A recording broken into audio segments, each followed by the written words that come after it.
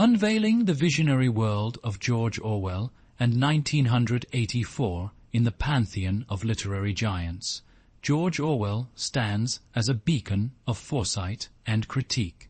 Born Eric Arthur Blair in 1903, Orwell's life was as diverse as his writings. After serving in the Indian Imperial Police in Burma, he turned to journalism and literature, giving voice to the disenfranchised through works like Down and Out in Paris and London, and The Road to Wigan Pier. His most celebrated novels, Animal Farm and 1984, are not just tales but warnings wrapped in allegory and dystopia, respectively. 1984, published in 1949, transports readers to a future where individual freedom is supplanted by totalitarian control. In this world, Winston Smith, the novel's protagonist, struggles against the omnipresent party, led by the enigmatic Big Brother. The plot intricately weaves themes of surveillance, propaganda, and the obliteration of truth, with Orwell introducing concepts like Thoughtcrime and Newspeak that chillingly resonate in today's digital age. The narrative's genius lies in its ability to make the reader question the very nature of reality and freedom.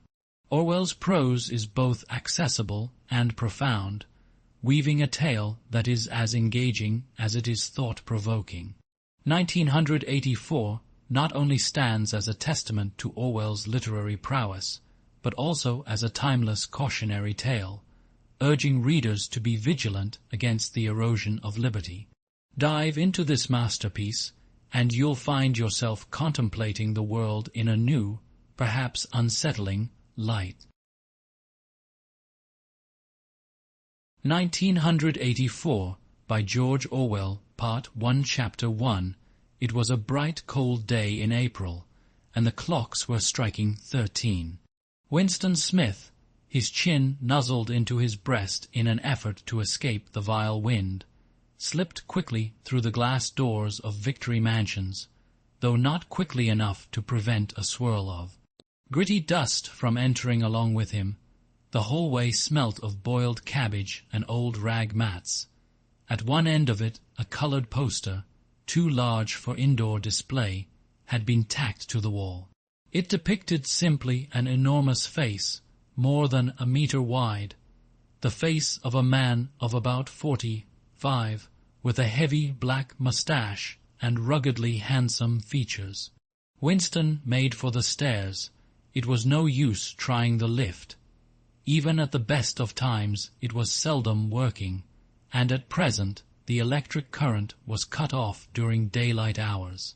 It was part of the economy drive in preparation for Hate Week. The flat was 7 flights up, and Winston, who was 39 and had a varicose ulcer above his right ankle, went slowly, resting several times on the way. On each landing, opposite the lift shaft, the poster with the enormous face gazed from the wall. It was one of those pictures which are so contrived that the eyes follow you about when you move. "Big Brother is watching you," the caption beneath it ran.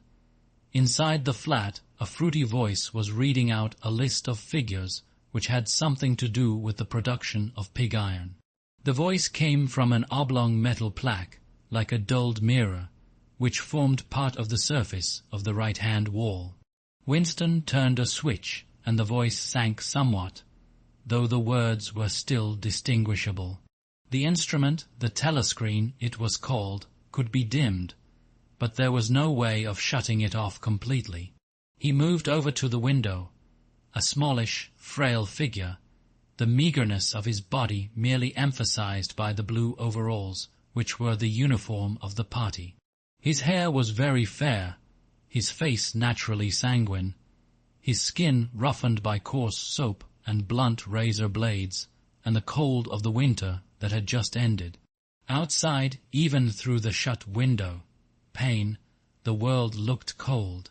Down in the street, little eddies of wind were whirling dust and torn paper into spirals, and though the sun was shining and the sky a harsh blue, there seemed to be no color in anything except the posters that were plastered everywhere, The black, moustachioed face gazed down from every commanding corner. There was one on the house front immediately opposite. "Big Brother is watching you," the caption said, while the dark eyes looked deep into Winston's own. Down at street level, another poster, torn at one corner, flapped fitfully in the wind, alternately covering and uncovering the single word "Ingsoc." In the far distance, a helicopter skimmed down between the roofs, hovered for an instant like a bluebottle, and darted away again with a curving flight. It was the police patrol, snooping into people's windows. The patrols did not matter, however. Only the thought police mattered. Behind Winston's back, the voice from the telescreen was still babbling away about pig iron and the overfulfillment of the 9th three-year plan.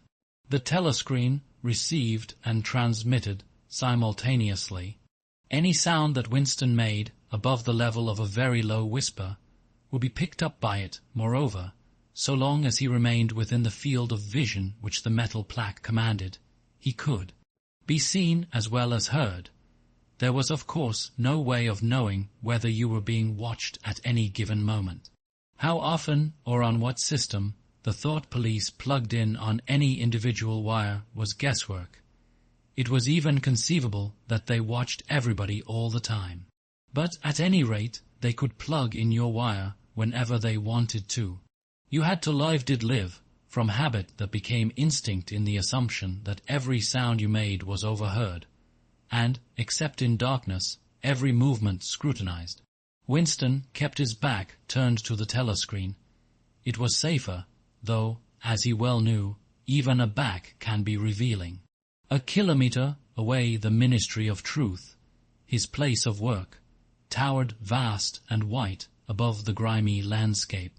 This, he thought with a sort of vague distaste, this was London, chief city of Airstrip 1, itself the third most populous of the provinces of Oceania.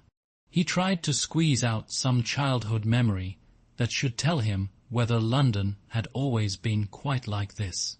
Were there always these vistas of rotting 19th century houses, their sides shored up with balks of timber, their windows patched with cardboard and their roofs with corrugated iron, there, crazy garden walls sagging in all directions, and the bombed sites where the plaster dust swirled in the air and the willow herb straggled over the heaps of rubble, and the places where the bombs had cleared a larger patch and there had sprung up sordid colonies of wooden dwellings like chicken houses.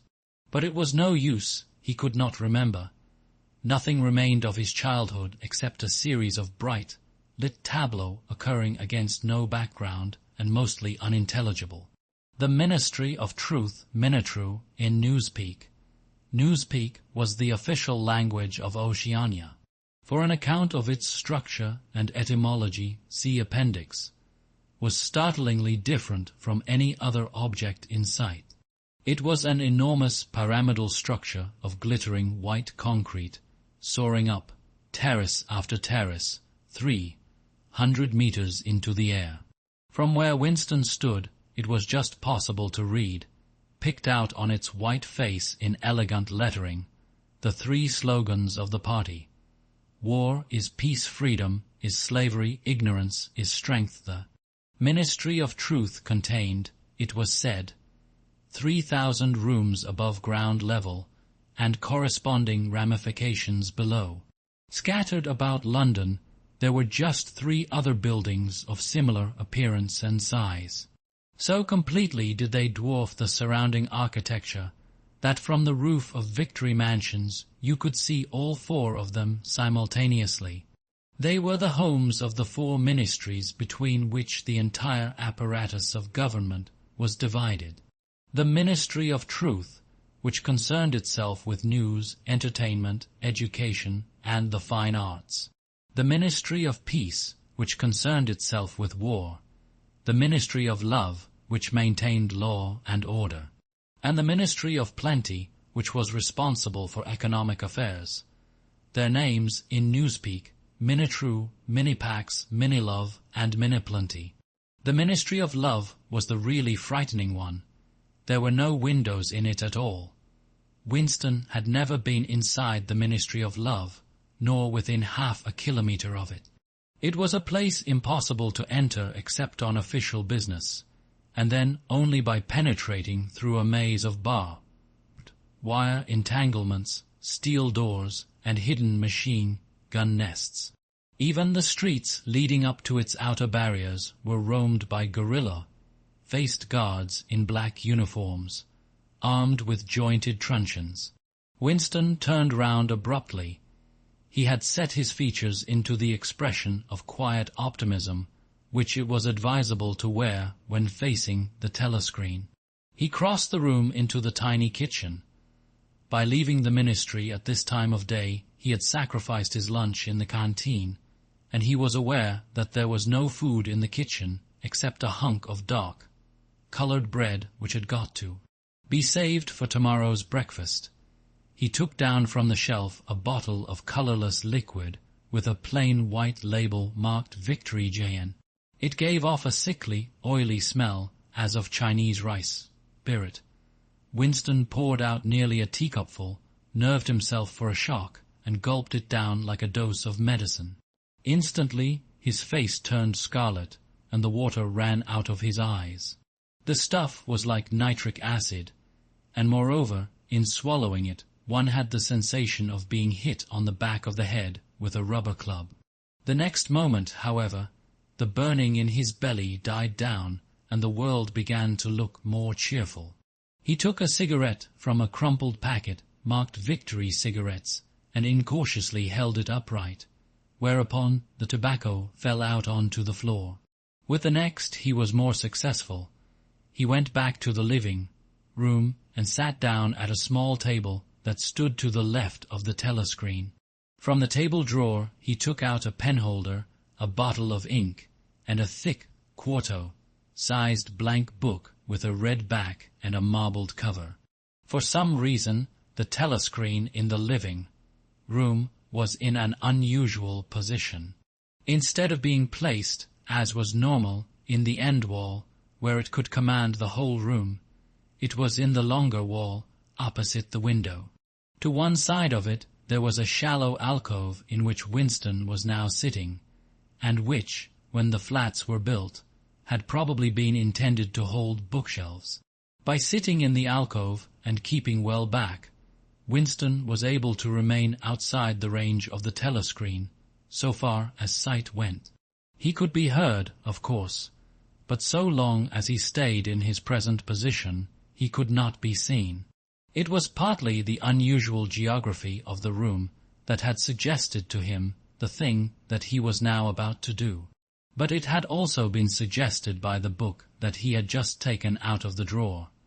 It was a peculiarly beautiful book. Its smooth, creamy paper, a little yellowed by age, was of a kind that had not been manufactured for at least 40 years past. He could guess, however, that the book was much older than that. He had seen it lying in the window of a frowsy little junk shop in a slummy quarter of the town, just what quarter he did not now remember, and had been stricken immediately by an overwhelming desire to possess it. Party members were supposed not to go into ordinary shops, dealing on the free market it was called, but the rule was not strictly kept, because there were various things, such as shoelaces and razor blades, which it was impossible to get hold of in any other way. He had given a quick glance up and down the street, and then had slipped inside and bought the book for $2.50. At the time, he was not conscious of wanting it for any particular purpose. He had carried it guiltily home in his briefcase. Even with nothing written in it, it was a compromising possession. The thing that he was about to do was to open a diary. This was not illegal, nothing was illegal, since there were no longer any laws. But if detected, it was reasonably certain that it would be punished by death, or at least by 25 years in a forced labor camp. Winston fitted a nib into the penholder and sucked it to get the grease off. The pen was an archaic instrument, seldom used even for signatures, and he had procured one, furtively and with some difficulty, simply because of a feeling that the beautiful creamy paper deserved to be written on with a real nib instead of being scratched with an ink pencil. Actually, he was not used to writing by hand. Apart from very short notes, it was usual to dictate everything into the spee, right, which was of course impossible for his present purpose. He dipped the pen into the ink and then faltered for just a second. A tremor had gone through his bowels. To mark the paper was the decisive act. In small clumsy letters he wrote, April 4th, 1984. He sat back. A sense of complete helplessness had descended upon him. To begin with, he did not know with any certainty that this was 1984. It must be round about that date, since he was fairly sure that his age was 39, and he believed that he had been born in 1944 or 1945. But it was never possible nowadays to pin down any date within a year or two. For whom, it suddenly occurred to him to wonder, was he writing this diary? For the future, for the unborn? His mind hovered for a moment round the doubtful date on the page, and then fetched up with a bump against the Newspeak word doublethink. For the first time, the magnitude of what he had undertaken came home to him. How could you communicate with the future? It was of its nature impossible. Either the future would resemble the present, in which case it would not listen to him, or it would be different from it, and his predicament would be meaningless. For some time he sat gazing stupidly at the paper. The telescreen had changed over to strident military music. It was curious that he seemed not merely to have lost the power of expressing himself, but even to have forgotten what it was that he had originally intended to say. For weeks past he had been making ready for this moment, and it had never crossed his mind that anything would be needed except courage. The actual writing would be easy. All he had to do was to transfer to paper the interminable restless monologue that had been running inside his head, literally for years. At this moment, however, even the monologue had dried up. Moreover, his varicose ulcer had begun itching unbearably. He dared not scratch it, because if he did so, it always became inflamed. The seconds were ticking by. He was conscious of nothing except the blankness of the page in front of him, the itching of the skin above his ankle, the blaring of the music, and a slight booziness caused by the gin.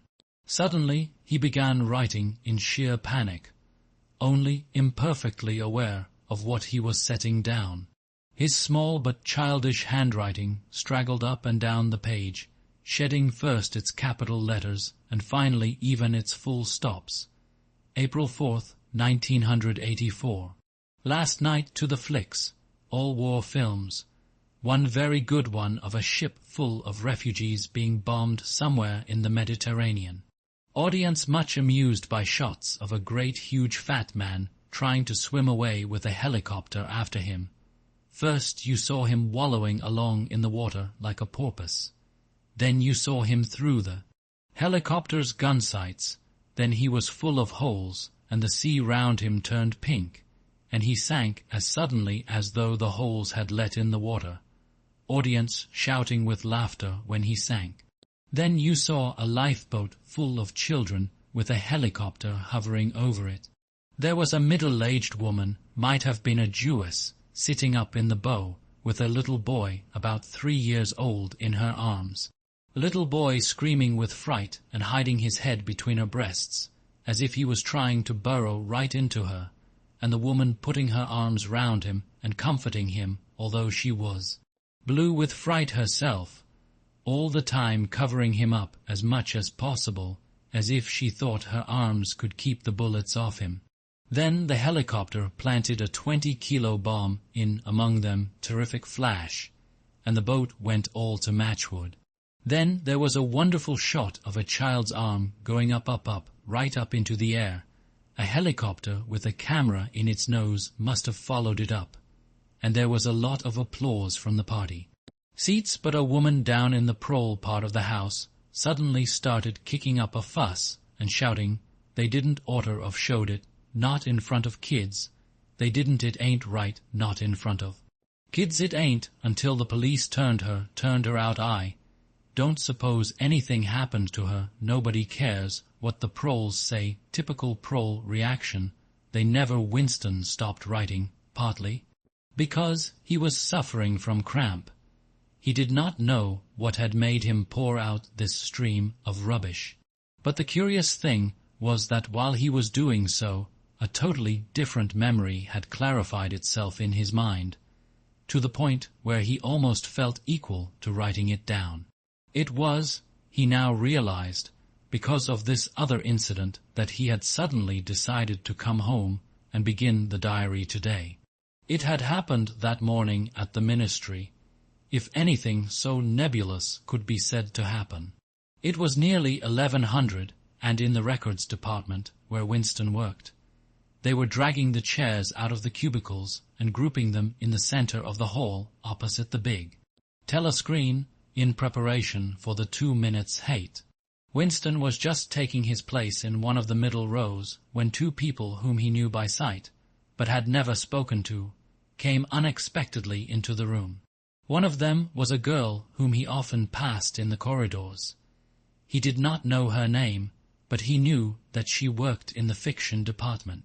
Presumably, since he had sometimes seen her with oily hands, and carrying a spanner, she had some mechanical job on one of the novel writing machines. She was a bold-looking girl of about 27, with thick hair, a freckled face, and swift, athletic movements. A narrow scarlet sash, emblem of the Junior Anti-Sex League, was wound several times round the waist of her overalls, just tightly enough to bring out the shapeliness of her hips. Winston had disliked her from the very first moment of seeing her. He knew the reason. It was because of the atmosphere of hockey, fields and cold baths and community hikes and general clean-mindedness which she managed to carry about with her. He disliked nearly all women, and especially the young and pretty ones. It was always the women, and above all the young ones, who were the most bigoted adherents of the party, the swallowers of slogans, the amateur spies and nosers out of unorthodoxy. But this particular girl gave him the impression of being more dangerous than most. Once when they passed in the corridor, she gave him a quick sidelong glance which seemed to pierce right into him, and for a moment had filled him with black terror. The idea had even crossed his mind that she might be an agent of the Thought Police. That, it was true, was very unlikely. Still, he continued to feel a peculiar uneasiness, which had fear mixed up in it as well as hostility, whenever she was anywhere near him.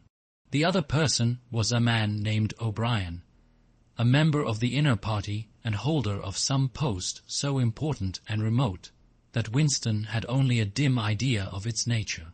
A momentary hush passed over the group of people round the chairs as they saw the black overalls of an inner party member approaching. O'Brien was a large, burly man with a thick neck and a coarse, humorous, brutal face. In spite of his formidable appearance, he had a certain charm of manner. He had a trick of resettling his spectacles on his nose, which was curiously disarming in some indefinable way, curiously civilized. It was a gesture which, if anyone had still thought in such terms, might have recalled an 18th-century nobleman offering his snuff-box. Winston had seen O'Brien perhaps a dozen times in almost as many years. He felt deeply drawn to him, and not solely because he was intrigued by the contrast between O'Brien's urbane manner and his prize-fighter's physique. Much more it was because of a secretly held belief, or perhaps not even a belief, merely a hope that O'Brien's political orthodoxy was not perfect. Something in his face suggested it irresistibly, and again, perhaps it was not even unorthodoxy that was written in his face, but simply intelligence. But at any rate, he had the appearance of being a person that you could talk to, if somehow you could cheat the telescreen and get him alone. Winston had never made the smallest effort to verify this guess. Indeed, there was no way of doing so. At this moment O'Brien glanced at his wrist watch, saw that it was nearly 1100, and evidently decided to stay in the records department until the 2 minutes hate was over. He took a chair in the same row as Winston, a couple of places away. A small, sandy-haired woman who worked in the next cubicle to Winston was between them. The girl with dark hair was sitting immediately behind. The next moment a hideous, grinding speech, as of some monstrous machine running without oil, burst from the big telescreen at the end of the room. It was a noise that set one's teeth on edge and bristled the hair at the back of one's neck. The hate had started.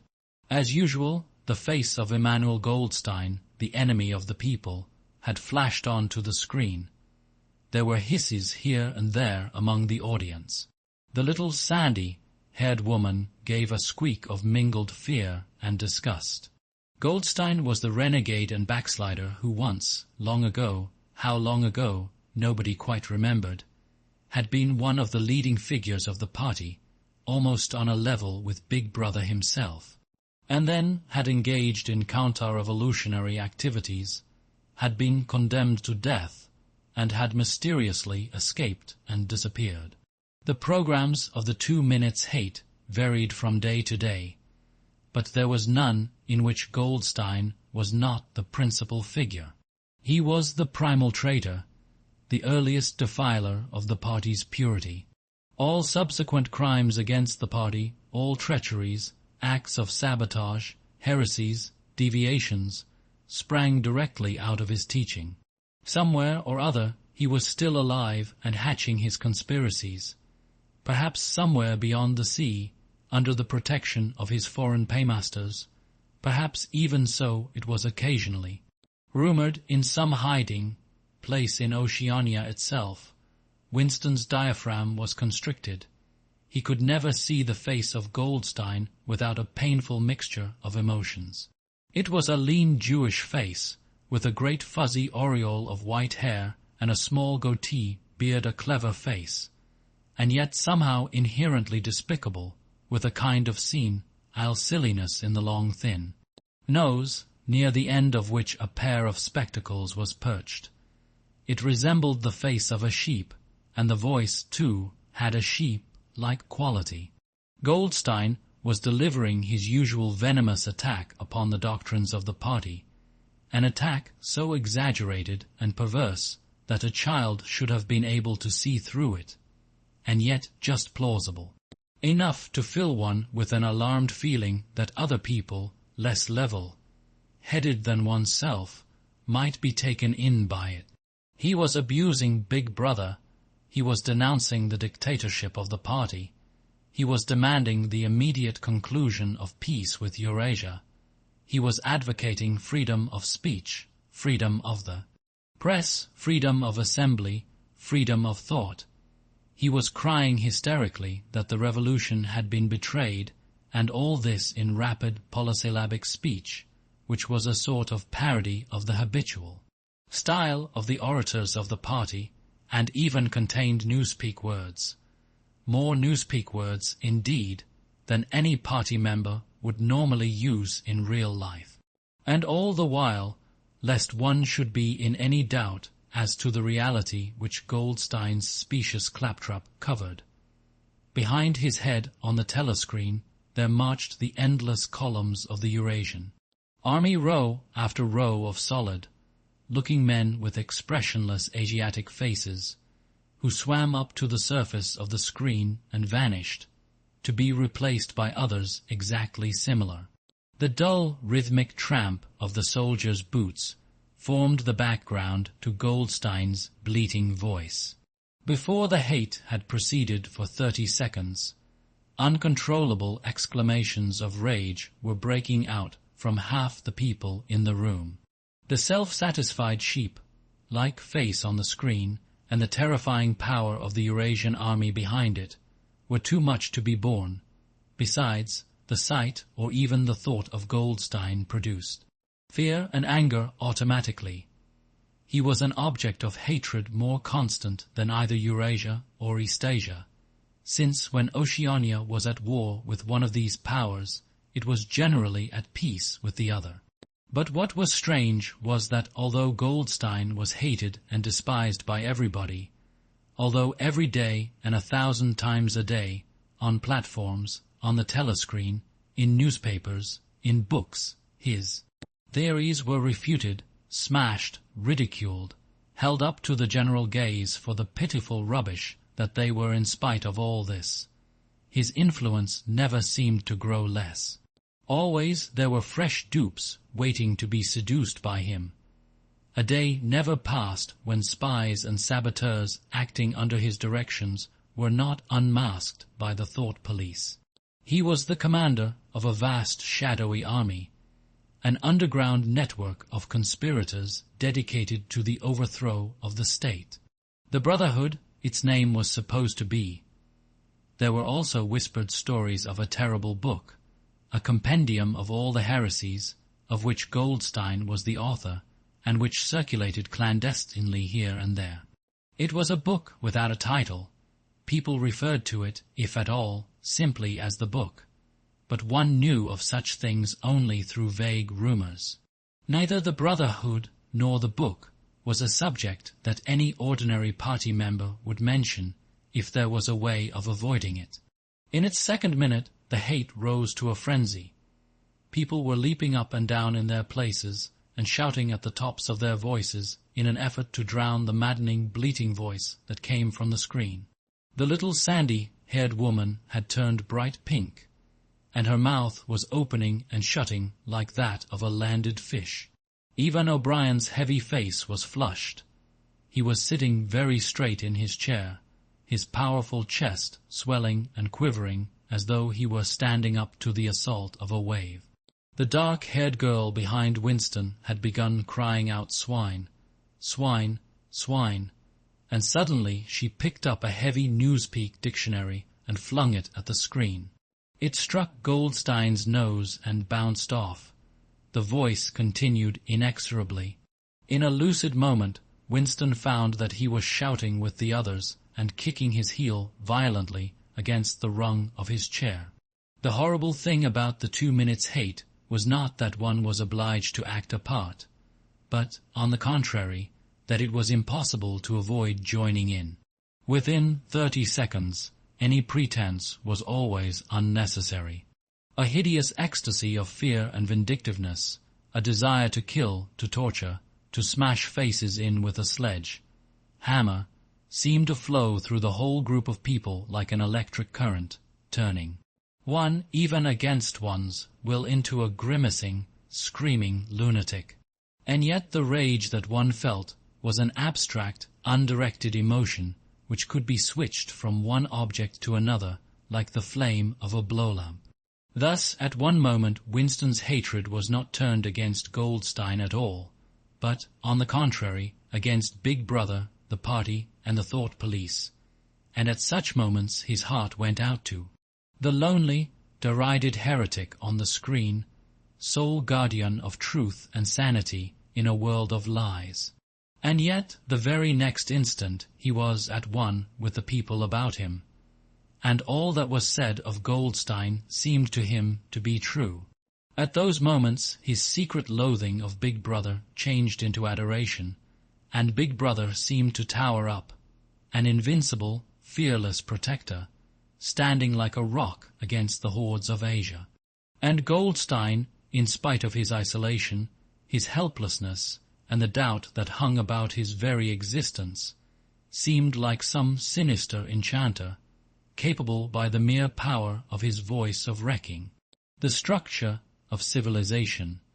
It was even possible, at moments, to switch one's hatred this way or that by a voluntary act.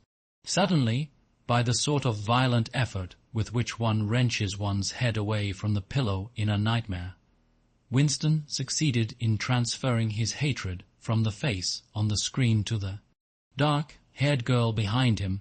Vivid, beautiful hallucinations flashed through his mind.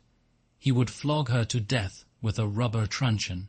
He would tie her naked to a stake and shoot her full of arrows like Saint Sebastian. He would ravish her and cut her throat at the moment of climax. Better than before, moreover, he realized why it was that he hated her. He hated her because she was young and pretty and sexless, because he wanted to go to bed with her and would never do so, because round her sweet supple waist, which seemed to ask you to encircle it with your arm, there was only the odious scarlet sash, aggressive symbol of chastity. The hate rose to its climax. The voice of Goldstein had become an actual sheep's bleat, and for an instant the face changed into that of a sheep. Then the sheep face melted into the figure of a Eurasian soldier who seemed to be advancing, huge and terrible, his submachine gun roaring and seeming to spring out of the surface of the screen, so that some of the people in the front row actually flinched backwards in their seats. But in the same moment, drawing a deep sigh of relief from everybody, the hostile figure melted into the face of Big Brother, black-haired, black-moustachioed, full of power and mysterious calm, and so vast that it almost filled up the screen. Nobody heard what Big Brother was saying. It was merely a few words of encouragement, the sort of words that are uttered in the din of battle, not distinguishable individually but restoring confidence by the fact of being spoken. Then the face of Big Brother faded away again, and instead the three slogans of the party stood out in bold capitals. War is peace, freedom is slavery, ignorance is strength, but the face of Big Brother seemed to persist for several seconds on the screen, as though the impact that it had made on everyone's eyeballs was too vivid to wear off immediately. The little sandy-haired woman had flung herself forward over the back of the chair in front of her. With a tremulous murmur that sounded like "My Saviour," she extended her arms towards the screen. Then she buried her face in her hands. It was apparent that she was uttering a prayer. At this moment the entire group of people broke into a deep, slow, rhythmical chant of BB. BB, over and over again, very slowly, with a long pause between the first B and the second, a heavy, murmurous sound, somehow curiously savage, in the background of which one seemed to hear the stamp of naked feet and the throbbing of toms. For perhaps as much as 30 seconds they kept it up. It was a refrain that was often heard in moments of overwhelming emotion. Partly it was a sort of hymn to the wisdom and majesty of Big Brother, but still more it was an act of self-hypnosis, a deliberate drowning of consciousness by means of rhythmic noise. Winston's entrails seemed to grow cold. In the 2 minutes' hate he could not help sharing in the general delirium, but this sub-human chanting of BB always filled him with horror. Of course he chanted with the rest. It was impossible to do otherwise. To dissemble your feelings, to control your face, to do what everyone else was doing, was an instinctive reaction. But there was a space of a couple of seconds during which the expression of his eyes might conceivably have betrayed him. And it was exactly at this moment that the significant thing happened, if indeed it did happen. Momentarily he caught O'Brien's eye. O'Brien had stood up. He had taken off his spectacles and was in the act of resettling them on his nose with his characteristic gesture. But there was a fraction of a second when their eyes met, and for as long as it took to happen, Winston knew, yes, he knew, that O'Brien was thinking the same thing as himself. An unmistakable message had passed. It was as though their two minds had opened, and the thoughts were flowing from one into the other through their eyes. "I am with you," O'Brien seemed to be saying to him. "I know precisely what you are feeling. I know all about your contempt, your hatred, your disgust. But don't worry, I am on your side." And then the flash of intelligence was gone, and O'Brien's face was as inscrutable as everybody else's. That was all, and he was already uncertain whether it had happened. Such incidents never had any sequel. All that they did was to keep alive in him the belief, or hope, that others besides himself were the enemies of the party. Perhaps the rumors of vast underground conspiracies were true after all. Perhaps the Brotherhood really existed. It was impossible, in spite of the endless arrests and confessions and executions, to be sure that the Brotherhood was not simply a myth. Some days he believed in it, some days not. There was no evidence, only fleeting glimpses that might mean anything or nothing, snatches of overheard conversation, faint scribbles on lavatory walls once, even when two strangers met, a small movement of the hand which had looked as though it might be a signal of recognition. It was all guesswork. Very likely he had imagined everything. He had gone back to his cubicle without looking at O'Brien again. The idea of following up their momentary contact hardly crossed his mind. It would have been inconceivably dangerous even if he had known how to set about doing it. For a second, 2 seconds, they had exchanged an equivocal glance, and that was the end of the story. But even that was a memorable event in the locked loneliness in which one had to live. Winston roused himself and sat up straighter. He let out a belch. The gin was rising from his stomach. His eyes refocused on the page. He discovered that while he sat helplessly musing, he had also been writing, as though by automatic action. And it was no longer the same cramped, awkward handwriting as before. His pen had slid voluptuously over the smooth paper, printing in large neat capitals, "Down with Big Brother, down with Big Brother, down with Big Brother, down with Big Brother, down with Big Brother," over and over again, filling half a page. He could not help feeling a twinge of panic. It was absurd, since the writing of those particular words was not more dangerous than the initial act of opening the diary. But for a moment he was tempted to tear out the spoiled pages and abandon the enterprise altogether. He did not do so, however, because he knew that it was useless. Whether he wrote down with Big Brother, or whether he refrained from writing it, made no difference. Whether he went on with the diary, or whether he did not go on with it, made no difference. The thought police would get him just the same.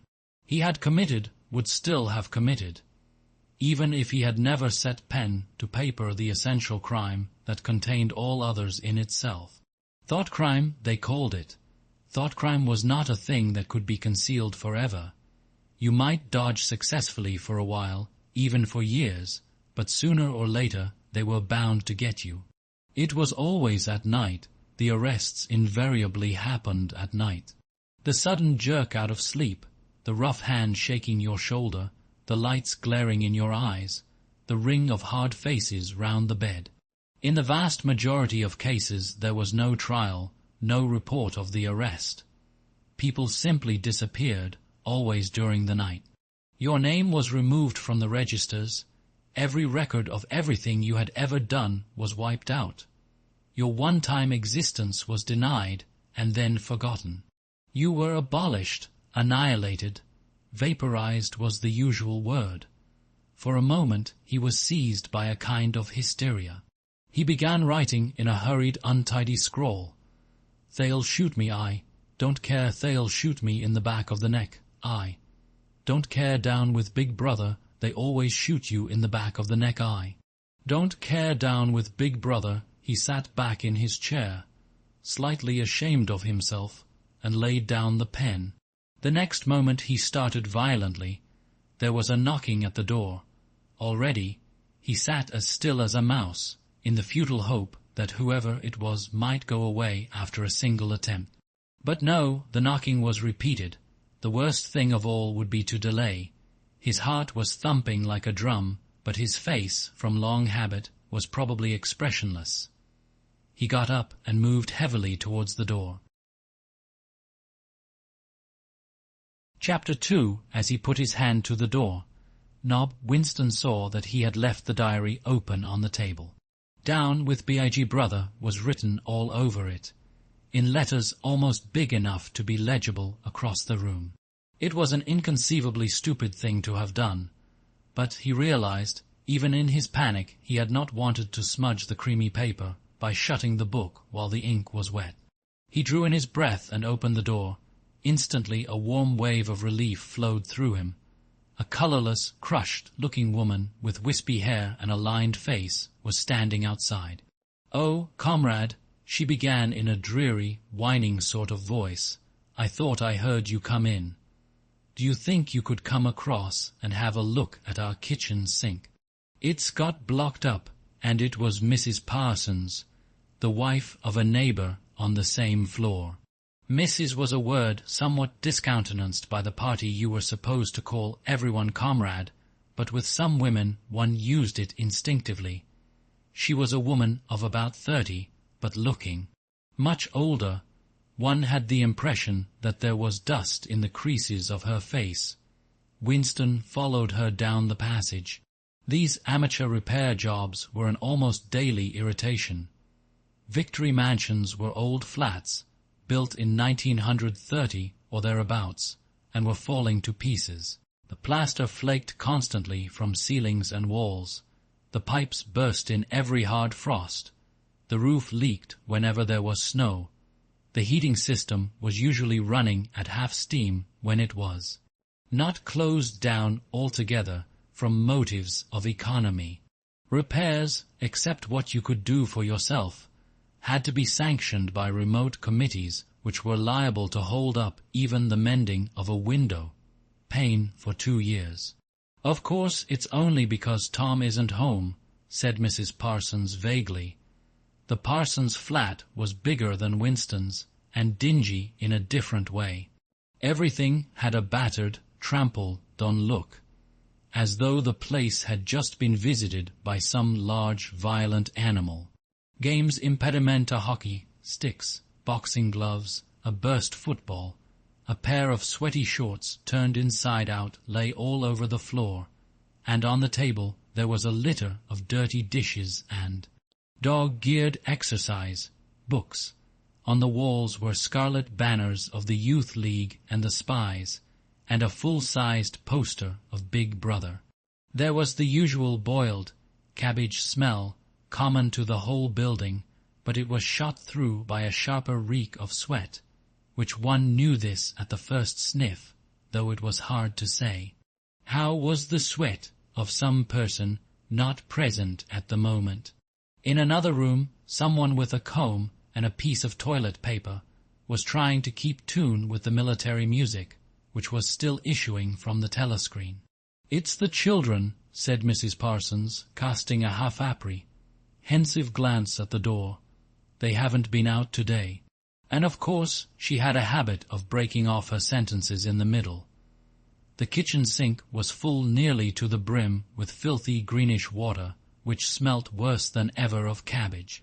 Winston knelt down and examined the angle, joint of the pipe. He hated using his hands, and he hated bending down, which was always liable to start him coughing. Mrs. Parsons looked on helplessly. "Of course, if Tom was home, he'd put it right in a moment," she said. "He loves anything like that. He's ever so good with his hands, Tom is." Parsons was Winston's fellow employee at the Ministry of Truth. He was a fattish but active man of paralyzing stupidity, a mass of imbecile enthusiasms, one of those completely unquestioning, devoted drudges on whom, more even than on the thought police, the stability of the party depended. At 35, he had just been unwillingly evicted from the Youth League, and before graduating into the Youth League, he had managed to stay on in the Spies for a year beyond the statutory age. At the ministry, he was employed in some subordinate post for which intelligence was not required. But on the other hand, he was a leading figure on the sports committee and all the other committees. Engaged in organizing community hikes, spontaneous demonstrations, savings campaigns, and voluntary activities generally. He would inform you with quiet pride, between whiffs of his pipe, that he had put in an appearance at the community centre every evening for the past 4 years. An overpowering smell of sweat, a sort of unconscious testimony to the strenuousness of his life, followed him about wherever he went, and even remained behind him after he had gone. "Have you got a spanner?" said Winston, fiddling with the nut on the angle. "Joint. A spanner," said Mrs. Parsons, immediately becoming invertebrate. "I don't know, I'm sure." Perhaps the children, there was a trampling of boots and another blast on the comb as the children charged into the living room. Mrs. Parsons brought the spanner. Winston let out the water and disgustedly removed the clot of human hair that had blocked up the pipe. He cleaned his fingers as best he could in the cold water from the tap, and went back into the other room. "Up with your hands!" yelled a savage voice. A handsome, tough-looking boy of 9 had popped up from behind the table and was menacing him with a toy automatic pistol, while his small sister, about 2 years younger, made the same gesture. With a fragment of wood. Both of them were dressed in the blue shorts, grey shirts, and red neckerchiefs, which were the uniform of the spies. Winston raised his hands above his head, but with an uneasy feeling, so vicious was the boy's demeanour, that it was not altogether a game. "You're a traitor," yelled the boy. "You're a thought. Criminal, you're a Eurasian spy. I'll shoot you, I'll vaporize you, I'll send you to the salt mines." Suddenly they were both leaping round him, shouting traitor and thought, criminal, the little girl imitating her brother in every movement. It was somehow slightly frightening, like the gambolling of tiger cubs, which will soon grow up into man-eaters. There was a sort of calculating ferocity in the boy's eye, a quite evident desire to hit or kick Winston, and a consciousness of being very nearly big enough to do so. It was a good job it was not a real pistol he was holding, Winston thought. Mrs. Parsons' eyes flitted nervously from Winston to the children and back again. In the better light of the living room he noticed with interest that there actually was dust in the creases of her face. "They do get so noisy," she said. "They're disappointed because they couldn't go to see the hanging, that's what it is. I'm too busy to take them, and Tom won't be back from work in time. Why can't we go and see the hanging?" roared the boy in his huge voice. "Want to see the hanging, want to see the hanging," chanted the little girl, still capering round. Some Eurasian prisoners, guilty of war crimes, were to be hanged in the park that evening, Winston remembered. This happened about once a month, and was a popular spectacle. Children always clamoured to be taken to see it. He took his leave of Mrs. Parsons and made for the door. But he had not gone 6 steps down the passage when something hit the back of his neck, an agonizingly painful blow. It was as though a red, hot wire had been jabbed into him. He spun round just in time to see Mrs. Parsons dragging her son back into the doorway, while the boy pocketed a catapult. "Goldstein!" bellowed the boy as the door closed on him. But what most struck Winston was the look of helpless fright on the woman's greyish face. Back in the flat, he stepped quickly past the telescreen and sat down at the table again, still rubbing his neck. The music from the telescreen had stopped. Instead, a clipped military voice was reading out, with a sort of brutal relish, a description of the armaments of the new floating fortress which had just been anchored between Iceland and the Faroe Islands. With those children, he thought, that wretched woman must lead a life of terror. Another year, 2 years, and they would be watching her night and day for symptoms of unorthodoxy. Nearly all children nowadays were horrible. What was worst of all was that by means of such organizations as the spies, they were systematically turned into ungovernable little savages, and yet this produced in them no tendency whatever to rebel against the discipline of the party. On the contrary, they adored the party and everything connected with it. The songs, the processions, the banners, the hiking, the drilling with dummy rifles, the yelling of slogans, the worship of Big Brother, it was all a sort of glorious game to them. All their ferocity was turned outwards, against the enemies of the state, against foreigners, traitors, saboteurs, thought, criminals. It was almost normal for people over 30 to be frightened of their own children. And with good reason, for hardly a week passed in which the Times did not carry a paragraph describing how some eavesdropping little sneak child hero, was the phrase generally used, had overheard some compromising remark and denounced its parents to the thought police. The sting of the catapult bullet had worn off.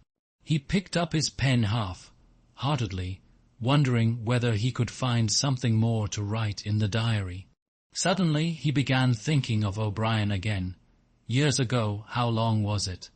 7 years it must be. He had dreamed that he was walking through a pitch-dark room, and someone sitting to one side of him had said as he passed, "We shall meet in the place where there is no darkness."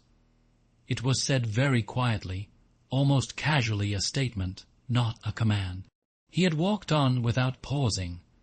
What was curious was that at the time, in the dream, the words had not made much impression on him. It was only later, and by degrees, that they had seemed to take on significance. He could not now remember whether it was before or after having the dream that he had seen O'Brien for the first time, nor could he remember when he had first identified the voice as O'Brien's. But at any rate, the identification existed. It was O'Brien who had spoken to him out of the dark. Winston had never been able to feel sure, even after this morning's flash of the eyes. It was still impossible to be sure whether O'Brien was a friend or an enemy. Nor did it even seem to matter greatly. There was a link of understanding between them, more important than affection or partisanship. "We shall meet in the place where there is no darkness," he had said. Winston did not know what it meant, only that in some way or another it would come true. The voice from the telescreen paused. A trumpet call, clear and beautiful, floated into the stagnant air. The voice continued raspingly, "Attention, your attention, please. A news flash has this moment arrived from the Malabar front. Our forces in South India have won a glorious victory. I am authorized to say that the action we are now reporting may well bring the war within measurable distance of its end." Here is the news flash bad news coming, thought Winston. And sure enough, following on a gory description of the annihilation of a Eurasian army, with stupendous figures of killed and prisoners, came the announcement that, as from next week, the chocolate ration would be reduced from 30 grams to 20. Winston belched again. The gin was wearing off, leaving a deflated feeling. The telescreen, perhaps to celebrate the victory, perhaps to drown the memory of the lost chocolate, crashed into Oceania. "'Tis for thee." You were supposed to stand to attention. However, in his present position he was invisible. Oceania, "'tis for thee" gave way to lighter music. Winston walked over to the window, keeping his back to the telescreen. The day was still cold and clear. Somewhere far away a rocket bomb exploded with a dull, reverberating roar. About 20 or 30 of them a week were falling on London at present. Down in the street the wind flapped the torn poster to and fro, and the word Ingsoc fitfully appeared and vanished. Ingsoc, the sacred principles of Ingsoc. Newspeak, doublethink, the mutability of the past. He felt as though he were wandering in the forests of the sea bottom, lost in a monstrous world where he himself was the monster. He was alone. The past was dead. The future was unimaginable. What certainty had he that a single human creature now living was on his side? And what way of knowing that the dominion of the party would not endure forever? Like an answer, the 3 slogans on the white face of the Ministry of Truth came back to him.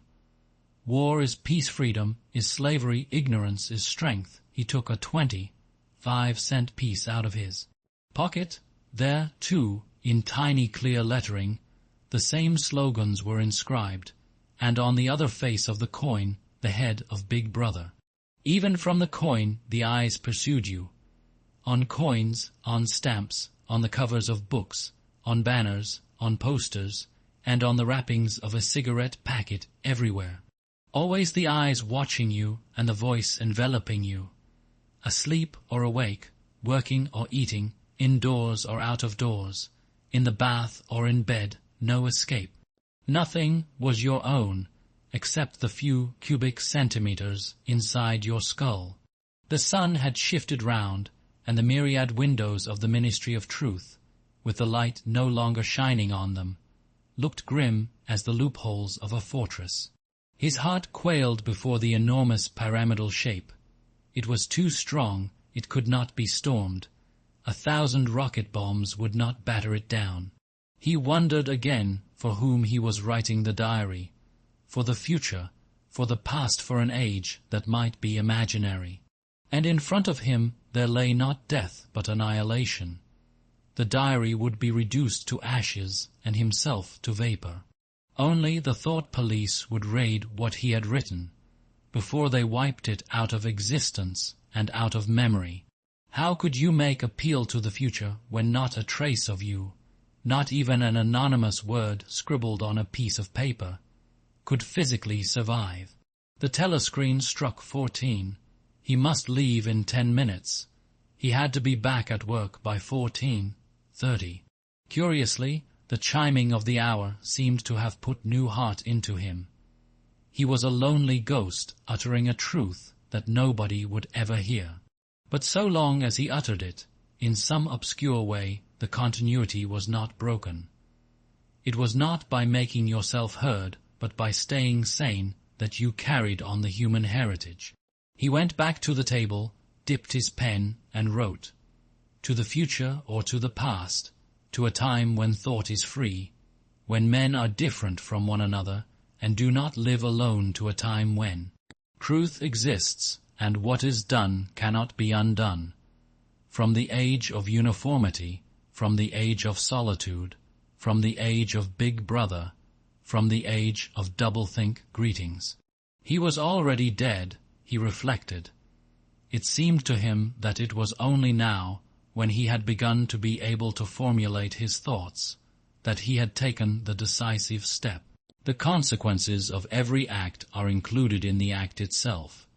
He wrote, Thoughtcrime does not entail death. Thoughtcrime is death. Now he had recognized himself as a dead man. It became important to stay alive as long as possible. 2 fingers of his right hand were ink-stained. It was exactly the kind of detail that might betray you. Some nosing zealot in the ministry, a woman probably, someone like the little sandy-haired woman or the dark-haired girl from the fiction department, might start wondering why he had been writing. During the lunch interval, why he had used an old-fashioned pen, what he had been writing, and then drop a hint in the appropriate quarter. He went to the bathroom and carefully scrubbed the ink away with the gritty dark brown soap which rasped your skin like sandpaper and was therefore well adapted for this purpose. He put the diary away in the drawer. It was quite useless to think of hiding it, but he could at least make sure whether or not its existence had been discovered. A hair laid across the page. Jen's was too obvious. With the tip of his finger he picked up an identifiable grain of whitish dust and deposited it on the corner of the cover, where it was bound to be shaken off if the book was moved. Chapter 3. Winston was dreaming of his mother. He must, he thought, have been 10 or 11 years old when his mother had disappeared. She was a tall, statuesque, rather silent woman, with slow movements and magnificent fair hair. His father he remembered more vaguely as dark and thin, dressed always in neat dark clothes. Winston remembered especially the very thin soles of his father's shoes, and wearing spectacles. The two of them must evidently have been swallowed up in one of the first great purges of the 50s. At this moment his mother was sitting in some place deep down beneath him, with his young sister in her arms. He did not remember his sister at all, except as a tiny, feeble baby, always silent, with large, watchful eyes. Both of them were looking up at him. They were down in some subterranean place, the bottom of a well, for instance, or a very deep grave, but it was a place which, already far below him, was itself moving downwards. They were in the saloon of a sinking ship, looking up at him through the darkening water. There was still air in the saloon. They could still see him and he them. But all the while they were sinking down into the green waters which in another moment must hide them from sight for ever. He was out in the light and air while they were being sucked down to death, and they were down there because he was up here. He knew it and they knew it, and he could see the knowledge in their faces. There was no reproach either in their faces or in their hearts, only the knowledge that they must die in order that he might remain alive, and that this was part of the unavoidable order of things. He could not remember what had happened, but he knew in his dream that in some way the lives of his mother and his sister had been sacrificed to his own. It was one of those dreams which, while retaining the characteristic dream scenery, are a continuation of one's intellectual life, and in which one becomes aware of facts and ideas which still seem new and valuable after one is awake. The thing that now suddenly struck Winston was that his mother's death, nearly 30 years ago, had been tragic and sorrowful in a way that was no longer possible. Tragedy, he perceived, belonged to the ancient time, to a time when there was still privacy, love, and friendship, and when the members of a family stood by one another without needing to know the reason. His mother's memory tore at his heart because she had died loving him when he was too young and selfish to love her in return, and because somehow he did not remember how she had sacrificed herself to a conception of loyalty that was private and unalterable. Such things, he saw, could not happen today. Today there were fear, hatred, and pain, but no dignity of emotion, no deep or complex sorrows. All this he seemed to see in the large eyes of his mother and his sister, looking up at him through the green water, hundreds of fathoms down and still sinking. Suddenly he was standing on short springy turf, on a summer evening when the slanting rays of the sun gilded the ground. The landscape that he was looking at recurred so often in his dreams that he was never fully certain whether or not he had seen it in the real world. In his waking thoughts he called it the Golden Country. It was an old rabbit-bitten pasture with a foot track wandering across it and a molehill here and there. In the ragged hedge on the opposite side of the field, the boughs of the elm trees were swaying very faintly in the breeze, their leaves just stirring in dense masses like women's hair. Somewhere near at hand, though out of sight, there was a clear, slow-moving stream where dace were swimming in the pools under the willow trees. The girl with dark hair was coming towards them across the field. With what seemed a single movement, she tore off her clothes and flung them disdainfully aside. Her body was white and smooth, but it aroused no desire in him. Indeed, he barely looked at it. What overwhelmed him in that instant was admiration for the gesture with which she had thrown her clothes aside. With its grace and carelessness, it seemed to annihilate a whole culture, a whole system of thought, as though Big Brother and the party and the thought police could all be swept into nothingness by a single splendid movement of the arm. That, too, was a gesture belonging to the ancient time. Winston woke up with the word Shakespeare on his lips. The telescreen was giving forth an ear-splitting whistle which continued on the same note for 30 seconds. It was not 7:15, getting up time for office workers. Winston wrenched his body out of bed naked, for a member of the outer party received only 3,000 clothing coupons annually, and a suit of pajamas was 600, and seized a dingy singlet and a pair of shorts that were lying across a chair. The physical jerks would begin in 3 minutes. The next moment he was doubled up by a violent coughing fit, which nearly always attacked him soon after waking up. It emptied his lungs so completely that he could only begin breathing again by lying on his back and taking a series of deep gasps. His veins had swelled with the effort of the cough, and the varicose ulcer had started itching. 30 to 40 group, yapped a piercing female voice. 30 to 40 group, take your places, please. 30s to 40s. Winston sprang to attention in front of the telescreen, upon which the image of a youngish woman, scrawny but muscular, dressed in tunic and gym shoes, had already appeared. Arms bending and stretching, she rapped out, "Take your time by me. 1, 2, 3, 4. 1, 2, 3, 4. Come on, comrades, put a bit of life into it. 1, 2, 3, 4. 1, 2, 3, 4.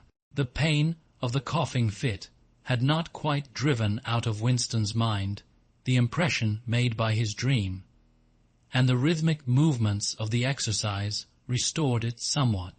As he mechanically shot his arms back and forth, wearing on his face the look of grim enjoyment which was considered proper during the physical jerks, he was struggling to think his way backward. Into the dim period of his early childhood, it was extraordinarily difficult. Beyond the late 50s, everything faded. When there were no external records that you could refer to, even the outline of your own life lost its sharpness. You remembered huge events which had quite probably not happened. You remembered the detail of incidents without being able to recapture their atmosphere, and there were long blank periods to which you could assign nothing. Everything had been different then. Even the names of countries and their shapes on the map had been different. Airstrip 1, for instance, had not been so called in those days. It had been called England or Britain, though London, he felt fairly certain, had always been called London. Winston could not definitely remember a time when his country had not been at war, but it was evident that there had been a fairly long interval of peace during his childhood, because one of his early memories was of an air raid which appeared to take everyone by surprise. Perhaps it was the time when the atomic bomb had fallen on Colchester. He did not remember the raid itself, but he did remember his father's hand clutching his own as they hurried down into some place deep in the earth, round and round a spiral staircase, which rang under his feet, and which finally so wearied his legs that he began whimpering, and they had to stop and rest. His mother, in her slow, dreamy way, was following a long way behind them. She was carrying his baby sister, or perhaps it was only a bundle of blankets that she was carrying. He was not certain whether his sister had been born then. Finally, they had emerged into a noisy, crowded place, which he had realized to be a tube station. There were people sitting all over the stone, flagged floor, and other people, packed tightly together, were sitting on metal bunks, one above the other. Winston and his mother and father found themselves a place on the floor, and near them an old man and an old woman were sitting side by side on a bunk. The old man had on a decent dark suit and a black cloth cap pushed back from very white hair. His face was scarlet, and his eyes were blue and full of tears. He reeked of gin. It seemed to breathe out of his skin in place of sweat, and one could have fancied that the tears welling from his eyes were pure gin. But though slightly drunk, he was also suffering under some grief that was genuine and unbearable. In his childish way, Winston grasped that some terrible thing, something that was beyond forgiveness and could never be remedied, had just happened. It also seemed to him that he knew what it was. Someone whom the old man loved, a little granddaughter, perhaps had been killed. Every few minutes the old man kept repeating, "We didn't ought to have trusted 'em. I said so, Ma, didn't I? That's what comes of trusting 'em. I said so all along. We didn't ought to have trusted the buggers." But which buggers they didn't ought to have trusted Winston could not now remember. Since about that time, war had been literally continuous, though strictly speaking it had not always been the same war. For several months during his childhood, there had been confused street fighting in London itself, some of which he remembered vividly. But to trace out the history of the whole period, to say who was fighting whom at any given moment, would have been utterly impossible, since no written record and no spoken word ever made mention of any other alignment than the existing one. At this moment, for example, in 1984, if it was 1984, Oceania was at war with Eurasia and in alliance with Eastasia. In no public or private utterance was it ever admitted that the three powers had at any time been grouped along different lines. Actually, as Winston well knew, it was only 4 years since Oceania had been at war with Eastasia and in alliance with Eurasia. But that was merely a piece of furtive knowledge which he happened to possess, because his memory was not satisfactorily under control. Officially, the change of partners had never happened. Oceania was at war with Eurasia. Therefore, Oceania had always been at war with Eurasia. The enemy of the moment always represented absolute evil, and it followed that any past or future agreement with him was impossible. The frightening thing, he reflected for the 10,000th time as he forced his shoulders painfully backward, with hands on hips. They were gyrating their bodies from the waist, an exercise that was supposed to be good for the back muscles.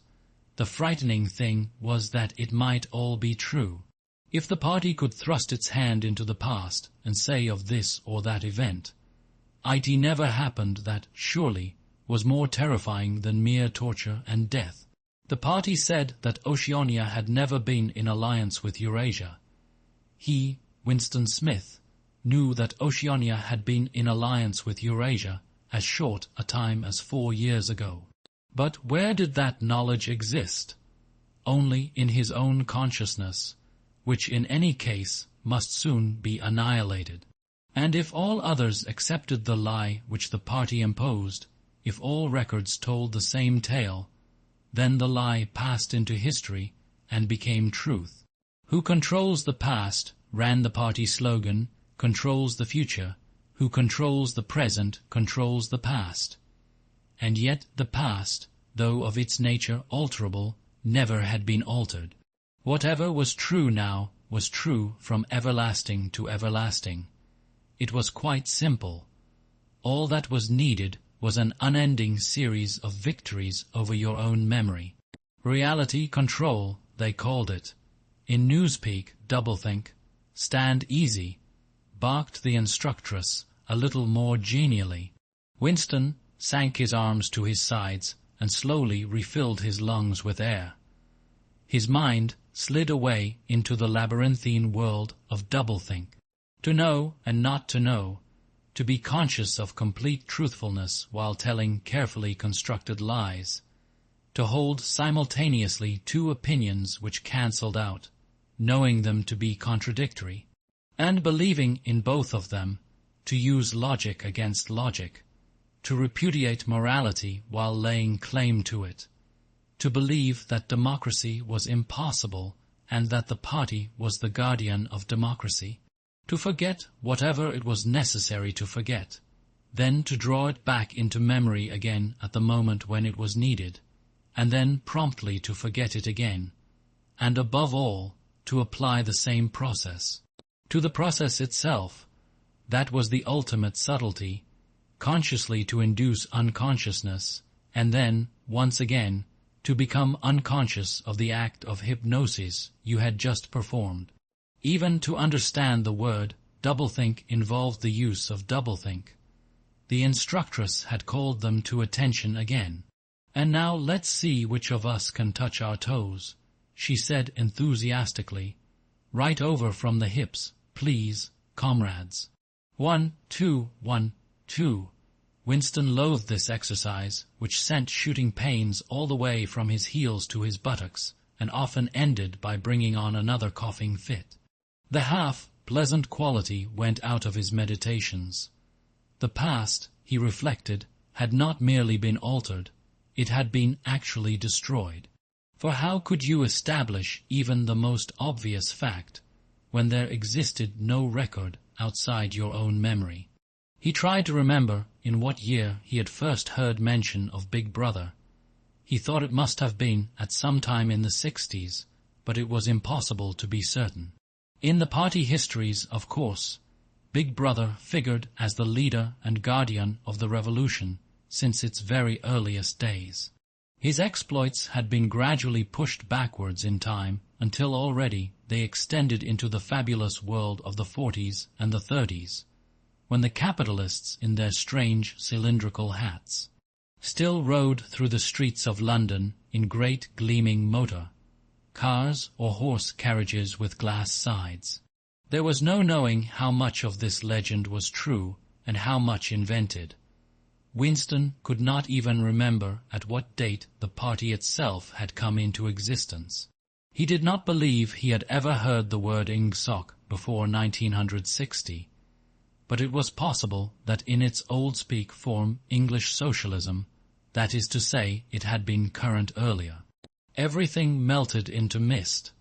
Sometimes, indeed, you could put your finger on a definite lie. It was not true, for example, as was claimed in the party history books, that the party had invented aeroplanes. He remembered aeroplanes since his earliest childhood, but you could prove nothing. There was never any evidence. Just once in his whole life he had held in his hands unmistakable documentary proof of the falsification of an historical fact. And on that occasion Smith screamed the shrewish voice from the telescreen, 6079 Smith W. Yes, you. Bend lower, please. You can do better than that. You're not trying. Lower, please. That's better, comrade. Now stand at ease, the whole squad, and watch me. A sudden hot sweat had broken out all over Winston's body. His face remained completely inscrutable.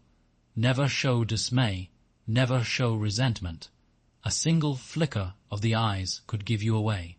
He stood watching while the instructress raised her arms above her head, and one could not say gracefully, but with remarkable neatness and efficiency, bent over and tucked the first joint of her fingers under her toes. There, comrades, that's how I want to see you doing it. Watch me again. I'm 39, and I've had 4 children. Now look, she bent over again. You see my knees aren't bent.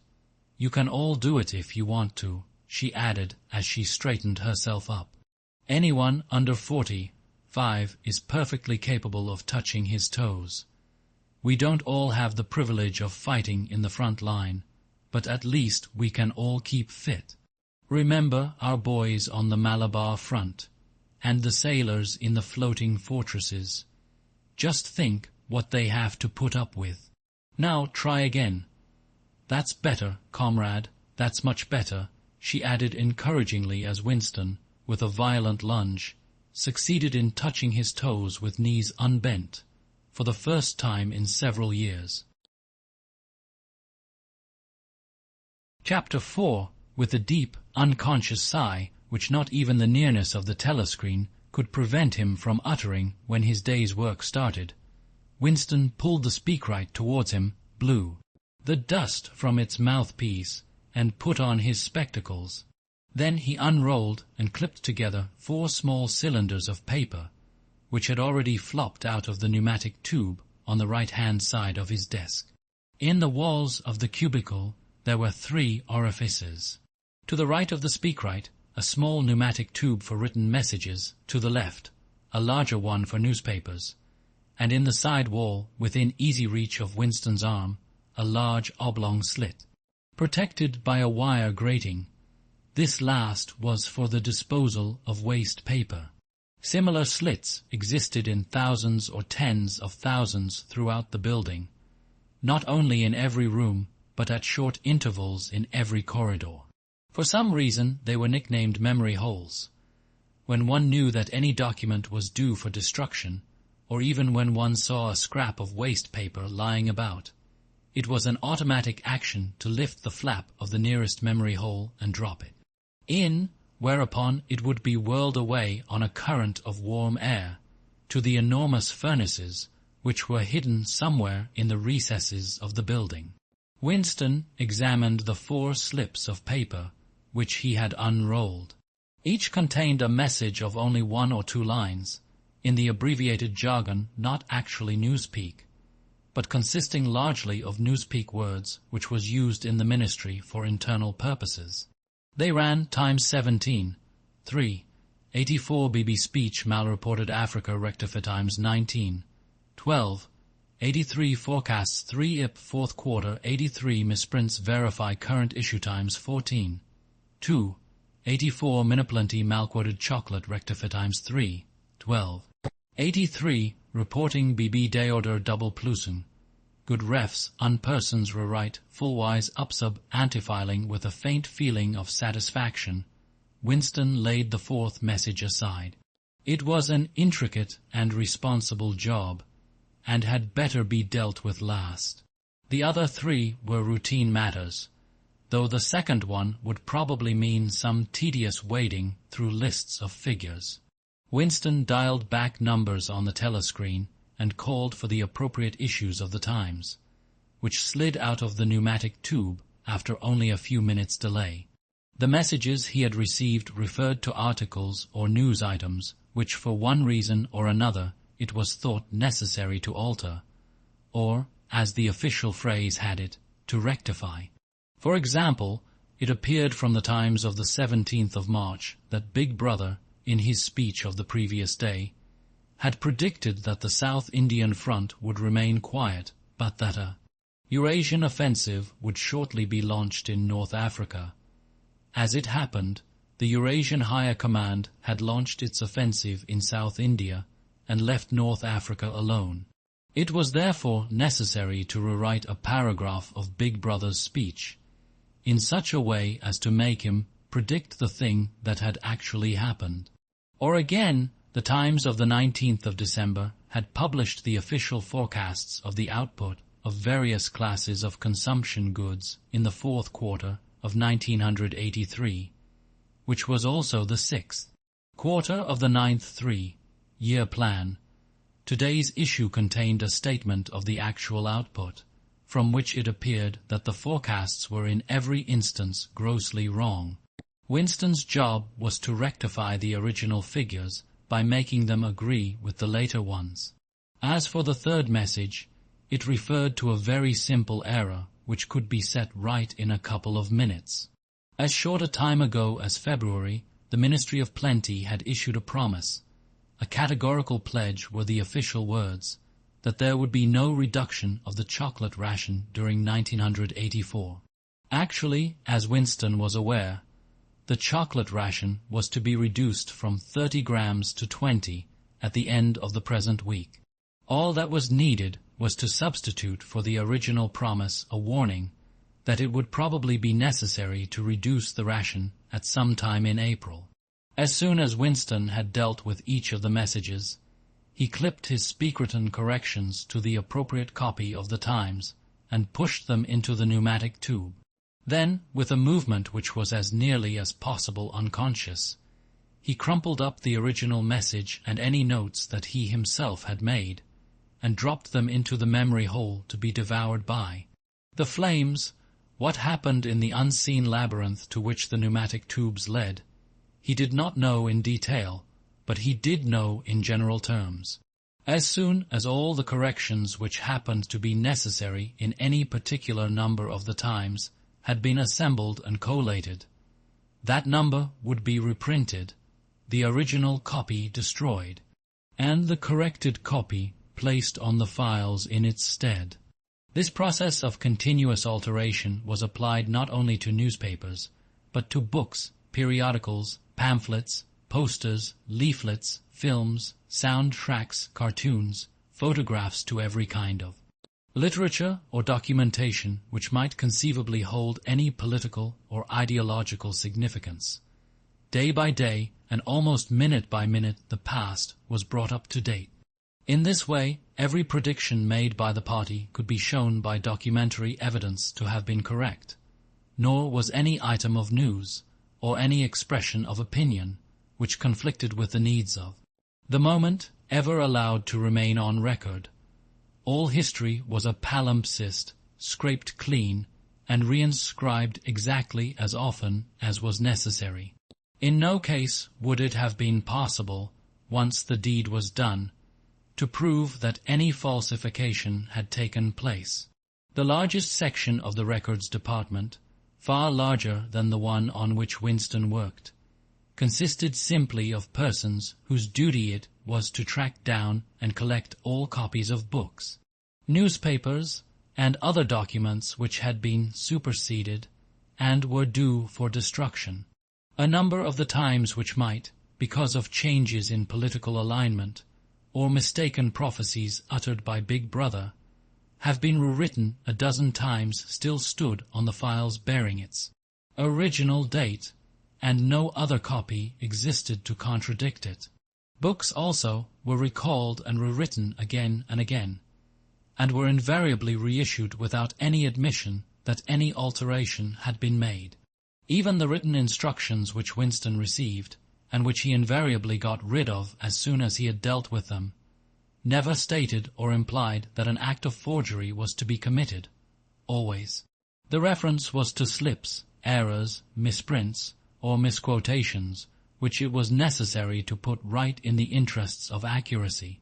But actually, he thought, as he readjusted the Ministry of Plenty's figures, it was not even forgery. It was merely the substitution of one piece of nonsense for another. Most of the material that you were dealing with had no connection with anything in the real world, not even the kind of connection that is contained in a direct lie. Statistics were just as much a fantasy in their original version as in their rectified version. A great deal of the time you were expected to make them up out of your head. For example, the Ministry of Plenty's forecast had estimated the output of boots for the quarter at 145 million pairs. The actual output was given as 62 millions. Winston, however, in rewriting the forecast, marked the figure down to 57 millions, so as to allow for the usual claim that the quota had been overfulfilled. In any case, 62 millions was no nearer the truth than 57 millions, or than 145 millions. Very likely no boots had been produced at all. Likelier still, nobody knew how many had been produced, much less cared. All one knew was that every quarter astronomical numbers of boots were produced on paper, while perhaps half the population of Oceania went barefoot. And so it was with every class of recorded fact, great or small. Everything faded away into a shadow, world in which, finally, even the date of the year had become uncertain. Winston glanced across the hall. In the corresponding cubicle on the other side, a small, precise-looking, dark-chinned man named Tillotson was working steadily away, with a folded newspaper on his knee and his mouth very close to the mouthpiece of the speakwrite. He had the air of trying to keep what he was saying a secret between himself and the telescreen. He looked up, and his spectacles darted a hostile flash in Winston's direction. Winston hardly knew Tillotson, and had no idea what work he was employed on. People in the records department did not readily talk about their jobs. In the long, windowless hall, with its double row of cubicles and its endless rustle of papers and hum of voices murmuring into speakwrites, there were quite a dozen people whom Winston did not even know by name, though he daily saw them hurrying to and fro in the corridors or gesticulating in the 2 minutes hate. He knew that in the cubicle next to him the little woman with sandy hair toiled day in day out, simply at tracking down and deleting from the press the names of people who had been vaporized and were therefore considered never to have existed. There was a certain fitness in this, since her own husband had been vaporized a couple of years earlier, and a few cubicles away a mild, ineffectual, dreamy creature named Ampleforth, with very hairy ears and a surprising talent for juggling with rhymes and meters, was engaged in producing garbled versions, definitive texts. They were called of poems which had become ideologically offensive, but which for one reason or another were to be retained in the anthologies. And this hall, with its 50 workers or thereabouts, was only one subsection, a single cell, as it were, in the huge complexity of the records department. Beyond, above, below, were other swarms of workers engaged in an unimaginable multitude of jobs. There were the huge printing shops with their sub-editors, their typography experts, and their elaborately equipped studios for the faking of photographs. There was the teleprograms section with its engineers, its producers, and its teams of actors specially chosen for their skill in imitating voices. There were the armies of reference clerks, whose job was simply to draw up lists of books and periodicals which were due for recall. There were the vast repositories where the corrected documents were stored, and the hidden furnaces where the original copies were destroyed. And somewhere or other, quite anonymous, there were the directing brains who coordinated the whole effort and laid down the lines of policy which made it necessary that this fragment of the past should be preserved, that one falsified and the other rubbed out of existence.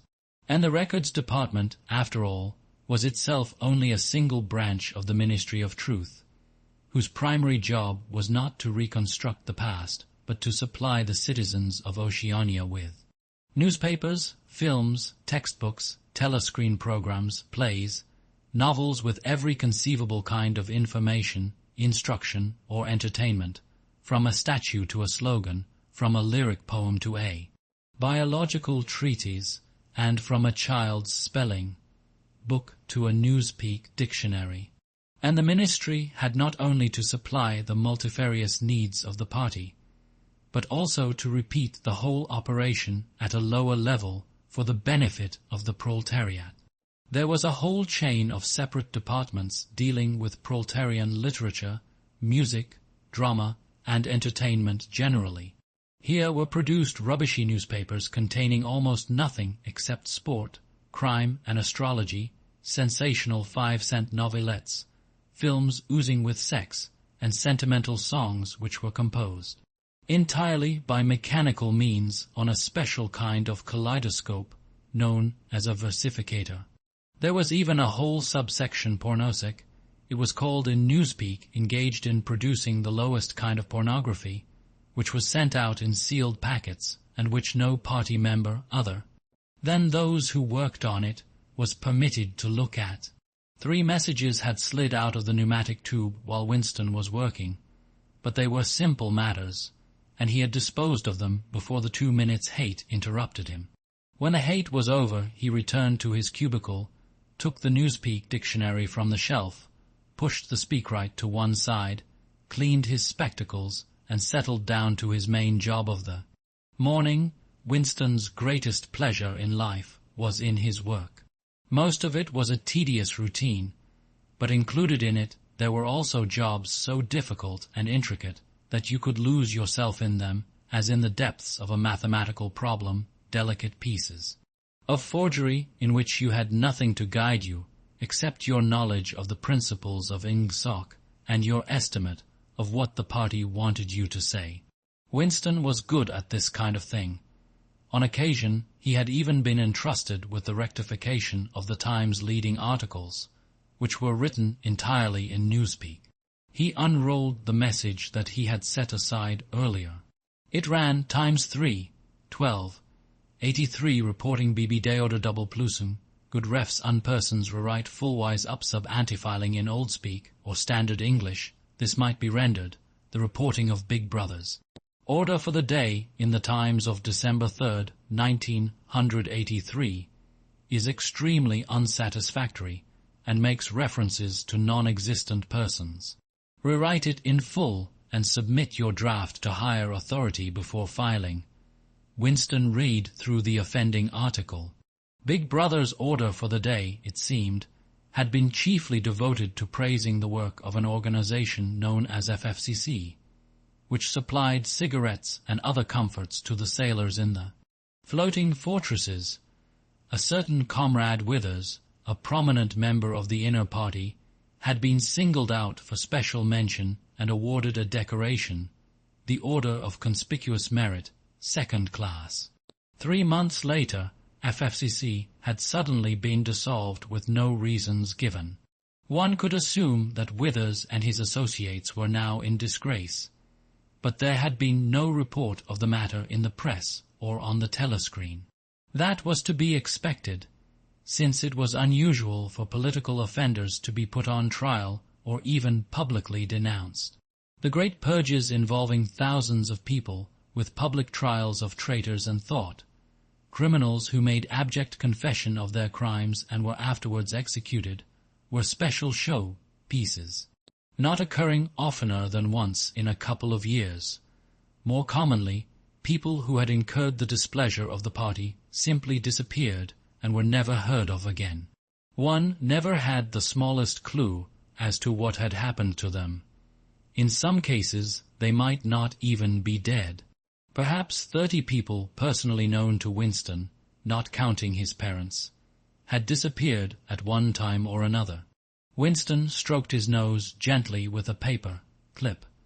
In the cubicle across the way, Comrade Tillotson was still crouching secretively over his speakwrite. He raised his head for a moment. Again the hostile spectacle. Flash. Winston wondered whether Comrade Tillotson was engaged on the same job as himself. It was perfectly possible. So tricky a piece of work would never be entrusted to a single person. On the other hand, to turn it over to a committee would be to admit openly that an act of fabrication was taking place. Very likely as many as a dozen people were now working away on rival versions of what Big Brother had actually said. And presently some master brain in the inner party would select this version or that, would re-edit it and set in motion the complex processes of cross-referencing that would be required, and then the chosen lie would pass into the permanent records and become truth. Winston did not know why Withers had been disgraced. Perhaps it was for corruption or incompetence. Perhaps Big Brother was merely getting rid of a too popular subordinate. Perhaps Withers or someone close to him had been suspected of heretical tendencies. Or perhaps what was likeliest of all, the thing had simply happened because purges and vaporizations were a necessary part of the mechanics of government. The only real clue lay in the words refs unpersons, which indicated that Withers was already dead. You could not invariably assume this to be the case when people were arrested. Sometimes they were released and allowed to remain at liberty for as much as a year or 2 years before being executed. Very occasionally some person whom you had believed dead long since would make a ghostly reappearance at some public trial where he would implicate hundreds of others by his testimony before, vanishing this time forever. Withers, however, was already an unperson. He did not exist. He had never existed. Winston decided that it would not be enough simply to reverse the tendency of Big Brother's speech. It was better to make it deal with something totally unconnected with its original subject. He might turn the speech into the usual denunciation of traitors and criminals, but that was a little too obvious, while to invent a victory at the front, or some triumph of overproduction in the ninth 3-year plan might complicate the records too much. What was needed was a piece of pure fantasy. Suddenly there sprang into his mind, ready-made as it were, the image of a certain Comrade Ogilvy, who had recently died in battle, in heroic circumstances. There were occasions when Big Brother devoted his order for the day to commemorating some humble, rank-and-file party member whose life and death he held up as an example worthy to be followed.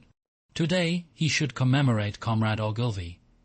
It was true that there was no such person as Comrade Ogilvy, but a few lines of print and a couple of faked photographs would soon bring him into existence.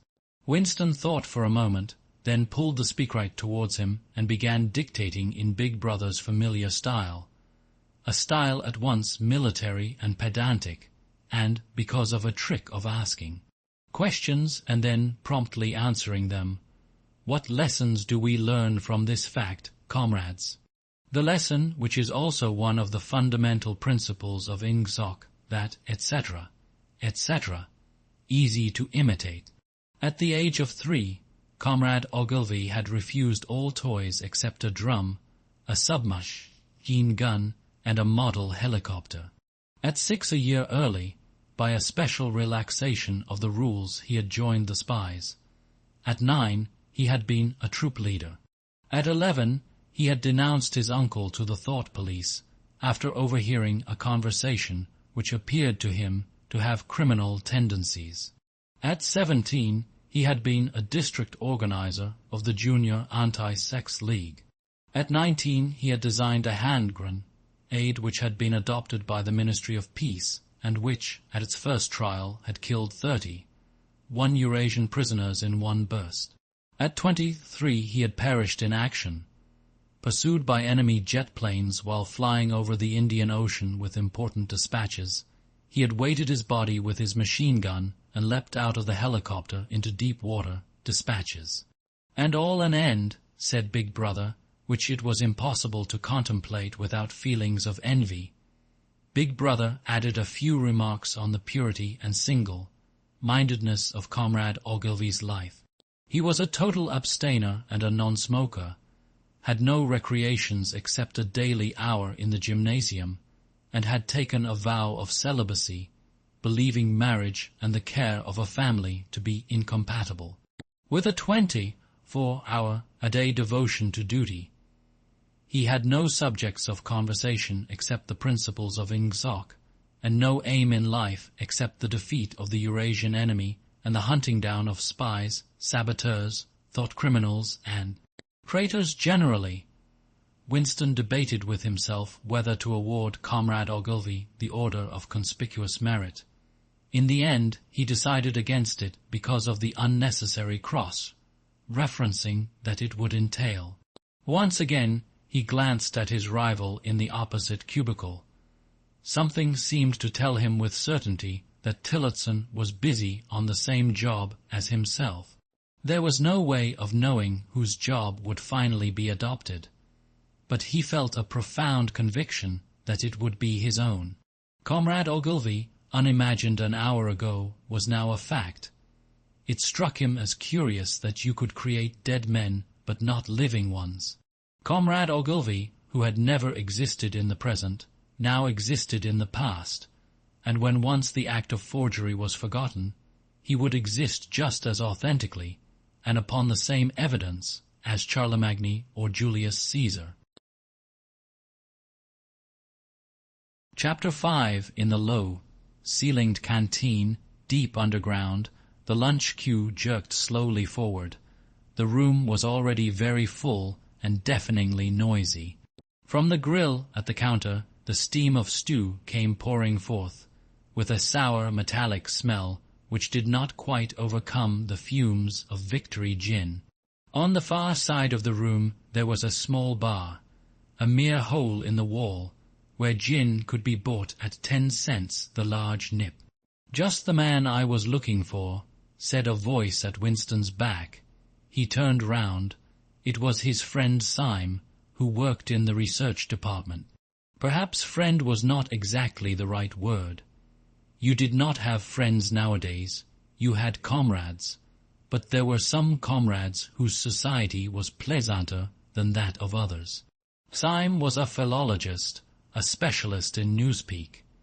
Indeed, he was one of the enormous team of experts now engaged in compiling the 11th edition of the Newspeak dictionary. He was a tiny creature, smaller than Winston, with dark hair and large, protuberant eyes, at once mournful and derisive, which seemed to search your face closely while he was speaking to you. "I wanted to ask you whether you'd got any razor blades," he said. "Not one," said Winston with a sort of guilty haste. "I've tried all over the place. They don't exist any longer. Everyone kept asking you for razor blades." Actually, he had 2 unused ones which he was hoarding up. There had been a famine of them for months past. At any given moment there was some necessary article which the party shops were unable to supply. Sometimes it was buttons, sometimes it was darning wool, sometimes it was shoelaces. At present it was razor blades. You could only get hold of them, if at all, by scrounging more or less furtively on the free market. "I've been using the same blade for 6 weeks," he added untruthfully. The queue gave another jerk forward. As they halted, he turned and faced Syme again. Each of them took a greasy metal tray from a pile at the end of the counter. "Did you go and see the prisoners hanged yesterday?" said Syme. "I was working," said Winston indifferently. "I shall see it on the flicks, I suppose." "A very inadequate substitute," said Syme. His mocking eyes roved over Winston's face. "I know you," the eyes seemed to say. "I see through you. I know very well why you didn't go to see those prisoners hanged." In an intellectual way, Syme was venomously orthodox. He would talk with a disagreeable gloating satisfaction of helicopter raids on enemy villages, and trials and confessions of thought, criminals, the executions in the cellars of the Ministry of Love. Talking to him was largely a matter of getting him away from such subjects and entangling him, if possible, in the technicalities of Newspeak, on which he was authoritative and interesting. Winston turned his head a little aside to avoid the scrutiny of the large dark eyes. "It was a good hanging," said Syme reminiscently. "I think it spoils it when they tie their feet together. I like to see them kicking, and above all, at the end, the tongue sticking right out and blue, a quite bright blue. That's the detail that appeals to me." "Next, please," yelled the white, aproned prole with the ladle. Winston and Syme pushed their trays beneath the grill. Onto each was dumped swiftly the regulation lunch, a metal pannikin of pinkish-grey stew, a hunk of bread, a cube of cheese, a mug of milkless Victory coffee, and 1 saccharin tablet. "There's a table over there, under that telescreen," said Syme. "Let's pick up a gin on the way." The gin was served out to them in handleless china mugs. They threaded their way across the crowded room and unpacked their trays onto the metal-topped table, on one corner of which someone had left a pool of stew, a filthy liquid mess that had the appearance of vomit. Winston took up his mug of gin, paused for an instant to collect his nerve, and gulped the oily-tasting stuff down. When he had winked the tears out of his eyes, he suddenly discovered that he was hungry. He began swallowing spoonfuls of the stew, which, in among its general sloppiness, had cubes of spongy pinkish stuff, which was probably a preparation of meat. Neither of them spoke again till they had emptied their pannikins. From the table at Winston's left, a little behind his back, someone was talking rapidly and continuously, a harsh gabble almost like the quacking of a duck, which pierced the general uproar of the room. "How is the dictionary getting on?" said Winston, raising his voice to overcome the noise. Slowly, said Syme. I'm on the adjectives. It's fascinating. He had brightened up immediately at the mention of Newspeak. He pushed his pannikin aside, took up his hunk of bread in one delicate hand and his cheese in the other, and leaned across the table so as to be able to speak without shouting. The 11th edition is the definitive edition, he said. We're getting the language into its final shape, the shape it's going to have when nobody speaks anything else. When we've finished with it, people like you will have to learn it all over again. You think, I dare say, that our chief job is inventing new words. But not a bit of it. We're destroying words, scores of them, hundreds of them, every day. We're cutting the language down to the bone. The 11th edition won't contain a single word that will become obsolete before the year 2050. He bit hungrily into his bread and swallowed a couple of mouthfuls, then continued speaking with a sort of pedant's passion. His thin, dark face had become animated. His eyes had lost their mocking expression and grown almost dreamy. It's a beautiful thing, the destruction of words. Of course, the great wastage is in the verbs and adjectives, but there are hundreds of nouns that can be got rid of as well. It isn't only the synonyms, there are also the antonyms. After all, what justification is there for a word which is simply the opposite of some other word? A word contains its opposite in itself. Take good, for instance. If you have a word like good, what need is there for a word like bad? Ungood will do just as well better, because it's an exact opposite, which the other is not. Or again, if you want a stronger version of good, what sense is there in having a whole string of vague, useless words like excellent and splendid and all the rest of them? Plus good covers the meaning, or double plus good, if you want something stronger still. Of course, we use those forms already, but in the final version of Newspeak there'll be nothing else. In the end, the whole notion of goodness and badness will be covered by only 6 words in reality. Only 1 word. Don't you see the beauty of that, Winston? It was B.'s idea originally, of course, he added as an afterthought. A sort of vapid eagerness flitted across Winston's face at the mention of Big Brother. Nevertheless, Syme immediately detected a certain lack of enthusiasm. You haven't a real appreciation of Newspeak, Winston, he said almost sadly. Even when you write it, you're still thinking in old speak. I've read some of those pieces that you write in the Times occasionally. They're good enough, but they're translations. In your heart, you'd prefer to stick to old speak, with all its vagueness and its useless shades of meaning. You don't grasp the beauty of the destruction of words. Do you know that Newspeak is the only language in the world whose vocabulary gets smaller every year? Winston did know that, of course. He smiled, sympathetically he hoped, not trusting himself to speak. Syme bit off another fragment of the dark, coloured bread, chewed it briefly, and went on. Don't you see that the whole aim of Newspeak is to narrow the range of thought? In the end, we shall make Thoughtcrime literally impossible, because there will be no words in which to express it. Every concept that can ever be needed will be expressed by exactly 1 word, with its meaning rigidly defined and all its subsidiary meanings rubbed out and forgotten. Already, in the 11th edition, we're not far from that point. But the process will still be continuing long after you and I are dead. Every year fewer and fewer words, and the range of consciousness always a little smaller. Even now, of course, there's no reason or excuse for committing thoughtcrime. It's merely a question of self, discipline, reality, control. But in the end, there won't be any need even for that.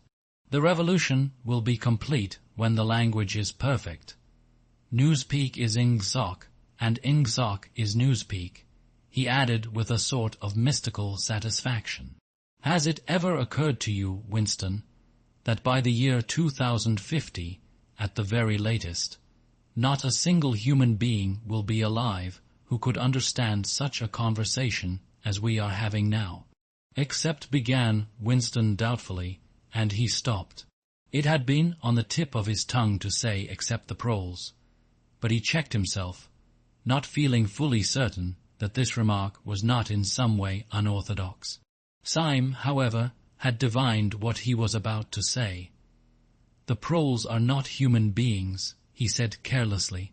"By 2050 earlier, probably all real knowledge of old speak will have disappeared.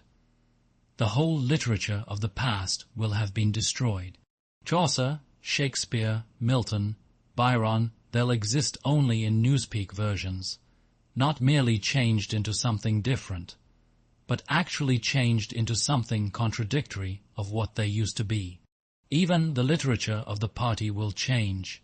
Even the slogans will change.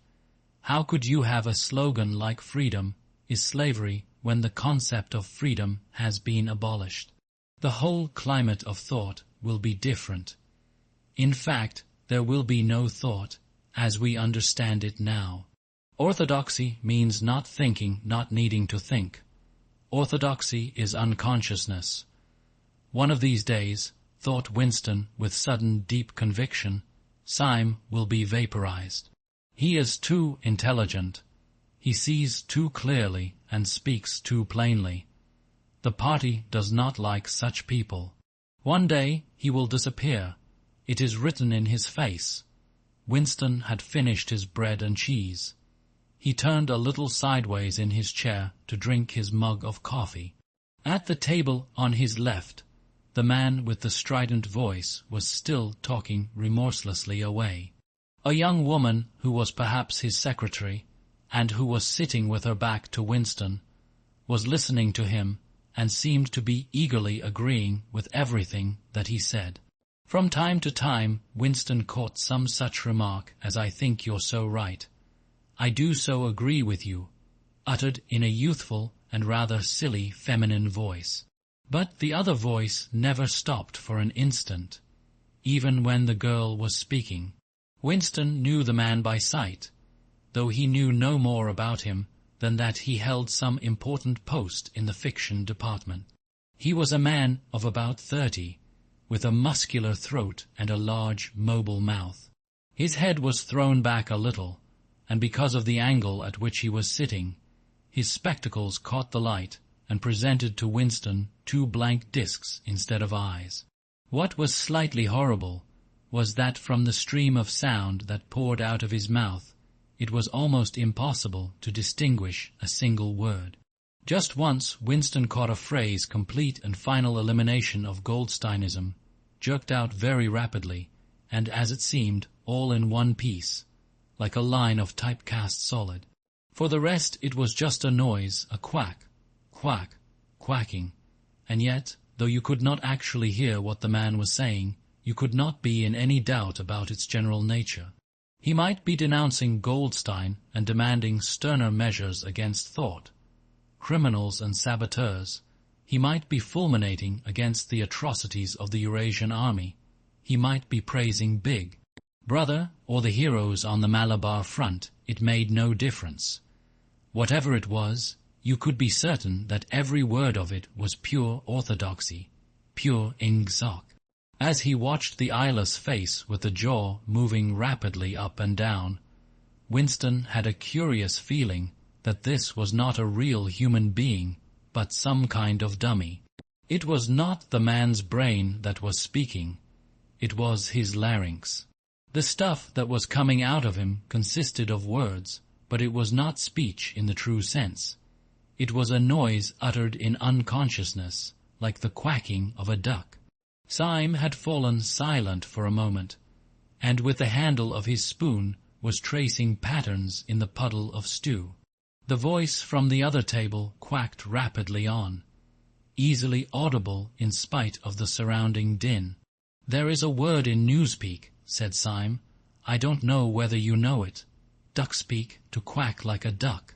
It is one of those interesting words that have 2 contradictory meanings. Applied to an opponent, it is abuse. Applied to someone you agree with, it is praise. Unquestionably Syme will be vaporized, Winston thought again. He thought it with a kind of sadness, although well knowing that Syme despised him and slightly disliked him, and was fully capable of denouncing him as a thought criminal if he saw any reason for doing so. There was something subtly wrong with Syme.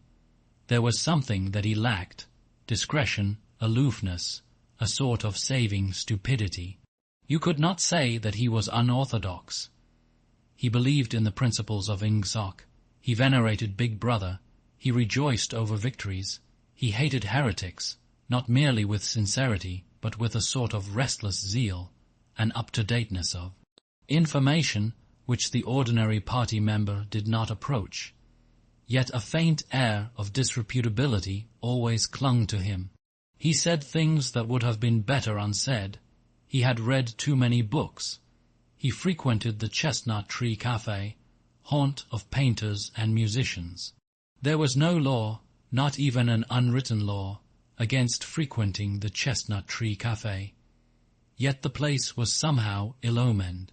The old, discredited leaders of the party had been used to gather there before they were finally purged. Goldstein himself, it was said, had sometimes been seen there years and decades ago. Syme's fate was not difficult to foresee. And yet it was a fact that if Syme grasped, even for 3 seconds, the nature of his, Winston's, secret opinions, he would betray him instantly to the thought police. So would anybody else, for that matter, but Syme more than most. Zeal was not enough. Orthodoxy was unconsciousness. Syme looked up. "Here comes Parsons," he said. Something in the tone of his voice seemed to add, "That bloody fool." Parsons, Winston's fellow, tenant at Victory Mansions, was in fact threading his way across the room, a tubby, middle-sized man with fair hair and a frog-like face. At 35, he was already putting on rolls of fat at neck and waistline, but his movements were brisk and boyish.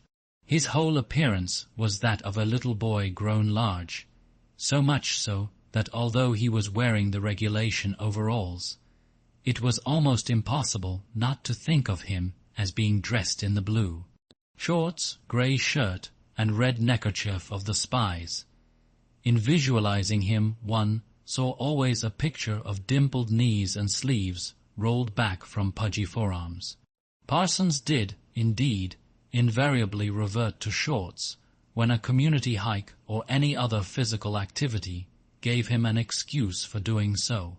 He greeted them both with a cheery "Hullo, hullo," and sat down at the table, giving off an intense smell of sweat. Beads of moisture stood out all over his pink face. His powers of sweating were extraordinary. At the community center, you could always tell when he had been playing table tennis by the dampness of the bat handle.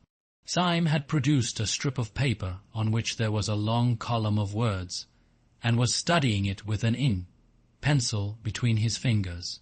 "Look at him working away in the lunch hour," said Parsons, nudging Winston. "Keenness, eh? What's that you've got there, old boy? Something a bit too brainy for me, I expect. Smith, old boy, I'll tell you why I'm chasing you. It's that sub you forgot to give me." "Which sub is that?" said Winston, automatically feeling for money. About a quarter of one's salary had to be earmarked for voluntary subscriptions, which were so numerous that it was difficult to keep track of them. "For Hate Week. You know, the house-by-house fund. I'm treasurer for our block.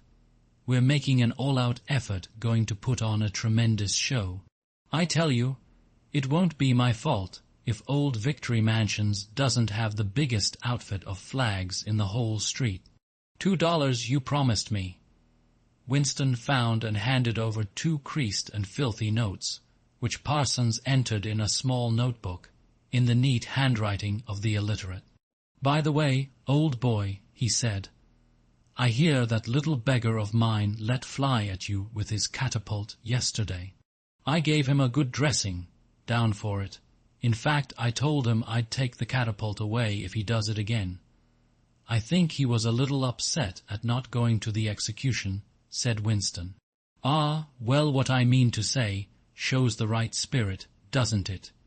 Mischievous little beggars they are, both of them, but talk about keenness. All they think about is the spies, and the war, of course. Do you know what that little girl of mine did last Saturday, when her troop was on a hike out Berkhamsted way? She got 2 other girls to go with her, slipped off from the hike, and spent the whole afternoon following a strange man. They kept on his tail for 2 hours, right through the woods, and then, when they got into Amersham, handed him over to the patrols. What did they do that for? Said Winston, somewhat taken aback. Parsons went on triumphantly. My kid made sure he was some kind of enemy agent, might have been dropped by parachute, for instance. But here's the point, old boy. What do you think put her on to him in the first place? She spotted he was wearing a funny kind of shoes, said she'd never seen anyone wearing shoes like that before. So the chances were he was a foreigner. Pretty smart for a nipper of 7, eh? What happened to the man? Said Winston. Ah, that I couldn't say, of course.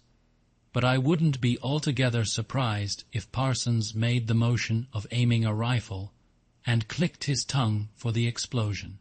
Good, said Syme abstractedly, without looking up from his strip of paper.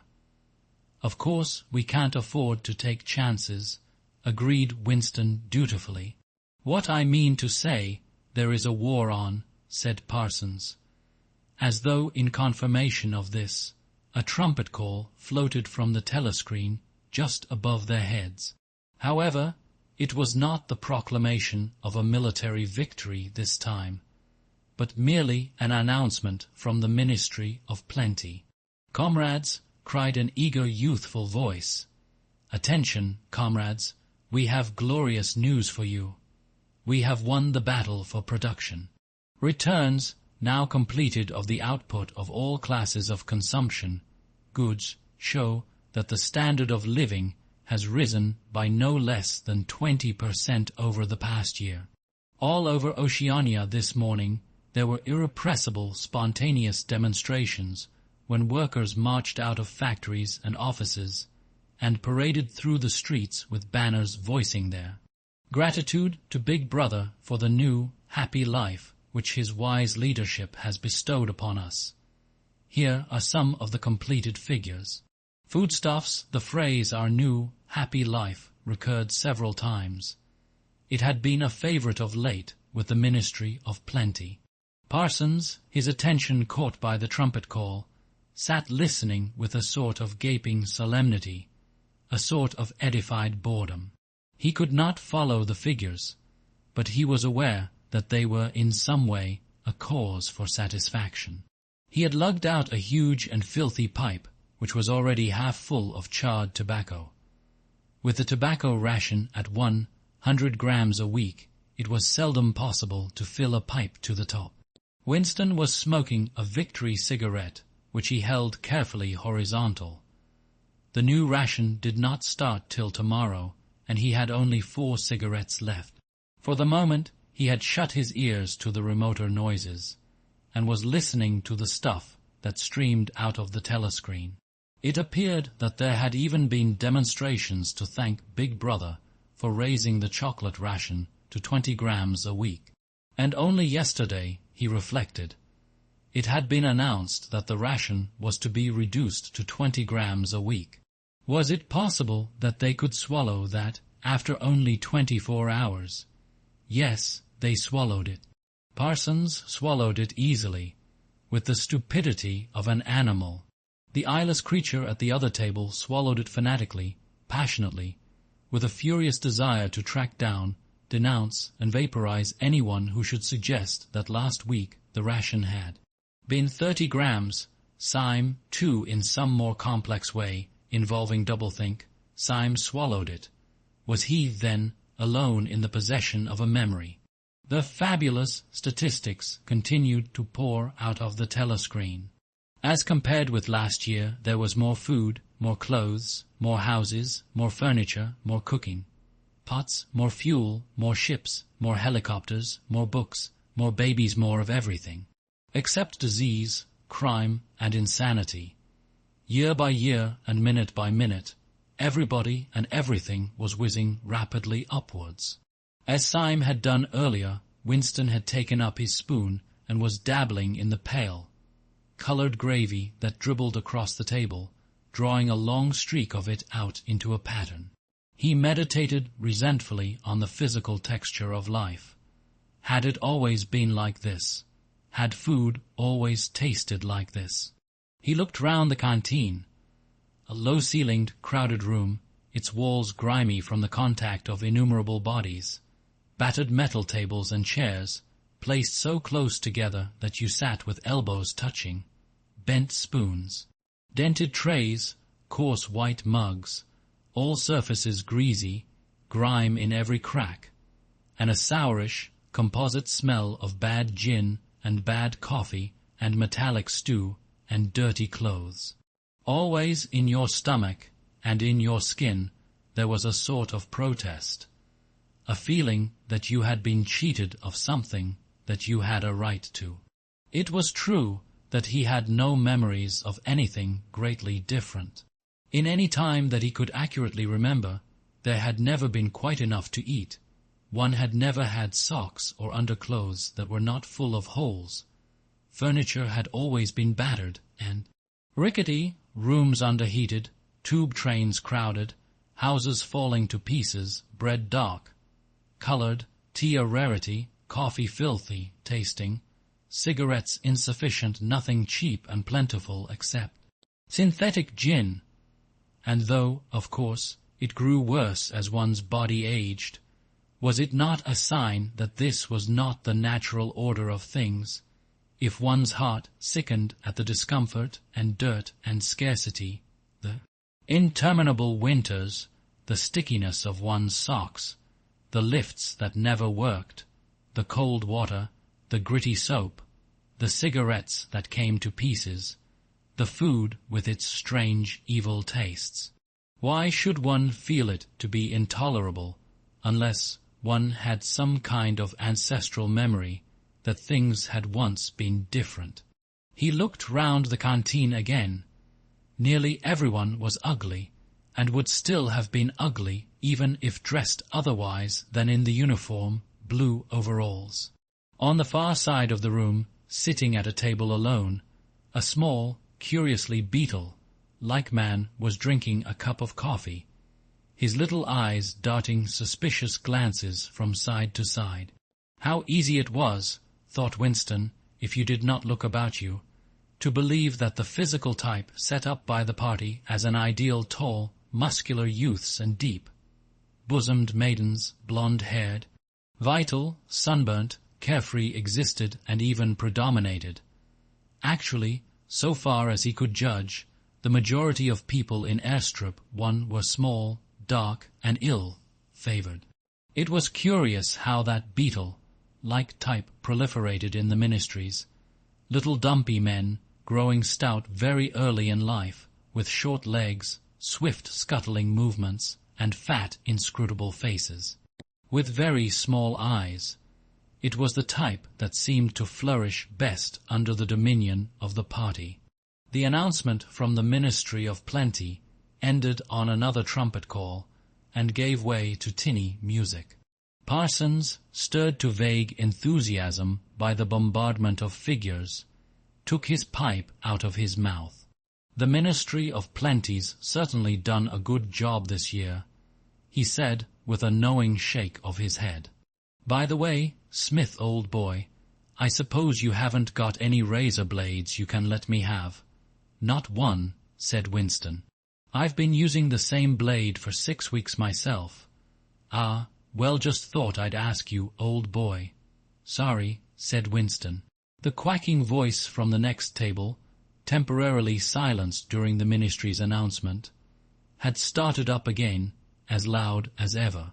For some reason, Winston suddenly found himself thinking of Mrs. Parsons, with her wispy hair and the dust in the creases of her face.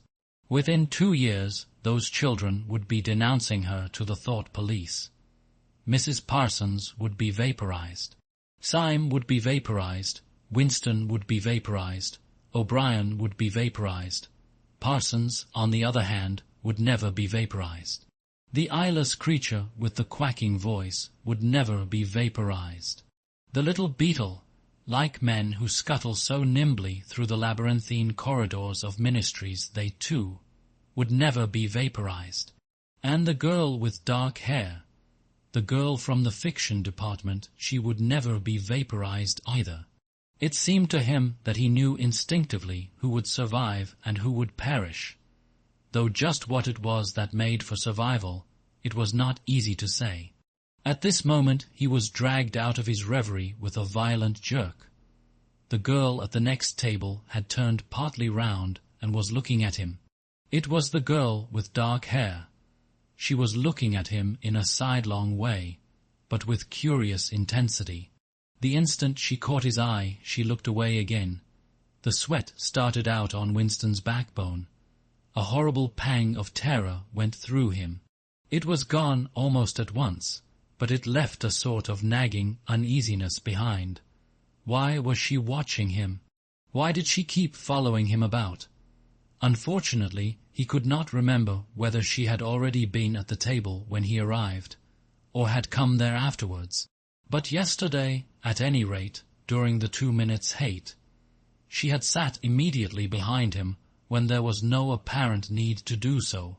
Quite likely, her real object had been to listen to him and make sure whether he was shouting loudly enough. His earlier thought returned to him. Probably she was not actually a member of the thought police, but then it was precisely the amateur spy who was the greatest danger of all. He did not know how long she had been looking at him, but perhaps for as much as 5 minutes, and it was possible that his features had not been perfectly under control. It was terribly dangerous to let your thoughts wander when you were in any public place, or within range of a telescreen. The smallest thing could give you away. A nervous tic, an unconscious look of anxiety, a habit of muttering to yourself anything that carried with it the suggestion of abnormality, of having something to hide.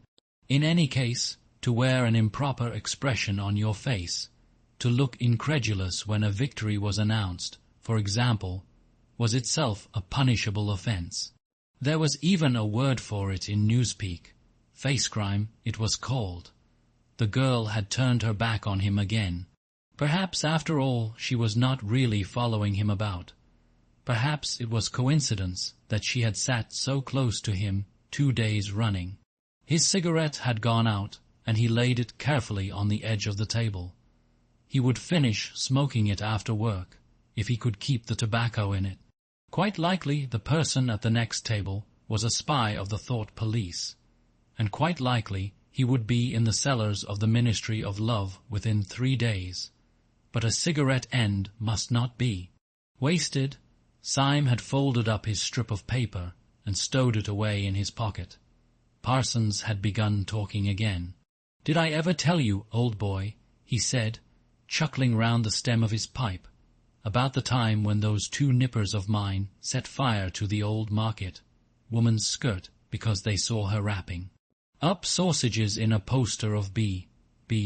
Sneaked up behind her and set fire to it with a box of matches. Burned her quite badly, I believe. Little beggars, eh? But keen as mustard. That's a first-rate training they give them in the spies nowadays, better than in my day, even. What you think's the latest thing they've served them out with? Ear trumpets for listening through keyholes.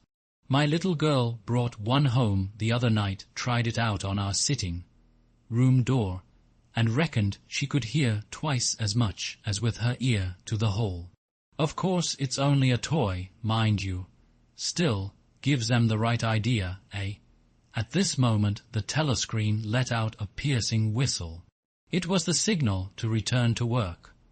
All 3 men sprang to their feet to join in the struggle round the lifts, and the remaining tobacco fell out of Winston's cigarette. Chapter 6. Winston was writing in his diary. It was 3 years ago. It was on a dark evening in a narrow side street near one of the big railway stations. She was standing near a doorway in the wall, under a street lamp that hardly gave any light. She had a young face, painted very thick. It was really the paint that appealed to me, the whiteness of it, like a mask, and the bright red lips. Party women never paint their faces. There was nobody else in the street, and no telescreens. She said $2. For the moment, it was too difficult to go on. He shut his eyes and pressed his fingers against them, trying to squeeze out the vision that kept recurring.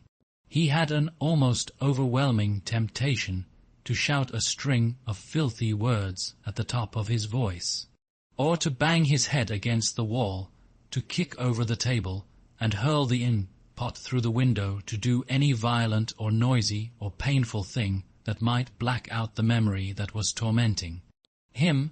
Your worst enemy, he reflected, was your own nervous system. At any moment, the tension inside you was liable to translate itself into some visible symptom.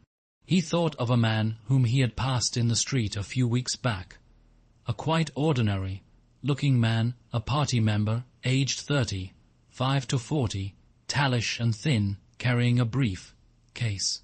They were a few meters apart, when the left side of the man's face was suddenly contorted by a sort of spasm. It happened again just as they were passing one another. It was only a twitch, a quiver, rapid as the clicking of a camera shutter, but obviously habitual. He remembered thinking at the time, that poor devil is done for, and what was frightening was that the action was quite possibly unconscious. The most deadly danger of all was talking in your sleep. There was no way of guarding against that, so far as he could see. He drew his breath and went on writing. I went with her through the doorway and across a backyard into a basement kitchen. There was a bed against the wall and a lamp on the table, turned down very low. His teeth were set on edge. He would have liked to spit. Simultaneously with the woman in the basement kitchen, he thought of Catherine, his wife. Winston had been married, at any rate. Probably he still was married. So far as he knew, his wife was not dead. He seemed to breathe again the warm stuffy odor of the basement kitchen, an odor compounded of bugs and dirty clothes and villainous cheap scent, but nevertheless alluring, because no woman of the party ever used scent, or could be imagined as doing so. Only the proles used scent. In his mind, the smell of it was inextricably mixed up with fornication. When he had gone with that woman, it had been his first lapse in 2 years or thereabouts. Consorting with prostitutes was forbidden, of course, but it was one of those rules that you could occasionally nerve yourself to break. It was dangerous, but it was not a life, and death matter. To be caught with a prostitute might mean 5 years in a forced labor camp, not more if you had committed no other offense. And it was easy enough, provided that you could avoid being caught in the act. The poorer quarters swarmed with women who were ready to sell themselves. Some could even be purchased for a bottle of gin, which the proles were not supposed to drink. Tacitly, the party was even inclined to encourage prostitution, as an outlet for instincts which could not be altogether suppressed. Mere debauchery did not matter very much, so long as it was furtive and joyless, and only involved the women of a submerged and despised class. The unforgivable crime was promiscuity between party members. But though this was one of the crimes that the accused in the great purges invariably confessed to, it was difficult to imagine any such thing actually happening. The aim of the party was not merely to prevent men and women from forming loyalties which it might not be able to control. Its real, undeclared purpose was to remove all pleasure from the sexual act. Not love so much as eroticism was the enemy, inside marriage as well as outside it. All marriages between party members had to be approved by a committee appointed for the purpose, and though the principle was never clearly stated, permission was always refused if the couple concerned gave the impression of being physically attracted to one another. The only recognized purpose of marriage was to beget children for the service of the party. Sexual intercourse was to be looked on as a slightly disgusting minor operation, like having an enema. This again was never put into plain words, but in an indirect way it was rubbed into every party member from childhood onwards. There were even organizations such as the Junior Anti-Sex League, which advocated complete celibacy for both sexes. All children were to be begotten by artificial insemination, artsum. It was called in Newspeak, and brought up in public institutions. This, Winston was aware, was not meant altogether seriously, but somehow it fitted in with the general ideology of the party. The party was trying to kill the sex instinct, or, if it could not be killed, then to distort it and dirty it. He did not know why this was so, but it seemed natural that it should be so. And as far as the women were concerned, the party's efforts were largely successful. He thought again of Catherine. It must be 9, 10, nearly 11 years since they had parted. It was curious how seldom he thought of her. For days at a time he was capable of forgetting that he had ever been married. They had only been together for about 15 months. The party did not permit divorce, but it rather encouraged separation in cases where there were no children. Catherine was a tall, fair-haired girl, very straight, with splendid movements. She had a bold, aquiline face, a face that one might have called noble until one discovered that there was as nearly as possible nothing behind it.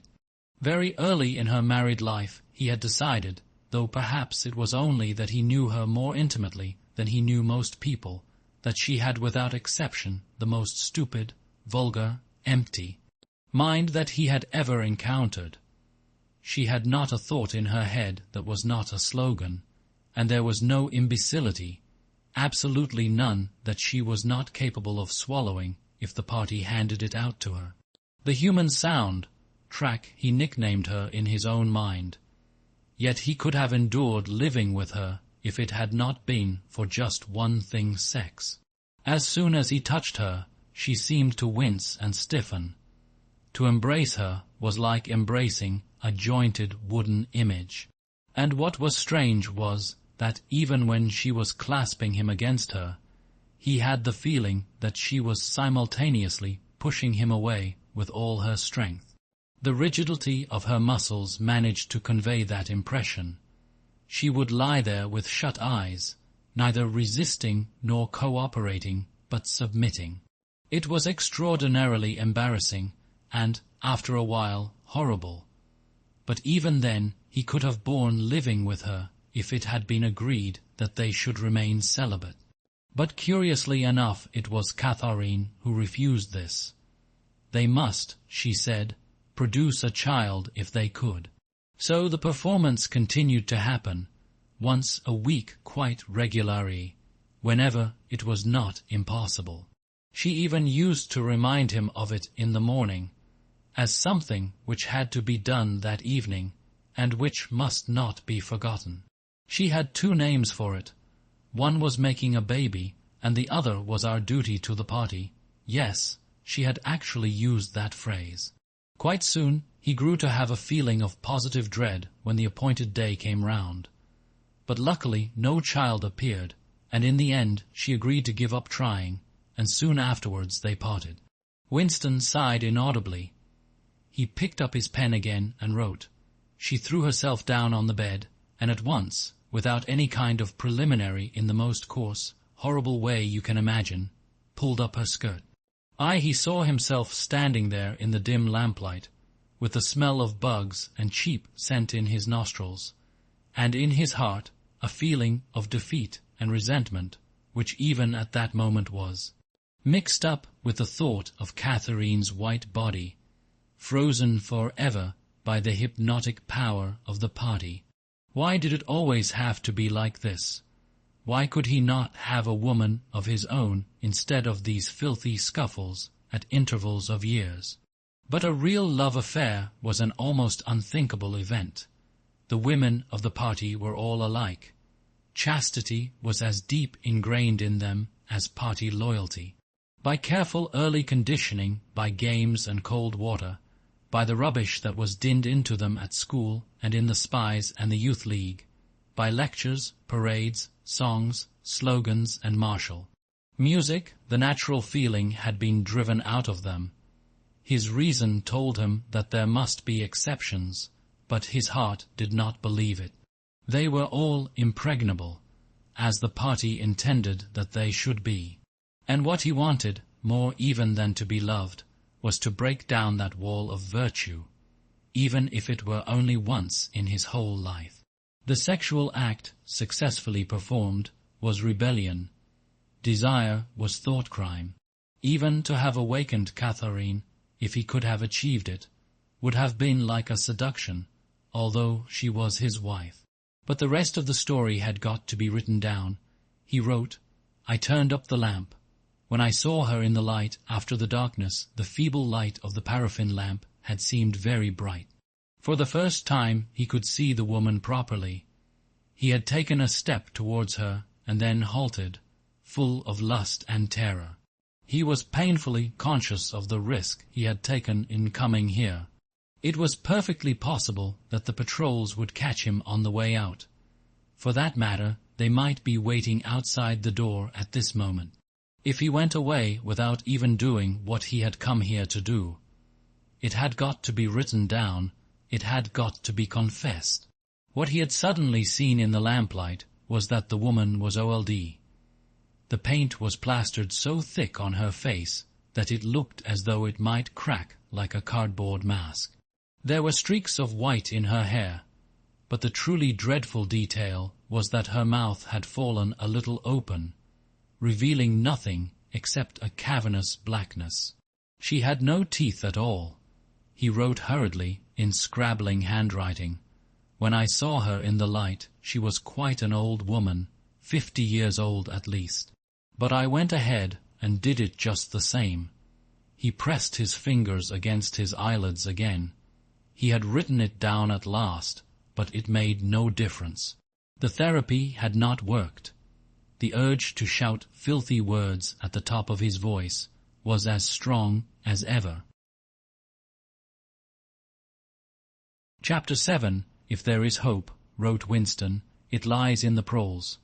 If there was hope, it must lie in the proles, because only there, in those swarming, disregarded masses, 85% of the population of Oceania, could the force to destroy the party ever be generated. The party could not be overthrown from within. Its enemies, if it had any enemies, had no way of coming together or even of identifying one another. Even if the legendary brotherhood existed, as just possibly it might, it was inconceivable that its members could ever assemble in larger numbers than 2s and 3s. Rebellion meant a look in the eyes, an inflection of the voice at the most, an occasional whispered word. But the proles, if only they could somehow become conscious of their own strength, would have no need to conspire. They needed only to rise up and shake themselves like a horse shaking off flies. If they chose, they could blow the party to pieces tomorrow morning. Surely sooner or later it must occur to them to do it. And yet, he remembered how once he had been walking down a crowded street when a tremendous shout of hundreds of voices, women's voices, had burst from a side street a little way ahead. It was a great formidable cry of anger and despair, a deep, loud oh, oh, oh, oh, oh, that went humming on like the reverberation of a bell. His heart had leapt. It started, he had thought, a riot. The proles are breaking loose at last. When he had reached the spot, it was to see a mob of 200 or 300 women crowding round the stalls of a street market, with faces as tragic as though they had been the doomed passengers on a sinking ship. But at this moment the general despair broke down into a multitude of individual quarrels. It appeared that one of the stalls had been selling tin saucepans. They were wretched, flimsy things, but cooking pots of any kind were always difficult to get. Now the supply had unexpectedly given out.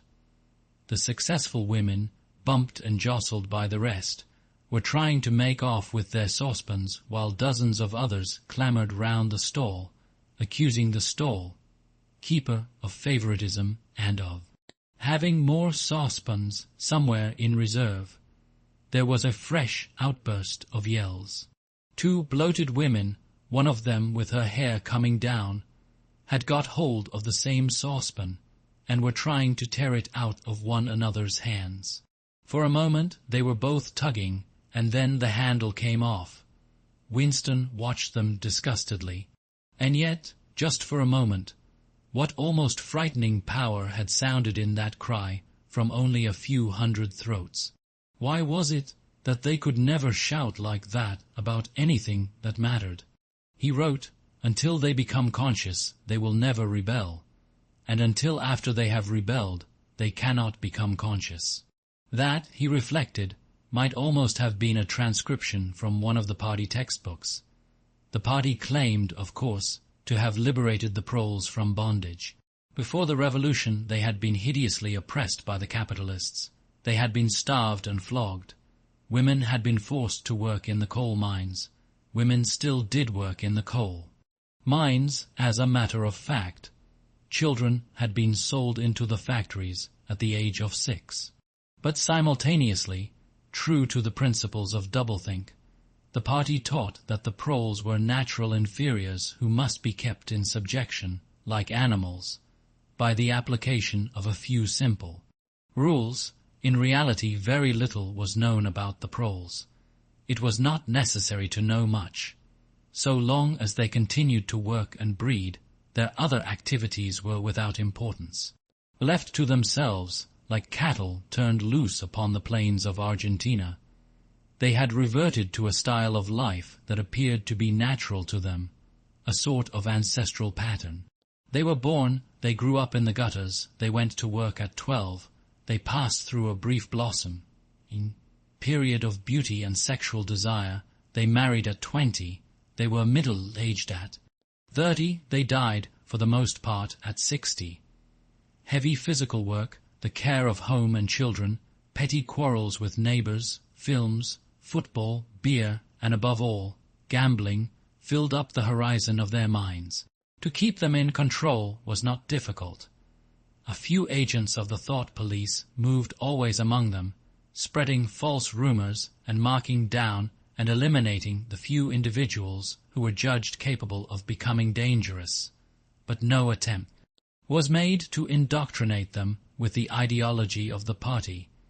It was not desirable that the proles should have strong political feelings. All that was required of them was a primitive patriotism which could be appealed to whenever it was necessary to make them accept longer working hours or shorter rations. And even when they became discontented, as they sometimes did, their discontent led nowhere, because being without general ideas, they could only focus it on petty specific grievances. The larger evils invariably escaped their notice.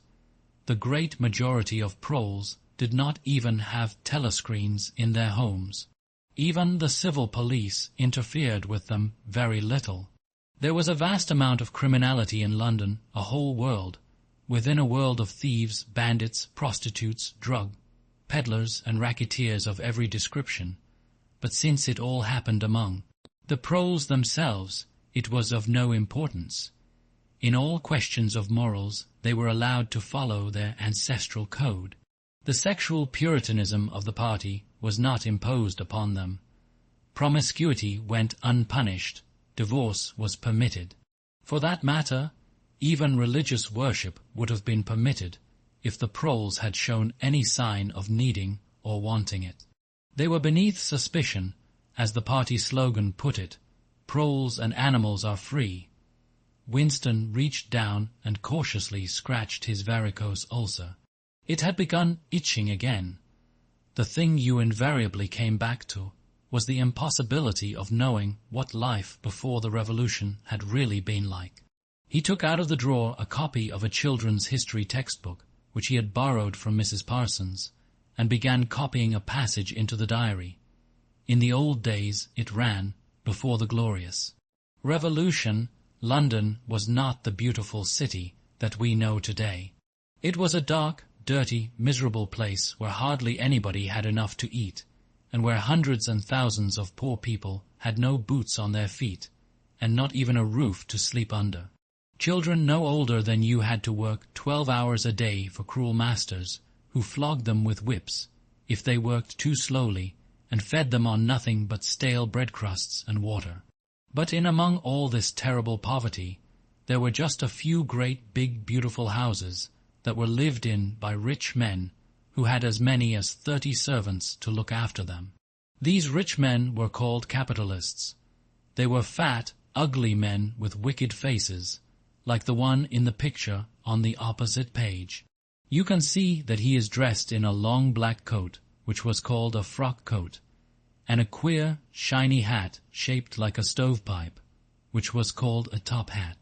This was the uniform of the capitalists, and no one else was allowed to wear it. The capitalists owned everything in the world, and everyone else was their slave. They owned all the land, all the houses, all the factories, and all the money. If anyone disobeyed them, they could throw them into prison, or they could take his job away and starve him to death. When any ordinary person spoke to a capitalist, he had to cringe and bow to him, and take off his cap and address him as sir. The chief of all the capitalists was called the king, but he knew the rest of the catalogue. There would be mention of the bishops in their lawn sleeves, the judges in their ermine robes, the pillory, the stocks, the treadmill, the cat-o'-nine tails, the Lord Mayor's banquet, and the practice of kissing the Pope's toe. There was also something called the Jus Primi Noctis, which would probably not be mentioned in a textbook for children. It was the law by which every capitalist had the right to sleep with any woman working in one of his factories. How could you tell how much of it was lies? It might be true that the average human being was better off now than he had been before the revolution.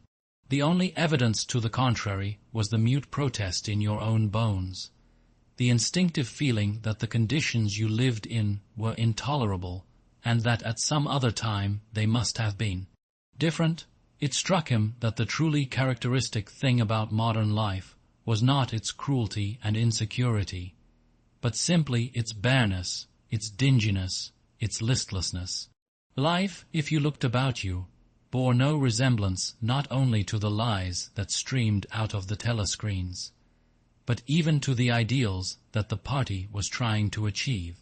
Great areas of it, even for a party member, were neutral and non-political, a matter of slogging through dreary jobs, fighting for a place on the tube, darning a war, knout sock, cadging a saccharin, tablet, saving a cigarette end. The ideal set up by the party was something huge, terrible, and glittering, a world of steel and concrete, of monstrous machines and terrifying weapons, a nation of warriors and fanatics, marching forward in perfect unity, all thinking the same thoughts and shouting the same slogans, perpetually working, fighting, triumphing, persecuting 300 million people, all with the same face.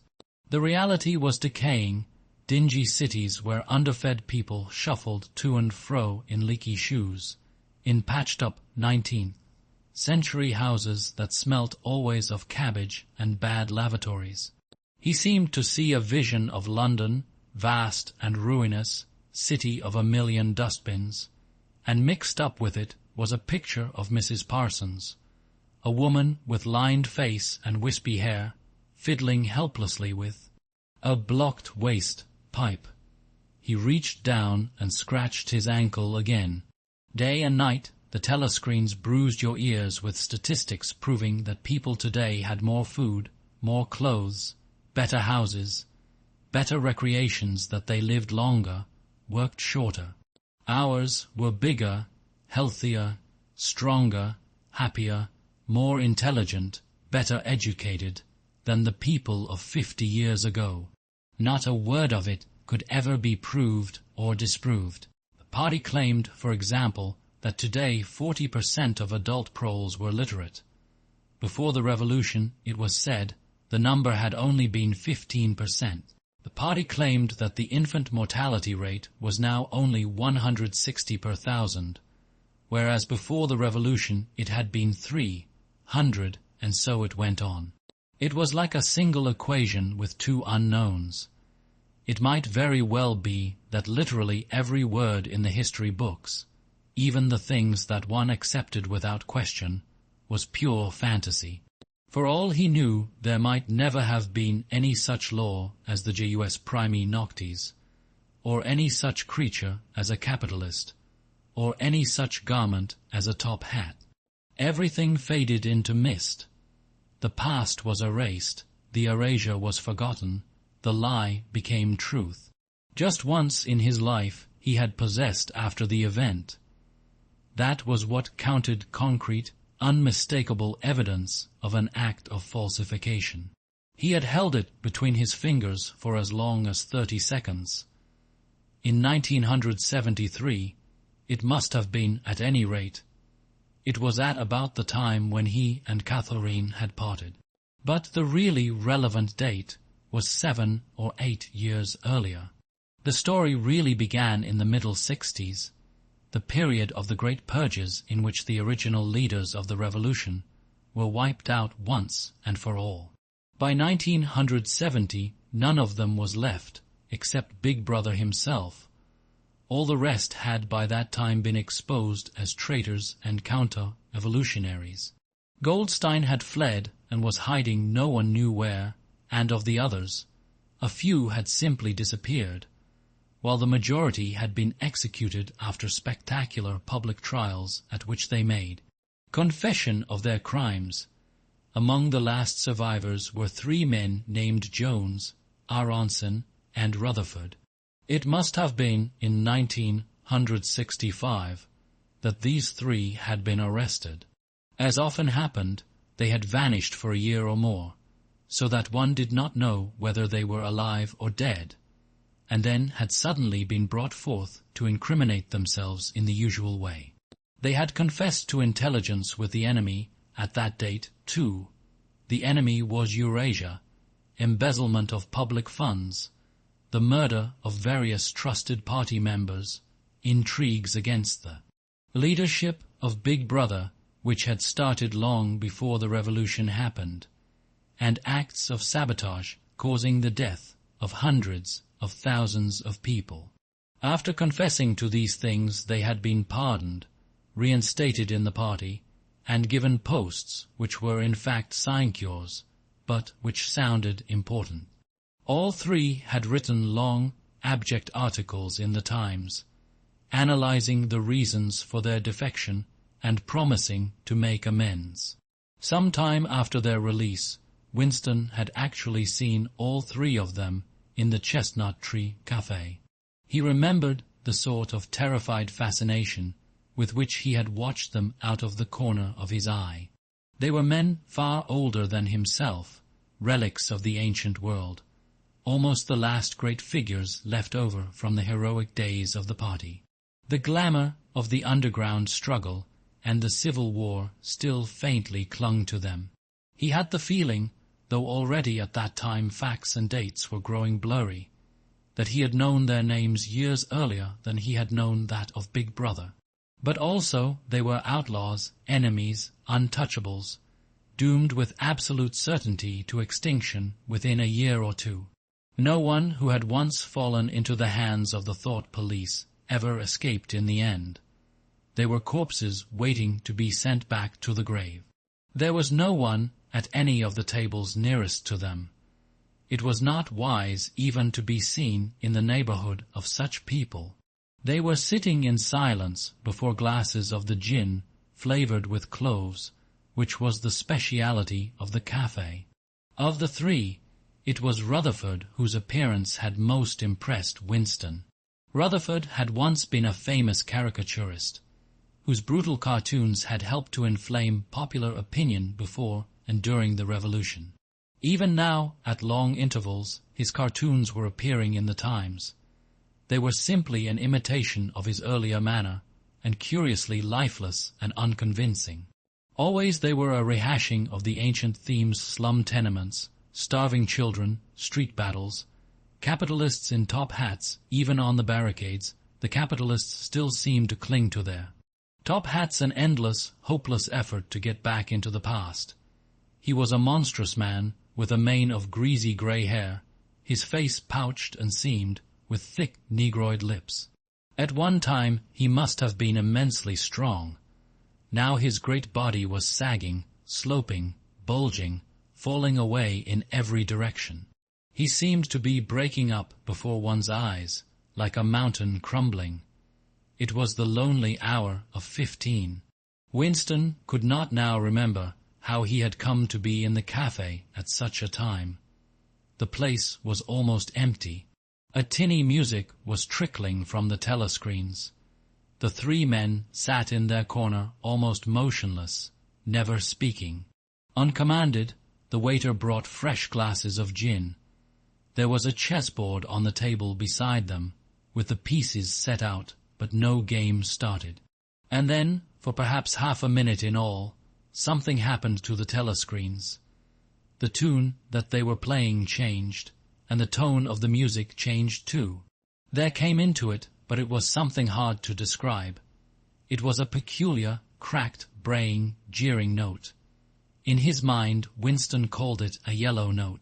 And then a voice from the telescreen was singing, "Under the spreading chestnut tree, I sold you and you sold me. There lie they, and here lie we under the spreading chestnut tree." The three men never stirred. But when Winston glanced again at Rutherford's ruinous face, he saw that his eyes were full of tears. And for the first time he noticed, with a kind of inward shudder, and yet not knowing at what he shuddered, that both Aronson and Rutherford had broken noses. A little later, all three were rearrested. It appeared that they had engaged in fresh conspiracies from the very moment of their release. At their second trial, they confessed to all their old crimes over again, with a whole string of new ones. They were executed, and their fate was recorded in the party histories, a warning to posterity. About 5 years after this, in 1973, Winston was unrolling a wad of documents which had just flopped out of the pneumatic tube onto his desk, when he came on a fragment of paper which had evidently been slipped in among the others and then forgotten. The instant he had flattened it out, he saw its significance. It was a half-page torn out of the Times of about 10 years earlier, the top half of the page, so that it included the date, and it contained a photograph of the delegates at some party function. In New York, prominent in the middle of the group were Jones, Aronson, and Rutherford. There was no mistaking them. In any case, their names were in the caption at the bottom. The point was that at both trials, all three men had confessed that on that date they had been on Eurasian soil.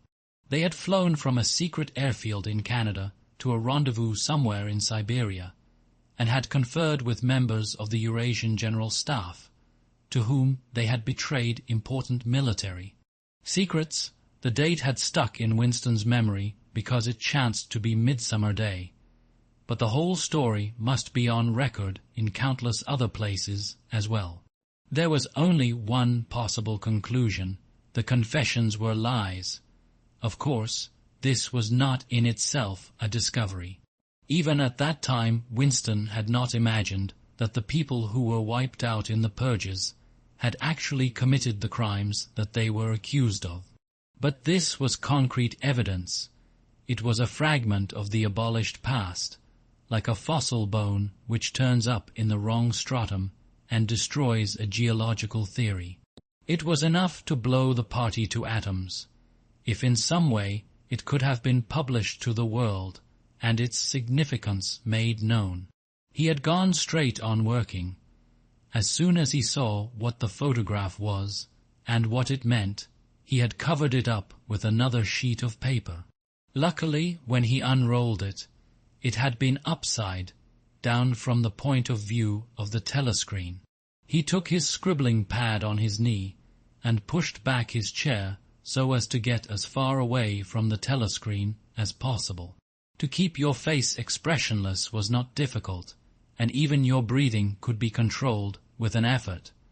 But you could not control the beating of your heart, and the telescreen was quite delicate enough to pick it up.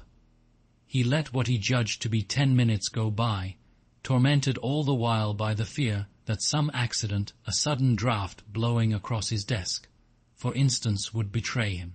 Then, without uncovering it again, he dropped the photograph into the memory hole, along with some other waste papers.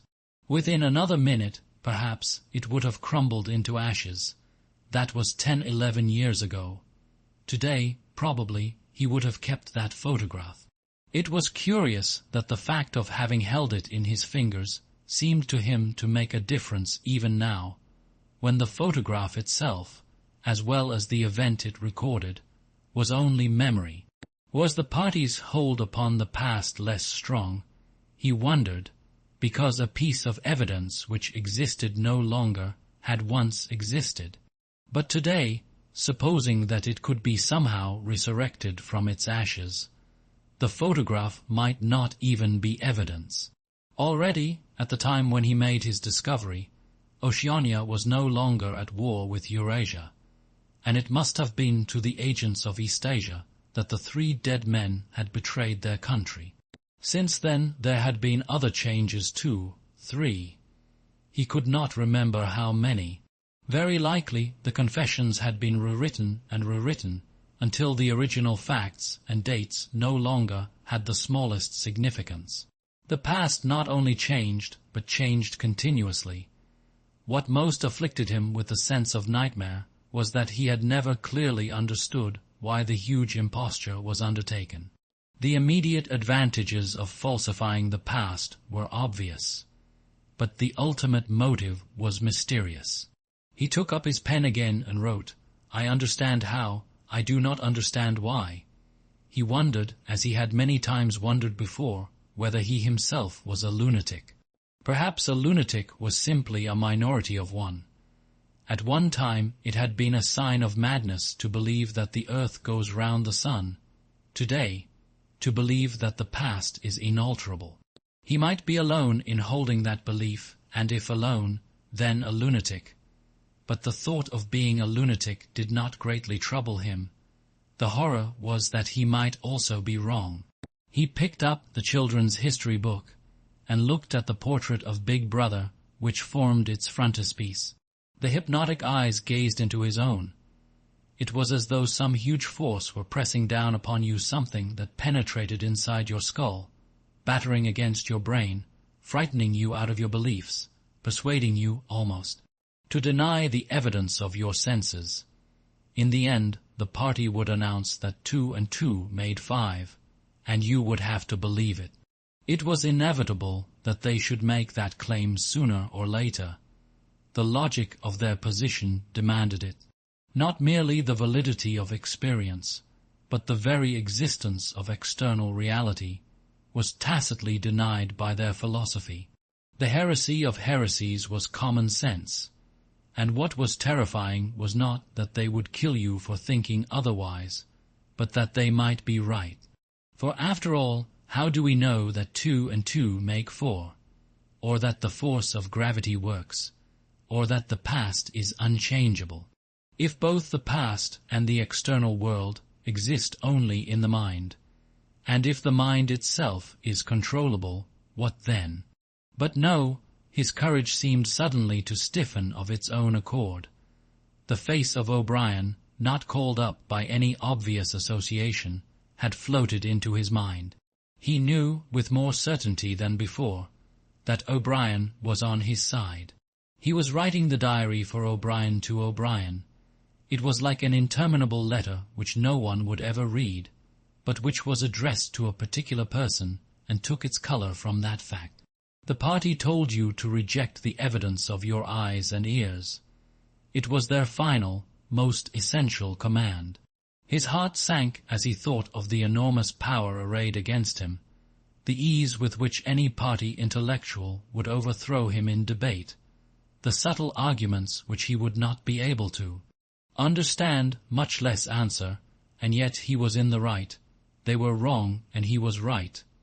The obvious, the silly, and the true had got to be defended. Truisms are true, hold on to that.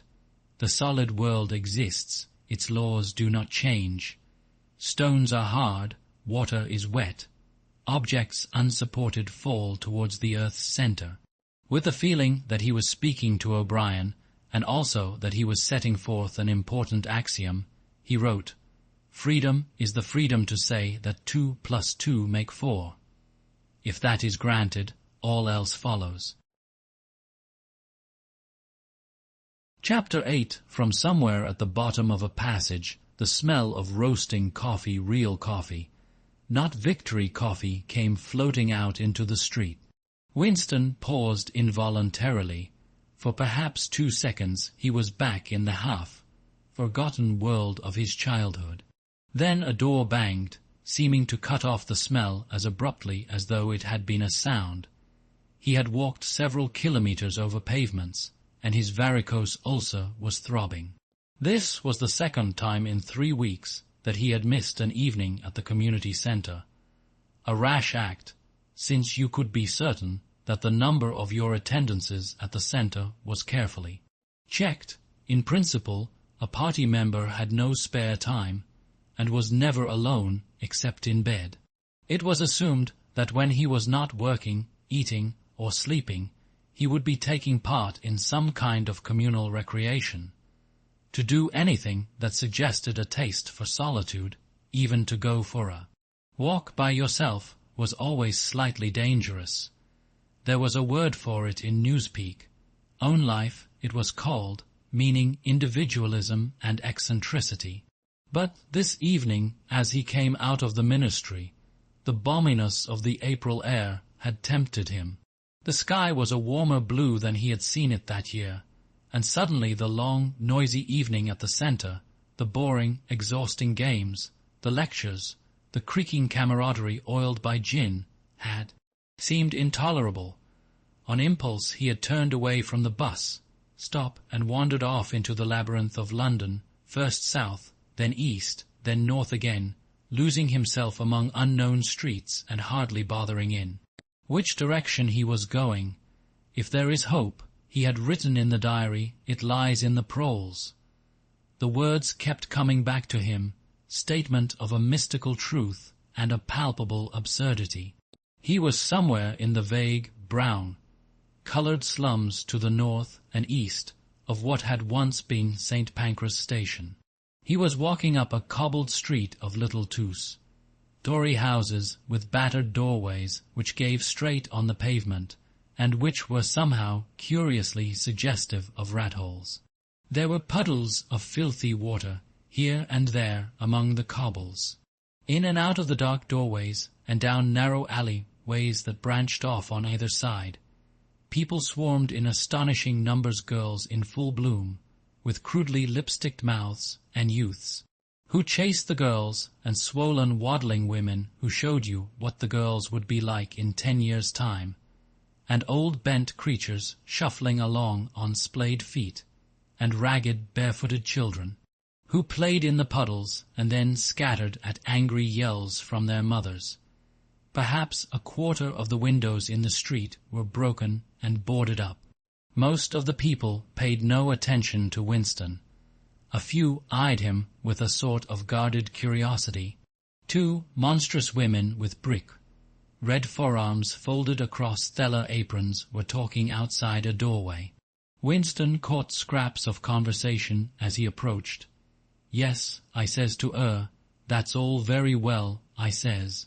But if you'd have been in my place, you'd have done the same as what I done. It's easy to criticize, I says, but you ain't got the same problems as what I got. Ah, said the other, that's just it. That's just where it is. The strident voices stopped abruptly. The women studied him in hostile silence as he went past. But it was not hostility, exactly, merely a kind of wariness, a momentary stiffening, as at the passing of some unfamiliar animal. The blue overalls of the party could not be a common sight in a street like this. Indeed, it was unwise to be seen in such places, unless you had definite business there. The patrols might stop you if you happened to run into them. May I see your papers, comrade? What are you doing here? What time did you leave work? Is this your usual way home? And so on and so forth. Not that there was any rule against walking home by an unusual route, but it was enough to draw attention to you if the thought police heard about it. Suddenly the whole street was in commotion. There were yells of warning from all sides. People were shooting into the doorways like rabbits. A young woman leapt out of a doorway a little ahead of Winston, grabbed up a tiny child playing in a puddle, whipped her apron round it, and leapt back again, all in one movement. At the same instant, a man in a concertina, like black suit, who had emerged from a side alley, ran towards Winston, pointing excitedly to the sky. "Steamer," he yelled. "Look out, governor. Bang overreed. Lay down quick." Steamer was a nickname which, for some reason, the proles applied to rocket bombs. Winston promptly flung himself on his face. The proles were nearly always right when they gave you a warning of this kind. They seemed to possess some kind of instinct which told them several seconds in advance when a rocket was coming, although the rockets supposedly traveled faster than sound. Winston clasped his forearms above his head. There was a roar that seemed to make the pavement heave. A shower of light objects pattered onto his back. When he stood up, he found that he was covered with fragments of glass from the nearest window. He walked on. The bomb had demolished a group of houses 200 meters up the street. A black plume of smoke hung in the sky, and below it a cloud of plaster dust in which a crowd was already forming around the ruins. There was a little pile of plaster lying on the pavement ahead of him, and in the middle of it he could see a bright red streak. When he got up to it, he saw that it was a human hand severed at the wrist. Apart from the bloody stump, the hand was so completely whitened as to resemble a plaster cast. He kicked the thing into the gutter, and then, to avoid the crowd, turned down a side street to the right.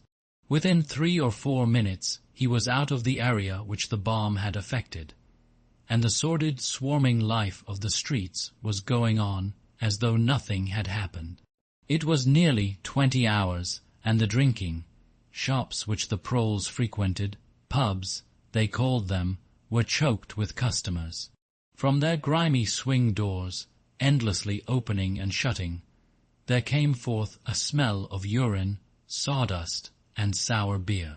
In an angle formed by a projecting house front, 3 men were standing very close together, the middle one of them holding a folded-up newspaper which the other 2 were studying over his shoulder.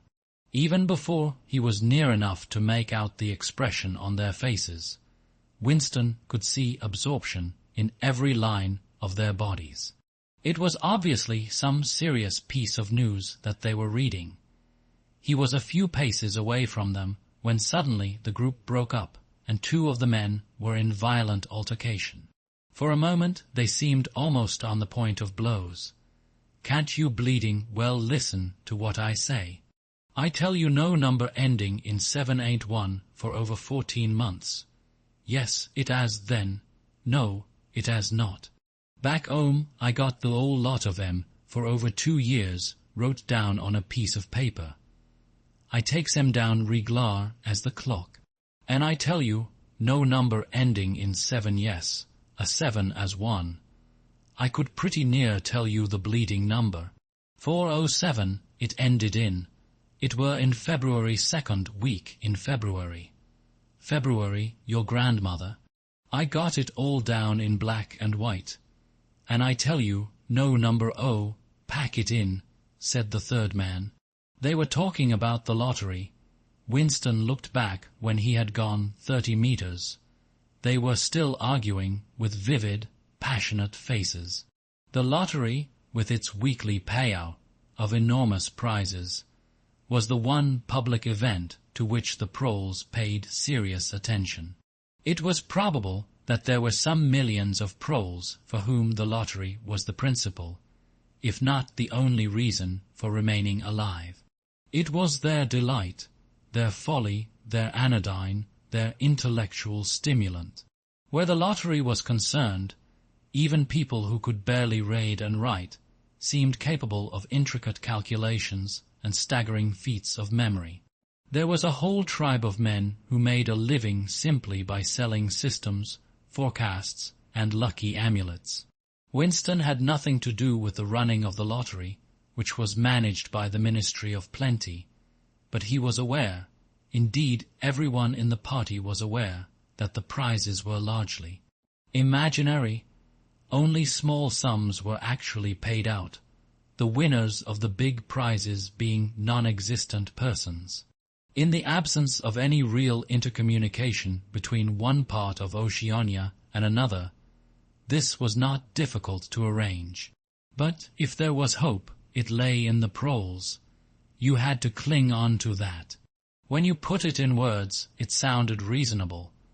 It was when you looked at the human beings passing you on the pavement that it became an act of faith.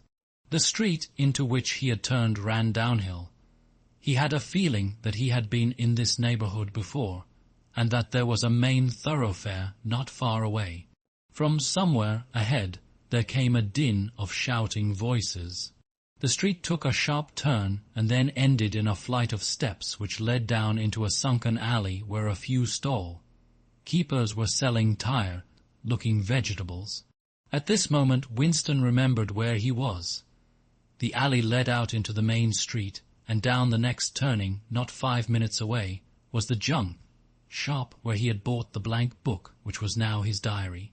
And in a small stationer's shop, not far away, he had bought his penholder and his bottle of ink. He paused for a moment at the top of the steps. On the opposite side of the alley there was a dingy little pub, whose windows appeared to be frosted over, but in reality were merely coated with dust. A very old man, bent but active, with white moustaches that bristled forward like those of a prawn, pushed open the swing door and went in.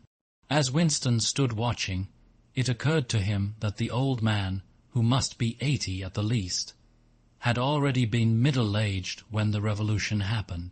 He, and a few others like him, were the last links that now existed with the vanished world of capitalism.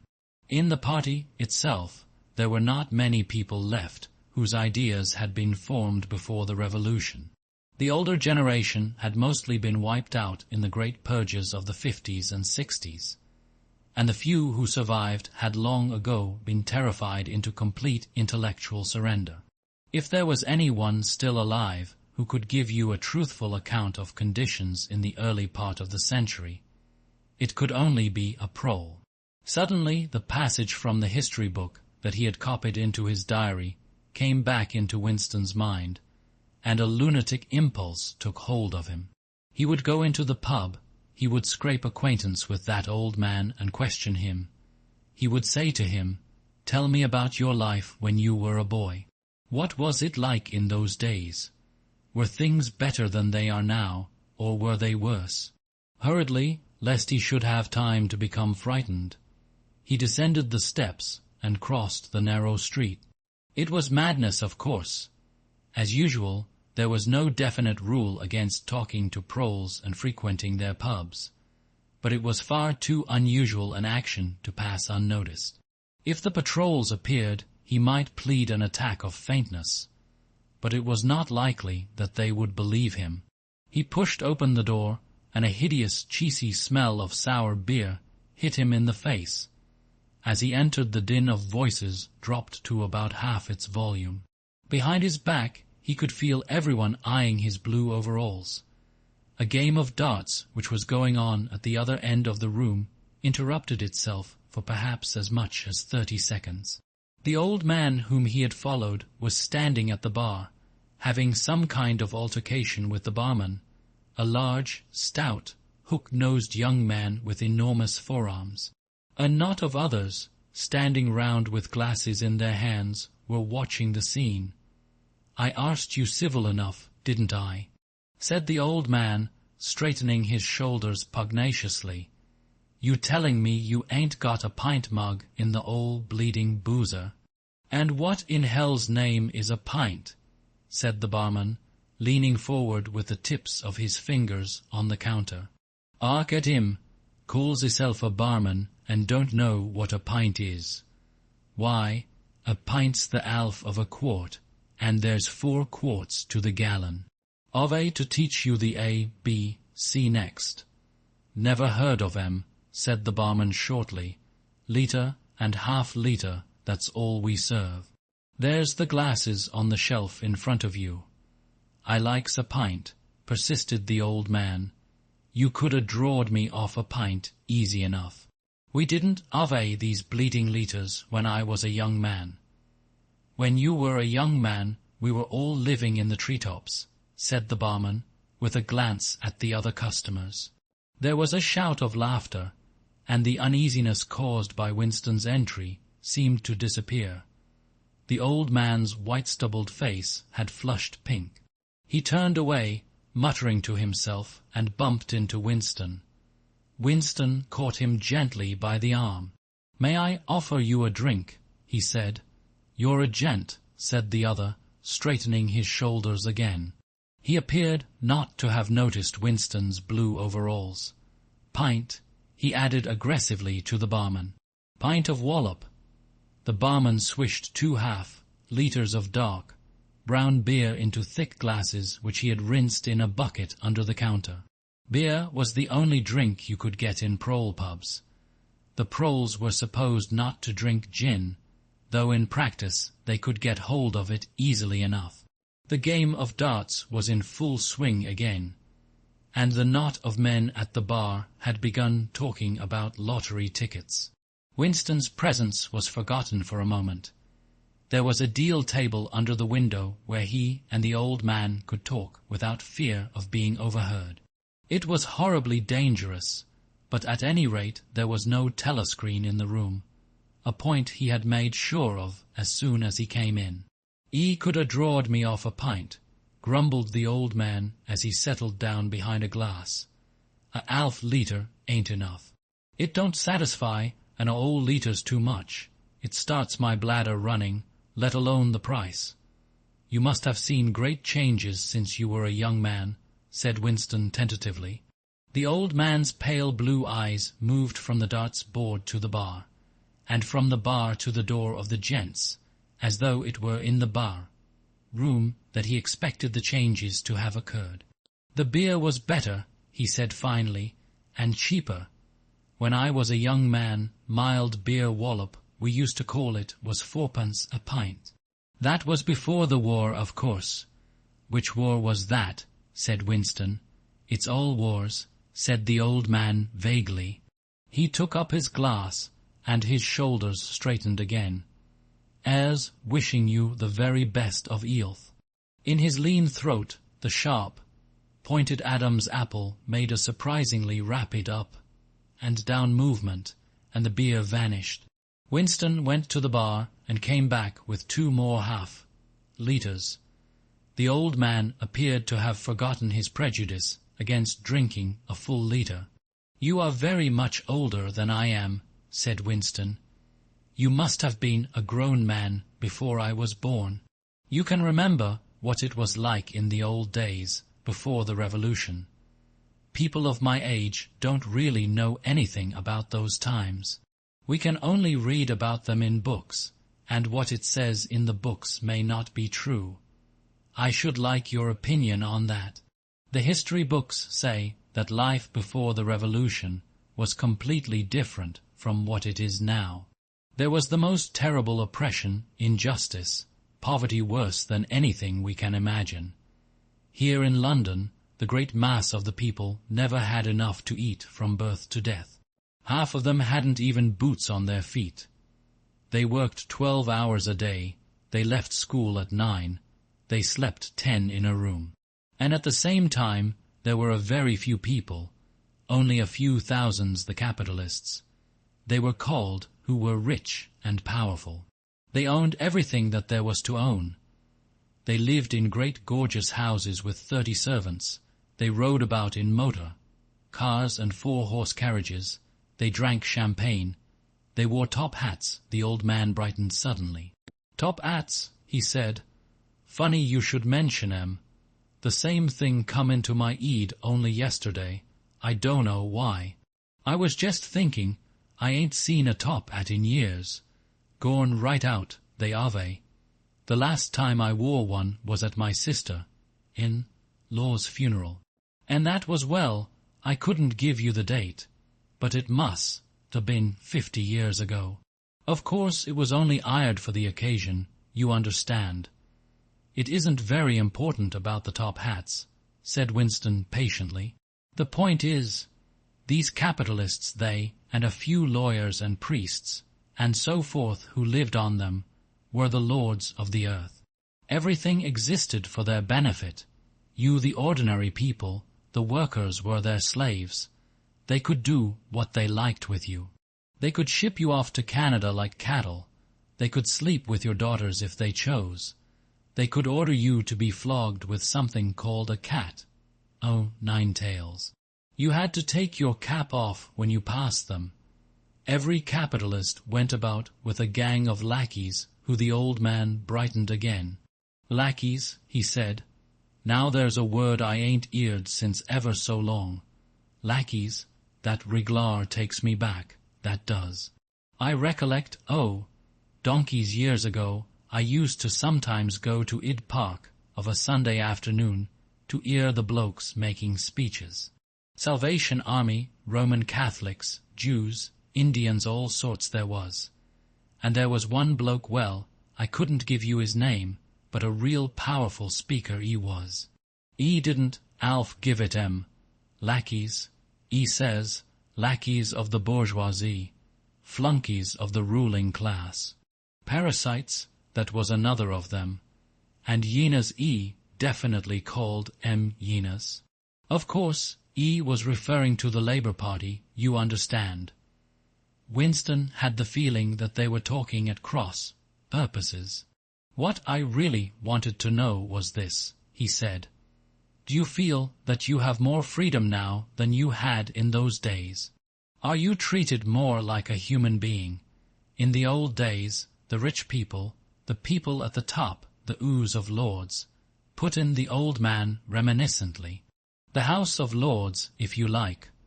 What I am asking is, were these people able to treat you as an inferior, simply because they were rich and you were poor? Is it a fact, for instance, that you had to call them sir and take off your cap when you passed them? The old man appeared to think deeply. He drank off about a quarter of his beer before answering. Yes, he said. They liked you to touch your cap to 'em. It showed respect, like. I didn't agree with it myself, but I'd done it often enough. Had to, as you might say. And was it usual, I'm only quoting what I've read in history books, was it usual for these people and their servants to push you off the pavement into the gutter? One of 'em pushed me once, said the old man. I recollect it as if it was yesterday. It was boat race night, terribly rowdy, they used to get on boat race night, and I bumps into a young bloke on Shaftesbury Avenue. Quite a gent, he was dress shirt, top hat, black overcoat. He was kind of zigs, agging across the pavement, and I bumps into him accidental, like. He says, why can't you look where you're going? He says. I say, "You think you've bought the bleeding pavement." He says, "I'll twist your bloody head off if you get fresh with me." I says, "You're drunk. I'll give you in charge in half a minute," I says. And if you'll believe me, he puts his hand on my chest and gives me a shove as pretty near sent me under the wheels of a bus. Well, I was young in them days, and I was going to Ave fetched him one. Only a sense of helplessness took hold of Winston. The old man's memory was nothing but a rubbish heap of details. One could question him all day without getting any real information. The party histories might still be true, after a fashion. They might even be completely true. He made a last attempt. "Perhaps I have not made myself clear," he said. "What I'm trying to say is this. You have been alive a very long time. You lived half your life before the revolution. In 1925, for instance, you were already grown up. Would you say, from what you can remember, that life in 1925 was better than it is now, or worse? If you could choose, would you prefer to live then or now?" The old man looked meditatively at the darts board. He finished up his beer more slowly than before. When he spoke, it was with a tolerant philosophical air, as though the beer had mellowed him. "I know what you expect me to say," he said. "You expect me to say as I'd sooner be young again. Most people'd say they'd sooner be young if you asked them. You got your health and strength when you're young. When you get to my time of life, you ain't never well. I suffer something wicked from my feet, and my bladder's just terrible. 6 and 7 times a night it has me out of bed. On the other hand, there's great advantages in being an old man. You ain't got the same worries. No truck with women, and that's a great thing. I ain't had a woman for near on 30 year, if you'd credit it, nor wanted to, what's more." Winston sat back against the window sill. It was no use going on. He was about to buy some more beer when the old man suddenly got up and shuffled rapidly into the stinking urinal at the side of the room. The extra half-liter was already working on him. Winston sat for a minute or two gazing at his empty glass, and hardly noticed when his feet carried him out into the street again. Within 20 years at the most, he reflected, the huge and simple question, was life better before the revolution than it is now? Would have ceased once and for all to be answerable. But in effect it was unanswerable even now, since the few scattered survivors from the ancient world were incapable of comparing one age with another. They remembered a million useless things, a quarrel with a workmate, a hunt for a lost bicycle pump, the expression on a long, dead sister's face, the swirls of dust on a windy morning 70 years ago, but all the relevant facts were outside the range of their vision. They were like the ant, which can see small objects but not large ones. And when memory failed and written records were falsified when that happened, the claim of the party to have improved the conditions of human life had got to be accepted, because there did not exist, and never again could exist, any standard against which it could be tested. At this moment his train of thought stopped abruptly. He halted and looked up. He was in a narrow street with a few dark little shops interspersed among dwelling houses. Immediately above his head there hung 3 discolored metal balls, which looked as if they had once been gilded. He seemed to know the place, of course. He was standing outside the junk shop where he had bought the diary. A twinge of fear went through him. It had been a sufficiently rash act to buy the book in the beginning, and he had sworn never to come near the place again. And yet, the instant that he allowed his thoughts to wander, his feet had brought him back here of their own accord. It was precisely against suicidal impulses of this kind that he had hoped to guard himself by opening the diary. At the same time he noticed that although it was nearly 20, 1 hours the shop was still open. With the feeling that he would be less conspicuous inside than hanging about on the pavement, he stepped through the doorway. If questioned, he could plausibly say that he was trying to buy razor blades. The proprietor had just lighted a hanging oil lamp which gave off an unclean but friendly smell. He was a man of perhaps 60, frail and bowed, with a long, benevolent nose, and mild eyes distorted by thick spectacles.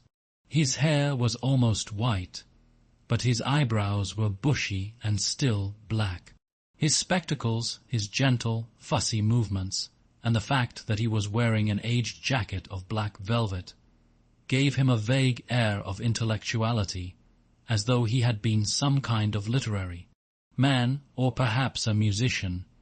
His voice was soft, as though faded, and his accent less debased than that of the majority of proles. "I recognized you on the pavement," he said immediately. "You're the gentleman that bought the young lady's keepsake album. That was a beautiful bit of paper, that was. Cream, laid, it used to be called. There's been no paper like that made for, I dare say 50 years. He peered at Winston over the top of his spectacles. "Is there anything special I can do for you? Or did you just want to look round?" "I was passing," said Winston vaguely. "I just looked in. I don't want anything in particular." "It's just as well," said the other, "because I don't suppose I could have satisfied you." He made an apologetic gesture with his soft-palmed hand. "You see how it is. An empty shop, you might say. Between you and me, the antique trade's just about finished. No demand any longer, and no stock either. Furniture, china, glass, it's all been broken up by degrees. And, of course, the metal stuff's mostly been melted down. I haven't seen a brass candlestick in years." The tiny interior of the shop was in fact uncomfortably full, but there was almost nothing in it of the slightest value. The floor space was very restricted, because all round the walls were stacked innumerable dusty picture frames. In the window there were trays of nuts and bolts, worn-out chisels, penknives with broken blades, tarnished watches that did not even pretend to be in going order, and other miscellaneous rubbish. Only on a small table in the corner was there a litter of odds and ends lacquered snuff-boxes, agate brooches, and the like, which looked as though they might include something interesting. As Winston wandered towards the table, his eye was caught by a round, smooth thing that gleamed softly in the lamplight, and he picked it up. It was a heavy lump of glass, curved on one side, flat on the other, making almost a hemisphere. There was a peculiar softness, as of rainwater, in both the color and the texture of the glass. At the heart of it, magnified by the curved surface, there was a strange, pink, convoluted object that recalled a rose or a sea anemone. "What is it?" said Winston, fascinated. "That's coral, that is," said the old man. "It must have come from the Indian Ocean. They used to kind of embed it in the glass. That wasn't made less than 100 years ago. More, by the look of it. It's a beautiful thing," said Winston. "It is a beautiful thing," said the other appreciatively, "but there's not many that'd say so nowadays." He coughed. "Now, if it so happened that you wanted to buy it, that'd cost you $4. I can remember when a thing like that would have fetched £8, and £8 was, well, I can't work it out, but it was a lot of money. But who cares about genuine antiques nowadays, even the few that's left?" Winston immediately paid over the $4 and slid the coveted thing into his pocket. What appealed to him about it was not so much its beauty as the air it seemed to possess of belonging to an age quite different from the present one. The soft, rainwatery glass was not like any glass that he had ever seen. The thing was doubly attractive because of its apparent uselessness, though he could guess that it must once have been intended as a paperweight.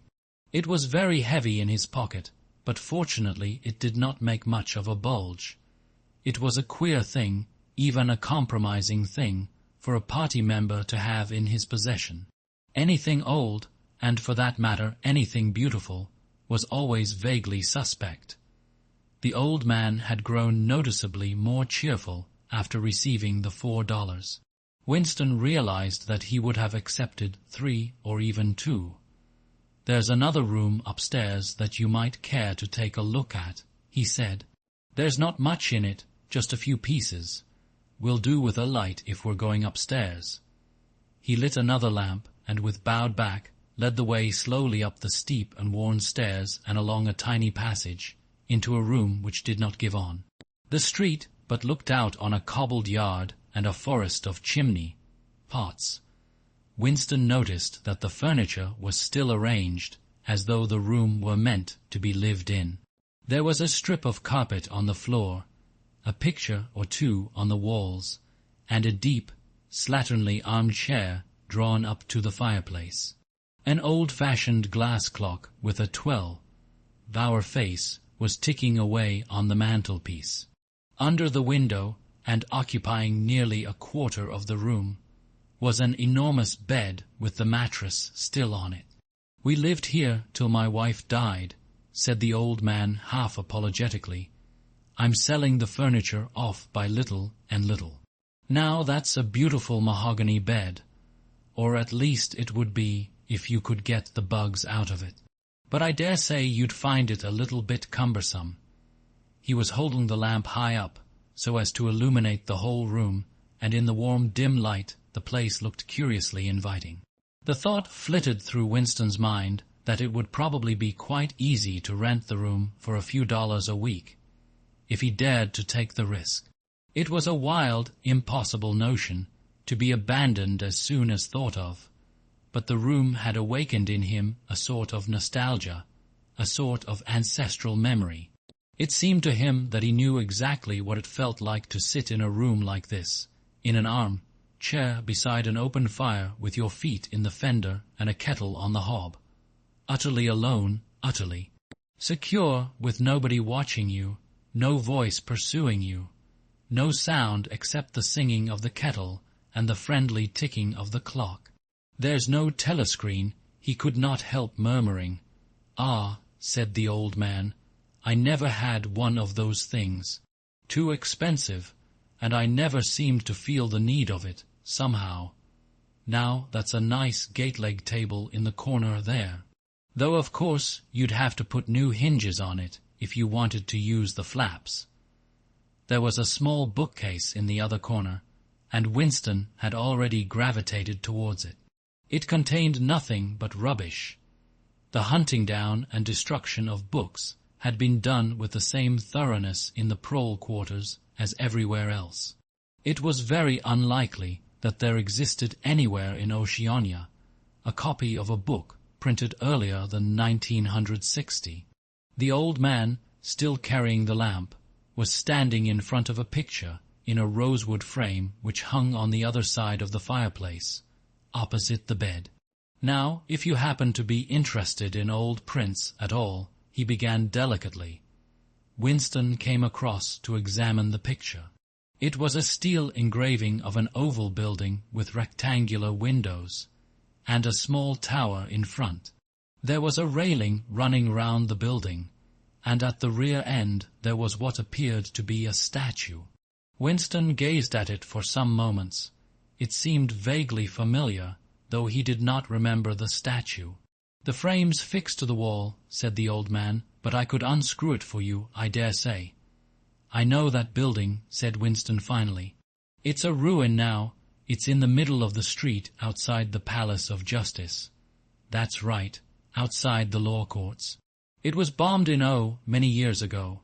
It was a church at one time, St. Clement Danes, its name was."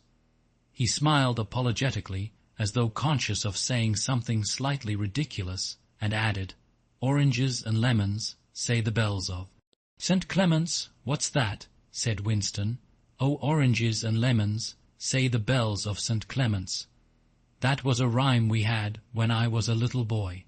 How it goes on I don't remember, but I do know it ended up, here comes a candle to light you to bed, here comes a chopper to chop off your head. It was a kind of a dance.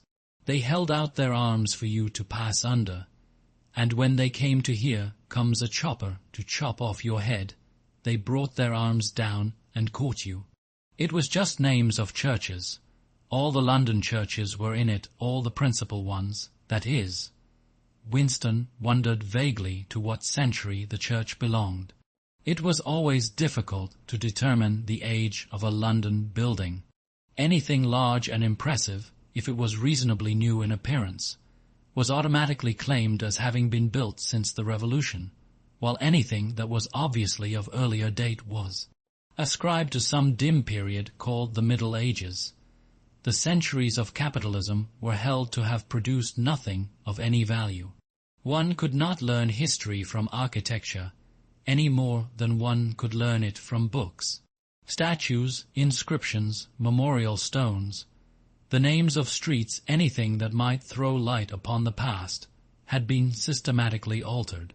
I never knew it had been a church, he said. There's a lot of them left, really, said the old man, though they've been put to other uses. Now, how did that rhyme go? Ah, I've got it. Oranges and lemons, say the bells of St. Clement's, you owe me 3 farthings. Say the bells of St. Martin's there, now, that's as far as I can get. A farthing, that was a small copper coin, looked something like a cent. Where was St. Martin's? Said Winston. St. Martin's, that's still standing. It's in Victory Square, alongside the picture gallery.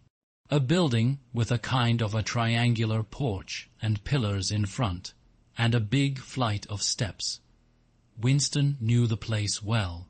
It was a museum used for propaganda, displays of various kinds, scale models of rocket bombs and floating fortresses, waxwork, tableau illustrating enemy atrocities, and the like. St. Martin's, in the Fields it used to be called, supplemented the old man, though I don't recollect any fields anywhere in those parts.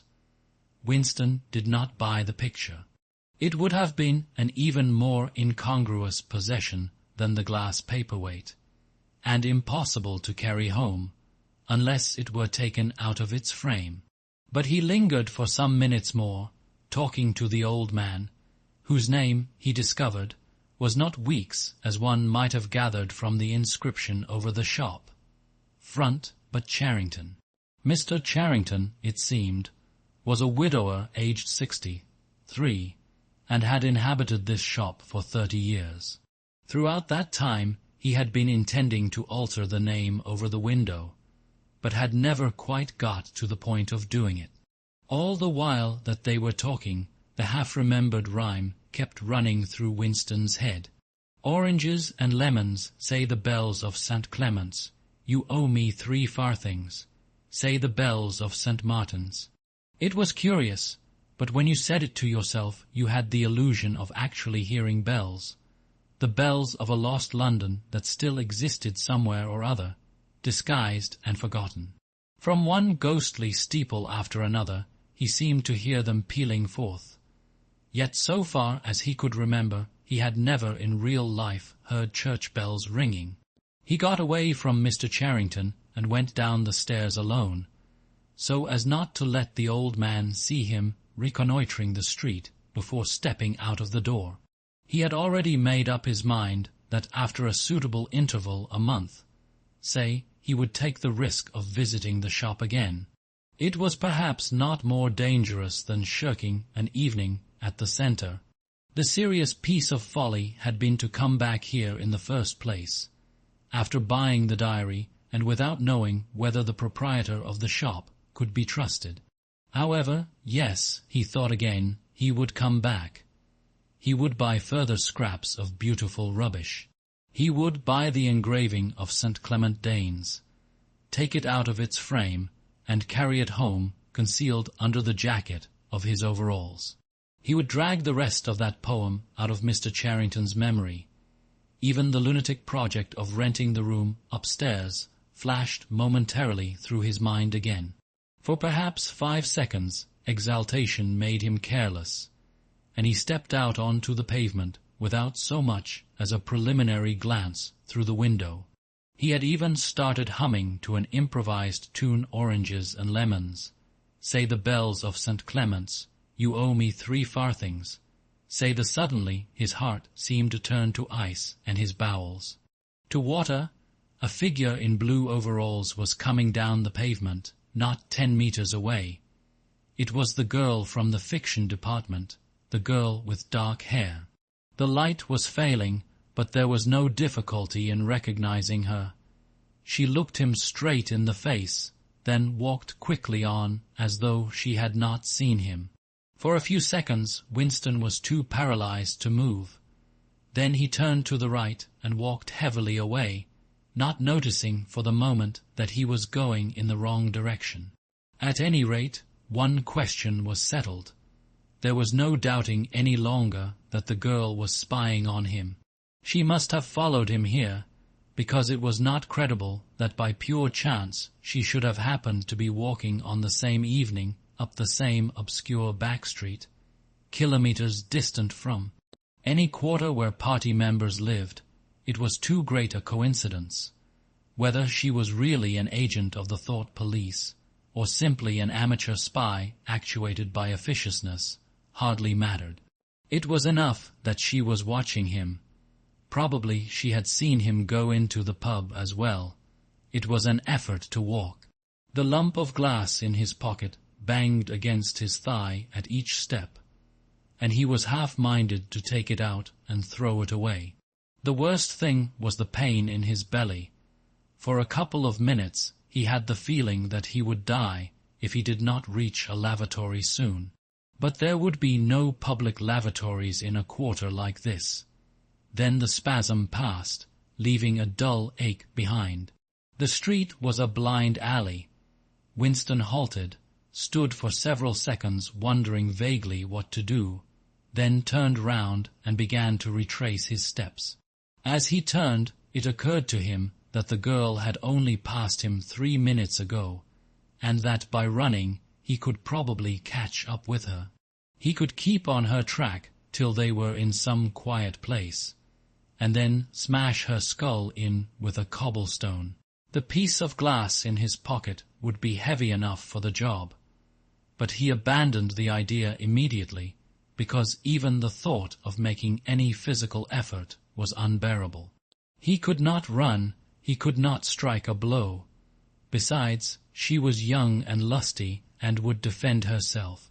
He thought also of hurrying to the community center and staying there till the place closed, so as to establish a partial alibi for the evening. But that too was impossible. A deadly lassitude had taken hold of him. All he wanted was to get home quickly and then sit down and be quiet. It was after 22 hours when he got back to the flat. The lights would be switched off at the main at 3:30. He went into the kitchen and swallowed nearly a teacupful of Victory gin. Then he went to the table in the alcove, sat down, and took the diary out of the drawer. But he did not open it at once.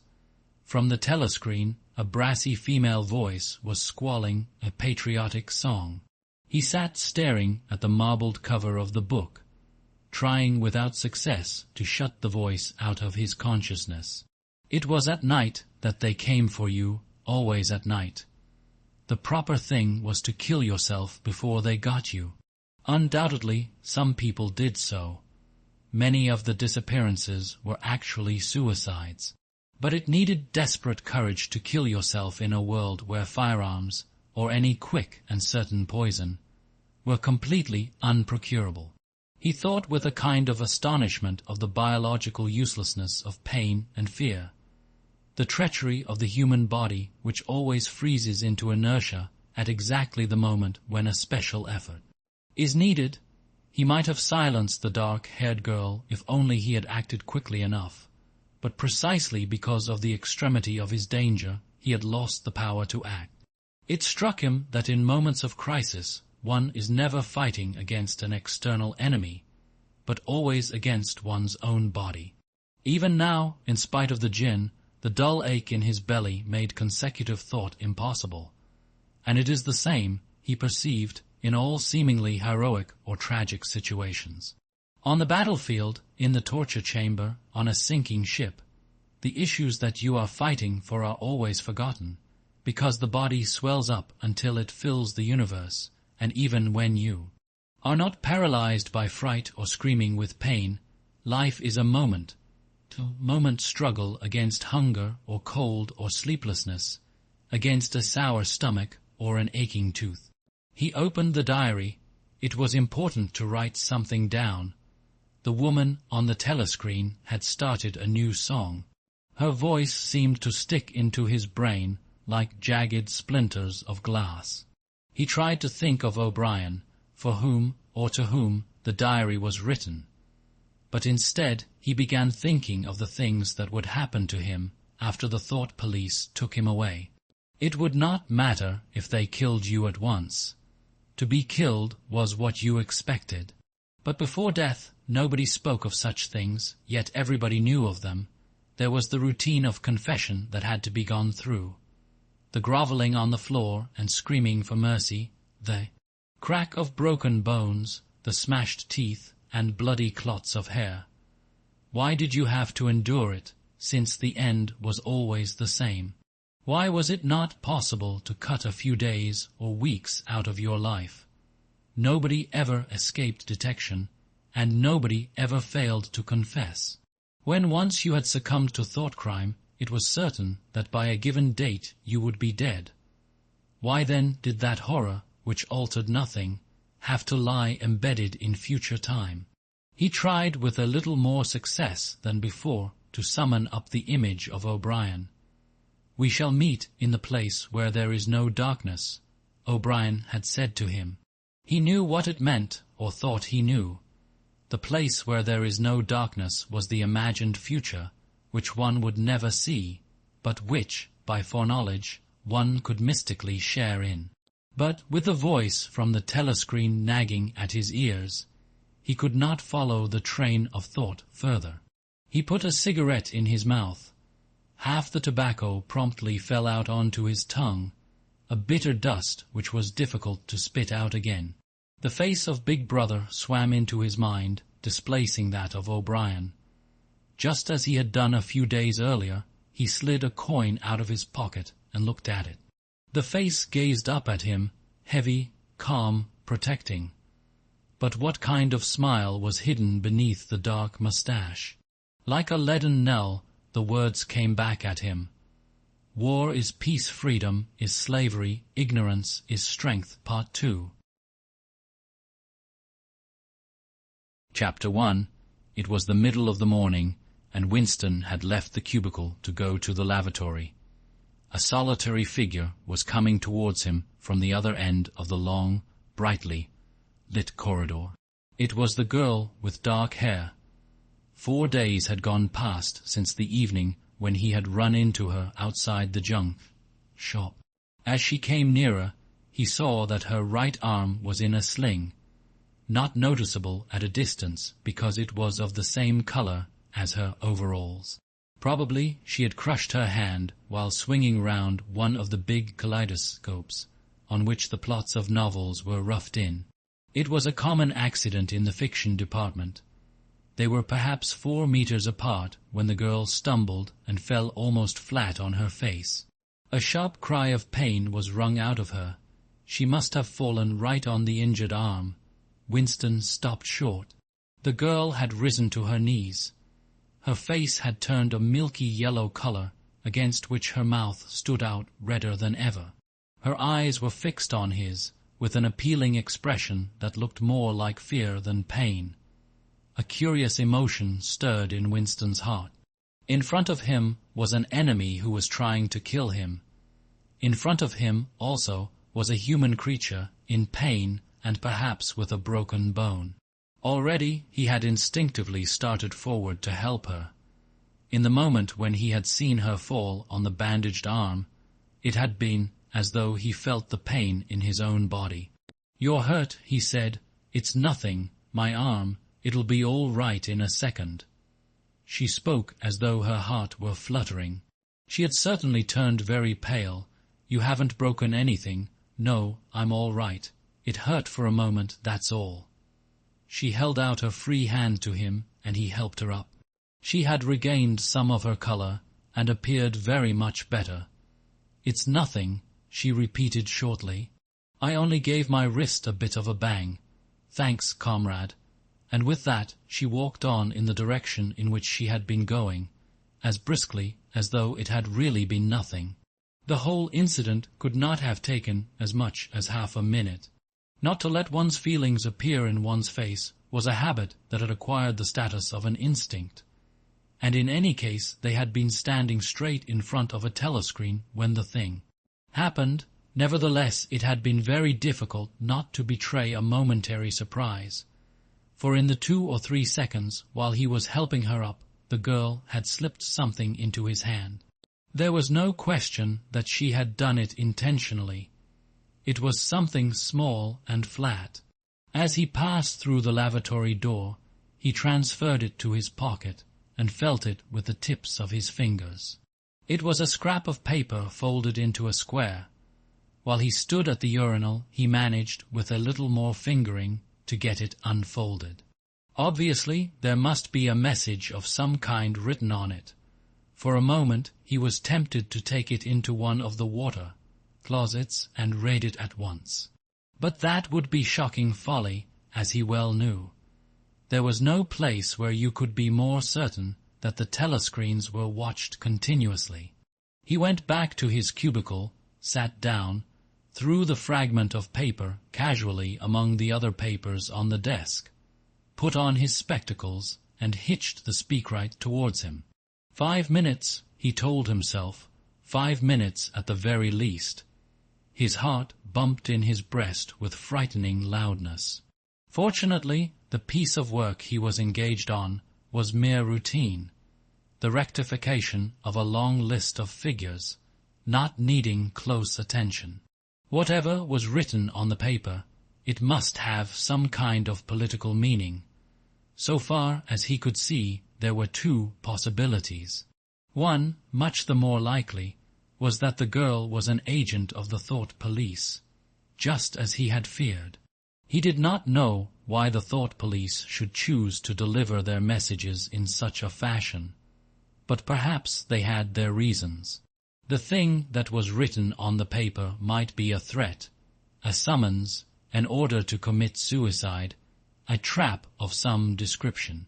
But there was another, wilder possibility that kept raising its head, though he tried vainly to suppress it. This was that the message did not come from the Thought Police at all, but from some kind of underground organization. Perhaps the Brotherhood existed after all. Perhaps the girl was part of it. No doubt the idea was absurd, but it had sprung into his mind in the very instant of feeling the scrap of paper in his hand. It was not till a couple of minutes later that the other, more probable explanation had occurred to him. And even now, though his intellect told him that the message probably meant death still, that was not what he believed, and the unreasonable hope persisted, and his heart banged, and it was with difficulty that he kept his voice from trembling as he murmured his figures into the speakwrite. He rolled up the completed bundle of work and slid it into the pneumatic tube. 8 minutes had gone by. He readjusted his spectacles on his nose, sighed, and drew the next batch of work towards him, with the scrap of paper on top of it. He flattened it out. On it was written, in a large unformed handwriting, "I love you." For several seconds he was too stunned even to throw the incriminating thing into the memory hole. When he did so, although he knew very well the danger of showing too much interest, he could not resist reading it once again, just to make sure that the words were really there. For the rest of the morning it was very difficult to work. What was even worse than having to focus his mind on a series of niggling jobs was the need to conceal his agitation from the telescreen. He felt as though a fire were burning in his belly. Lunch in the hot, crowded, noise, filled canteen was torment.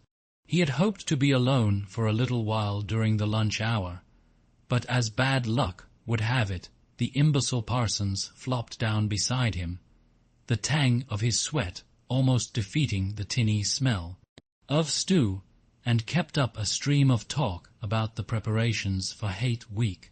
He was particularly enthusiastic about a papier, mash model of Big Brother's head, 2 meters wide, which was being made for the occasion by his daughter's troop of spies. The irritating thing was that in the racket of voices, Winston could hardly hear what Parsons was saying, and was constantly having to ask for some fatuous remark to be repeated.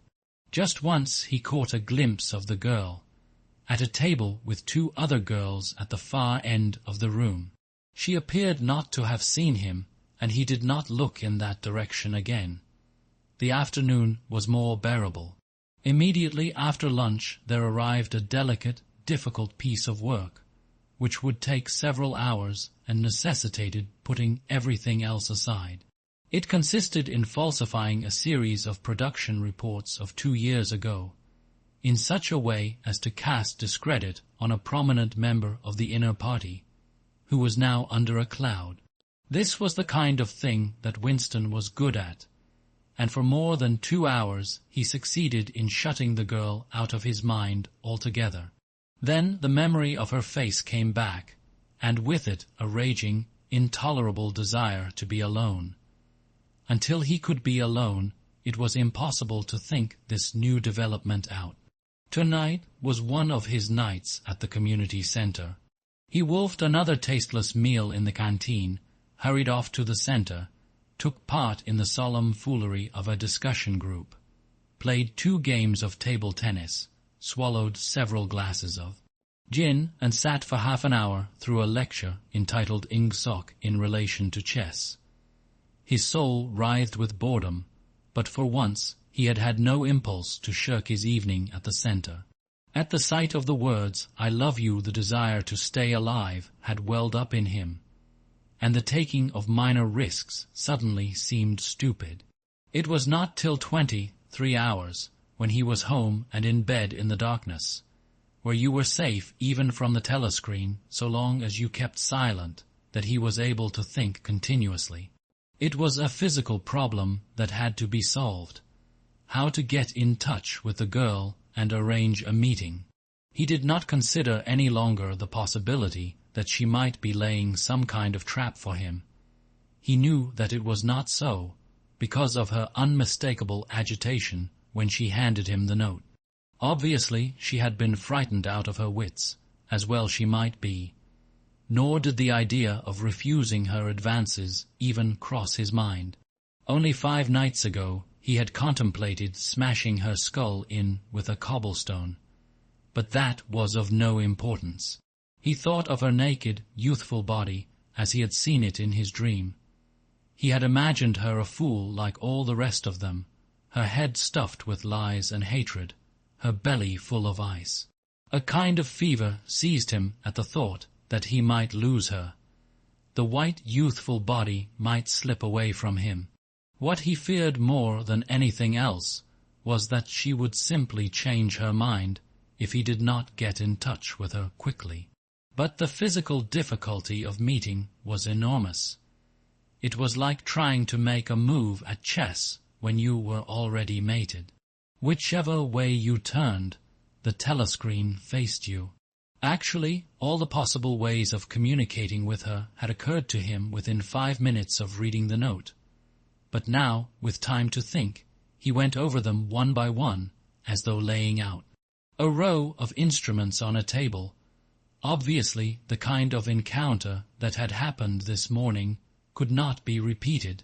If she had worked in the records department, it might have been comparatively simple, but he had only a very dim idea whereabouts in the building the fiction department lay, and he had no pretext for going there.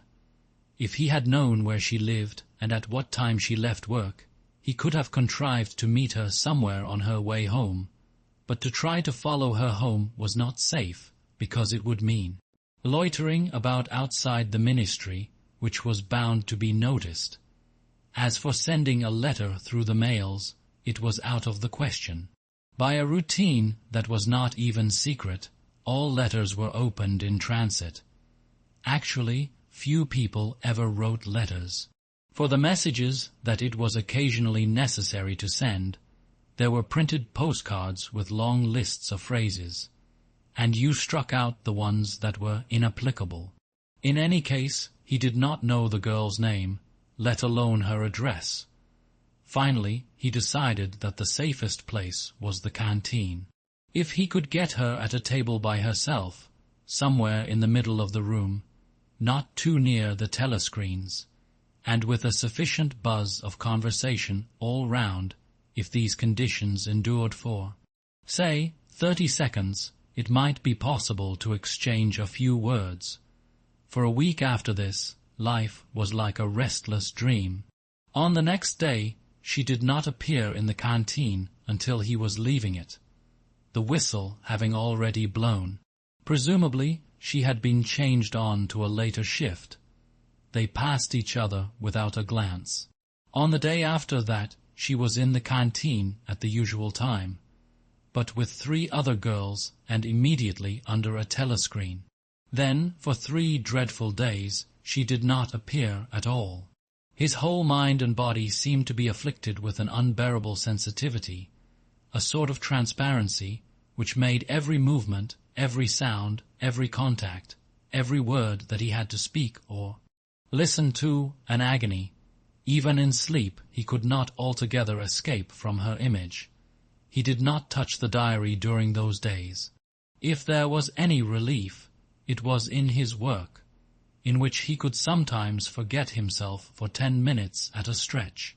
He had absolutely no clue as to what had happened to her. There was no inquiry he could make. She might have been vaporized, she might have committed suicide, she might have been transferred to the other end of Oceania.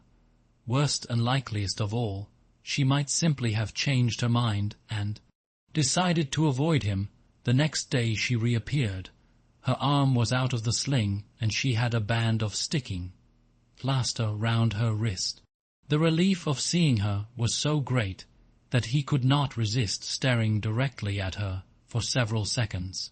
On the following day he very nearly succeeded in speaking to her. When he came into the canteen, she was sitting at a table well out from the wall and was quite alone. It was early, and the place was not very full. The queue edged forward till Winston was almost at the counter, then was held up for 2 minutes because someone in front was complaining that he had not received his tablet of saccharin. But the girl was still alone when Winston secured his tray and began to make for her table. He walked casually towards her, his eyes searching for a place at some table beyond her. She was perhaps 3 meters away from him. Another 2 seconds would do it. Then a voice behind him called, "Smith." He pretended not to hear. "Smith," repeated the voice more loudly. It was no use. He turned round. A blonde-headed, silly-faced young man named Wilshire, whom he barely knew, was inviting him with a smile to a vacant place at his table. It was not safe to refuse. After having been recognized, he could not go and sit at a table with an unattended girl. It was too noticeable. He sat down with a friendly smile. The silly blonde face beamed into his. Winston had a hallucination of himself smashing a pickaxe right into the middle of it. The girl's table filled up a few minutes later, but she must have seen him coming towards her, and perhaps she would take the hint. Next day he took care to arrive early. Surely enough, she was at a table in about the same place, and again alone. The person immediately ahead of him in the queue was a small, swiftly moving, beetle-like man with a flat face and tiny, suspicious eyes. As Winston turned away from the counter with his tray, he saw that the little man was making straight for the girl's table. His hopes sank again. There was a vacant place at a table further away, but something in the little man's appearance suggested that he would be sufficiently attentive to his own comfort to choose the emptiest table. With ice at his heart, Winston followed. It was no use unless he could get the girl alone. At this moment there was a tremendous crash. The little man was sprawling on all fours. His tray had gone flying. 2 streams of soup and coffee were flowing across the floor. He started to his feet with a malignant glance at Winston, whom he evidently suspected of having tripped him up. But it was all right. 5 seconds later, with a thundering heart, Winston was sitting at the girl's table. He did not look at her. He unpacked his tray and promptly began eating. It was all important to speak at once, before anyone else came, but now a terrible fear had taken possession of him. A week had gone by since she had first approached him. She would have changed her mind. She must have changed her mind. It was impossible that this affair should end successfully. Such things did not happen in real life. He might have flinched altogether from speaking if at this moment he had not seen Ampleforth, the hairy-eared poet, wandering limply round the room with a tray, looking for a place to sit down. In his vague way, Ampleforth was attached to Winston, and would certainly sit down at his table if he caught sight of him. There was perhaps a minute in which to act. Both Winston and the girl were eating steadily. The stuff they were eating was a thin stew, actually a soup, of haricot beans. In a low murmur, Winston began speaking. Neither of them looked up. Steadily they spooned the watery stuff into their mouths, and between spoonfuls exchanged the few necessary words in low, expressionless voices. "What time do you leave work?" 18:30. "Where can we meet?" "Victory Square, near the monument. It's full of telescreens. It doesn't matter if there's a crowd." "Any signal?" "No, don't come up to me until you see me among a lot of people, and don't look at me. Just keep somewhere near me." "What time?" 19 hours. "All right." Ampleforth failed to see Winston and sat down at another table. They did not speak again, and, so far as it was possible for 2 people sitting on opposite sides of the same table, they did not look at one another. The girl finished her lunch quickly and made off, while Winston stayed to smoke a cigarette. Winston was in Victory Square before the appointed time. He wandered round the base of the enormous fluted column, at the top of which Big Brother's statue gazed southward towards the skies where he had vanquished the Eurasian aeroplanes, the East Asian. Aeroplanes it had been, a few years ago, in the Battle of Airstrip 1. In the street in front of it there was a statue of a man on horseback, which was supposed to represent Oliver Cromwell. At 5 minutes past the hour, the girl had still not appeared. Again, the terrible fear seized upon Winston. She was not coming. She had changed her mind. He walked slowly up to the north side of the square and got a sort of pale, coloured pleasure from identifying St. Martin's Church, whose bells, when it had bells, had chimed "You owe me 3 farthings." Then he saw the girl standing at the base of the monument, reading or pretending to read a poster which ran spirally up the column. It was not safe to go near her until some more people had accumulated. There were telescreens all round the pediment. But at this moment there was a din of shouting and a zoom of heavy vehicles from somewhere to the left.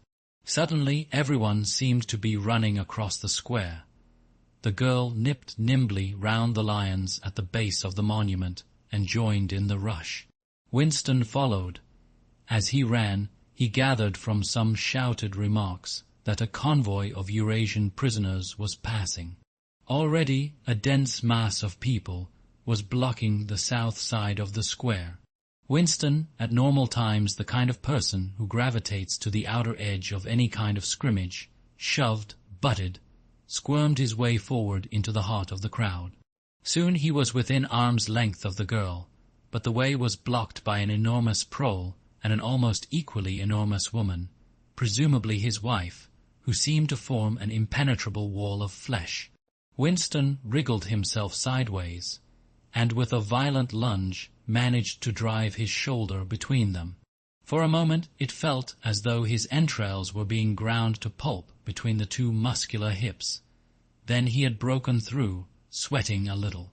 He was next to the girl. They were shoulder to shoulder, both staring fixedly in front of them. A long line of trucks with wooden-faced guards armed with submachine guns standing upright in each corner was passing slowly down the street. In the trucks, little yellow men in shabby greenish uniforms were squatting, jammed close together. Their sad, Mongolian faces gazed out over the sides of the trucks, utterly incurious. Occasionally, when a truck jolted, there was a clank of metal. All the prisoners were wearing leg irons. Truck, load after truck, load of the sad faces passed. Winston knew they were there, but he saw them only intermittently. The girl's shoulder and her arm right down to the elbow were pressed against his. Her cheek was almost near enough for him to feel its warmth. She had immediately taken charge of the situation, just as she had done in the canteen.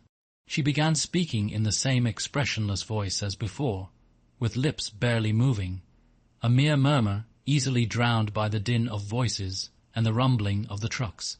"Can you hear me? Yes. Can you get Sunday afternoon off? Yes. Then listen carefully, you'll have to remember this. Go to Paddington Station," with a sort of military precision that astonished him. She outlined the route that he was to follow. A half-hour railway journey, turn left outside the station, 2 kilometers along the road, a gate with the top bar missing, a path across a field, a grass-grown lane, a track between bushes, a dead tree with moss on it. It was as though she had a map inside her head. "Can you remember all that?" she murmured finally. "Yes, you turn left, then right, then left again, and the gate's got no top bar." "Yes. What time?" "About 15. You may have to wait. I'll get there by another way." "Are you sure you remember everything?" "Yes. Then get away from me as quick as you can." She need not have told him that. But for the moment they could not extricate themselves from the crowd. The trucks were still filing past, the people still insatiably gaping. At the start there had been a few boos and hisses, but it came only from the party members among the crowd, and had soon stopped.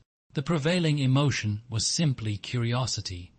Foreigners, whether from Eurasia or from Eastasia, were a kind of strange animal. One literally never saw them except in the guise of prisoners, and even as prisoners one never got more than a momentary glimpse of them. Nor did one know what became of them, apart from the few who were hanged as war criminals.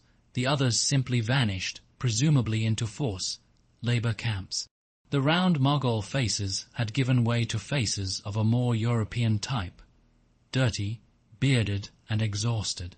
From over scrubby cheekbones, eyes looked into Winston's, sometimes with strange intensity, and flashed away again. The convoy was drawing to an end. In the last truck he could see an aged man, his face a mass of grizzled hair, standing upright with wrists crossed in front of him, as though he were used to having them bound together. It was almost time for Winston and the girl to part. But at the last moment, while the crowd still hemmed them in, her hand felt for his and gave it a fleeting squeeze. It could not have been 10 seconds, and yet it seemed a long time that their hands were clasped together. He had time to learn every detail of her hand. He explored the long fingers, the shapely nails, the work, hardened palm with its row of calluses, the smooth flesh under the wrist. Merely from feeling it, he would have known it by sight. In the same instant it occurred to him that he did not know what color the girl's eyes were. They were probably brown, but people with dark hair sometimes had blue eyes.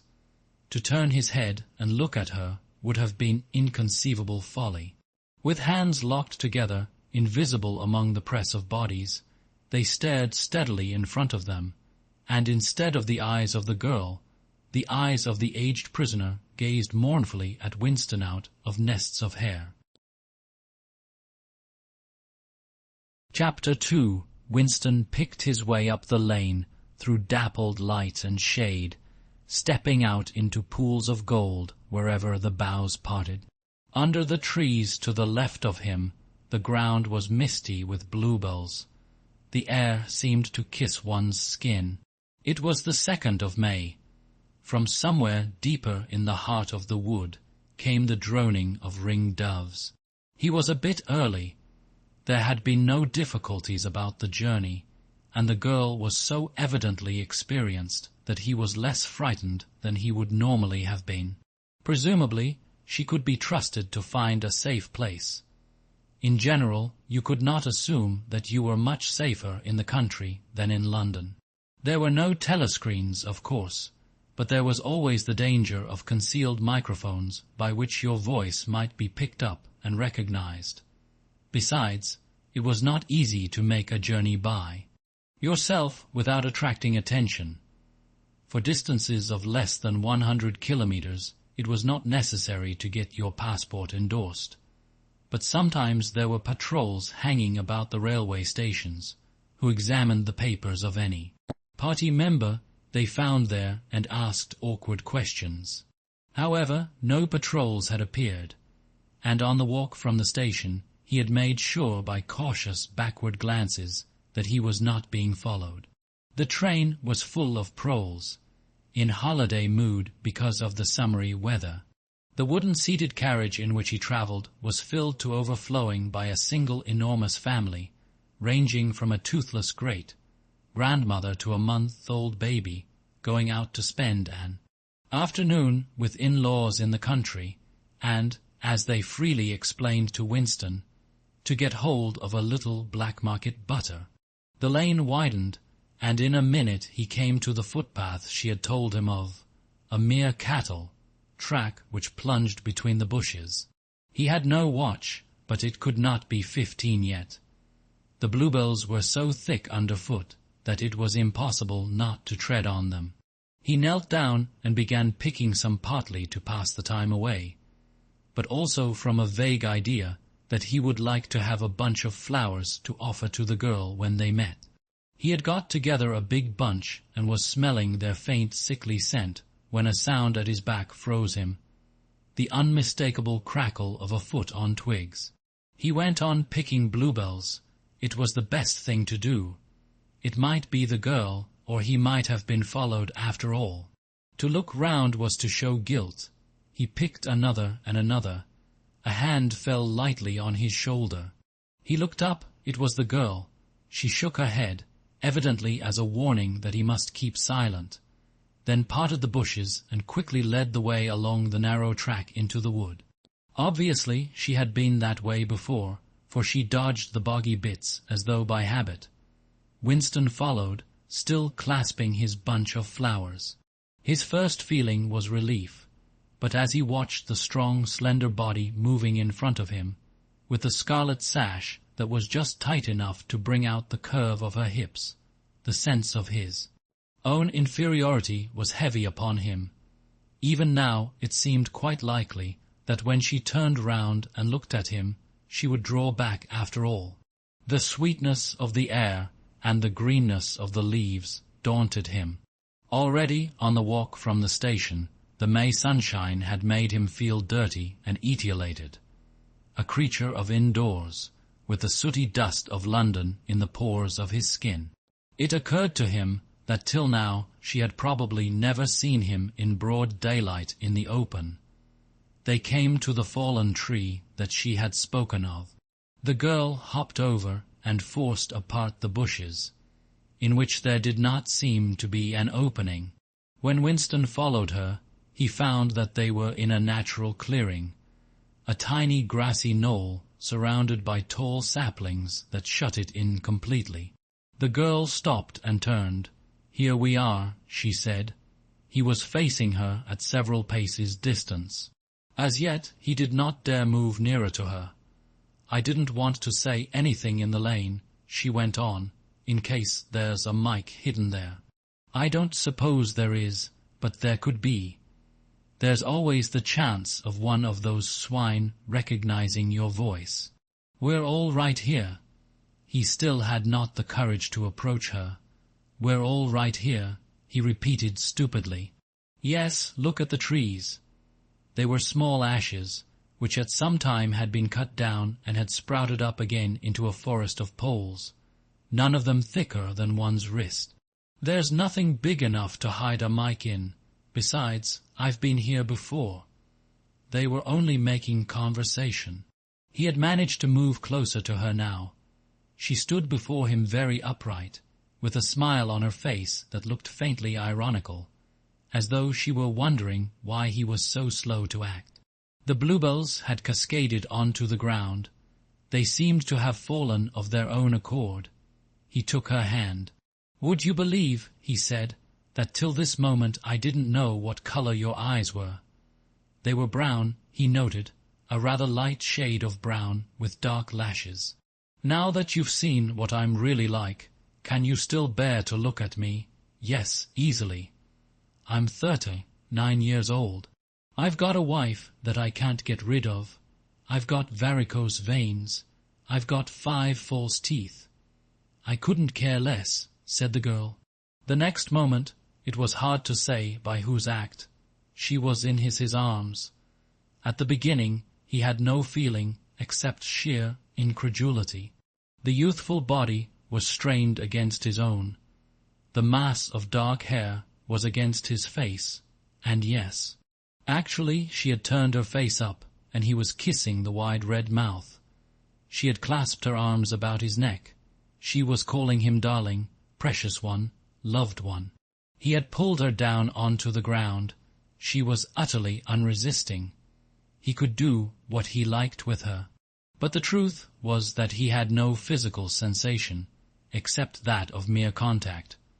All he felt was incredulity and pride. He was glad that this was happening, but he had no physical desire. It was too soon. Her youth and prettiness had frightened him. He was too much used to living without women. He did not know the reason. The girl picked herself up and pulled a bluebell out of her hair. She sat against him, putting her arm round his waist. "Never mind, dear. There's no hurry. We've got the whole afternoon. Isn't this a splendid high? Doubt. I found it when I got lost once on a community hike. If anyone was coming, you could hear them 100 meters away." "What is your name?" Said Winston. "Julia, I know yours. It's Winston Smith. How did you find that out? I expect I'm better at finding things out than you are, dear. Tell me, what did you think of me before that day I gave you the note?" He did not feel any temptation to tell lies to her. It was even a sort of love, offering to start off by telling the worst. "I hated the sight of you," he said. "I wanted to rape you and then murder you afterwards. 2 weeks ago, I thought seriously of smashing your head in with a cobblestone. If you really want to know, I imagined that you had something to do with the thought police." The girl laughed delightedly, evidently taking this as a tribute to the excellence of her disguise. "Not the thought police? You didn't honestly think that? Well, perhaps not exactly that. But from your general appearance, merely because you're young and fresh and healthy. You understand, I thought, that probably you thought I was a good party member. Pure in word and deed. Banners, processions, slogans, games, community hikes, all that stuff.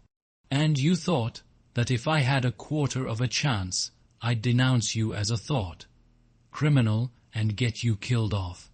Yes, something of that kind. A great many young girls are like that, you know. It's this bloody thing that does it," she said, ripping off the scarlet sash of the Junior Anti-Sex League and flinging it onto a bough. Then, as though touching her waist had reminded her of something, she felt in the pocket of her overalls and produced a small slab of chocolate. She broke it in half and gave one of the pieces to Winston. Even before he had taken it, he knew by the smell that it was very unusual chocolate. It was dark and shiny and was wrapped in silver paper. Chocolate normally was dull, brown crumbly stuff that tasted, as nearly as one could describe it, like the smoke of a rubbish fire. But at some time or another he had tasted chocolate like the piece she had given him. The first whiff of its scent had stirred up some memory which he could not pin down, but which was powerful and troubling. "Where did you get this stuff?" he said. "Black market," she said indifferently. "Actually, I am that sort of girl to look at. I'm good at games. I was a troop leader in the Spies. I do voluntary work 3 evenings a week for the Junior Anti-Sex League. Hours and hours I've spent pasting their bloody rot all over London. I always carry one end of a banner in the processions. I always look cheerful, and I never shirk anything. Always yell with the crowd, that's what I say. It's the only way to be safe." The first fragment of chocolate had melted on Winston's tongue. The taste was delightful, but there was still that memory moving round the edges of his consciousness, something strongly felt, but not reducible to definite shape, like an object seen out of the corner of one's eye. He pushed it away from him, aware only that it was the memory of some action which he would have liked to undo, but could not. "You are very young," he said. "You are 10 or 15 years younger than I am. What could you see to attract you in a man like me? It was something in your face. I thought I'd take a chance. I'm good at spotting people who don't belong. As soon as I saw you, I knew you were against them." Them, it appeared, meant the party, and above all the inner party, about whom she talked with an open jeering hatred which made Winston feel uneasy, although he knew that they were safe here if they could be safe anywhere. A thing that astonished him about her was the coarseness of her language. Party members were supposed not to swear, and Winston himself very seldom did swear, aloud at any rate. Julia, however, seemed unable to mention the party, and especially the inner party, without using the kind of words that you saw chalked up in dripping alleyways. He did not dislike it. It was merely one symptom of her revolt against the party and all its ways, and somehow it seemed natural and healthy, like the sneeze of a horse that smells bad hay. They had left the clearing and were wandering again through the checkered shade, with their arms round each other's waists whenever it was wide enough to walk 2 abreast. He noticed how much softer her waist seemed to feel now that the sash was gone. They did not speak above a whisper. Outside the clearing, Julia said, it was better to go quietly. Presently they had reached the edge of the little wood. She stopped him. "Don't go out into the open. There might be someone watching. We're all right if we keep behind the boughs." They were standing in the shade of hazel bushes. The sunlight, filtering through innumerable leaves, was still hot on their faces. Winston looked out into the field beyond and underwent a curious, slow shock of recognition. He knew it by sight, an old, close-bitten pasture, with a footpath wandering across it and a molehill here and there. In the ragged hedge on the opposite side, the boughs of the elm trees swayed just perceptibly in the breeze, and their leaves stirred faintly in dense masses like women's hair. Surely somewhere nearby, but out of sight, there must be a stream with green pools where dace were swimming. "Isn't there a stream somewhere near here?" he whispered. "That's right, there is a stream. It's at the edge of the next field, actually. There are fish in it, great big ones. You can watch them lying in the pools under the willow trees, waving their tails. It's the golden country almost," he murmured. "The golden country, it's nothing, really, a landscape I've seen sometimes in a dream." "Look," whispered Julia. A thrush had alighted on a bough not 5 meters away, almost at the level of their faces. Perhaps it had not seen them. It was in the sun, they in the shade. It spread out its wings, fitted them carefully into place again, ducked its head for a moment, as though making a sort of obeisance to the sun, and then began to pour forth a torrent of song. In the afternoon hush the volume of sound was startling. Winston and Julia clung together, fascinated. The music went on, minute after minute, with astonishing variations, never once repeating itself, almost as though the bird were deliberately showing off its virtuosity. Sometimes it stopped for a few seconds, spread out and resettled its wings, then swelled its speckled breast and again burst into song. Winston watched it with a sort of vague reverence. For whom, for what, was that bird singing? No mate, no rival was watching it. What made it sit at the edge of the lonely wood and pour its music into nothingness? He wondered whether, after all, there was a microphone hidden somewhere near. He and Julia had spoken only in low whispers, and it would not pick up what they had said, but it would pick up the thrush. Perhaps at the other end of the instrument, some small, beetle-like man was listening, intently listening to that. But by degrees, the flood of music drove all speculations out of his mind. It was as though it were a kind of liquid stuff that poured all over him and got mixed up with the sunlight that filtered through the leaves. He stopped thinking and merely felt. The girl's waist in the bend of his arm was soft and warm. He pulled her round so that they were breast to breast. Her body seemed to melt into his. Wherever his hands moved, it was all as yielding as water. Their mouths clung together. It was quite different from the hard kisses they had exchanged earlier. When they moved their faces apart again, both of them sighed deeply. The bird took fright and fled with a clatter of wings. Winston put his lips against her ear. Now, he whispered. Not here, she whispered back. Come back to the hideout. It's safer. Quickly, with an occasional crackle of twigs, they threaded their way back to the clearing. When they were once inside the ring of saplings, she turned and faced him. They were both breathing fast, but the smile had reappeared round the corners of her mouth. She stood looking at him for an instant, then felt at the zipper of her overalls. And yes, it was almost as in his dream. Almost as swiftly as he had imagined it, she had torn her clothes off, and when she flung them aside it was with that same magnificent gesture by which a whole civilization seemed to be annihilated.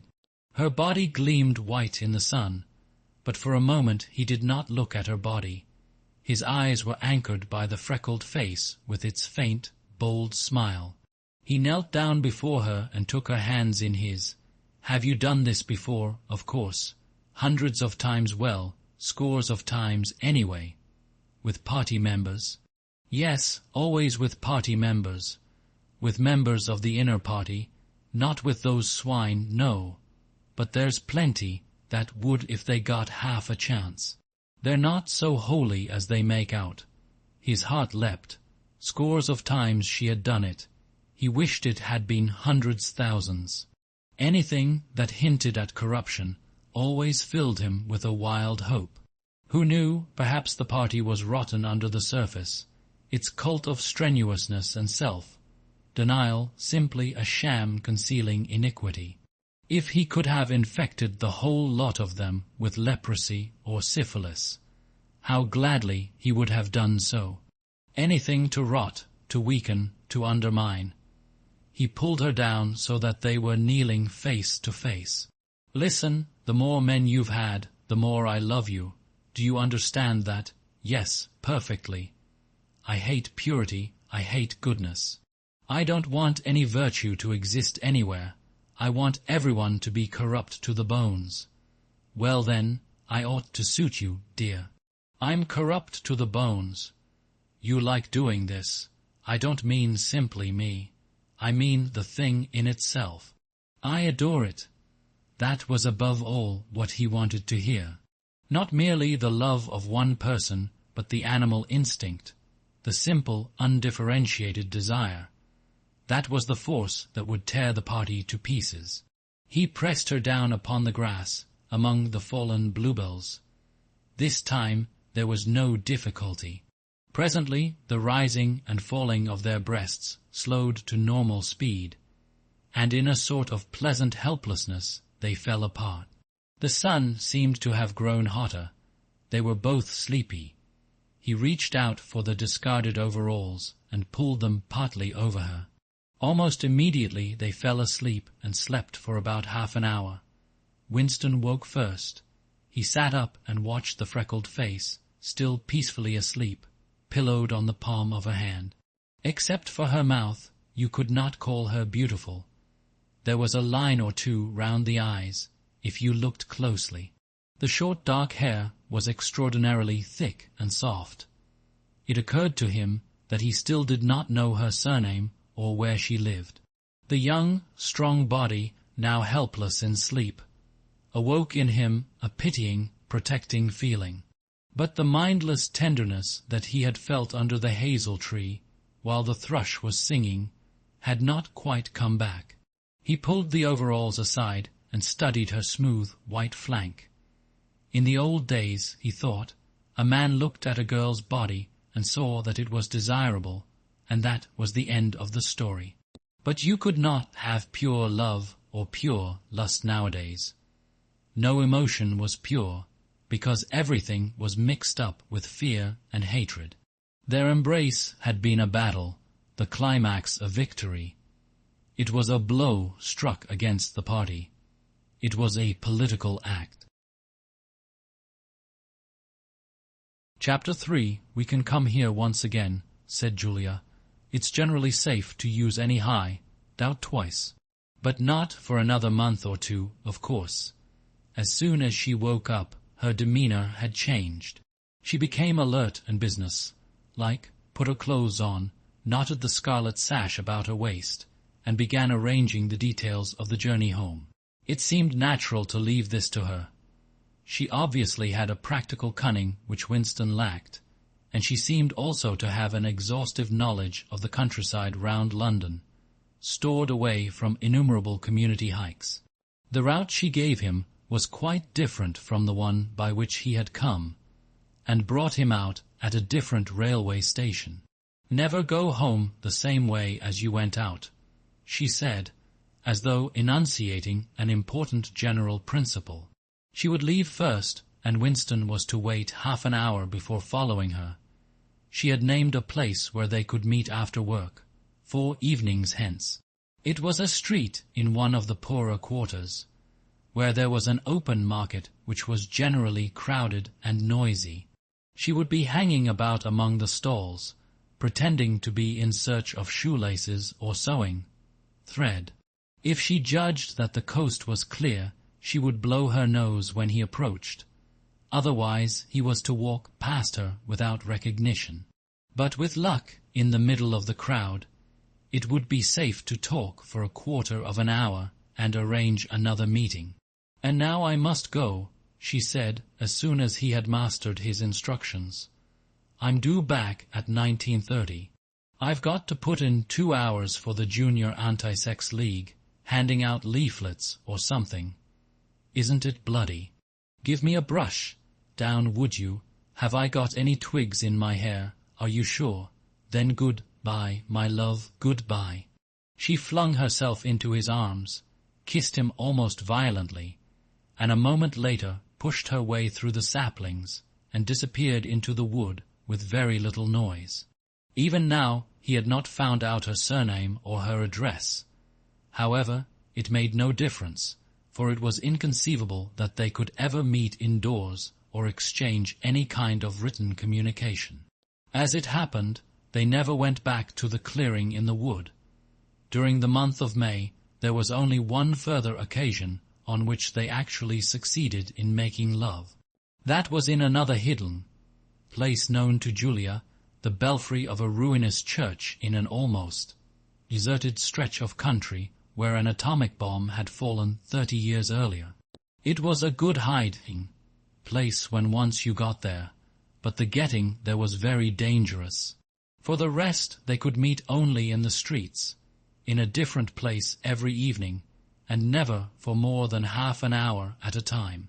In the street it was usually possible to talk, after a fashion. As they drifted down the crowded pavements, not quite abreast and never looking at one another, they carried on a curious, intermittent conversation which flicked on and off like the beams of a lighthouse suddenly nipped into silence by the approach of a party uniform or the proximity of a telescreen, then taken up again minutes later in the middle of a sentence, then abruptly cut short as they parted at the agreed spot, then continued almost without introduction on the following day. Julia appeared to be quite used to this kind of conversation, which she called talking by installments. She was also surprisingly adept at speaking without moving her lips. Just once, in almost a month of nightly meetings, they managed to exchange a kiss. They were passing in silence down a side street. Julia would never speak when they were away from the main streets. When there was a deafening roar, the earth heaved, and the air darkened, and Winston found himself lying on his side, bruised and terrified. A rocket bomb must have dropped quite near at hand. Suddenly he became aware of Julia's face, a few centimeters from his own, deathly white as chalk. Even her lips were white. She was dead.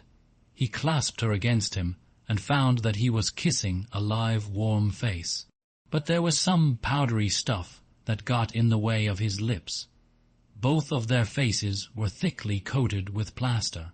There were evenings when they reached their rendezvous and then had to walk past one another without a sign, because a patrol had just come round the corner or a helicopter was hovering overhead. Even if it had been less dangerous, it would still have been difficult to find time to meet. Winston's working week was 60 hours, Julia's was even longer, and their free days varied according to the pressure of work, and did not often coincide. Julia, in any case, seldom had an evening completely free. She spent an astonishing amount of time in attending lectures and demonstrations, distributing literature for the Junior Anti-Sex League, preparing banners for Hate Week, making collections for the Savings Campaign, and such like activities. It paid, she said, it was camouflage. If you kept the small rules, you could break the big ones. She even induced Winston to mortgage yet another of his evenings by enrolling himself for the part-time munition work, which was done voluntarily by zealous party members. So, one evening every week, Winston spent 4 hours of paralyzing boredom, screwing together small bits of metal, which were probably parts of bomb fuses, in a drafty, ill-lit workshop where the knocking of hammers mingled drearily with the music of the telescreens. When they met in the church tower, the gaps in their fragmentary conversation were filled up. It was a blazing afternoon. The air in the little square chamber above the bells was hot and stagnant, and smelt overpoweringly of pigeon dung. They sat talking for hours on the dusty, twig-littered floor, one or other of them getting up from time to cast a glance through the arrow slits and make sure that no one was coming. Julia was 26 years old. She lived in a hostel with 30 other girls, always in the stink of women. "How I hate women," she said parenthetically, and she worked, as he had guessed, on the novel writing machines in the fiction department. She enjoyed her work, which consisted chiefly in running and servicing a powerful but tricky electric motor. She was not clever, but was fond of using her hands and felt at home with machinery. She could describe the whole process of composing a novel, from the general directive issued by the planning committee down to the final touching up by the rewrite squad. But she was not interested in the finished product. She didn't much care for reading, she said. Books were just a commodity that had to be produced, like jam or bootlaces. She had no memories of anything before the early 60s, and the only person she had ever known who talked frequently of the days before the revolution was a grandfather who had disappeared when she was 8. At school she had been captain of the hockey team and had won the gymnastics trophy 2 years running. She had been a troop leader in the Spies and a branch secretary in the Youth League before joining the Junior Anti-Sex League. She had always borne an excellent character.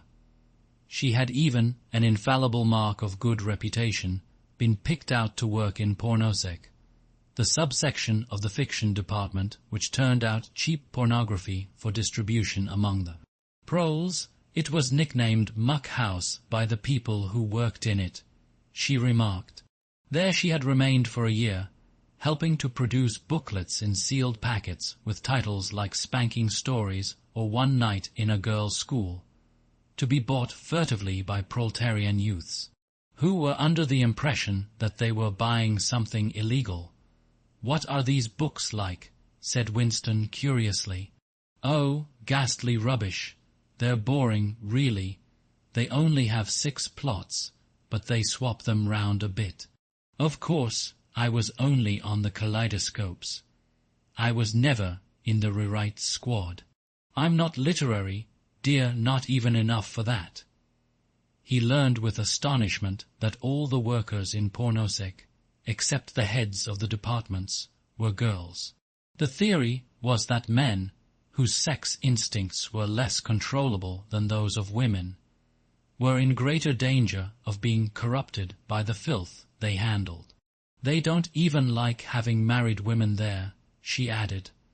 "Girls are always supposed to be so pure. Here's one who isn't, anyway." She had had her first love affair when she was 16, with a party member of 60 who later committed suicide to avoid arrest. "And a good job too," said Julia. "Otherwise they'd have had my name out of him when he confessed." Since then there had been various others. Life as she saw it was quite simple. You wanted a good time. They, meaning the party, wanted to stop you having it. You broke the rules as best you could. She seemed to think it just as natural that they should want to rob you of your pleasures as that you should want to avoid being caught. She hated the party and said so in the crudest words, but she made no general criticism of it. Except where it touched upon her own life, she had no interest in party doctrine. He noticed that she never used Newspeak words except the ones that had passed into everyday use. She had never heard of the Brotherhood and refused to believe in its existence. Any kind of organized revolt against the party, which was bound to be a failure, struck her as stupid. The clever thing was to break the rules and stay alive all the same. He wondered vaguely how many others like her there might be in the younger generation, people who had grown up in the world of the revolution, knowing nothing else, accepting the party as something unalterable like the sky, not rebelling against its authority, but simply evading it, as a rabbit dodges a dog. They did not discuss the possibility of getting married.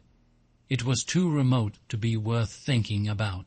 No imaginable committee would ever sanction such a marriage, even if Catherine, Winston's wife, could somehow have been got rid of. It was hopeless even as a daydream. "What was she like, your wife?" said Julia. "She was, do you know the Newspeak word, good thinkful, meaning naturally orthodox, incapable of thinking a bad thought." "No, I didn't know the word, but I know the kind of person, right enough." He began telling her the story of his married life, but curiously enough, she appeared to know the essential parts of it already. She described to him, almost as though she had seen or felt it, the stiffening of Catherine's body as soon as he touched her, the way in which she still seemed to be pushing him from her with all her strength, even when her arms were clasped tightly round him. With Julia he felt no difficulty in talking about such things. Catherine, in any case, had long ceased to be a painful memory, and became merely a distasteful one.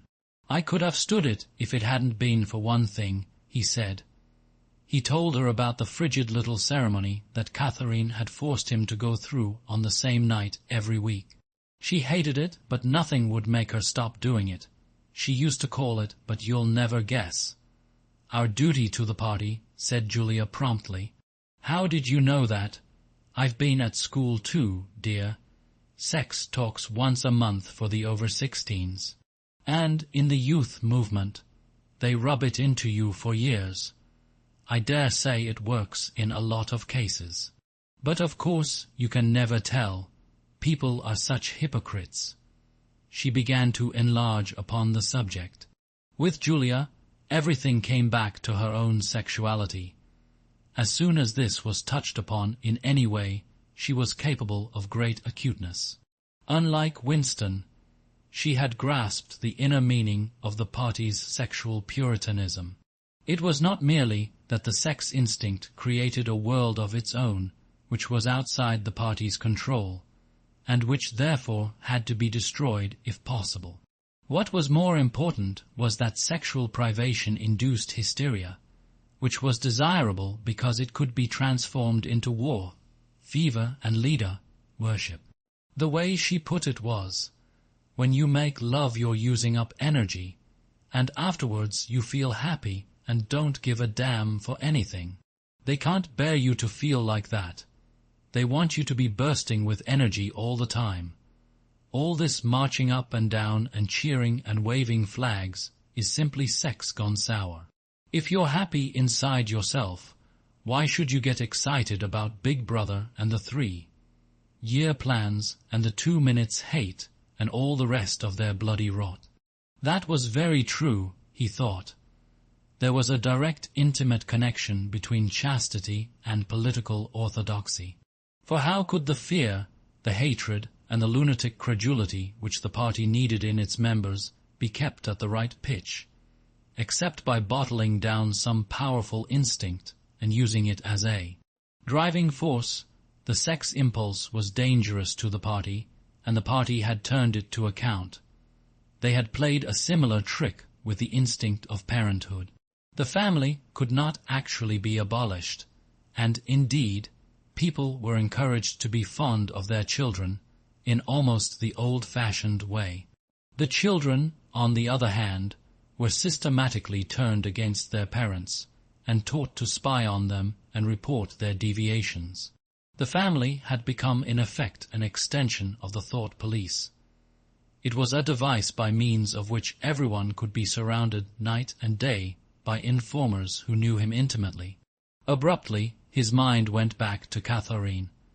Catherine would unquestionably have denounced him to the thought police if she had not happened to be too stupid to detect the unorthodoxy of his opinions. But what really recalled her to him at this moment was the stifling heat of the afternoon, which had brought the sweat out on his forehead. He began telling Julia of something that had happened, or rather had failed to happen, on another sweltering summer afternoon 11 years ago. It was 3 or 4 months after they were married. They had lost their way on a community hike somewhere in Kent.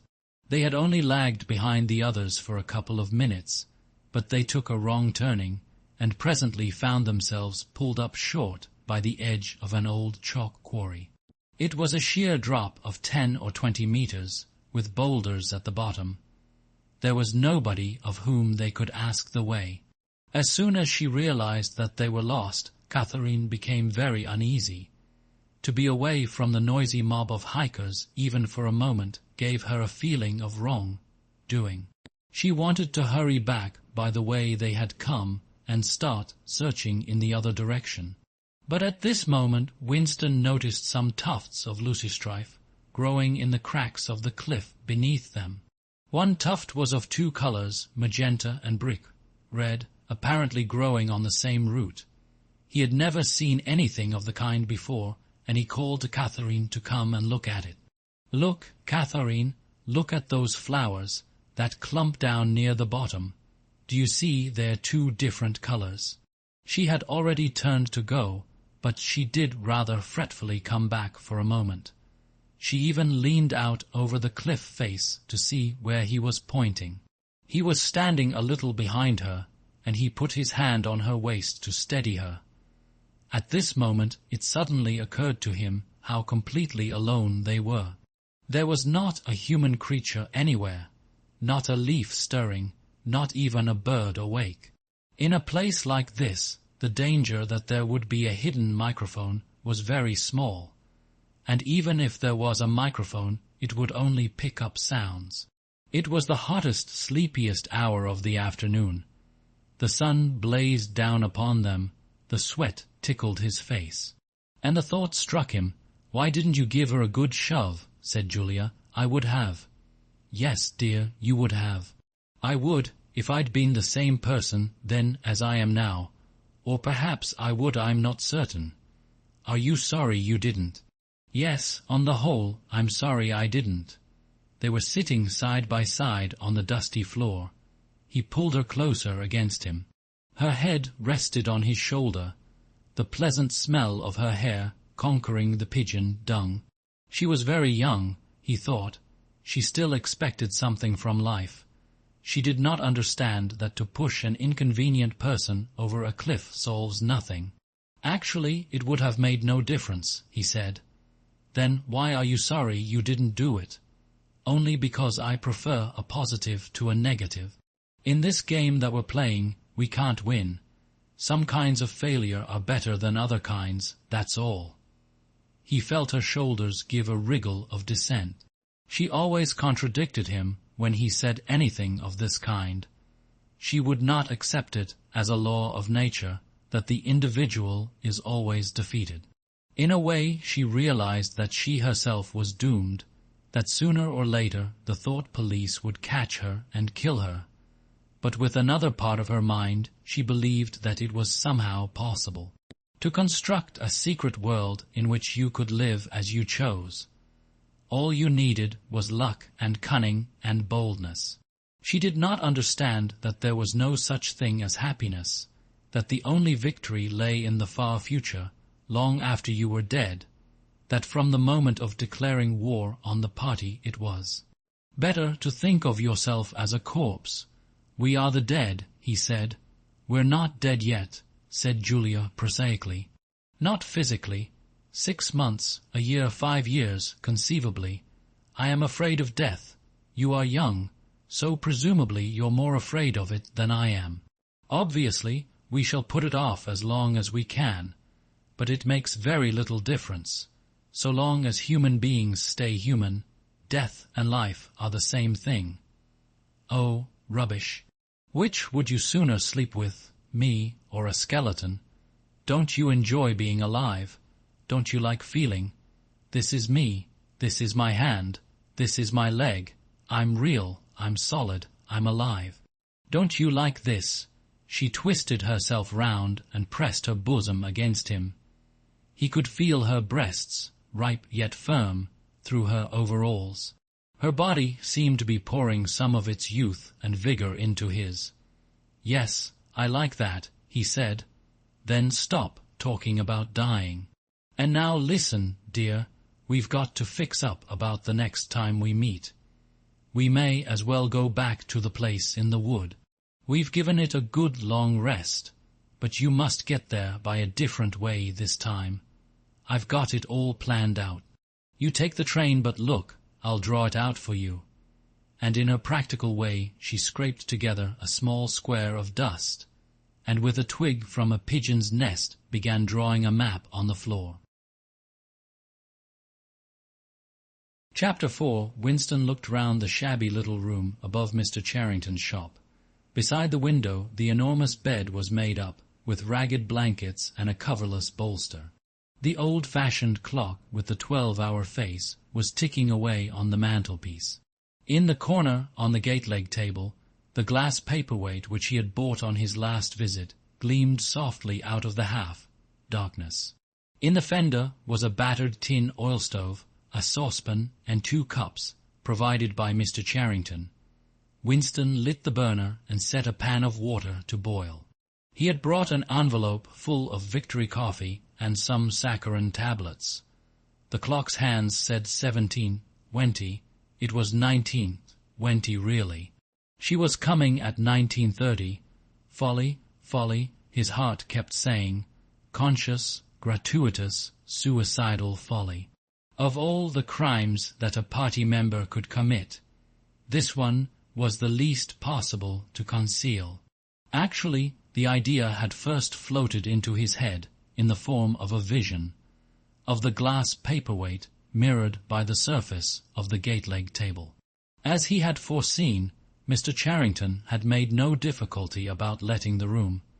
He was obviously glad of the few dollars that it would bring him. Nor did he seem shocked or become offensively knowing when it was made clear that Winston wanted the room for the purpose of a love affair. Instead, he looked into the middle distance and spoke in generalities, with so delicate an air as to give the impression that he had become partly invisible. Privacy, he said, was a very valuable thing. Everyone wanted a place where they could be alone occasionally. And when they had such a place, it was only common courtesy in anyone else who knew of it to keep his knowledge to himself. He even, seeming almost to fade out of existence as he did so, added that there were 2 entries to the house, one of them through the backyard, which gave on an alley. Under the window somebody was singing. Winston peeped out, secure in the protection of the muslin curtain. The June sun was still high in the sky, and in the sun-filled court below, a monstrous woman, solid as a Norman pillar, with brawny red forearms and a sacking apron strapped about her middle, was stumping to and fro between a washtub and a clothesline, pegging out a series of square white things which Winston recognized as baby's diapers. Whenever her mouth was not corked with clothes pegs, she was singing in a powerful contralto. It was only an opeless fancy. It passed like an April dye, but a look and a word and the dreams they stirred. They ave stolen my eart all, I. The tune had been haunting London for weeks past.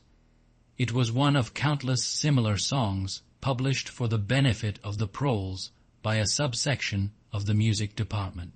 The words of these songs were composed without any human intervention, whatever, on an instrument known as a versificator. But the woman sang so tunefully as to turn the dreadful rubbish into an almost pleasant sound. He could hear the woman singing and the scrape of her shoes on the flagstones, and the cries of the children in the street, and somewhere in the far distance a faint roar of traffic, and yet the room seemed curiously silent, thanks to the absence of a telescreen. Folly, folly, folly, he thought again. It was inconceivable that they could frequent this place for more than a few weeks without being caught. But the temptation of having a hiding place that was truly their own, indoors and near at hand, had been too much for both of them. For some time after their visit to the church belfry, it had been impossible to arrange meetings. Working hours had been drastically increased in anticipation of Hate Week. It was more than a month distant, but the enormous, complex preparations that it entailed were throwing extra work onto everybody. Finally, both of them managed to secure a free afternoon on the same day. They had agreed to go back to the clearing in the wood. On the evening beforehand, they met briefly in the street. As usual, Winston hardly looked at Julia as they drifted towards one another in the crowd. But from the short glance he gave her, it seemed to him that she was paler than usual. "It's all off," she murmured as soon as she judged it safe to speak. "Tomorrow, I mean." "What, tomorrow afternoon?" "I can't come." "Why not?" "Oh, the usual reason. It's started early this time." For a moment he was violently angry. During the month that he had known her, the nature of his desire for her had changed. At the beginning, there had been little true sensuality in it. Their first love-making had been simply an act of the will. But after the second time it was different. The smell of her hair, the taste of her mouth, the feeling of her skin seemed to have got inside him, or into the air all round him. She had become a physical necessity, something that he not only wanted, but felt that he had a right to. When she said that she could not come, he had the feeling that she was cheating him. But just at this moment the crowd pressed them together, and their hands accidentally met. She gave the tips of his fingers a quick squeeze that seemed to invite not desire, but affection. It struck him that when one lived with a woman, this particular disappointment must be a normal, recurring event, and a deep tenderness, such as he had not felt for her before, suddenly took hold of him. He wished that they were a married couple of 10 years standing. He wished that he were walking through the streets with her, just as they were doing now, but openly and without fear, talking of trivialities and buying odds and ends for the household. He wished above all that they had some place where they could be alone together, without feeling the obligation to make love every time they met. It was not actually at that moment, but at some time on the following day, that the idea of renting Mr. Charrington's room had occurred to him. When he suggested it to Julia, she had agreed with unexpected readiness. Both of them knew that it was lunacy. It was as though they were intentionally stepping nearer to their graves. As he sat waiting on the edge of the bed, he thought again of the cellars of the Ministry of Love. It was curious how that predestined horror moved in and out of one's consciousness. There it lay, fixed in future times, preceding death as surely as 99 precedes 100. One could not avoid it, but one could perhaps postpone it. And yet instead, every now and again, by a conscious, willful act, one chose to shorten the interval before it happened. At this moment there was a quick step on the stairs. Julia burst into the room. She was carrying a tool, bag of coarse brown canvas, such as he had sometimes seen her carrying to and fro at the ministry.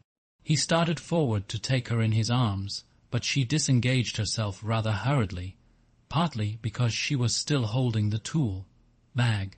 "Half a second," she said. "Just let me show you what I've brought. Did you bring some of that filthy Victory coffee? I thought you would. You can chuck it away again, because we shan't be needing it. Look here." She fell on her knees, threw open the bag, and tumbled out some spanners and a screwdriver that filled the top part of it. Underneath were a number of neat paper packets. The first packet that she passed to Winston had a strange and yet vaguely familiar feeling. It was filled with some kind of heavy, sand-like stuff which yielded wherever you touched it. "It isn't sugar," he said, "real sugar, not saccharine sugar.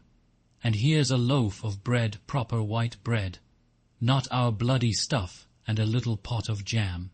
And here's a tin of milk, but look, this is the one I'm really proud of. I had to wrap a bit of sacking round it, because—" But she did not need to tell him why she had wrapped it up. The smell was already filling the room, a rich hot smell which seemed like an emanation from his early childhood, but which one did occasionally meet with even now, blowing down a passage, way before. A door slammed, or diffusing itself mysteriously in a crowded street, sniffed for an instant, and then lost again. "It's coffee," he murmured, "real coffee.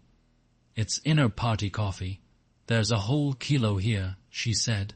"How did you manage to get hold of all these things? It's all inner-party stuff.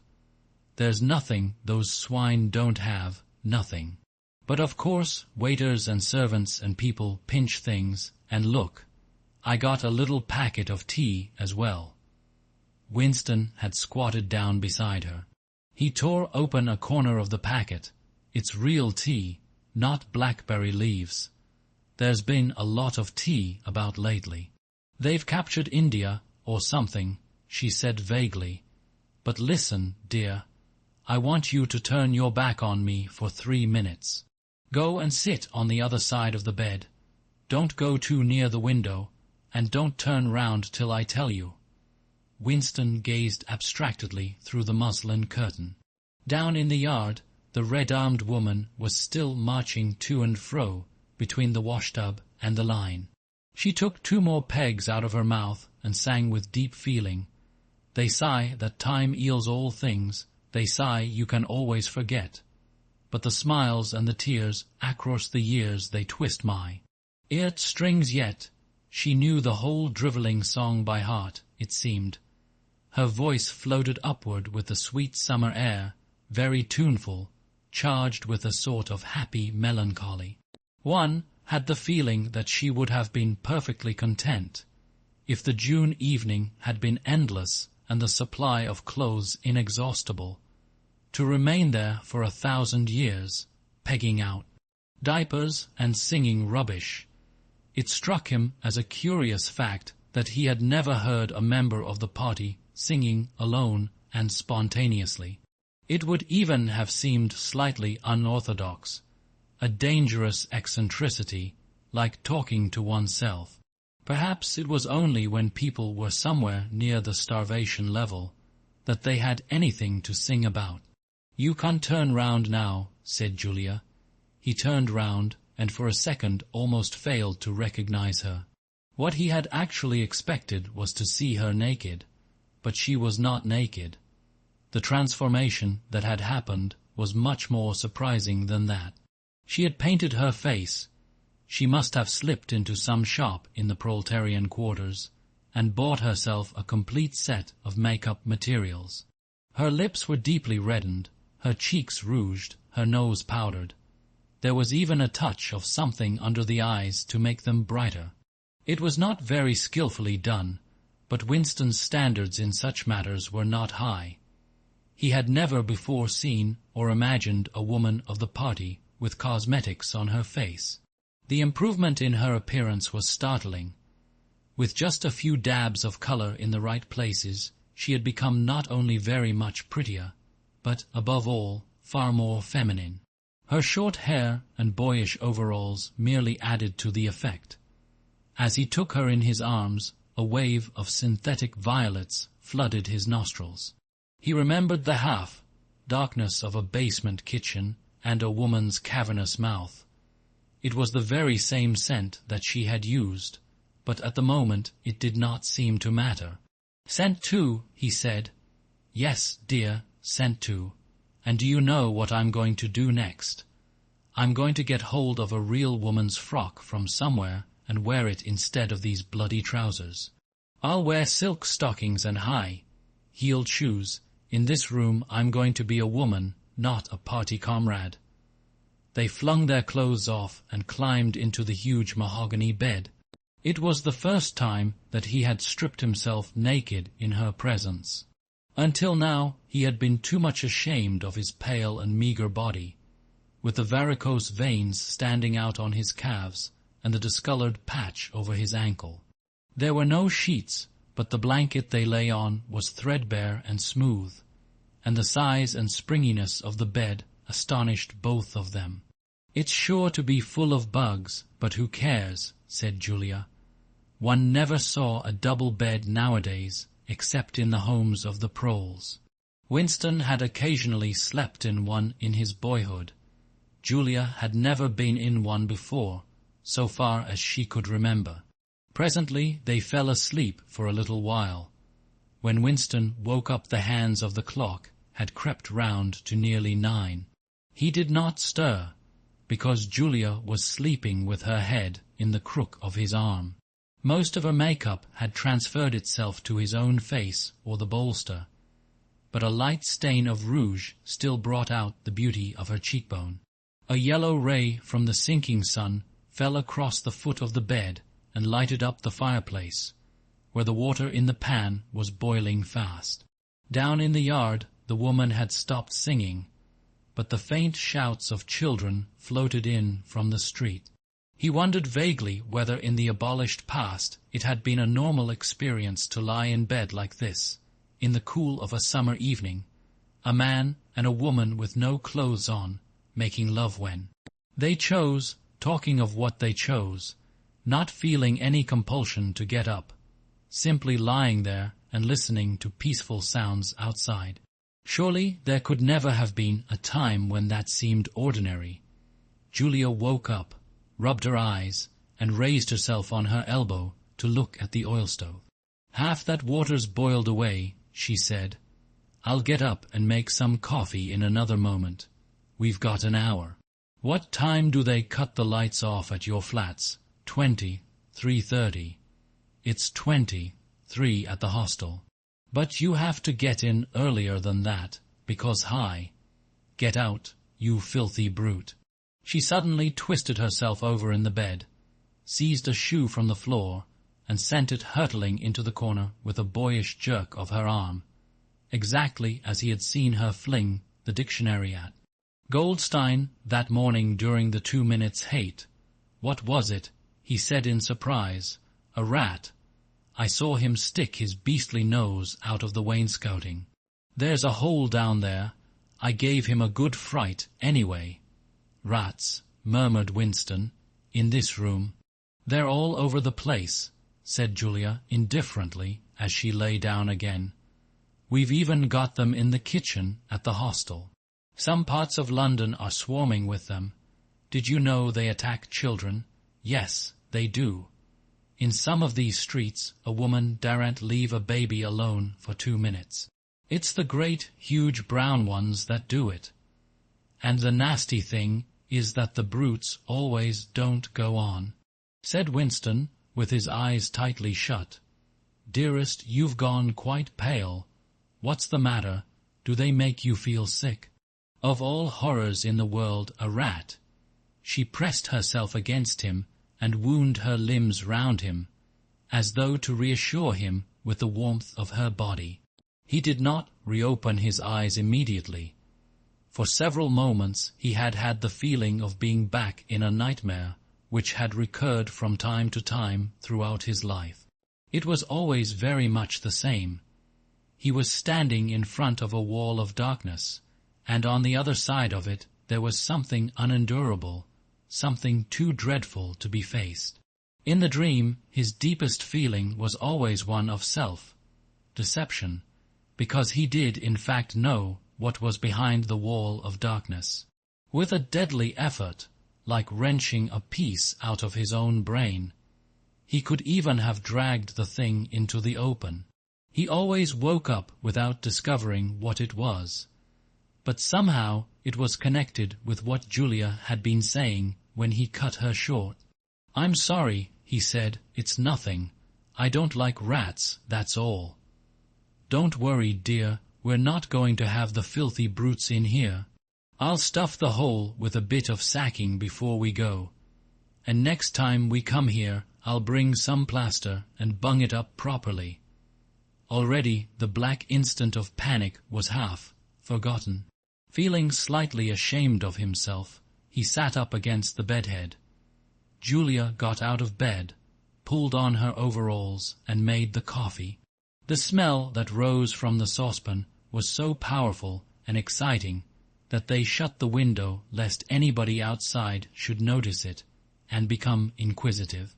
What was even better than the taste of the coffee was the silky texture given to it by the sugar, a thing Winston had almost forgotten after years of saccharin. With one hand in her pocket and a piece of bread and jam in the other, Julia wandered about the room, glancing indifferently at the bookcase, pointing out the best way of repairing the gate leg. Table, plumping herself down in the ragged arm chair to see if it was comfortable, and examining the absurd 12-hour clock with a sort of tolerant amusement. She brought the glass paperweight over to the bed to have a look at it in a better light.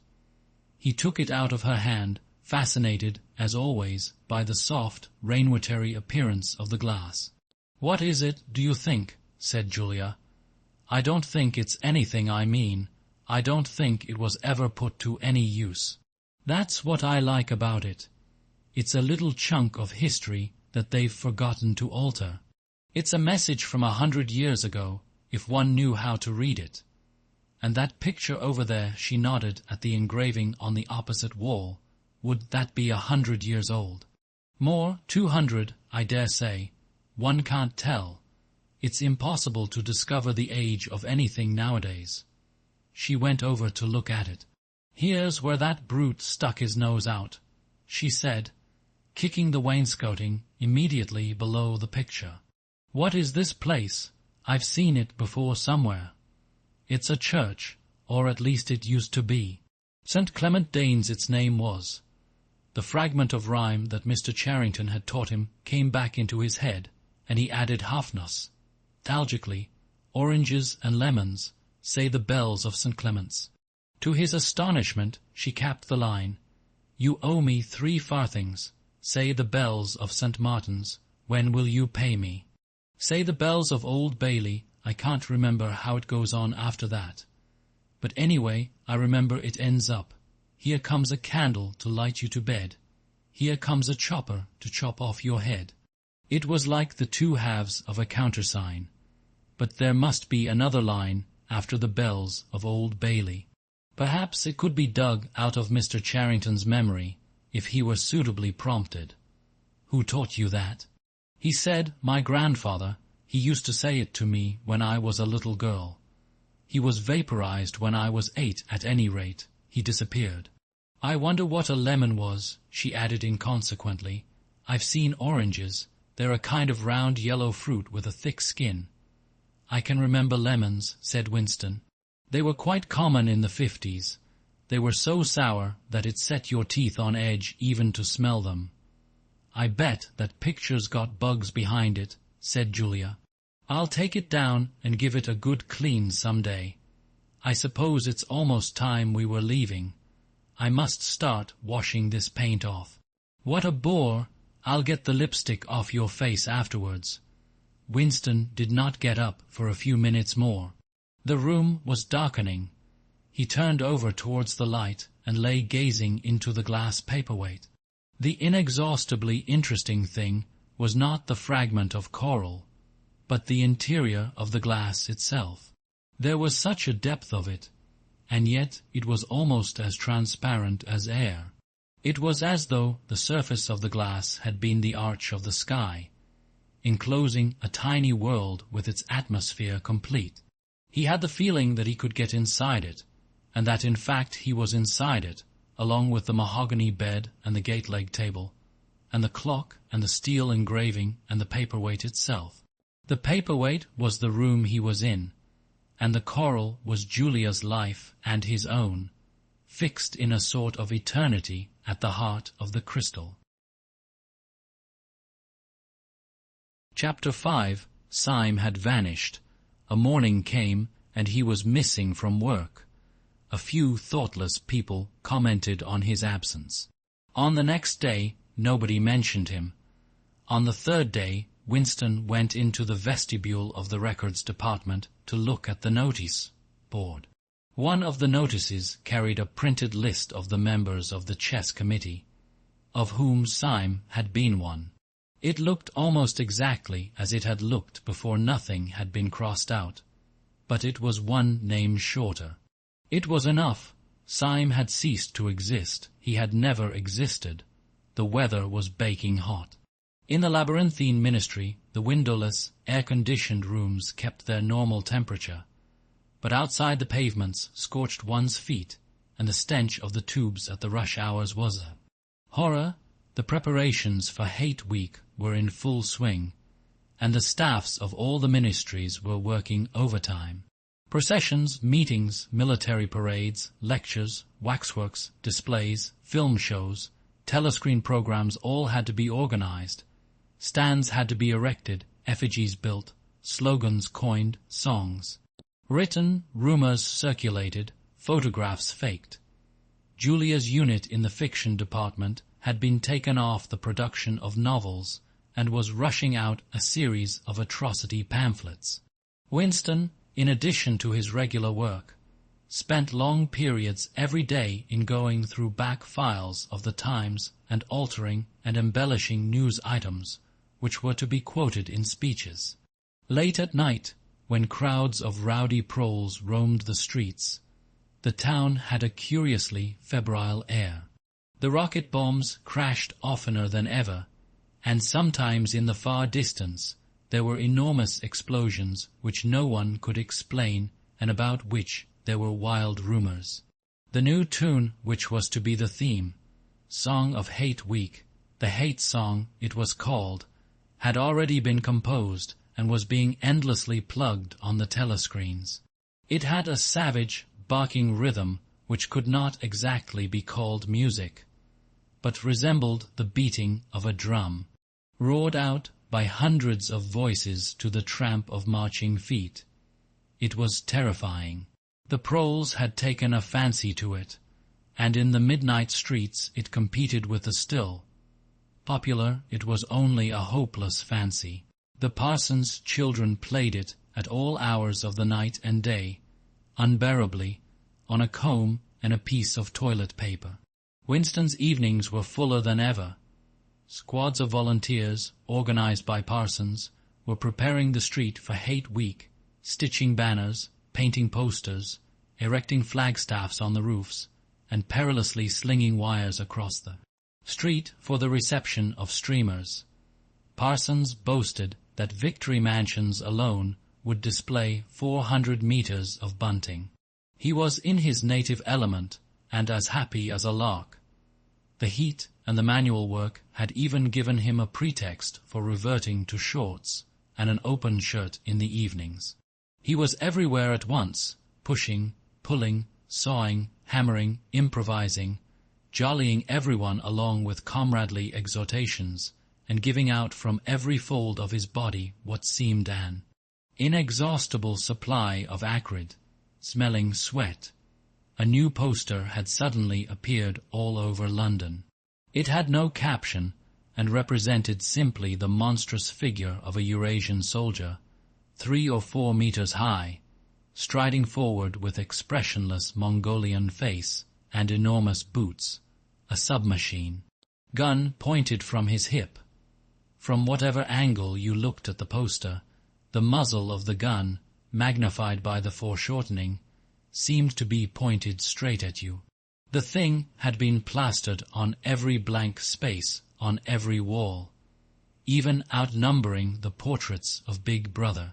The proles, normally apathetic about the war, were being lashed into one of their periodical frenzies of patriotism.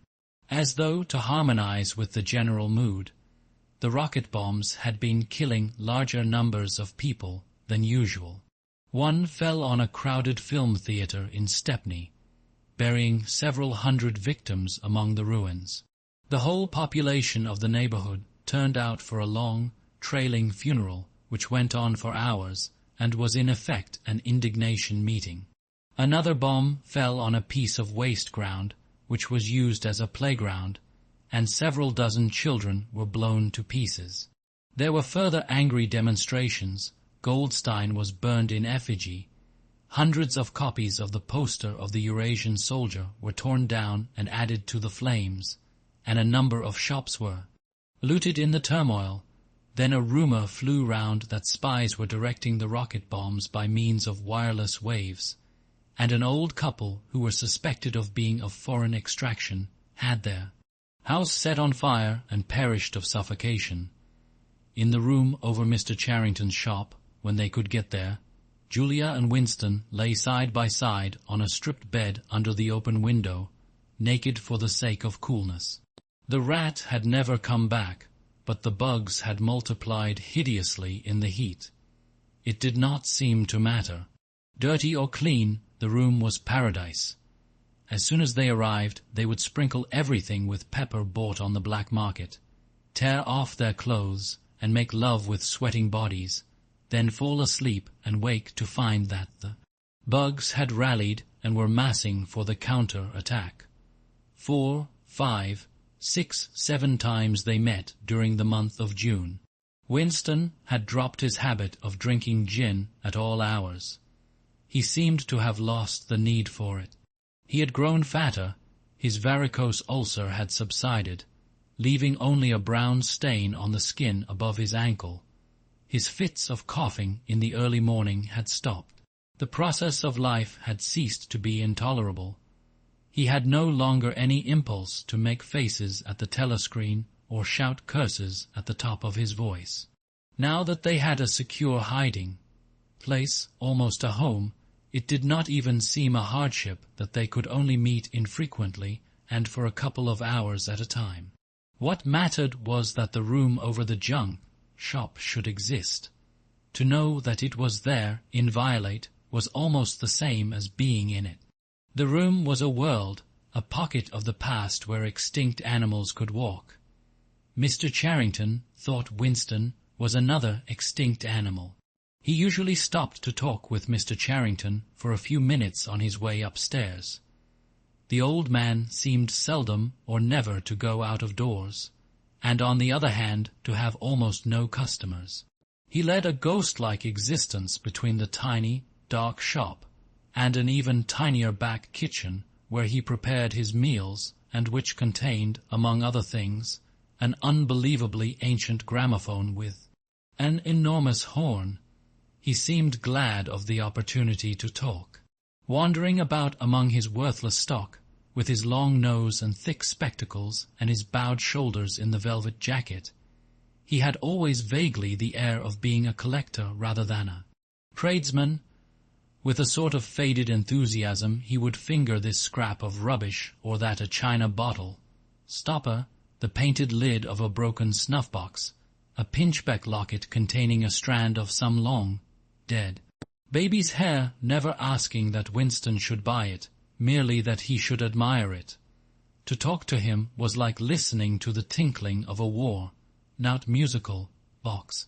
He had dragged out from the corners of his memory some more fragments of forgotten rhymes. There was one about 24 blackbirds, and another about a cow with a crumpled horn, and another about the death of poor Cock Robin. "It just occurred to me you might be interested," he would say with a deprecating little laugh whenever he produced a new fragment. But he could never recall more than a few lines of any one rhyme. Both of them knew in a way it was never out of their minds that what was now happening could not last long. There were times when the fact of impending death seemed as palpable as the bed they lay on, and they would cling together with a sort of despairing sensuality, like a damned soul grasping at his last morsel of pleasure when the clock is within 5 minutes of striking. But there were also times when they had the illusion not only of safety, but of permanence. So long as they were actually in this room, they both felt no harm could come to them. Getting there was difficult and dangerous, but the room itself was sanctuary. It was as when Winston had gazed into the heart of the paperweight, with the feeling that it would be possible to get inside that glassy world, and that once inside it time could be arrested. Often they gave themselves up to daydreams of escape.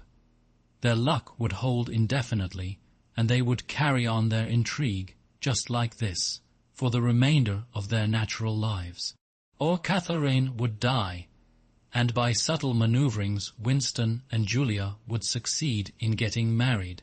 Or they would commit suicide together. Or they would disappear, alter themselves out of recognition, learn to speak with proletarian accents, get jobs in a factory, and live out their lives undetected in a back street. It was all nonsense, as they both knew. In reality, there was no escape. Even the one plan that was practicable, suicide, they had no intention of carrying out. To hang on from day to day and from week to week, spinning out a present that had no future, seemed an unconquerable instinct, just as one's lungs will always draw the next breath so long as there is air available. Sometimes, too, they talked of engaging in active rebellion against the party, but with no notion of how to take the first step. Even if the fabulous brotherhood was a reality, there still remained the difficulty of finding one's way into it. He told her of the strange intimacy that existed, or seemed to exist, between himself and O'Brien, and of the impulse he sometimes felt, simply to walk into O'Brien's presence, announce that he was the enemy of the party, and demand his help. Curiously enough, this did not strike her as an impossibly rash thing to do. She was used to judging people by their faces, and it seemed natural to her that Winston should believe O'Brien to be trustworthy on the strength of a single flash of the eyes. Moreover, she took it for granted that everyone, or nearly everyone, secretly hated the party and would break the rules if he thought it safe to do so.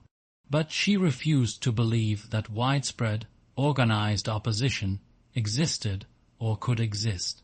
The tales about Goldstein and his underground army, she said, were simply a lot of rubbish which the party had invented for its own purposes, and which you had to pretend to believe in.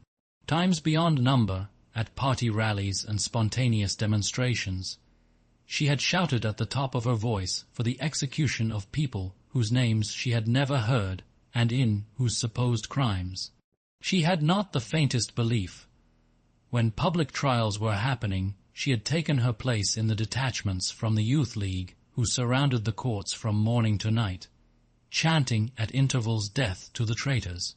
During the 2 minutes' hate, she always excelled all others in shouting insults at Goldstein. Yet she had only the dimmest idea of who Goldstein was and what doctrines he was supposed to represent. She had grown up since the Revolution, and was too young to remember the ideological battles of the 50s and 60s. Such a thing as an independent political movement was outside her imagination, and in any case the party was invincible. It would always exist, and it would always be the same. You could only rebel against it by secret disobedience, or at most, by isolated acts of violence, such as killing somebody or blowing something up. In some ways, she was far more acute than Winston, and far less susceptible to party propaganda. Once, when he happened in some connection to mention the war against Eurasia, she startled him by saying casually that in her opinion the war was not happening. The rocket bombs which fell daily on London were probably fired by the government of Oceania itself, just to keep people frightened. This was an idea that had literally never occurred to him. She also stirred a sort of envy in him by telling him that during the 2 minutes' hate, her great difficulty was to avoid bursting out laughing. But she only questioned the teachings of the party when they, in some way, touched upon her own life. Often she was ready to accept the official mythology, simply because the difference between truth and falsehood did not seem important to her. She believed, for instance, having learnt it at school, that the party had invented aeroplanes. In his own schooldays, Winston remembered, in the late 50s, it was only the helicopter that the party claimed to have invented. A dozen years later, when Julia was at school, it was already claiming the aeroplane. 1 generation more, and it would be claiming the steam engine. And when he told her that aeroplanes had been in existence before he was born and long before the Revolution, the fact struck her as totally uninteresting. After all, what did it matter who had invented aeroplanes? It was rather more of a shock to him when he discovered from some chance remark that she did not remember that Oceania, 4 years ago, had been at war with Eastasia and at peace with Eurasia. It was true that she regarded the whole war as a sham, but apparently she had not even noticed that the name of the enemy had changed. "I thought we'd always been at war with Eurasia," she said vaguely. It frightened him a little. The invention of aeroplanes dated from long before her birth, but the switchover in the war had happened only 4 years ago, well after she was grown up. He argued with her about it for perhaps a quarter of an hour. In the end he succeeded in forcing her memory back until she did dimly recall that at one time Eastasia and not Eurasia had been the enemy. But the issue still struck her as unimportant. "Who cares?" she said impatiently. "It's always one bloody war after another, and one knows the news is all lies anyway." Sometimes he talked to her of the records department and the impudent forgeries that he committed there. Such things did not appear to horrify her. She did not feel the abyss opening beneath her feet at the thought of lies becoming truths. He told her the story of Jones, Aronson, and Rutherford, and the momentous slip of paper which he had once held between his fingers. It did not make much impression on her. At first, indeed, she failed to grasp the point of the story. "Were they friends of yours?" she said. "No, I never knew them. They were inner party members. Besides, they were far older men than I was. They belonged to the old days before the Revolution. I barely knew them by sight." Then what was there to worry about? People are being killed off all the time, aren't they? He tried to make her understand. This was an exceptional case. It wasn't just a question of somebody being killed. Do you realize that the past, starting from yesterday, has been actually abolished? If it survives anywhere, it's in a few solid objects with no words attached to them, like that lump of glass there. Already we know almost literally nothing about the Revolution, and the years before the Revolution. Every record has been destroyed or falsified, every book has been rewritten, every picture has been repainted, every statue and street and building has been renamed, every date has been altered. And that process is continuing day by day and minute by minute. History has stopped. Nothing exists except an endless present in which the party is always right. I know, of course, that the past is falsified, but it would never be possible for me to prove it, even when I did the falsification myself. After the thing is done, no evidence ever remains. The only evidence is inside my own mind, and I don't know with any certainty that any other human being shares my memories. Just in that one instance in my whole life, I did possess actual concrete evidence after the event years after it. And what good was that? It was no good, because I threw it away a few minutes later. But if the same thing happened today, I should keep it. Well, I wouldn't. Said Julia, "I'm quite ready to take risks, but only for something worthwhile, not for bits of old newspaper." What could you have done with it even if you had kept it? Not much, perhaps, but it was evidence. It might have planted a few doubts here and there, supposing that I dared to show it to anybody. I don't imagine that we can alter anything in our own lifetime. But one can imagine little knots of resistance springing up here and there, small groups of people banding themselves together, and gradually growing, and even leaving a few records behind, so that the next generations can carry on where we leave off.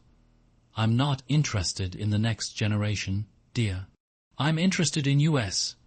You're only a rebel from the waist downwards, he told her. She thought this brilliantly witty and flung her arms round him in delight.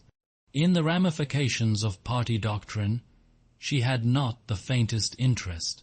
Whenever he began to talk of the principles of Ingsoc, doublethink, the mutability of the past, and the denial of objective reality, and to use Newspeak words, she became bored and confused and said that she never paid any attention to that kind of thing. One knew that it was all rubbish, so why let oneself be worried by it?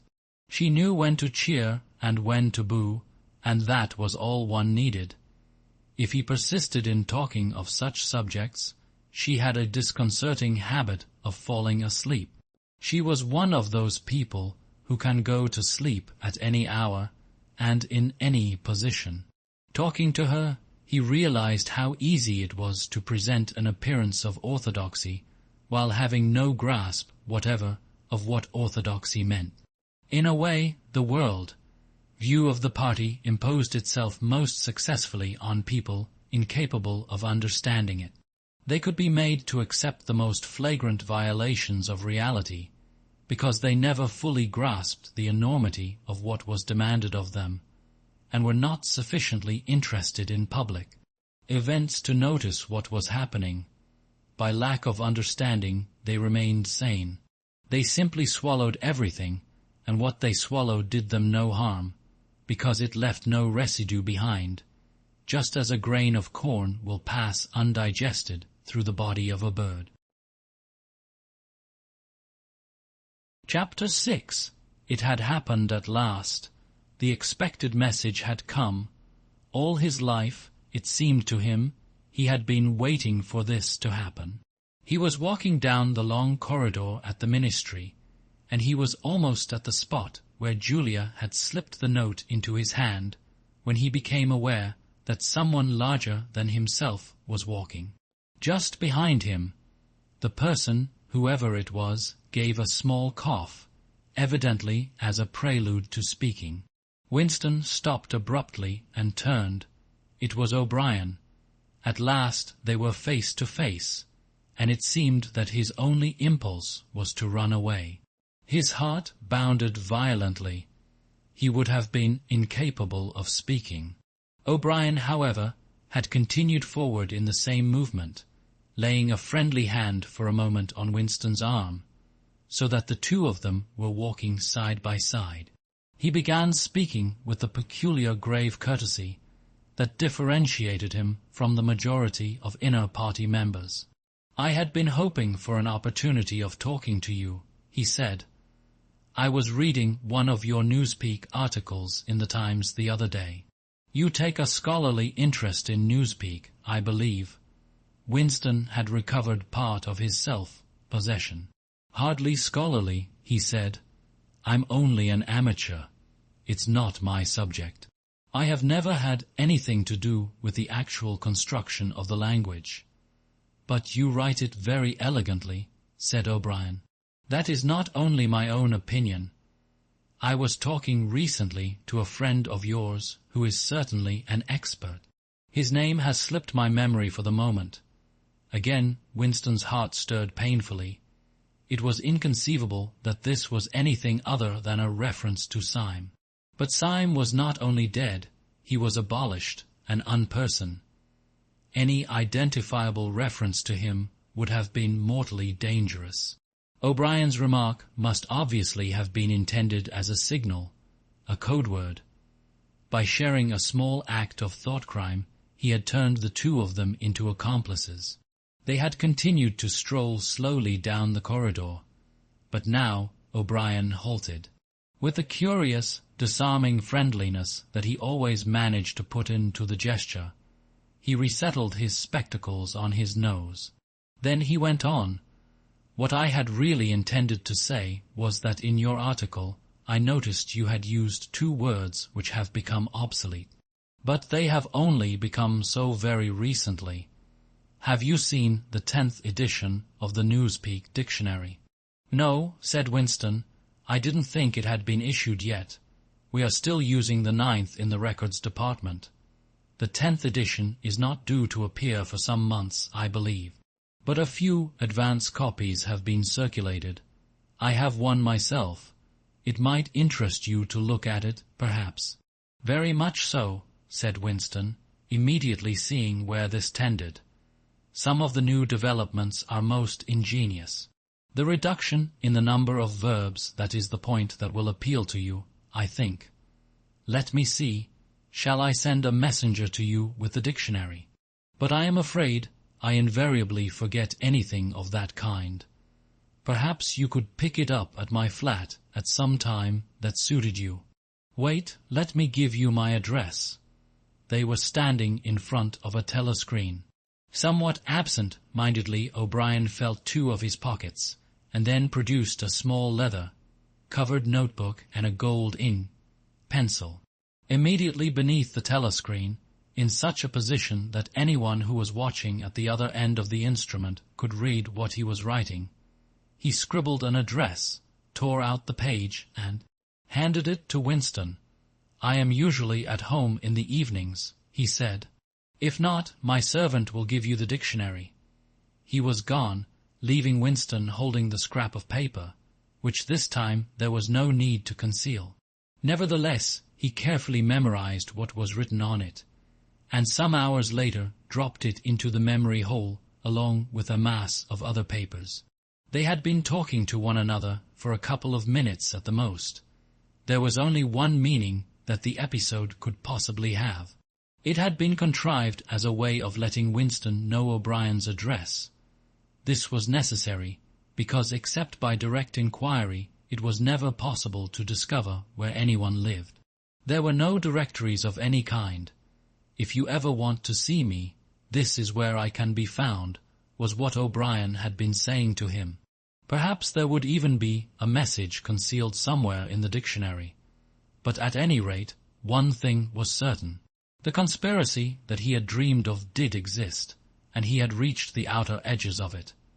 He knew that sooner or later he would obey O'Brien's summons. Perhaps tomorrow, perhaps after a long delay, he was not certain. What was happening was only the working out of a process that had started years ago. The first step had been a secret, involuntary thought. The second had been the opening of the diary. He had moved from thoughts to words, and now from words to actions. The last step was something that would happen in the ministry of love. He had accepted it. The end was contained in the beginning, but it was frightening, or, more exactly, it was like a foretaste of death, like being a little less alive.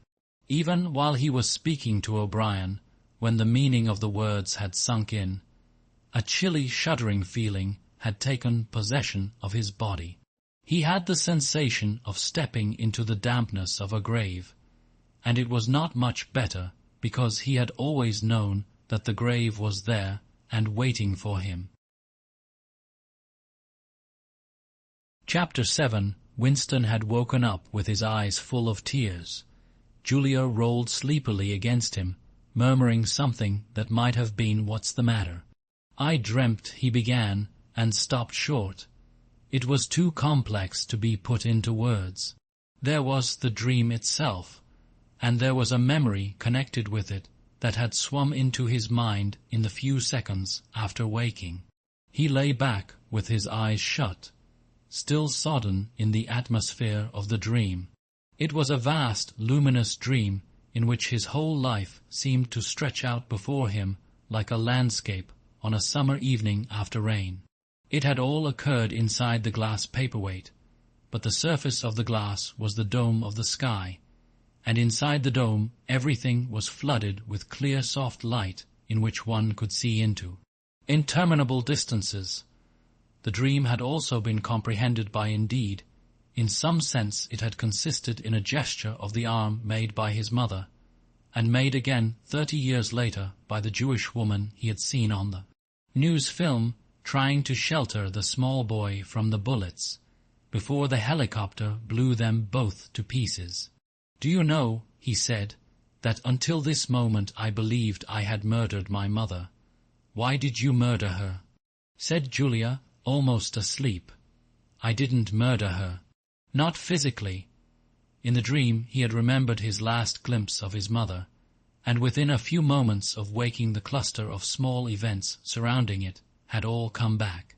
It was a memory that he must have deliberately pushed out of his consciousness over many years. He was not certain of the date, but he could not have been less than 10 years old, possibly 12, when it had happened. His father had disappeared some time earlier. How much earlier he could not remember. He remembered better the rackety, uneasy circumstances of the time, the periodical panics about air raids and the sheltering in tube stations, the piles of rubble everywhere, the unintelligible proclamations posted at street corners, the gangs of youths in shirts all the same color, the enormous queues outside the bakeries, the intermittent machine gunfire in the distance above all, the fact that there was never enough to eat. He remembered long afternoons spent with other boys in scrounging round dustbins and rubbish heaps, picking out the ribs of cabbage leaves, potato peelings, sometimes even scraps of stale bread crust, from which they carefully scraped away the cinders, and also in waiting for the passing of trucks which travelled over a certain route and were known to carry cattle feed, and which, when they jolted over the bad patches in the road, sometimes spilt a few fragments of oil, cake. When his father disappeared, His mother did not show any surprise or any violent grief, but a sudden change came over her. She seemed to have become completely spiritless. It was evident even to Winston that she was waiting for something that she knew must happen. She did everything that was needed: cooked, washed, mended, made the bed, swept the floor, dusted the mantelpiece, always very slowly and with a curious lack of superfluous motion, like an artist's. Lay, figure moving of its own accord. Her large, shapely body seemed to relapse naturally into stillness. For hours at a time she would sit almost immobile on the bed, nursing his young sister, a tiny, ailing, very silent child of 2 or 3, with a face made simian by thinness. Very occasionally she would take Winston in her arms and press him against her for a long time without saying anything. He was aware, in spite of his youthfulness and selfishness, that this was somehow connected with the never-mentioned thing that was about to happen. He remembered the room where they lived, a dark, close, smelling room that seemed half filled by a bed with a white counterpane. There was a gas ring in the fender and a shelf where food was kept, and on the landing outside there was a brown earthenware sink, common to several rooms. He remembered his mother's statuesque body, bending over the gas ring to stir at something in a saucepan. Above all, he remembered his continuous hunger, and the fierce, sordid battles at mealtimes. He would ask his mother naggingly, over and over again, why there was not more food. He would shout and storm at her. He even remembered the tones of his voice, which was beginning to break, prematurely, and sometimes boomed in a peculiar way, or he would attempt a snivelling note of pathos in his efforts to get more than his share.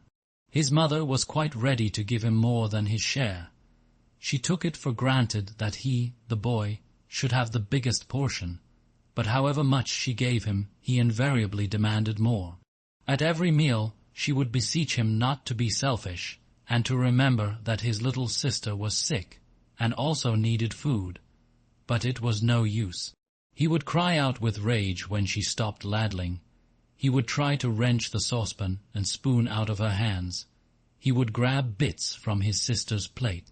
He knew that he was starving the other two, but he could not help it. He even felt that he had a right to do it. The clamorous hunger in his belly seemed to justify him. Between meals, if his mother did not stand guard, he was constantly pilfering at the wretched store of food on the shelf. One day a chocolate ration was issued. There had been no such issue for weeks or months past. He remembered quite clearly that precious little morsel of chocolate. It was a 2-ounce slab. They still talked about ounces in those days, between the 3 of them. It was obvious that it ought to be divided into 3 equal parts. Suddenly, as though he were listening to somebody else, Winston heard himself demanding in a loud, booming voice that he should be given the whole piece. His mother told him not to be greedy. There was a long, nagging argument that went round and round, with shouts, whines, tears, remonstrances, bargainings. His tiny sister, clinging to her mother with both hands, exactly like a baby monkey, sat looking over her shoulder at him with large, mournful eyes. In the end his mother broke off 3/4 of the chocolate and gave it to Winston, giving the other quarter to his sister. The little girl took hold of it and looked at it dully, perhaps not knowing what it was. Winston stood watching her for a moment. Then, with a sudden, swift spring, he had snatched the piece of chocolate out of his sister's hand, and was fleeing for the door. "Winston, Winston," his mother called after him, "come back, give your sister back her chocolate." He stopped, but did not come back. His mother's anxious eyes were fixed on his face. Even now he was thinking about the thing. He did not know what it was that was on the point of happening. His sister, conscious of having been robbed of something, had set up a feeble wail. His mother drew her arm round the child and pressed its face against her breast. Something in the gesture told him that his sister was dying. He turned and fled down the stairs, with the chocolate growing sticky in his hand. He never saw his mother again. After he had devoured the chocolate, he felt somewhat ashamed of himself and hung about in the streets for several hours, until hunger drove him home. When he came back, his mother had disappeared. This was already becoming normal at that time. Nothing was gone from the room except his mother and his sister. They had not taken any clothes, not even his mother's overcoat. To this day, he did not know with any certainty that his mother was dead. It was perfectly possible that she had merely been sent to a forced labor camp. As for his sister, she might have been removed, like Winston himself, to one of the colonies for homeless children, reclamation centers, they were called, which had grown up as a result of the Civil War, or she might have been sent to the labor camp along with his mother, or simply left somewhere or other to die. The dream was still vivid in his mind, especially the enveloping, protecting gesture of the arm, in which its whole meaning seemed to be contained. His mind went back to another dream of 2 months ago. Exactly as his mother had sat on the dingy white-quilted bed, with the child clinging to her, so she had sat in the sunken ship, far underneath him and drowning deeper every minute, but still. Looking up at him through the darkening water, he told Julia the story of his mother's disappearance. Without opening her eyes, she rolled over and settled herself into a more comfortable position. "I expect you were a beastly little swine in those days," she said indistinctly. "All children are swine." Yes, but the real point of the story from her breathing, it was evident that she was going off to sleep again. He would have liked to continue talking about his mother. He did not suppose, from what he could remember of her, that she had been an unusual woman, still less an intelligent one. And yet she had possessed a kind of nobility, a kind of purity, simply because the standards that she obeyed were private ones. Her feelings were her own, and could not be altered from outside. It would not have occurred to her that an action which is ineffectual thereby becomes meaningless. If you loved someone, you loved him, and when you had nothing else to give, you still gave him love. When the last of the chocolate was gone, his mother had clasped the child in her arms. It was no use, it changed nothing, it did not produce more chocolate, it did not avert the child's death or her own, but it seemed natural to her to do it. The refugee woman in the boat had also covered the little boy with her arm, which was no more use against the bullets than a sheet of paper. The terrible thing that the party had done was to persuade you that mere impulses, mere feelings, were of no account, while at the same time robbing you of all power over the material world. When once you were in the grip of the party, what you felt or did not feel, what you did or refrained from doing, made literally no difference. Whatever happened, you vanished, and neither you nor your actions were ever heard of again. You were lifted clean out of the stream of history. And yet to the people of only 2 generations ago, this would not have seemed all important, because they were not attempting to alter history. They were governed by private loyalties which they did not question. What mattered were individual relationships and a completely helpless gesture, an embrace, a tear, a word spoken to a dying man, could have value in itself. The proles, it suddenly occurred to him, had remained in this condition. They were not loyal to a party or a country or an idea. They were loyal to one another. For the first time in his life, he did not despise the proles or think of them merely as an inert force, which would one day spring to life and regenerate the world. The proles had stayed human. They had not become hardened inside. They had held on to the primitive emotions which he himself had to relearn by conscious effort.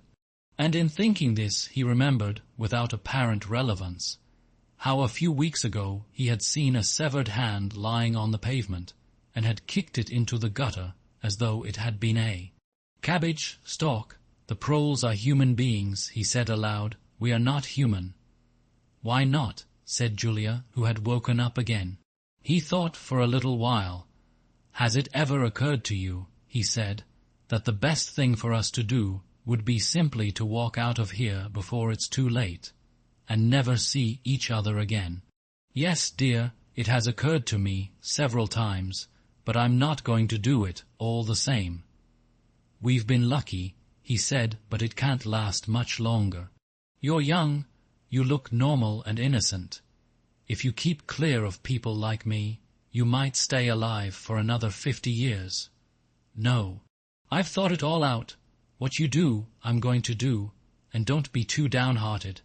I'm rather good at staying alive. We may be together for another 6 months a year, there's no knowing. At the end, we're certain to be apart. Do you realize how utterly alone we shall be?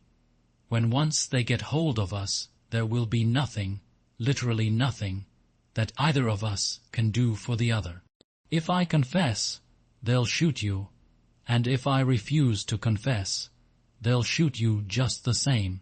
Nothing that I can do or say, or stop myself from saying, will put off your death for as much as 5 minutes.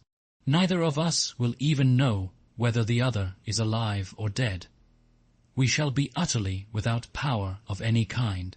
The one thing that matters is that we shouldn't betray one another, although even that can't make the slightest difference." "If you mean confessing," she said, "we shall do that, right enough. Everybody always confesses. You can't help it. They torture you. I don't mean confessing. Confession is not betrayal. What you say or do doesn't matter. Only feelings matter. If they could make me stop loving you, that would be the real betrayal." She thought it over. "They can't do that," she said finally. "It's the one thing they can't do. They can make you say anything, but they can't make you believe it. They can't get inside you." "No," he said a little more hopefully, "no, that's quite true. They can't get inside you. If you can feel that staying human is worthwhile, even when it can't have any result whatever, you've beaten them." He thought of the telescreen with its sleeping ear. They could spy upon you night and day, but if you kept your head, you could still outwit them. With all their cleverness, they had never mastered the secret of finding out what another human being was thinking. Perhaps that was less true when you were actually in their hands. One did not know what happened inside the Ministry of Love, but it was possible to guess. Tortures, drugs, delicate instruments that registered your nervous reactions, gradual wearing down by, sleeplessness and solitude and persistent questioning. Facts, at any rate, could not be kept hidden. They could be tracked down by inquiry, they could be squeezed out of you by torture. But if the object was not to stay alive, but to stay human, what difference did it ultimately make? They could not alter your feelings. For that matter, you could not alter them yourself, even if you wanted to. They could lay bare in the utmost detail everything that you had done or said or thought. But the inner heart, whose workings were mysterious even to yourself, remained impregnable. Chapter 8. They had done it. They had done it at last. The room they were standing in was long, shaped, and softly lit. The telescreen was dimmed to a low murmur. The richness of the dark, blue carpet gave one the impression of treading on velvet. At the far end of the room, O'Brien was sitting at a table under a green-shaded lamp, with a mass of papers on either side of him. He had not bothered to look up when the servant showed Julia and Winston in.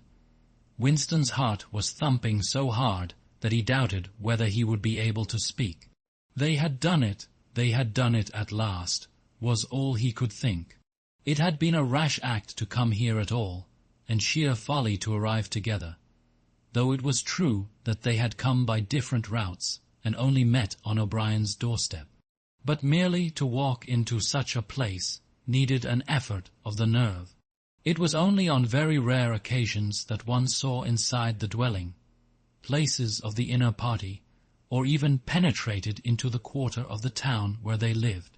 The whole atmosphere of the huge block of flats, the richness and spaciousness of everything, the unfamiliar smells of good food and good tobacco, the silent and incredibly rapid lifts sliding up and down, the white, jacketed servants hurrying to and fro, everything was intimidating.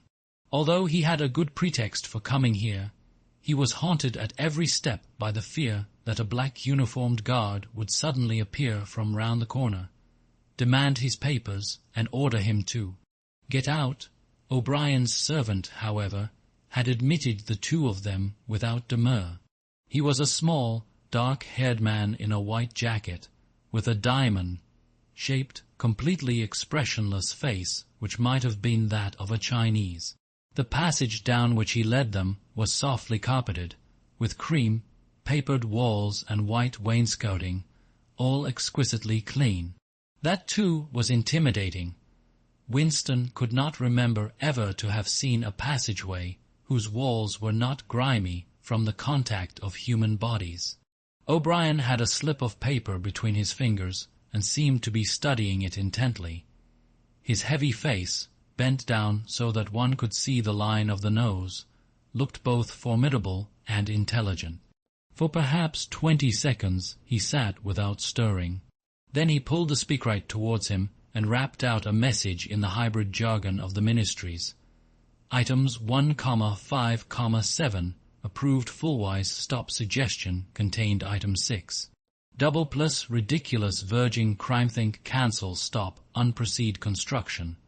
Wise anti-getting plus full estimates machinery overheads stop end message.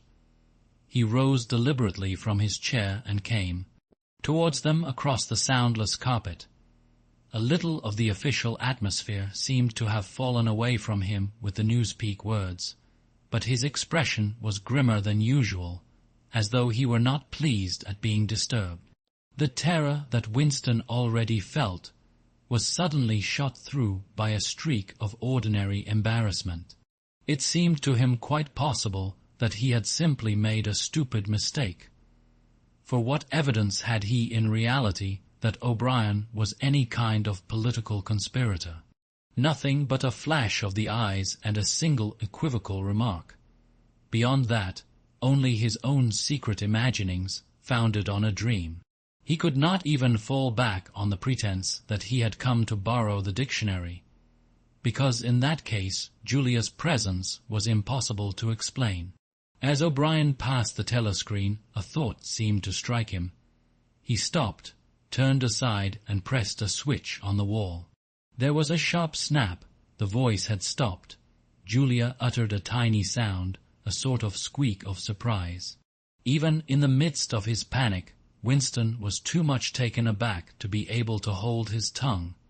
"You can turn it off," he said. "Yes," said O'Brien, "we can turn it off. We have that privilege." He was opposite them now. His solid form towered over the pair of them, and the expression on his face was still indecipherable. He was waiting, somewhat sternly, for Winston to speak, but about what? Even now it was quite conceivable that he was simply a busy man wondering irritably why he had been interrupted. Nobody spoke. After the stopping of the telescreen, the room seemed deadly silent. The seconds marched past, enormous. With difficulty, Winston continued to keep his eyes fixed on O'Brien's. Then, suddenly, the grim face broke down into what might have been the beginnings of a smile. With his characteristic gesture, O'Brien resettled his spectacles on his nose. "Shall I say it, or will you?" He said. "I will say it," said Winston promptly. "That thing is really turned off. Yes, everything is turned off. We are alone."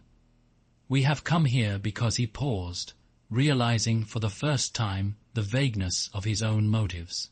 Since he did not in fact know what kind of help he expected from O'Brien, it was not easy to say why he had come here. He went on, conscious that what he was saying must sound both feeble and pretentious. We believe that there is some kind of conspiracy, some kind of secret organization working against the party, and that you are involved in it. We want to join it and work for it. We are enemies of the party. We disbelieve in the principles of Ingsoc. We are thought criminals. We are also adulterers. I tell you this because we want to put ourselves at your mercy. If you want us to incriminate ourselves in any other way, we are ready." He stopped and glanced over his shoulder with the feeling that the door had opened. Sure enough, the little yellow-faced servant had come in without knocking. Winston saw that he was carrying a tray with a decanter and glasses. "Martin is one of us," said O'Brien impassively. "Bring the drinks over here, Martin. Put them on the round table. Have we enough chairs? Then we may as well sit down and talk in comfort. Bring a chair for yourself, Martin. This is business. You can stop being a servant for the next 10 minutes. The little man sat down, quite at his ease, and yet still with a servant-like air, the air of a valet enjoying a privilege. Winston regarded him out of the corner of his eye. It struck him that the man's whole life was playing a part, and that he felt it to be dangerous to drop his assumed personality even for a moment. O'Brien took the decanter by the neck and filled up the glasses with a dark red liquid. It aroused in Winston dim memories of something seen long ago on a wall or a hoarding, a vast bottle composed of electric lights, which seemed to move up and down and pour its contents into a glass. Seen from the top, the stuff looked almost black, but in the decanter it gleamed like a ruby. It had a sour, sweet smell. He saw Julia pick up her glass and sniff at it with frank curiosity. "It is called wine," said O'Brien with a faint smile. "You will have read about it in books, no doubt. Not much of it gets to the outer party, I am afraid." His face grew solemn again, and he raised his glass. "I think it is fitting that we should begin by drinking a health. To our leader, to Emmanuel Goldstein." Winston took up his glass with a certain eagerness. Wine was a thing he had read and dreamed about. Like the glass paperweight or Mr. Charrington's half-remembered rhymes, it belonged to the vanished, romantic past, the olden time, as he liked to call it in his secret thoughts. For some reason, he had always thought of wine as having an intensely sweet taste, like that of blackberry jam, and an immediate intoxicating effect. Actually, when he came to swallow it, the stuff was distinctly disappointing. The truth was that after years of gin drinking, he could barely taste it. He set down the empty glass. "Then there is such a person as Goldstein," he said. "Yes, there is such a person, and he is alive. Where, I do not know. And the conspiracy, the organization, is it real? It is not simply an invention of the thought police. No, it is real. The Brotherhood, we call it. You will never learn much more about the Brotherhood than that it exists, and that you belong to it. I will come back to that presently." He looked at his wrist watch. It is unwise even for members of the inner party to turn off the telescreen for more than half an hour. "You ought not to have come here together, and you will have to leave separately. You, and he bowed his head to Julia, will leave first. We have about 20 minutes at our disposal. You will understand that I must start by asking you certain questions. In general terms, what are you prepared to do?" "Anything that we are capable of," said Winston.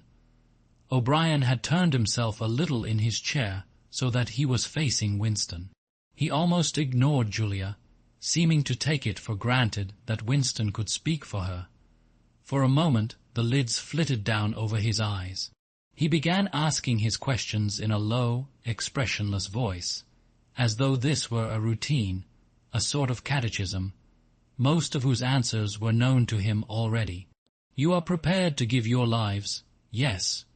"You are prepared to commit murder?" "Yes."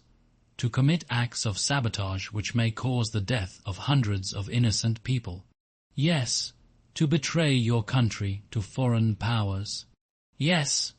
You are prepared to cheat, to forge, to blackmail, to corrupt the minds of children, to distribute habit, forming drugs, to encourage prostitution, to disseminate venereal diseases, to do anything which is likely to cause demoralization and weaken the power of the party. Yes, if, for example, it would somehow serve our interests to throw sulfuric acid in a child's face, are you prepared to do that? Yes. You are prepared to lose your identity and live out the rest of your life as a waiter or a dock worker. Yes. You are prepared to commit suicide if and when we order you to do so. Yes.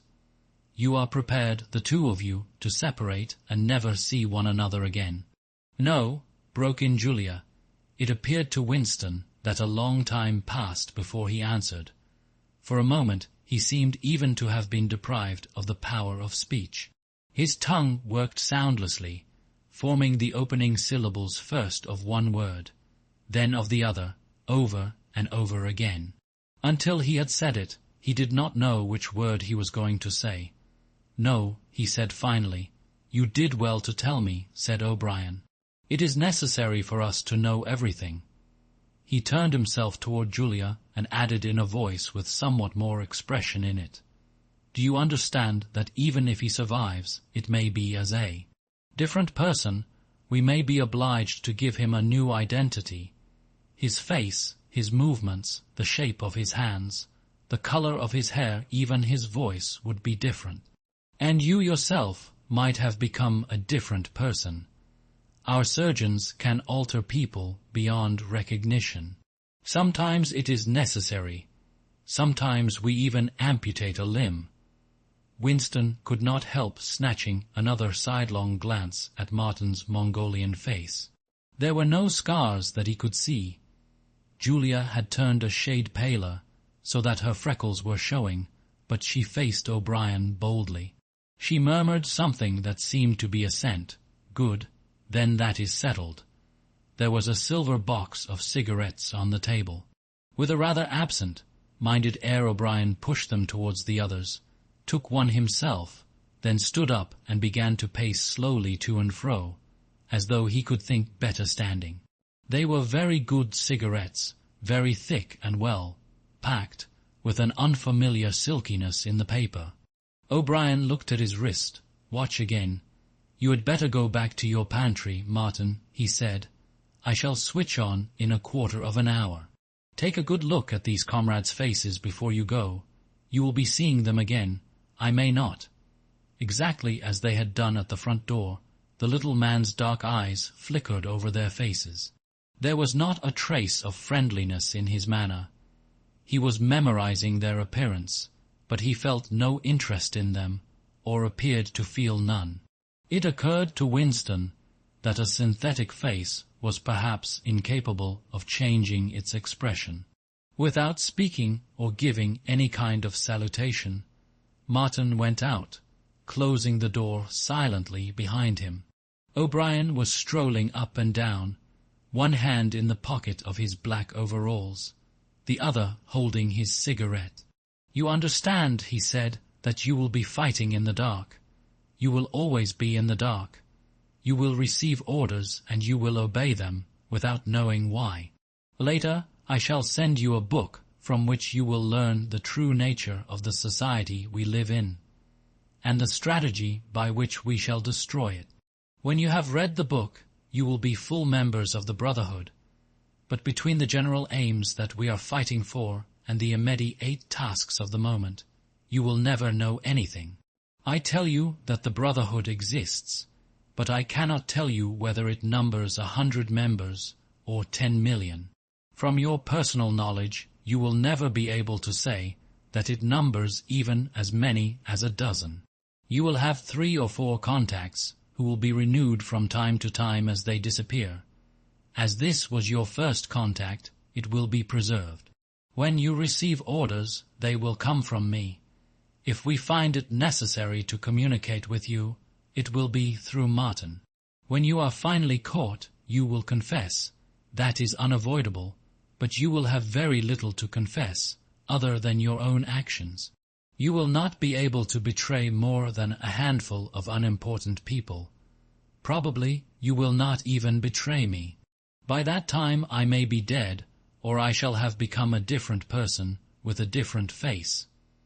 He continued to move to and fro over the soft carpet. In spite of the bulkiness of his body, there was a remarkable grace in his movements. It came out even in the gesture with which he thrust a hand into his pocket, or manipulated a cigarette. More even than of strength, he gave an impression of confidence and of an understanding tinged by irony. However much in earnest he might be, he had nothing of the single-mindedness that belongs to a fanatic. When he spoke of murder, suicide, venereal disease, amputated limbs, and altered faces, it was with a faint air of persiflage.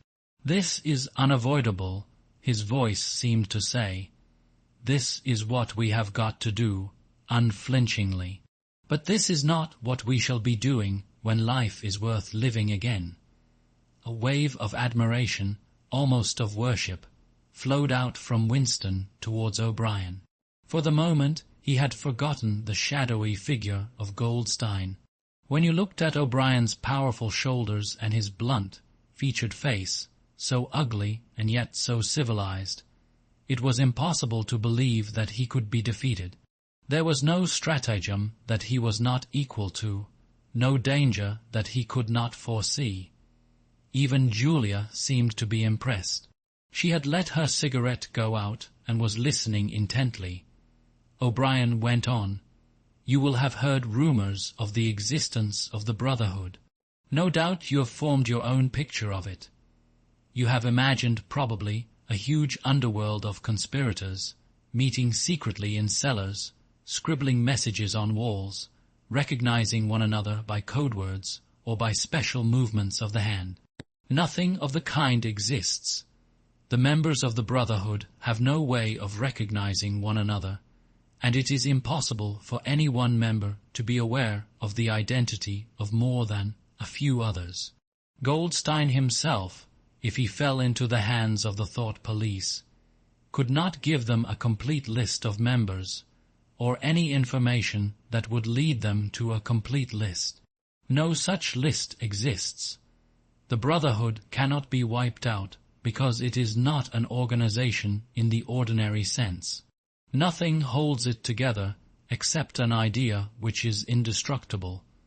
You will never have anything to sustain you except the idea. You will get no comradeship and no encouragement. When finally you are caught, you will get no help. We never help our members. At most, when it is absolutely necessary that someone should be silenced, we are occasionally able to smuggle a razor blade into a prisoner's cell. You will have to get used to living without results and without hope. You will work for a while, you will be caught, you will confess, and then you will die. Those are the only results that you will ever see. There is no possibility that any perceptible change will happen within our own lifetime. We are the dead. Our only true life is in the future. We shall take part in it as handfuls of dust and splinters of bone. But how far away that future may be, there is no knowing. It might be 1,000 years. At present, nothing is possible except to extend the area of sanity little by little. We cannot act collectively. We can only spread our knowledge outwards from individual to individual, generation after generation. In the face of the Thought Police there is no other way. He halted and looked for the third time at his wrist watch. "It is almost time for you to leave, comrade," he said to Julia. "Wait, the decanter is still half full." He filled the glasses and raised his own glass by the stem. "What shall it be this time?" he said, still with the same faint suggestion of irony. "To the confusion of the Thought Police. To the death of Big Brother, to humanity, to the future, to the past," said Winston. "The past is more important," agreed O'Brien gravely. They emptied their glasses, and a moment later Julia stood up to go. O'Brien took a small box from the top of a cabinet and handed her a flat white tablet, which he told her to place on her tongue. It was important, he said, not to go out smelling of wine. The lift attendants were very observant. As soon as the door had shut behind her, he appeared to forget her existence. He took another pace or two up and down, then stopped. "There are details to be settled," he said. "I assume that you have a hiding place of some kind." Winston explained about the room over Mr. Charrington's shop. "That will do for the moment. Later we will arrange something else for you. It is important to change one's hiding place frequently. Meanwhile, I shall send you a copy of the book." Even O'Brien, Winston noticed, seemed to pronounce the words as though they were in italics. "Goldstein's book. You understand, as soon as possible. It may be some days before I can get hold of one. There are not many in existence, as you can imagine. The thought police hunt them down and destroy them almost as fast as we can produce them. It makes very little difference. The book is indestructible. If the last copy were gone, we could reproduce it almost word for word. Do you carry a brief case to work with you?" he added. "As a rule, yes." "What is it like?" "Black, very shabby." "With 2 straps?" "Black, 2 straps, very shabby good." "One day, in the fairly near future, I cannot give a date, one of the messages among your morning's work will contain a misprinted word, and you will have to ask for a repeat. On the following day you will go to work without your brief case. At some time during the day, in the street, a man will touch you on the arm and say, 'I think you have dropped your brief case.' The one he gives you will contain a copy of Goldstein's book. You will return it within 14 days. They were silent for a moment. "There are a couple of minutes before you need go," said O'Brien. "We shall meet again, if we do meet again." Winston looked up at him. "In the place where there is no darkness," he said hesitantly. O'Brien nodded without appearance of surprise. "In the place where there is no darkness," he said, as though he had recognized the allusion. "And in the meantime, is there anything that you wish to say before you leave? Any message, any question?" Winston thought. There did not seem to be any further question that he wanted to ask. Still less did he feel any impulse to utter high-sounding generalities. Instead of anything directly connected with O'Brien or the Brotherhood, there came into his mind a sort of composite picture of the dark bedroom where his mother had spent her last days, and the little room over Mr. Charrington's shop, and the glass paperweight, and the steel engraving in its rosewood frame. Almost at random he said, "Did you ever happen to hear an old rhyme that begins oranges and lemons? Say the bells of St. Clement's?" Again O'Brien nodded. With a sort of grave courtesy he completed the stanza, "Oranges and lemons, say the bells of St. Clement's, you owe me 3 farthings. Say the bells of St. Martin's, when will you pay me? Say the bells of Old Bailey, when I grow rich. Say the bells of Shoreditch." "You knew the last line," said Winston. "Yes, I knew the last line, and now, I am afraid, it is time for you to go. But wait. You had better let me give you one of these tablets." As Winston stood up, O'Brien held out a hand. His powerful grip crushed the bones of Winston's palm. At the door, Winston looked back, but O'Brien seemed already to be in process of putting him out of mind. He was waiting with his hand on the switch that controlled the telescreen. Beyond him, Winston could see the writing table with its green-shaded lamp and the speakwrite and the wire baskets deep, laden with papers. The incident was closed. Within 30 seconds it occurred to him O'Brien would be back at his interrupted and important work on behalf of the party. Chapter 9. Winston was gelatinous with fatigue. Gelatinous was the right word. It had come into his head spontaneously. His body seemed to have not only the weakness of a jelly, but its translucency. He felt that if he held up his hand, he would be able to see the light through it. All the blood and lymph had been drained out of him by an enormous debauch of work, leaving only a frail structure of nerves, bones, and skin. All sensations seemed to be magnified. His overalls fretted his shoulders, the pavement tickled his feet. Even the opening and closing of a hand was an effort that made his joints creak. He had worked more than 90 hours in 5 days. So had everyone else in the ministry.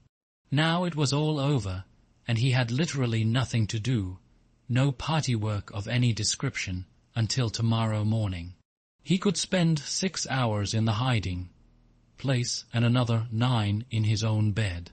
Slowly, in mild afternoon sunshine, he walked up a dingy street in the direction of Mr. Charrington's shop, keeping one eye open for the patrols, but irrationally convinced that this afternoon there was no danger of anyone interfering with him.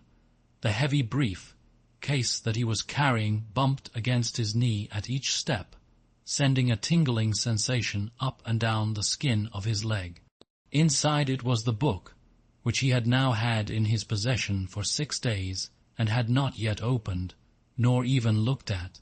On the 6th day of Hate Week, after the processions, the speeches, the shouting, the singing, the banners, the posters, the films, the waxworks, the rolling of drums and squealing of trumpets, the tramp of marching feet, the grinding of the caterpillars of tanks, the roar of massed planes, the booming of guns, after 6 days of this, when the great orgasm was quivering to its climax and the general hatred of Eurasia had boiled up into such delirium that if the crowd could have got their hands on the 2 zeros, Eurasian War, criminals who were to be publicly hanged on the last day of the proceedings, they would unquestionably have torn them to pieces at just this moment.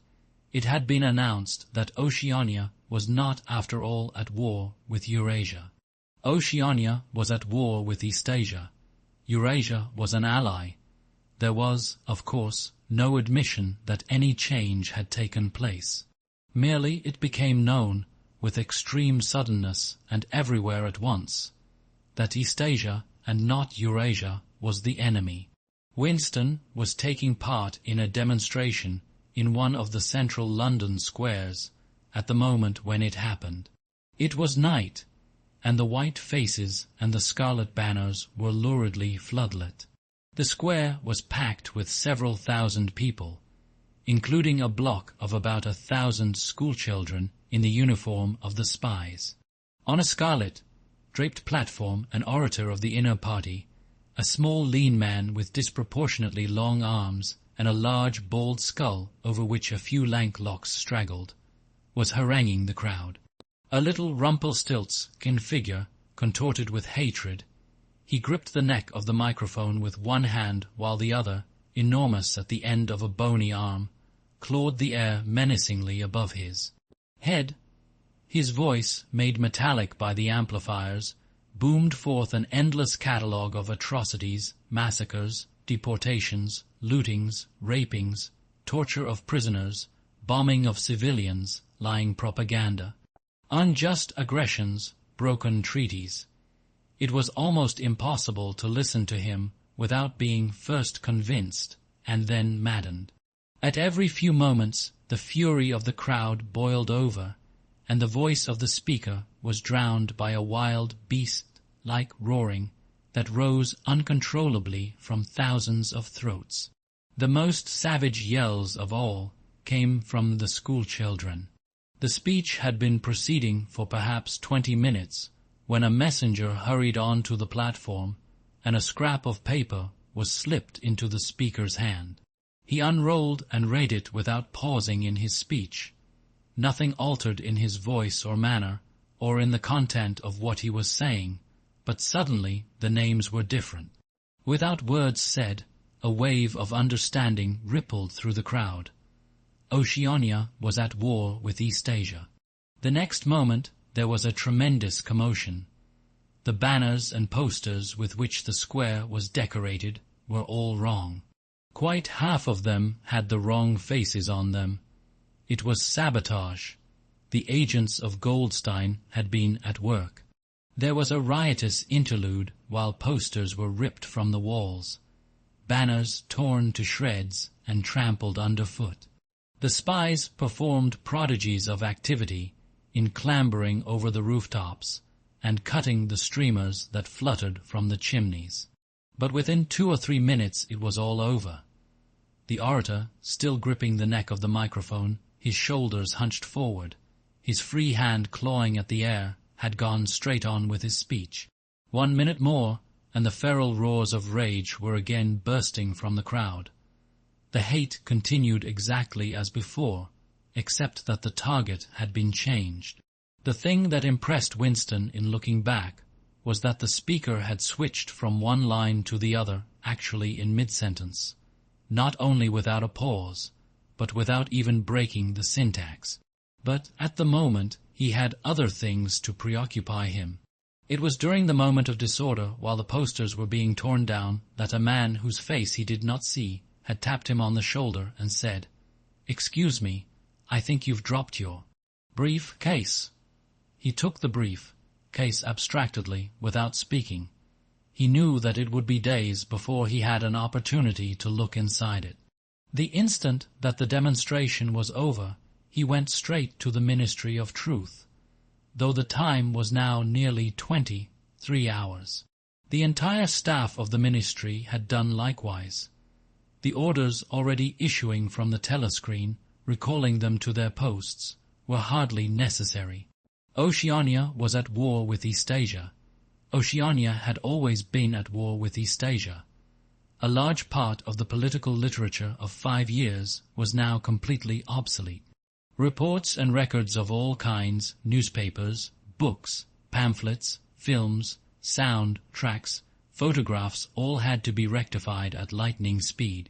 Although no directive was ever issued, it was known that the chiefs of the department intended that within 1 week no reference to the war with Eurasia or the alliance with Eastasia should remain in existence anywhere.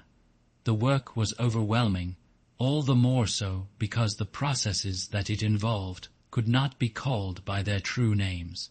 Everyone in the records department worked 18 hours in the 24, with 2 3-hour snatches of sleep.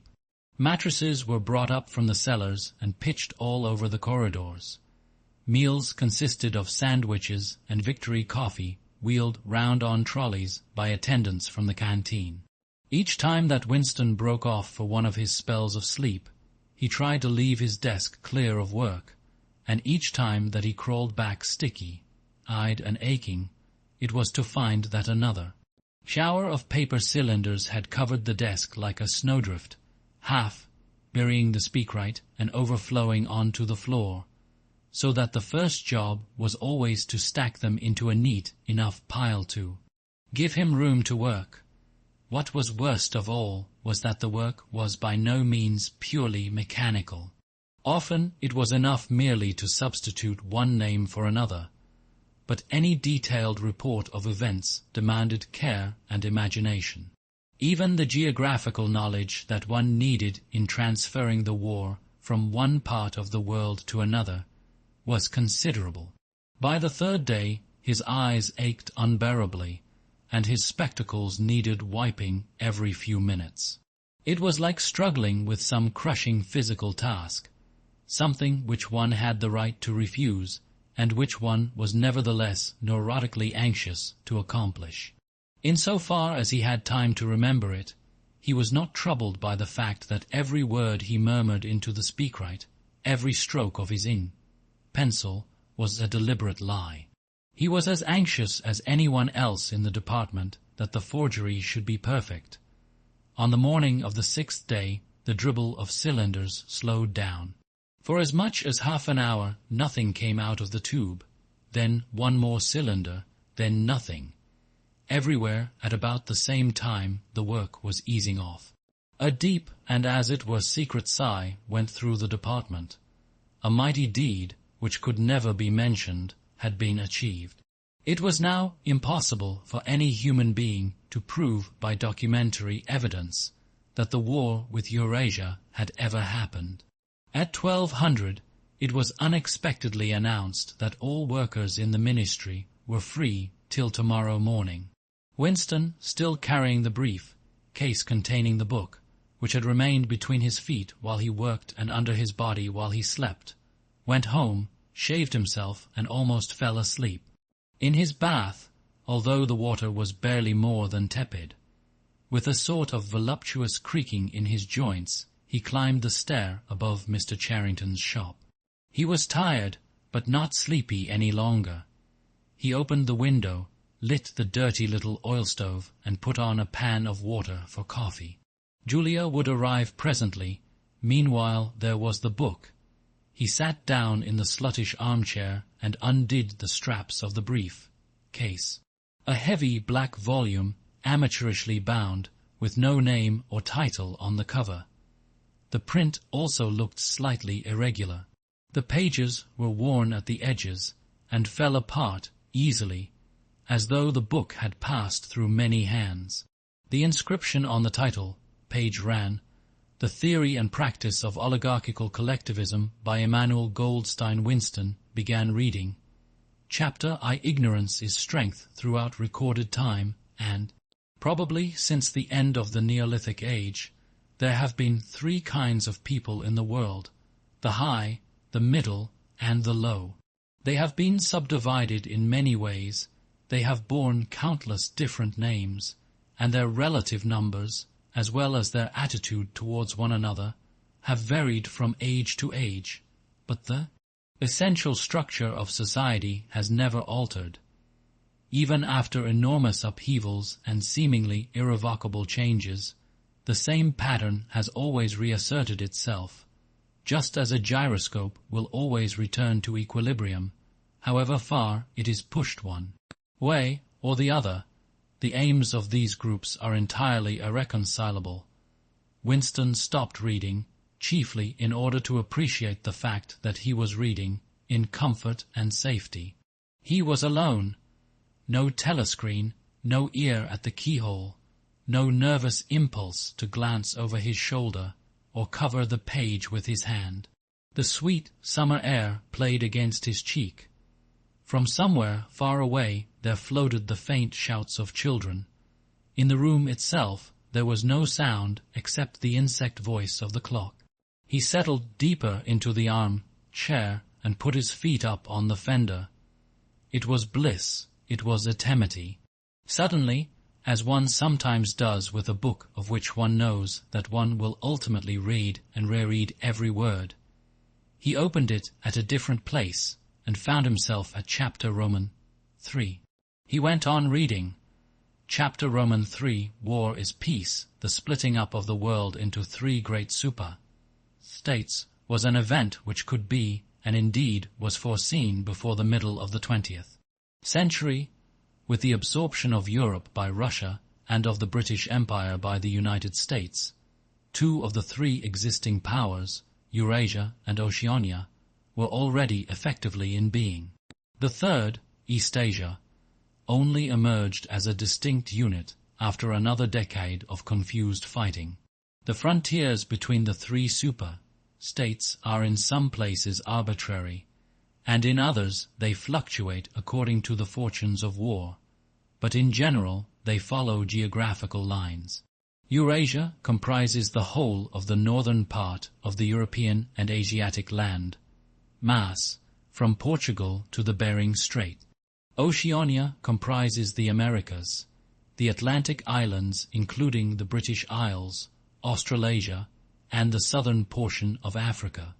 Eastasia, smaller than the others and with a less definite western frontier, comprises China and the countries to the south of it, the Japanese islands and a large but fluctuating portion of Manchuria, Mongolia, and Tibet.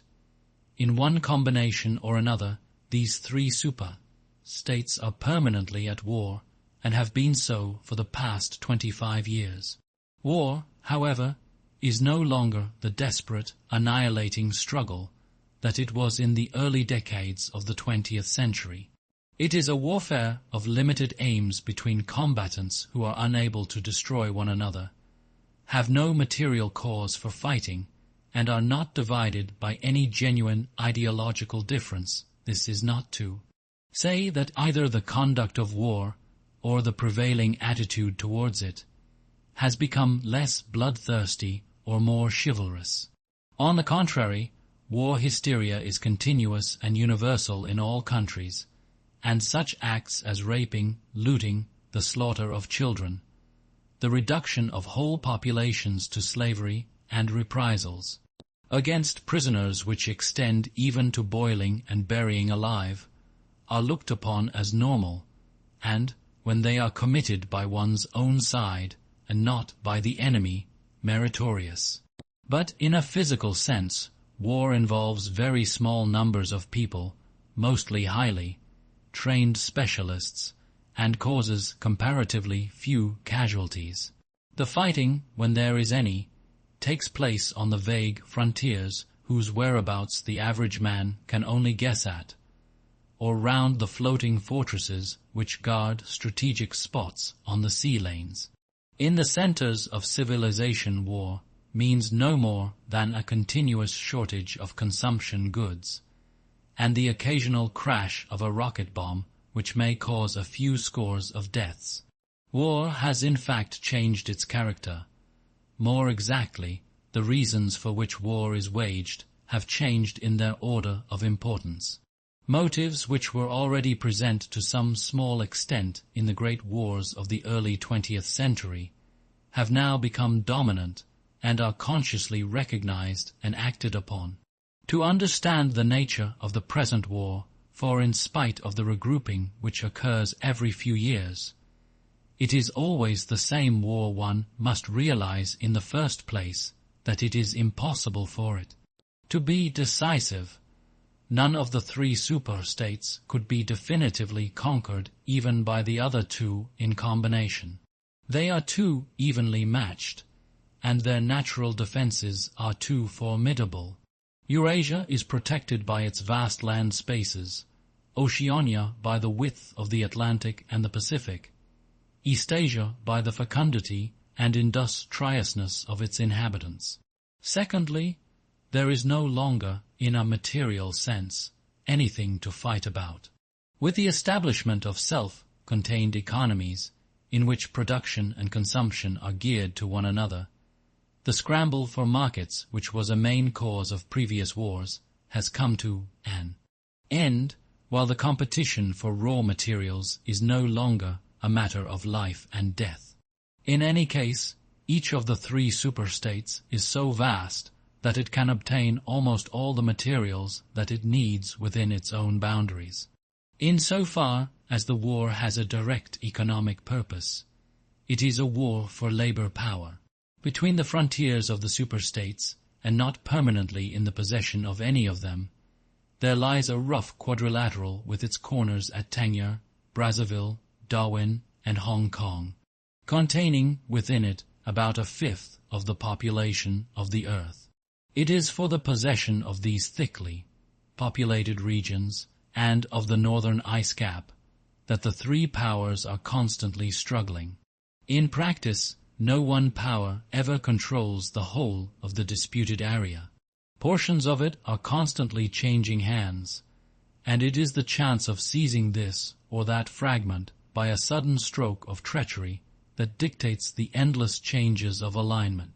All of the disputed territories contain valuable minerals, and some of them yield important vegetable products, such as rubber, which in colder climates it is necessary to synthesize by comparatively expensive methods, but above all they contain a bottomless reserve of cheap labor. Whichever power controls equatorial Africa, or the countries of the Middle East, or southern India, or the Indonesian archipelago, disposes also of the bodies of scores or hundreds of millions of ill-paid and hard-working coolies. The inhabitants of these areas, reduced more or less openly to the status of slaves, pass continually from conqueror to conqueror, and are expended like so much coal or oil in the race to turn out more armaments, to capture more territory, to control more labor power, to turn out more armaments, to capture more territory, and so on indefinitely. It should be noted that the fighting never really moves beyond the edges of the disputed areas. The frontiers of Eurasia flow back and forth between the basin of the Congo and the northern shore of the Mediterranean. The islands of the Indian Ocean and the Pacific are constantly being captured and recaptured by Oceania or by Eastasia. In Mongolia, the dividing line between Eurasia and Eastasia is never stable. Round the pole, all three powers lay claim to enormous territories which, in fact, are largely uninhabited and unexplored, but the balance of power always remains roughly even, and the territory which forms the heartland of each super-state always remains inviolate. Moreover, the labor of the exploited peoples round the equator is not really necessary to the world's economy. They add nothing to the wealth of the world, since whatever they produce is used for purposes of war, and the object of waging a war is always to be in a better position in which to wage another war. By their labor, the slave populations allow the tempo of continuous warfare to be speeded up. But if they did not exist, the structure of world society and the process by which it maintains itself would not be essentially different. The primary aim of modern warfare, in accordance with the principles of doublethink, this aim is simultaneously recognized and not recognized by the directing brains of the inner party, is to use up the products of the machine without raising the general standard of living. Ever since the end of the 19th century, the problem of what to do with the surplus of consumption goods has been latent in industrial society. At present, when few human beings even have enough to eat, this problem is obviously not urgent, and it might not have become so, even if no artificial processes of destruction had been at work. The world of today is a bare, hungry, dilapidated place compared with the world that existed before 1914, and still more so if compared with the imaginary future to which the people of that period looked forward. In the early 20th century, the vision of a future society unbelievably rich, leisured, orderly, and efficient, a glittering antiseptic world of glass and steel and snow-white concrete was part of the consciousness of nearly every literate person. Science and technology were developing at a prodigious speed, and it seemed natural to assume that they would go on developing.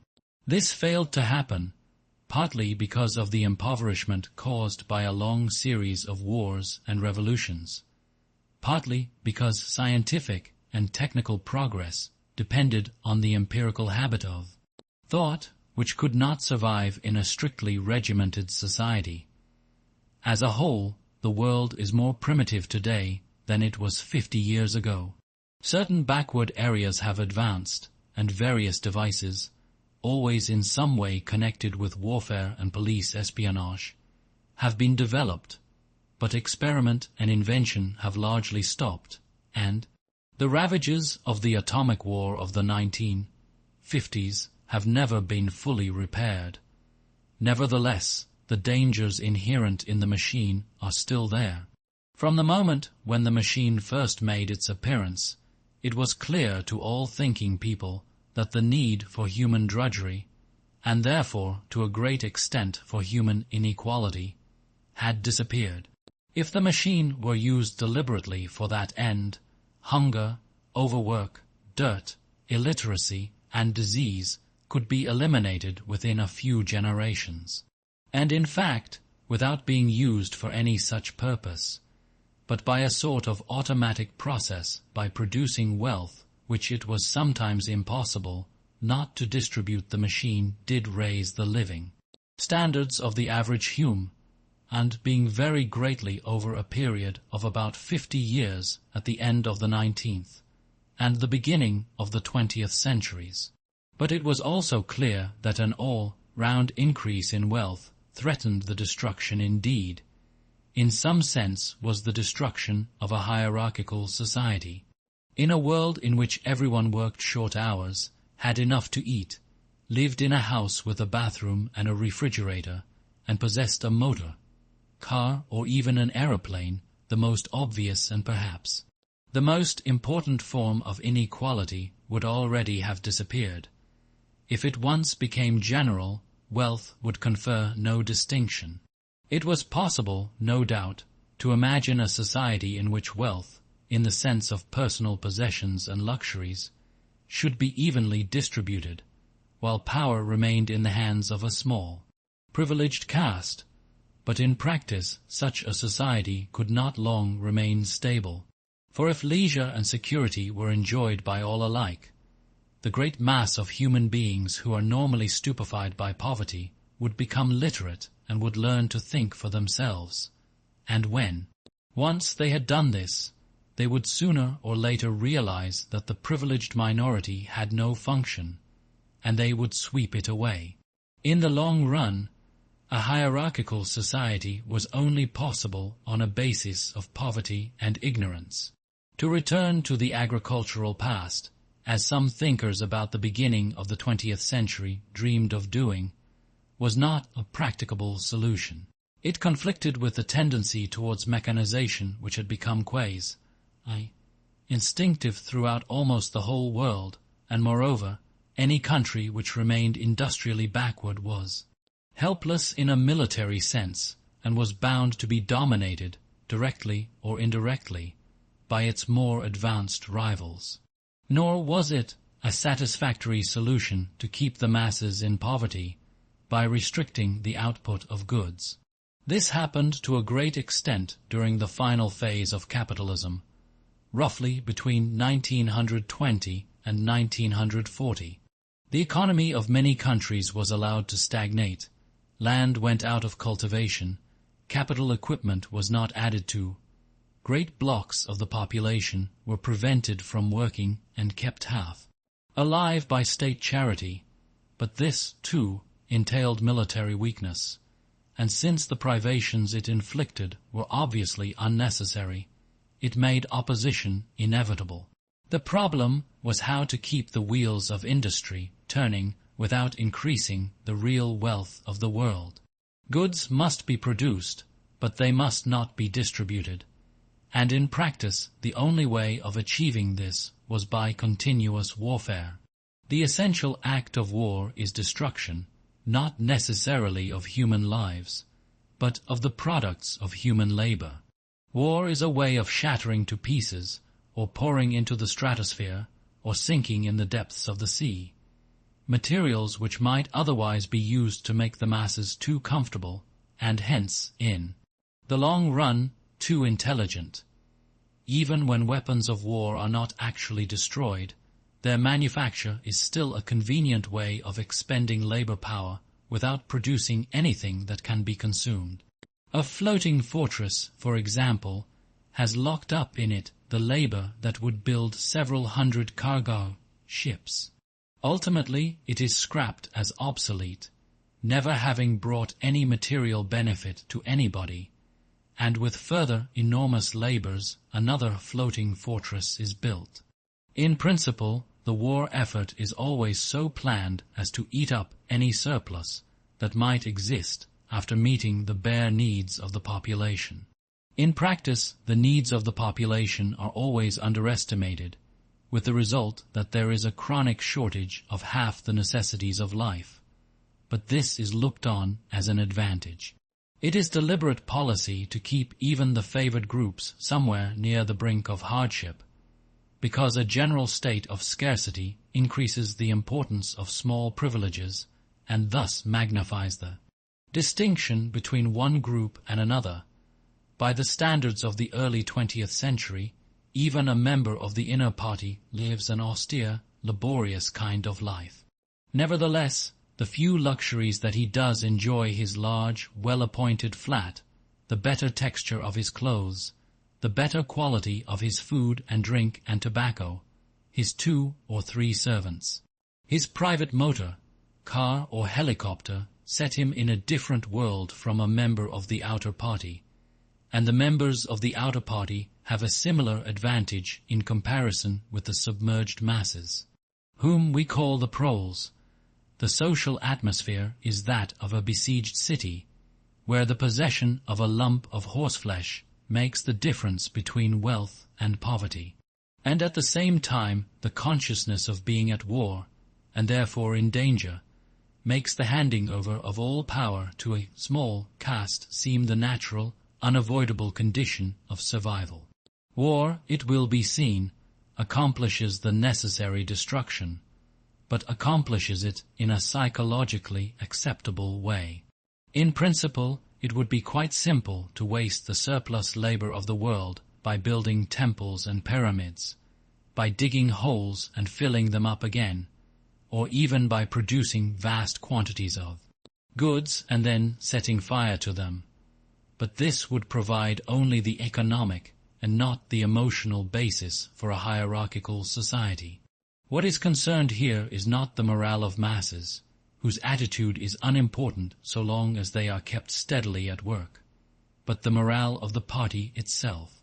Even the humblest party member is expected to be competent, industrious, and even intelligent within narrow limits, but it is also necessary that he should be a credulous and ignorant fanatic whose prevailing moods are fear, hatred, adulation, and orgiastic triumph. In other words, it is necessary that he should have the mentality appropriate to a state of war. It does not matter whether the war is actually happening, and, since no decisive victory is possible, it does not matter whether the war is going well or badly. All that is needed is that a state of war should exist. The splitting of the intelligence which the party requires of its members, and which is more easily achieved in an atmosphere of war, is now almost universal, but the higher up the ranks one goes, the more marked it becomes. It is precisely in the inner party that war hysteria and hatred of the enemy are strongest. In his capacity as an administrator, it is often necessary for a member of the inner party to know that this or that item of war news is untruthful, and he may often be aware that the entire war is spurious and is either not happening or is being waged for purposes quite other than the declared ones. But such knowledge is easily neutralized by the technique of doublethink. Meanwhile, no inner party member wavers for an instant in his mystical belief that the war is real, and that it is bound to end victoriously, with Oceania the undisputed master of the entire world. All members of the inner party believe in this coming conquest as an article of faith. It is to be achieved either by gradually acquiring more and more territory and so building up an overwhelming preponderance of power, or by the discovery of some new and unanswerable weapon. The search for new weapons continues unceasingly, and is one of the very few remaining activities in which the inventive or speculative type of mind can find any outlet. In Oceania at the present day, science in the old sense has almost ceased to exist. In Newspeak there is no word for science. The empirical method of thought, on which all the scientific achievements of the past were founded, is opposed to the most fundamental principles of Ingsoc. And even technological progress only happens when its products can, in some way, be used for the diminution of human liberty. In all the useful arts, the world is either standing still or going backwards. The fields are cultivated with horse plows, while books are written by machinery. But in matters of vital importance, meaning, in effect, war and police espionage, the empirical approach is still encouraged, or at least tolerated. The two aims of the party are to conquer the whole surface of the earth, and to extinguish once and for all the possibility of independent thought. There are therefore two great problems which the party is concerned to solve. One is how to discover, against his will, what another human being is thinking, and the other is how to kill several 100 million people in a few seconds without giving warning beforehand. Insofar as scientific research still continues, this is its subject matter. The scientist of today is either a mixture of psychologist and inquisitor, studying with real ordinary minuteness the meaning of facial expressions, gestures, and tones of voice, and testing the truth, producing effects of drugs, shock therapy, hypnosis, and physical torture. Or he is chemist, physicist, or biologist, concerned only with such branches of his special subject as are relevant to the taking of life. In the vast laboratories of the Ministry of Peace, and in the experimental stations hidden in the Brazilian forests, or in the Australian desert, or on lost islands of the Antarctic, the teams of experts are indefatigably at work. Some are concerned simply with planning the logistics of future wars. Others devise larger and larger rocket bombs, more and more powerful explosives, and more impenetrable armor plating. Others search for new and deadlier gases, or for soluble poisons capable of being produced in such quantities as to destroy the vegetation of whole continents, or for breeds of disease germs, immunized against all possible antibodies. Others strive to produce a vehicle that shall bore its way under the soil like a submarine under the water, or an aeroplane as independent of its base as a sailing ship. Others explore even remoter possibilities, such as focusing the sun's rays through lenses suspended thousands of kilometers away in space, or producing artificial earthquakes and tidal waves by tapping the heat at the Earth's center. But none of these projects ever comes anywhere near realization, and none of the three super-states ever gains a significant lead on the others. What is more remarkable is that all three powers already possess, in the atomic bomb, a weapon far more powerful than any that their present researches are likely to discover. Although the party, according to its habit, claims the invention for itself, atomic bombs first appeared as early as the 1940s, and were first used on a large scale about 10 years later. At that time, some hundreds of bombs were dropped on industrial centers, chiefly in European Russia, Western Europe, and North America. The effect was to convince the ruling groups of all countries that a few more atomic bombs would mean the end of organized society, and hence of their own power. Thereafter, although no formal agreement was ever made or hinted at, no more bombs were dropped. All three powers merely continue to produce atomic bombs and store them up against the decisive opportunity which they all believe will come sooner or later. And meanwhile, the art of war has remained almost stationary for 30 or 40 years. Helicopters are more used than they were formerly.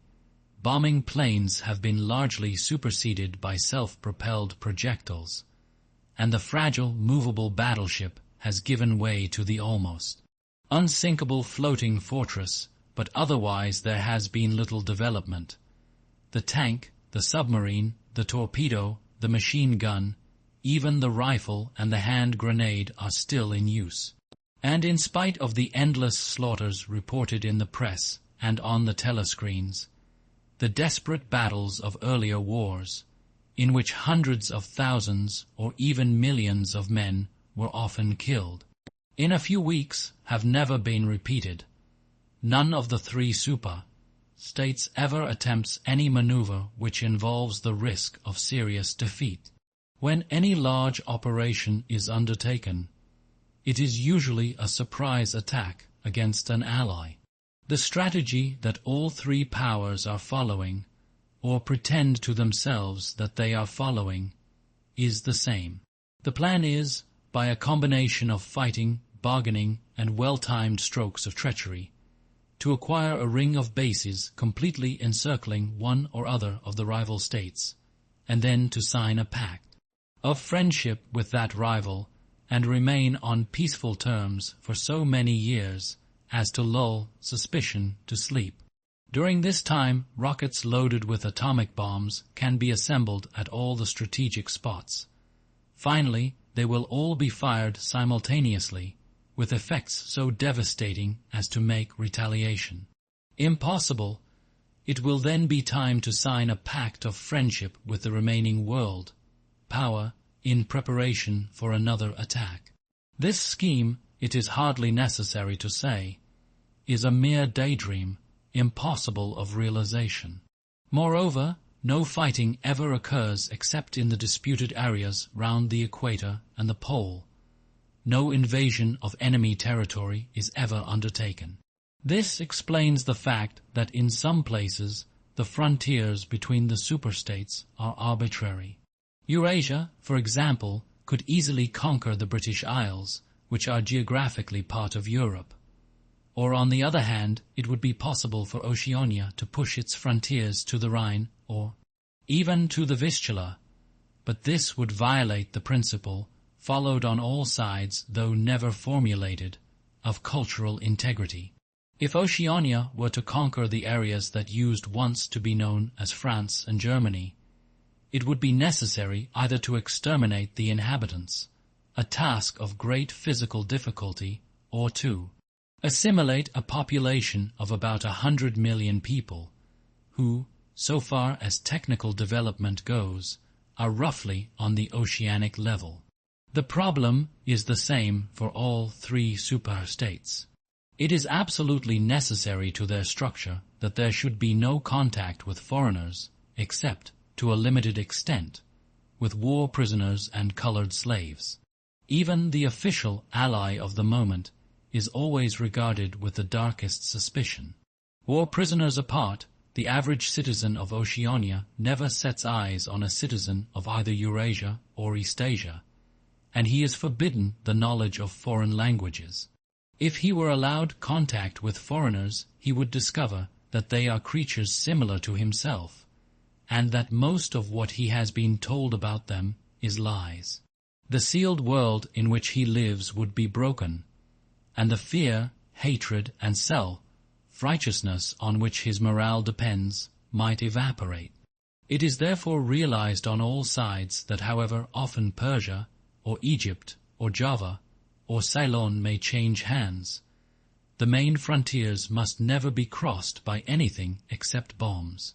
Under this lies a fact never mentioned aloud, but tacitly understood and acted upon, namely, that the conditions of life in all three super-states are very much the same. In Oceania, the prevailing philosophy is called Ingsoc. In Eurasia, it is called Neo-Bolshevism, and in Eastasia, it is called by a Chinese name usually translated as death, worship, but perhaps better, rendered as obliteration of the self.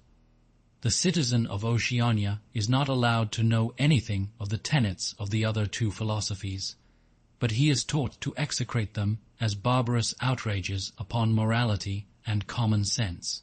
Actually, the three philosophies are barely distinguishable, and the social systems which they support are not distinguishable at all. Everywhere there is the same pyramidal structure, the same worship of semi-divine leader, the same economy existing by and for continuous warfare. It follows that the three super-states not only cannot conquer one another, but would gain no advantage by doing so. On the contrary, so long as they remain in conflict, they prop one another up, like three sheaves of corn. And, as usual, the ruling groups of all three powers are simultaneously aware and unaware of what they are doing.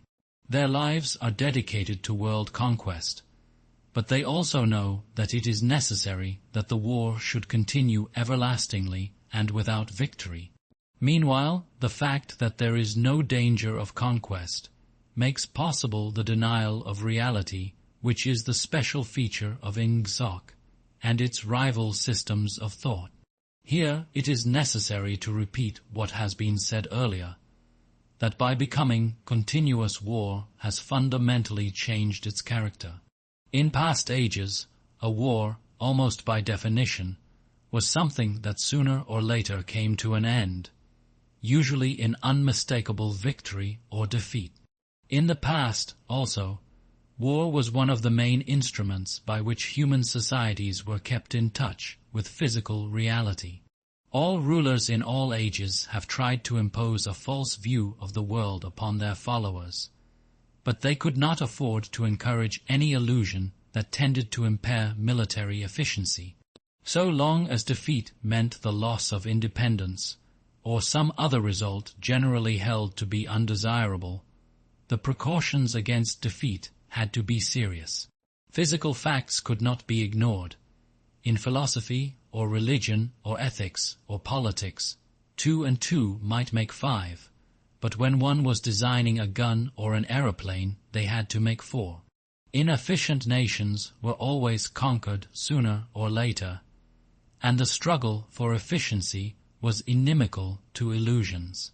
Moreover, to be efficient it was necessary to be able to learn from the past, which meant having a fairly accurate idea of what had happened in the past. Newspapers and history books were, of course, always colored and biased, but falsification of the kind that is practiced today would have been impossible. War was a sure safeguard of sanity, and so far as the ruling classes were concerned, it was probably the most important of all safeguards. While wars could be won or lost, no ruling class could be completely irresponsible. But when war becomes literally continuous, it also ceases to be dangerous. When war is continuous, there is no such thing as military necessity. Technical progress can cease, and the most palpable facts can be denied or disregarded. As we have seen, researches that could be called scientific are still carried out for the purposes of war, but they are essentially a kind of daydreaming, and their failure to show results is not. Important efficiency, even military efficiency, is no longer needed. Nothing is efficient in Oceania except the thought police. Since each of the 3 superstates is unconquerable, each is in effect a separate universe within which almost any perversion of thought can be safely practiced. Reality only exerts its pressure through the needs of everyday life, the need to eat and drink, to get shelter and clothing, to avoid swallowing poison or stepping out of top-story windows, and the like. Between life and death, and between physical pleasure and physical pain, there is still a distinction, but that is all. Cut off from contact with the outer world, and with the past, the citizen of Oceania is like a man in interstellar space, who has no way of knowing which direction is up and which is down. The rulers of such a state are absolute, as the pharaohs or the Caesars could not be. They are obliged to prevent their followers from starving to death in numbers large enough to be inconvenient, and they are obliged to remain at the same low level of military technique as their rivals, but once that minimum is achieved, they can twist reality into whatever shape they choose. The war, therefore, if we judge it by the standards of previous wars, is merely an imposture. It is like the battles between certain ruminant animals whose horns are set at such an angle that they are incapable of hurting one another. But though it is unreal, it is not meaningless. It eats up the surplus of consumable goods, and it helps to preserve the special mental atmosphere that a hierarchical society needs. War, it will be seen, is now a purely internal affair. In the past, the ruling groups of all countries, although they might recognize their common interest and therefore limit the destructiveness of war, did fight against one another, and the victor always plundered the vanquished. In our own day, they are not fighting against one another at all. The war is waged by each ruling group against its own subjects, and the object of the war is not to make or prevent conquests of territory, but to keep the structure of society intact. The very word war, therefore, has become misleading.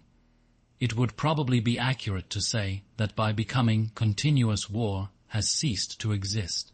The peculiar pressure that it exerted on human beings between the Neolithic age and the early 20th century has disappeared and been replaced by something quite different.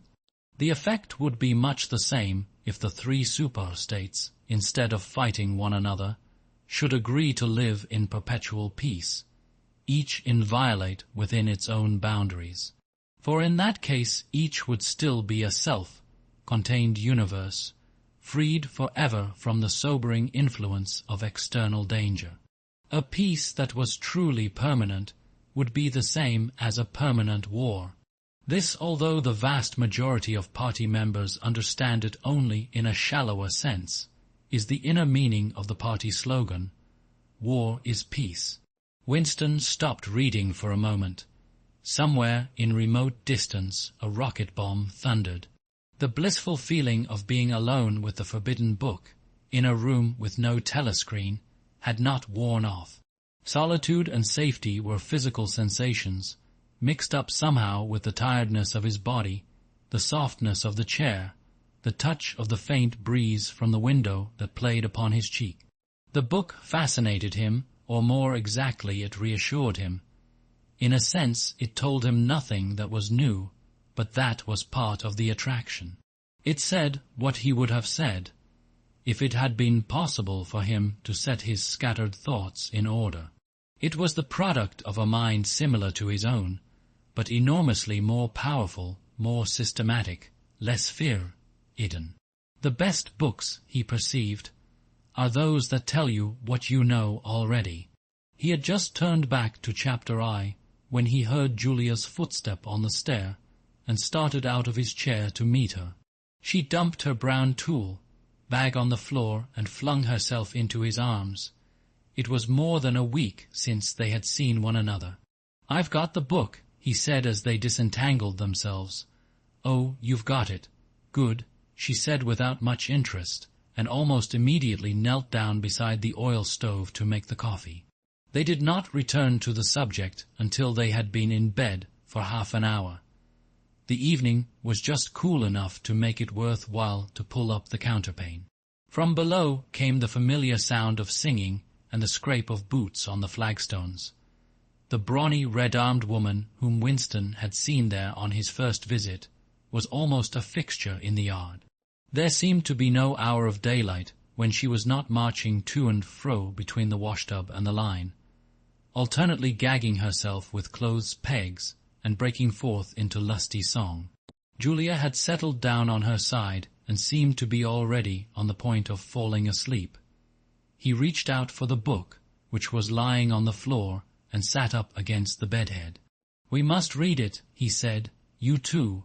All members of the Brotherhood have to read it." "You read it," she said with her eyes shut. "Read it aloud. That's the best way.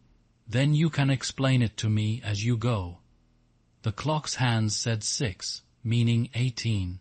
They had 3 or 4 hours ahead of them. He propped the book against his knees and began reading. Chapter I. Ignorance is strength throughout recorded time, and probably since the end of the Neolithic age, there have been 3 kinds of people in the world: the high, the middle, and the low. They have been subdivided in many ways. They have borne countless different names, and their relative numbers, as well as their attitude towards one another, have varied from age to age. But the essential structure of society has never altered. Even after enormous upheavals and seemingly irrevocable changes, the same pattern has always reasserted itself, just as a gyroscope will always return to equilibrium, however far it is pushed one way. "Or the other, Julia, are you awake?" said Winston. "Yes, my love, I'm listening. Go on. It's marvelous." He continued reading. The aims of these 3 groups are entirely irreconcilable. The aim of the high is to remain where they are. The aim of the middle is to change places with the high. The aim of the low, when they have an aim for it, is an abiding characteristic of the low, that they are too much crushed by drudgery to be more than intermittently conscious of anything outside. Their daily lives is to abolish all distinctions and create a society in which all men shall be equal. Thus, throughout history, a struggle which is the same in its main outlines recurs over and over again. For long periods the high seem to be securely in power, but sooner or later there always comes a moment when they lose either their belief in themselves or their capacity to govern efficiently, or both. They are then overthrown by the middle, who enlist the low on their side by pretending to them that they are fighting for liberty and justice. As soon as they have reached their objective, the middle thrust the low back into their old position of servitude, and themselves become the high. Presently, a new middle group splits off from one of the other groups, or from both of them, and the struggle begins over again. Of the three groups, only the low are never even temporarily successful in achieving their aims. It would be an exaggeration to say that throughout history there has been no progress of a material kind. Even today, in a period of decline, the average human being is physically better off than he was a few centuries ago. But no advance in wealth, no softening of manners, no reform or revolution has ever brought human equality a millimeter nearer. From the point of view of the low, no historic change has ever meant much more than a change in the name of their masters. By the late 19th century, the recurrence of this pattern had become obvious to many observers. There then rose schools of thinkers who interpreted history as a cyclical process, and claimed to show that inequality was the unalterable law of human life. This doctrine, of course, had always had its adherents, but in the manner in which it was now put forward there was a significant change. In the past, the need for a hierarchical form of society had been the doctrine specifically of the high. It had been preached by kings and aristocrats, and by the priests, lawyers, and the like who were parasitical upon them, and it had generally been softened by promises of compensation in an imaginary world beyond the grave. The middle, so long as it was struggling for power, had always made use of such terms as freedom, justice, and fraternity. Now, however, the concept of human brotherhood began to be assailed by people who were not yet in positions of command, but merely hoped to be so before long. In the past, the middle had made revolutions under the banner of equality, and then had established a fresh tyranny as soon as the old one was overthrown.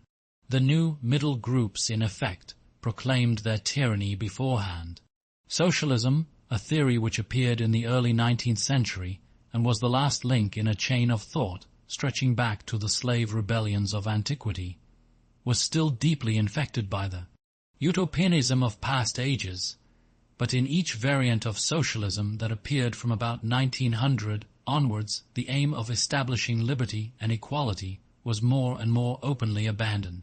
The new movements which appeared in the middle years of the century, Ingsoc in Oceania, Neo-Bolshevism in Eurasia, death worship, as it is commonly called in Eastasia, had the conscious aim of perpetuating UN, freedom and inequality. These new movements, of course, grew out of the old ones and tended to keep their names and pay lip service to their ideology. But the purpose of all of them was to arrest progress and freeze history at a chosen moment. The familiar pendulum swing was to happen once more and then stop. As usual, the high were to be turned out by the middle, who would then become the high. But this time, by conscious strategy, the high would be able to maintain their position permanently. The new doctrines arose partly because of the accumulation of historical knowledge and the growth of the historical sense, which had hardly existed before the 19th century. The cyclical movement of history was now intelligible, or appeared to be so, and if it was intelligible, then it was alterable. But the principal underlying cause was that, as early as the beginning of the 20th century, human equality had become technically possible. It was still true that men were not equal in their native talents, and that functions had to be specialized in ways that favored some individuals against others. But there was no longer any real need for class distinctions or for large differences of wealth. In earlier ages, class distinctions had been not only inevitable but desirable. Inequality was the price of civilization. With the development of machine production, however, the case was altered. Even if it was still necessary for human beings to do different kinds of work, it was no longer necessary for them to live at different social or economic levels. Therefore, from the point of view of the new groups who were on the point of seizing power, human equality was no longer an ideal to be striven after, but a danger to be averted. In more primitive ages, when a just and peaceful society was in fact not possible, it had been fairly easy to believe it. The idea of an earthly paradise in which men should live together in a state of brotherhood, without laws and without brute labor, had haunted the human imagination for thousands of years. And this vision had had a certain hold even on the groups who actually profited by each historical change. The heirs of the French, English, and American revolutions had partly believed in their own phrases about the rights of man, freedom of speech, equality before the law, and the like, and have even allowed their conduct to be influenced by them to some extent. But by the fourth decade of the 20th century, all the main currents of political thought were authoritarian. The earthly paradise had been discredited at exactly the moment when it became realizable. Every new political theory, by whatever name it called itself, led back to hierarchy and regimentation.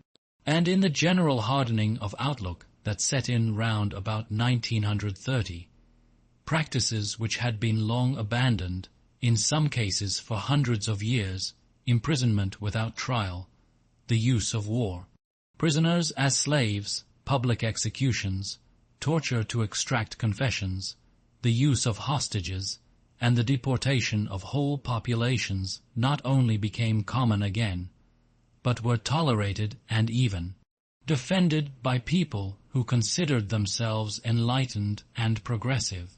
It was only after a decade of national wars, civil wars, revolutions, and counter-evolutions in all parts of the world that Ingsoc and its rivals emerged as fully worked-out political theories.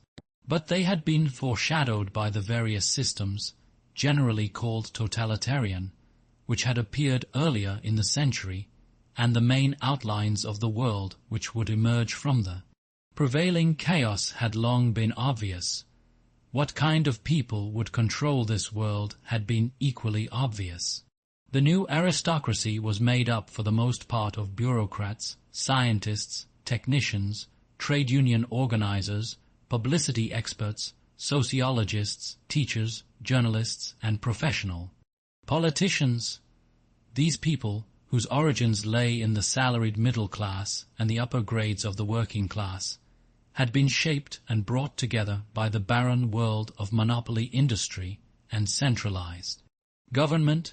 As compared with their opposite numbers in past ages, they were less avaricious, less tempted by luxury, hungrier for pure power, and, above all, more conscious of what they were doing and more intent on crushing opposition. This last difference was cardinal. By comparison with that existing today, all the tyrannies of the past were half-hearted and inefficient. The ruling groups were always infected to some extent by liberal ideas, and were content to leave loose ends everywhere, to regard only the overt act, and to be uninterested in what their subjects were thinking. Even the Catholic Church of the Middle Ages was tolerant by modern standards. Part of the reason for this was that in the past no government had the power to keep its citizens under constant surveillance.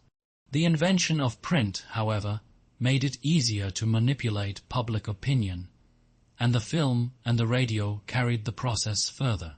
With the development of television and the technical advance which made it possible to receive and transmit simultaneously on the same instrument, private life came to an end.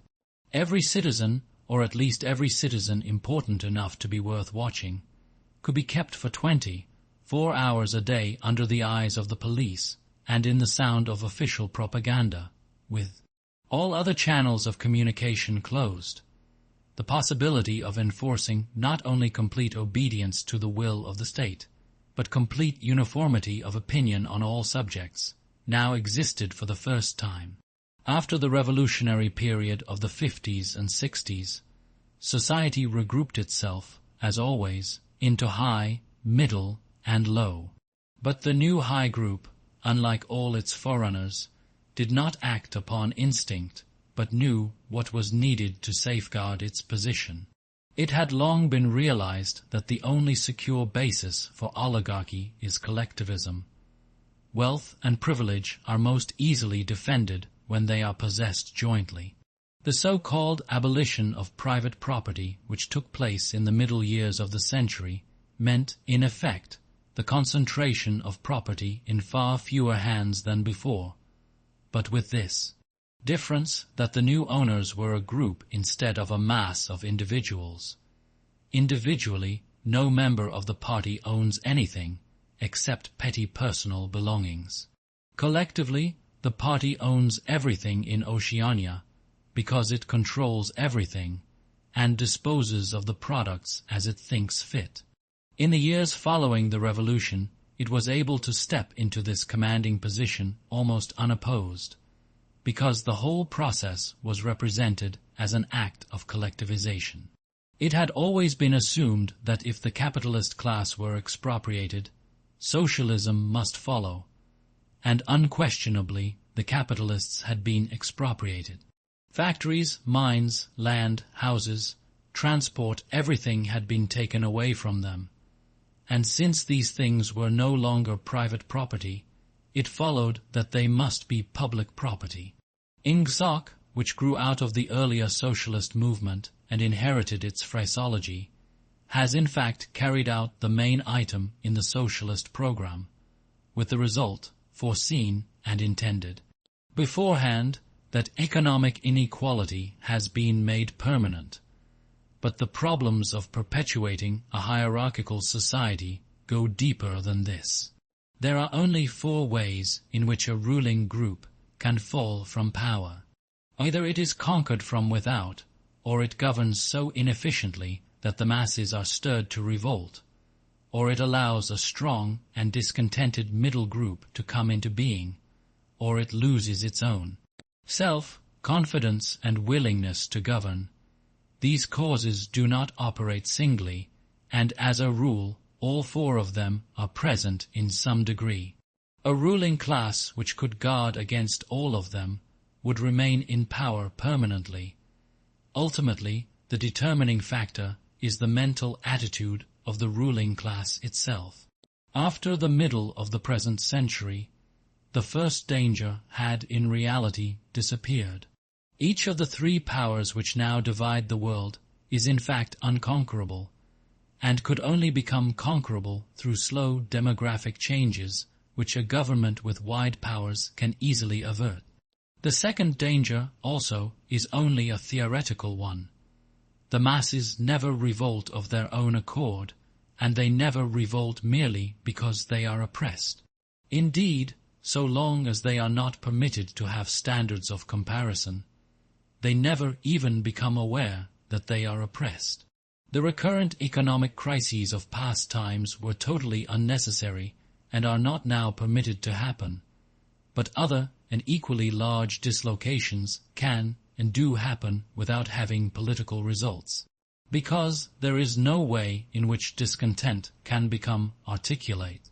As for the problem of overproduction, which has been latent in our society since the development of machine technique, it is solved by the device of continuous warfare, see chapter Roman 3, which is also useful in keying up public morale to the necessary pitch. From the point of view of our present rulers, therefore, the only genuine dangers are the splitting, off of a new group of able, underemployed, power-hungry people and the growth of liberalism and skepticism in their own ranks. The problem, that is to say, is educational. It is a problem of continuously molding the consciousness both of the directing group and of the larger executive group that lies immediately below it. The consciousness of the masses needs only to be influenced in a negative way. Given this background, one could infer, if one did not know it already, the general structure of oceanic society. At the apex of the pyramid comes Big Brother. Big Brother is infallible and all-powerful. Every success, every achievement, every victory, every scientific discovery, all knowledge, all wisdom, all happiness, all virtue, are held to issue directly from his leadership and inspiration. Nobody has ever seen Big Brother. He is a face on the hoardings, a voice on the telescreen. We may be reasonably sure that he will never die, and there is already considerable uncertainty as to when he was born. Big Brother is the guise in which the party chooses to exhibit itself to the world. His function is to act as a focusing point for love, fear, and reverence, emotions which are more easily felt towards an individual than towards an organization. Below Big Brother comes the inner party, its numbers limited to 6 millions, or something less than 2% of the population of Oceania. Below the inner party comes the outer party, which, if the inner party is described as the brain of the state, may be justly likened to the hands.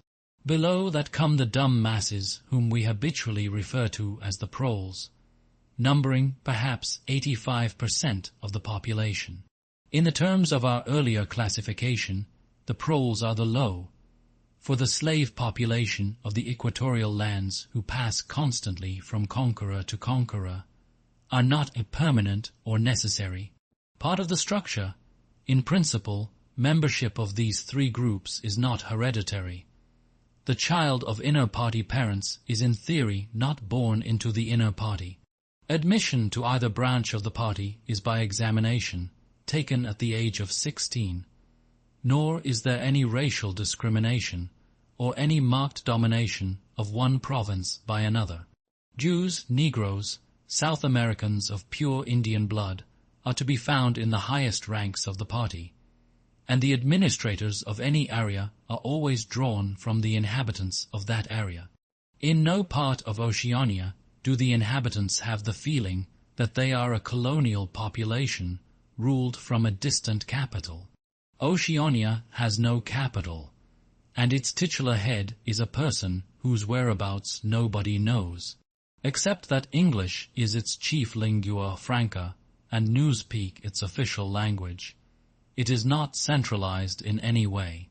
Its rulers are not held together by blood ties, but by adherence to a common doctrine. It is true that our society is stratified, and very rigidly stratified, on what at first sight appear to be hereditary lines. There is far less to and fro movement between the different groups than happened under capitalism, or even in the pre-industrial age. Between the two branches of the party there is a certain amount of interchange, but only so much as will ensure that weaklings are excluded from the inner party and that ambitious members of the outer party are made harmless by allowing them to rise. Proletarians, in practice, are not allowed to graduate into the party. The most gifted among them, who might possibly become nuclei of discontent, are simply marked down by the thought police and eliminated.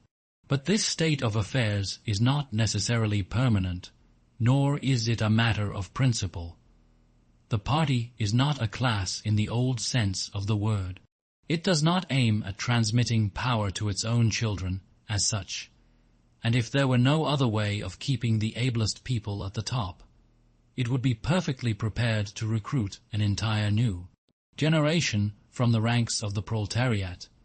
In the crucial years, the fact that the party was not a hereditary body did a great deal to neutralize opposition.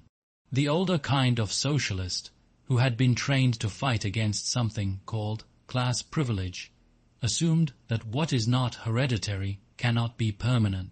He did not see that the continuity of an oligarchy need not be physical, nor did he pause to reflect that hereditary aristocracies have always been short-lived, whereas adoptive organizations such as the Catholic Church have sometimes lasted for hundreds or thousands of years.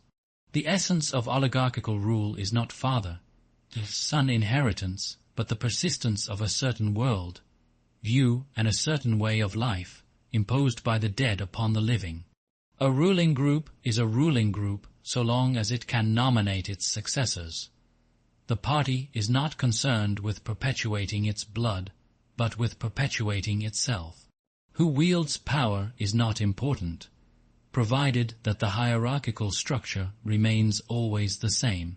All the beliefs, habits, tastes, emotions, mental attitudes that characterize our time are really designed to sustain the mystique of the party and prevent the true nature of present-day society from being perceived.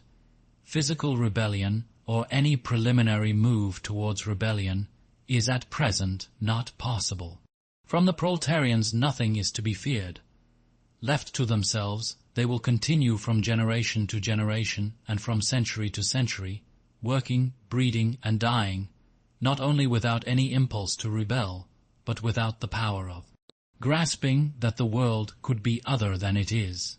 They could only become dangerous if the advance of industrial technique made it necessary to educate them more highly. But, since military and commercial rivalry are no longer important, the level of popular education is actually declining. What opinions the masses hold or do not hold is looked on as a matter of indifference. They can be granted intellectual liberty because they have no intellect. In a party member, on the other hand, not even the smallest deviation of opinion on the most unimportant subject can be tolerated. A party member lives from birth to death under the eye of the thought police. Even when he is alone, he can never be sure that he is alone. Wherever he may be, asleep or awake, working or resting, in his bath or in bed, he can be inspected without warning and without knowing that he is being inspected. Nothing that he does is indifferent. His friendships, his relaxations, his behavior towards his wife and children, the expression of his face when he is alone, the words he mutters in sleep, even the characteristic movements of his body are all jealously scrutinized. Not only any actual misdemeanor, but any eccentricity, however small, any change of habits, any nervous mannerism that could possibly be the symptom of an inner struggle, is certain to be detected. He has no freedom of choice in any direction whatever. On the other hand, his actions are not regulated by law or by any clearly formulated code of behavior. In Oceania there is no law. Thoughts and actions which, when detected, mean certain death are not formally forbidden, and the endless purges, arrests, tortures, imprisonments, and vaporizations are not inflicted as punishment for crimes which have actually been committed, but are merely the wiping out of persons who might perhaps commit a crime at some time in the future. A party member is required to have not only the right opinions, but the right instincts. Many of the beliefs and attitudes demanded of him are never plainly stated, and could not be stated without laying bare the contradictions inherent in Ingsoc. If he is a person naturally orthodox, in Newspeak a good thinker, he will in all circumstances know, without taking thought, what is the true belief or the desirable emotion. But in any case an elaborate mental training, undergone in childhood and grouping itself round the Newspeak words crime stop, black-white, and doublethink, makes him unwilling and unable to think too deeply on any subject whatever. A party member is expected to have no private emotions and no respites from enthusiasm. He is supposed to live in a continuous frenzy of hatred of foreign enemies and internal traitors, triumph over victories, and self-abasement before the power and wisdom of the party. The discontents produced by his bare, unsatisfying life are deliberately turned outwards and dissipated by such devices as the 2 minutes hate, and the speculations which might possibly induce a skeptical or rebellious attitude are killed in advance by his early acquired inner discipline. The first and simplest stage in the discipline, which can be taught even to young children, is called in Newspeak crime stop. Crime stop means the faculty of stopping short, as though by instinct, at the threshold of any dangerous thought. It includes the power of not grasping analogies, of failing to perceive logical errors, of misunderstanding the simplest arguments if they are inimical to ingsoc, and of being bored or repelled by any train of thought which is capable of leading in a heretical direction. Crime stop, in short, means protective stupidity. But stupidity is not enough. On the contrary, orthodoxy in the full sense demands a control over one's own mental processes as complete as that of a contortionist over his body. Oceanic society rests ultimately on the belief that Big Brother is omnipotent and that the party is infallible.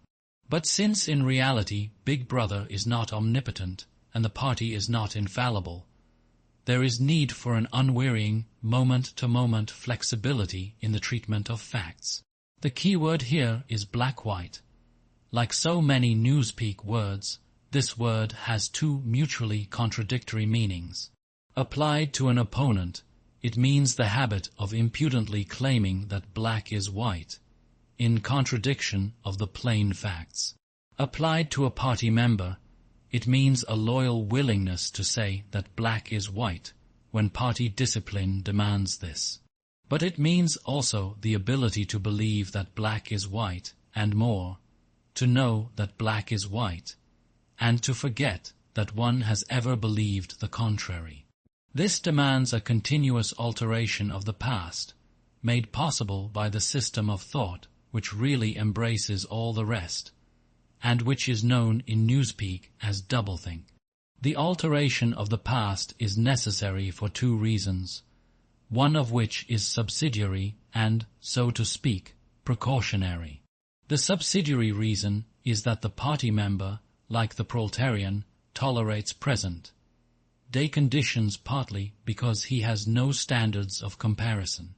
He must be cut off from the past, just as he must be cut off from foreign countries, because it is necessary for him to believe that he is better off than his ancestors, and that the average level of material comfort is constantly rising. But by far the more important reason for the readjustment of the past is the need to safeguard the infallibility of the party. It is not merely that speeches, statistics, and records of every kind must be constantly brought up to date, in order to show that the predictions of the party were in all cases right.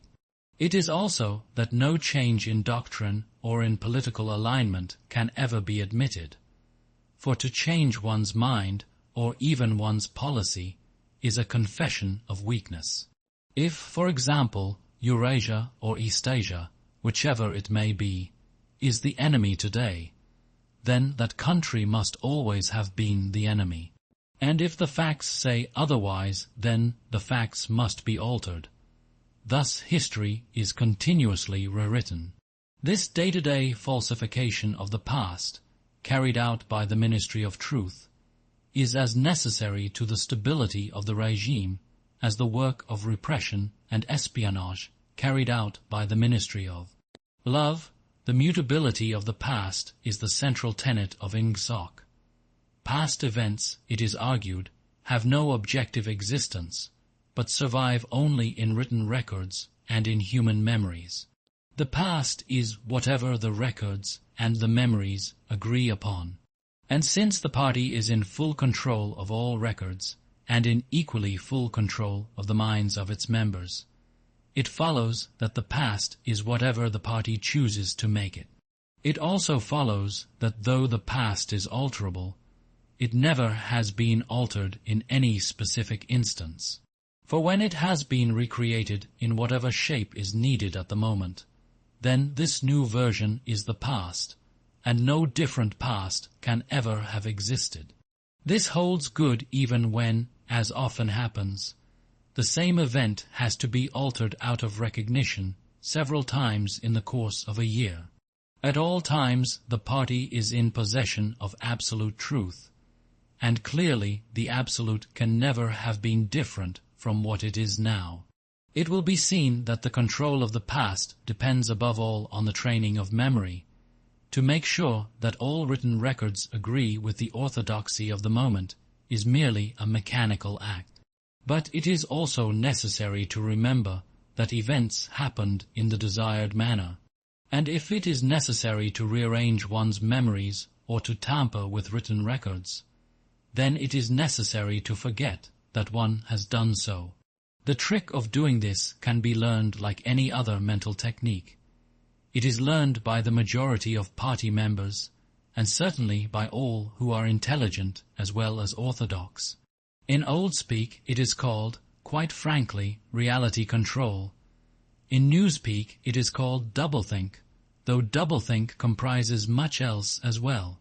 Doublethink means the power of holding two contradictory beliefs in one's mind simultaneously, and accepting both of them. The party intellectual knows in which direction his memories must be altered. He therefore knows that he is playing tricks with reality, but by the exercise of doublethink he also satisfies himself. That reality is not violated. The process has to be conscious, or it would not be carried out with sufficient precision, but it also has to be unconscious, or it would bring with it a feeling of falsity and hence of guilt. Doublethink lies at the very heart of Ingsoc, since the essential act of the party is to use conscious deception while retaining the firmness of purpose that goes with complete honesty. To tell deliberate lies while genuinely believing in them, to forget any fact that has become inconvenient, and then, when it becomes necessary again, to draw it back from oblivion for just so long as it is needed, to deny the existence of objective reality, and all the while to take account of the reality which one denies, all this is indispensably necessary. Even in using the word doublethink, it is necessary to exercise doublethink. For by using the word one admits that one is tampering with reality. By a fresh act of doublethink one erases this knowledge, and so on indefinitely, with the lie always one leap ahead of the truth. Ultimately, it is by means of doublethink that the party has been able, and may, for all we know, continue to be able for thousands of years to arrest the course of history. All past oligarchies have fallen from power, either because they ossified or because they grew soft. Either they became stupid and arrogant, failed to adjust themselves to changing circumstances, and were overthrown, or they became liberal and cowardly, made concessions when they should have used force, and once again were overthrown. They fell, that is to say, either through consciousness or through unconsciousness. It is the achievement of the party to have produced a system of thought in which both conditions can exist simultaneously, and upon no other intellectual basis could the dominion of the party be made permanent. If one is to rule, and to continue ruling, one must be able to dislocate the sense of reality. For the secret of rulership is to combine a belief in one's own infallibility with the power to learn from past mistakes. It need hardly be said that the subtlest practitioners of doublethink are those who invented doublethink, and know that it is a vast system of mental cheating. In our society, those who have the best knowledge of what is happening are also those who are furthest from seeing the world as it is.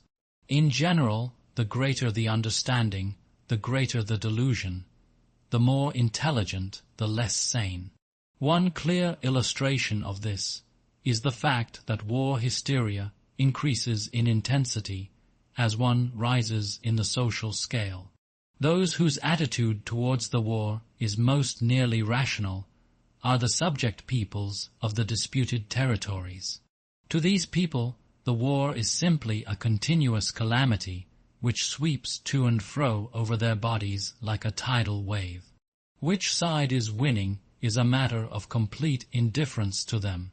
They are aware that a change of overlordship means simply that they will be doing the same work as before for new masters who treat them in the same manner as the old ones. The slightly more favored workers, whom we call the proles, are only intermittently conscious of the war. When it is necessary, they can be prodded into frenzies of fear and hatred. But when left to themselves, they are capable of forgetting for long periods that the war is happening. It is in the ranks of the party, and above all of the inner party, that the true war enthusiasm is found. World conquest is believed in most firmly by those who know it to be impossible. This peculiar linking together of opposites, knowledge with ignorance, cynicism with fanaticism, is one of the chief distinguishing marks of oceanic society. The official ideology abounds with contradictions, even when there is no practical reason for them. Thus, the party rejects and vilifies every principle for which the socialist movement originally stood, and it chooses to do this in the name of socialism. It preaches a contempt for the working class unexampled for centuries past, and it dresses its members in a uniform which was at one time peculiar to manual workers, and was adopted for that reason. It systematically undermines the solidarity of the family, and it calls its leader by a name which is a direct appeal to the sentiment of family loyalty. Even the names of the 4 ministries by which we are governed exhibit a sort of impudence in their deliberate reversal of the facts. The Ministry of Peace concerns itself with war, the Ministry of Truth with lies, the Ministry of Love with torture, and the Ministry of Plenty with starvation. These contradictions are not accidental, nor do they result from ordinary hypocrisy. They are deliberate exercises in doublethink. For it is only by reconciling contradictions that power can be retained indefinitely. In no other way could the ancient cycle be broken. If human equality is to be forever averted, if the high, as we have called them, are to keep their places permanently, then the prevailing mental condition must be controlled insanity. But there is one question which until this moment we have almost ignored. It is, why should human equality be averted? Supposing that the mechanics of the process have been rightly described, what is the motive for this huge, accurately planned effort to freeze history at a particular moment of time? Here we reach the central secret, as we have seen. The mystique of the party, and above all of the inner party, depends upon doublethink, but deeper than this lies the original motive, the never-questioned instinct that first led to the seizure of power and brought doublethink, the thought police, continuous warfare, and all the other necessary paraphernalia into existence afterwards. This motive really consists. Winston became aware of silence as one becomes aware of a new sound. It seemed to him that Julia had been very still for some time past. She was lying on her side, naked from the waist upwards, with her cheek pillowed on her hand and one dark lock tumbling across her eyes. Her breast rose and fell slowly and regularly.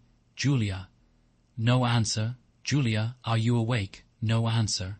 She was asleep. He shut the book, put it carefully on the floor, lay down and pulled the coverlet over both of them. He had still, he reflected, not learned the ultimate secret. He understood how, he did not understand why. Chapter I, like chapter Roman 3, had not actually told him anything that he did not know. It had merely systematized the knowledge that he possessed already. But after reading it, he knew better than before that he was not mad.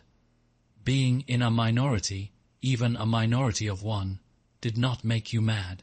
There was truth and there was untruth, and if you clung to the truth even against the whole world, you were not mad. A yellow beam from the sinking sun slanted in through the window and fell across the pillow. He shut his eyes. The sun on his face and the girl's smooth body touching his own gave him a strong, sleepy, confident feeling. He was safe, everything was all right. He fell asleep murmuring sanity is not statistical, with the feeling that this remark contained in it a profound wisdom. When he woke, it was with the sensation of having slept for a long time, but a glance at the old-fashioned clock told him that it was only 20:30. He lay dozing for a while, then the usual deep, lunged singing struck up from the yard below. It was only an opeless fancy, it passed like an April dye, but a look and a word and the dreams they stirred, they ave stolen my ear awe. The drivelling song seemed to have kept its popularity. You still heard it all over the place. It had outlived the hate song. Julia woke at the sound, stretched herself luxuriously, and got out of bed. "I'm hungry," she said. "Let's make some more coffee. Damn, the stove's gone out and the water's cold." She picked the stove up and shook it. "There's no oil in it. We can get some from old Charrington, I expect. The funny thing is I made sure it was full. I'm going to put my clothes on," she added. "It seems to have got colder." Winston also got up and dressed himself. The indefatigable voice sang on. "They say that time heals all things. They say you can always forget. But the smiles and the tears across the years, they twist my ear strings yet." As he fastened the belt of his overalls, he strolled across to the window. The sun must have gone down behind the houses. It was not shining into the yard any longer. The flagstones were wet, as though they had just been washed, and he had the feeling that the sky had been washed too. So fresh and pale was the blue between the chimney pots. Tirelessly the woman marched to and fro, corking and uncorking herself, singing and falling silent, and pegging out more diapers, and more and yet more. He wondered whether she took in washing for a living, or was merely the slave of 20 or 30 grandchildren. Julia had come across to his side. Together they gazed down with a sort of fascination at the sturdy figure below. As he looked at the woman in her characteristic attitude, her thick arms reaching up for the line, her powerful mare, like buttocks protruded, it struck him for the first time that she was beautiful. It had never before occurred to him that the body of a woman of 50, blown up to monstrous dimensions by childbearing, then hardened, roughened by work, till it was coarse in the grain like an overripe turnip, could be beautiful. But it was so, and after all, he thought, why not? The solid, contourless body, like a block of granite, and the rasping red skin, bore the same relation to the body of a girl as the rose. Hip to the rose. Why should the fruit be held inferior to the flower? "She's beautiful," he murmured. "She's a meter across the hips, easily," said Julia. "That is her style of beauty," said Winston. He held Julia's supple waist, easily encircled by his arm. From the hip to the knee, her flank was against his. Out of their bodies no child would ever come. That was the one thing they could never do. Only by word of mouth, from mind to mind, could they pass on the secret. The woman down there had no mind. She had only strong arms, a warm heart, and a fertile belly. He wondered how many children she had given birth to. It might easily be 15. She had had her momentary flowering, a year, perhaps, of while, rose beauty, and then she had suddenly swollen like a fertilized fruit, and grown hard and red and coarse. And then her life had been laundering, scrubbing, darning, cooking, sweeping, polishing, mending, scrubbing, laundering, first for children, then for grandchildren, over 30 unbroken years. At the end of it, she was still singing. The mystical reverence that he felt for her was somehow mixed up with the aspect of the pale, cloudless sky, stretching away behind the chimney pots into interminable distance. It was curious to think that the sky was the same for everybody, in Eurasia or Eastasia as well as here. And the people under the sky were also very much the same everywhere, all over the world. Hundreds of thousands of millions of people just like this. People ignorant of one another's existence, held apart by walls of hatred and lies, and yet almost exactly the same people who had never learned to think, but who were storing up in their hearts and bellies and muscles the power that would one day overturn the world. If there was hope, it lay in the proles. Without having read to the end of the book, he knew that that must be Goldstein's final message. The future belonged to the proles, and could he be sure that when their time came the world they constructed would not be just as alien to him, Winston Smith, as the world of the party? Yes, because at the least it would be a world of sanity. Where there is equality, there can be sanity. Sooner or later it would happen. Strength would change into consciousness. The proles were immortal. You could not doubt it when you looked at that valiant figure in the yard. In the end, their awakening would come. And until that happened, though it might be 1,000 years, they would stay alive against all the odds, like birds, passing on from body to body the vitality which the party did not share and could not kill. Do you remember, he said, the thrush that sang to us that first day at the edge of the wood? He wasn't singing to us, said Julia. He was singing to please himself. Not even that. He was just singing. The birds sang, the proles sang. The party did not sing. All round the world, in London and New York, in Africa and Brazil, and in the mysterious, forbidden lands beyond the frontiers, in the streets of Paris and Berlin, in the villages of the endless Russian plain, in the bazaars of China and Japan, everywhere stood the same solid, unconquerable figure, made monstrous by work and childbearing, toiling from birth to death, and still singing. Out of those mighty loins a race of conscious beings must one day come. You were the dead, theirs was the future. But you could share in that future if you kept alive the mind as they kept alive the body, and passed on the secret doctrine that 2 + 2 make 4. We are the dead, he said. We are the dead, echoed Julia dutifully. You are the dead, said an iron voice behind them. They sprang apart. Winston's entrails seemed to have turned into ice. He could see the white all round the irises of Julia's eyes. Her face had turned a milky yellow. The smear of rouge that was still on each cheekbone stood out sharply, almost as though unconnected with the skin beneath. You are the dead, repeated the iron voice. It was behind the picture, breathed Julia. It was behind the picture, said the voice. Remain exactly where you are. Make no movement until you are ordered. It was starting at last. They could do nothing except stand gazing into one another's eyes. To run for life, to get out of the house before it was too late, no such thought occurred to them. Unthinkable to disobey the iron voice from the wall. There was a snap, as though a catch had been turned back, and a crash of breaking glass. The picture had fallen to the floor, uncovering the telescreen behind it. Now they can see us, said Julia. Now we can see you, said the voice. Stand out in the middle of the room. Stand back to back. Clasp your hands behind your heads. Do not touch one another. They were not touching, but it seemed to him that he could feel Julia's body shaking. Or perhaps it was merely the shaking of his own. He could just stop his teeth from chattering, but his knees were beyond his control.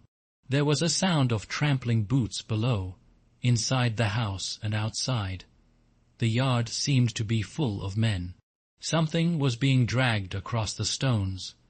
The woman's singing had stopped abruptly. There was a long, rolling clang, as though the washtub had been flung across the yard, and then a confusion of angry shouts which ended in a yell of pain. "The house is surrounded," said Winston. "The house is surrounded," said the voice. He heard Julia snap her teeth together. "I suppose we may as well say good-bye," she said. "You may as well say good-bye," said the voice. And then another quite different voice, a thin, cultivated voice which Winston had the impression of having heard before, struck in. "And by the way, while we are on the subject, here comes a candle to light you to bed. Here comes a chopper to chop off your head." Something crashed onto the bed behind Winston's back. The head of a ladder had been thrust through the window and had burst in the frame. Someone was climbing through the window. There was a stampede of boots up the stairs. The room was full of solid men in black uniforms, with iron, shod boots on their feet and truncheons in their hands. Winston was not trembling any longer. Even his eyes he barely moved. One thing alone mattered, to keep still, and not give them an excuse to hit you.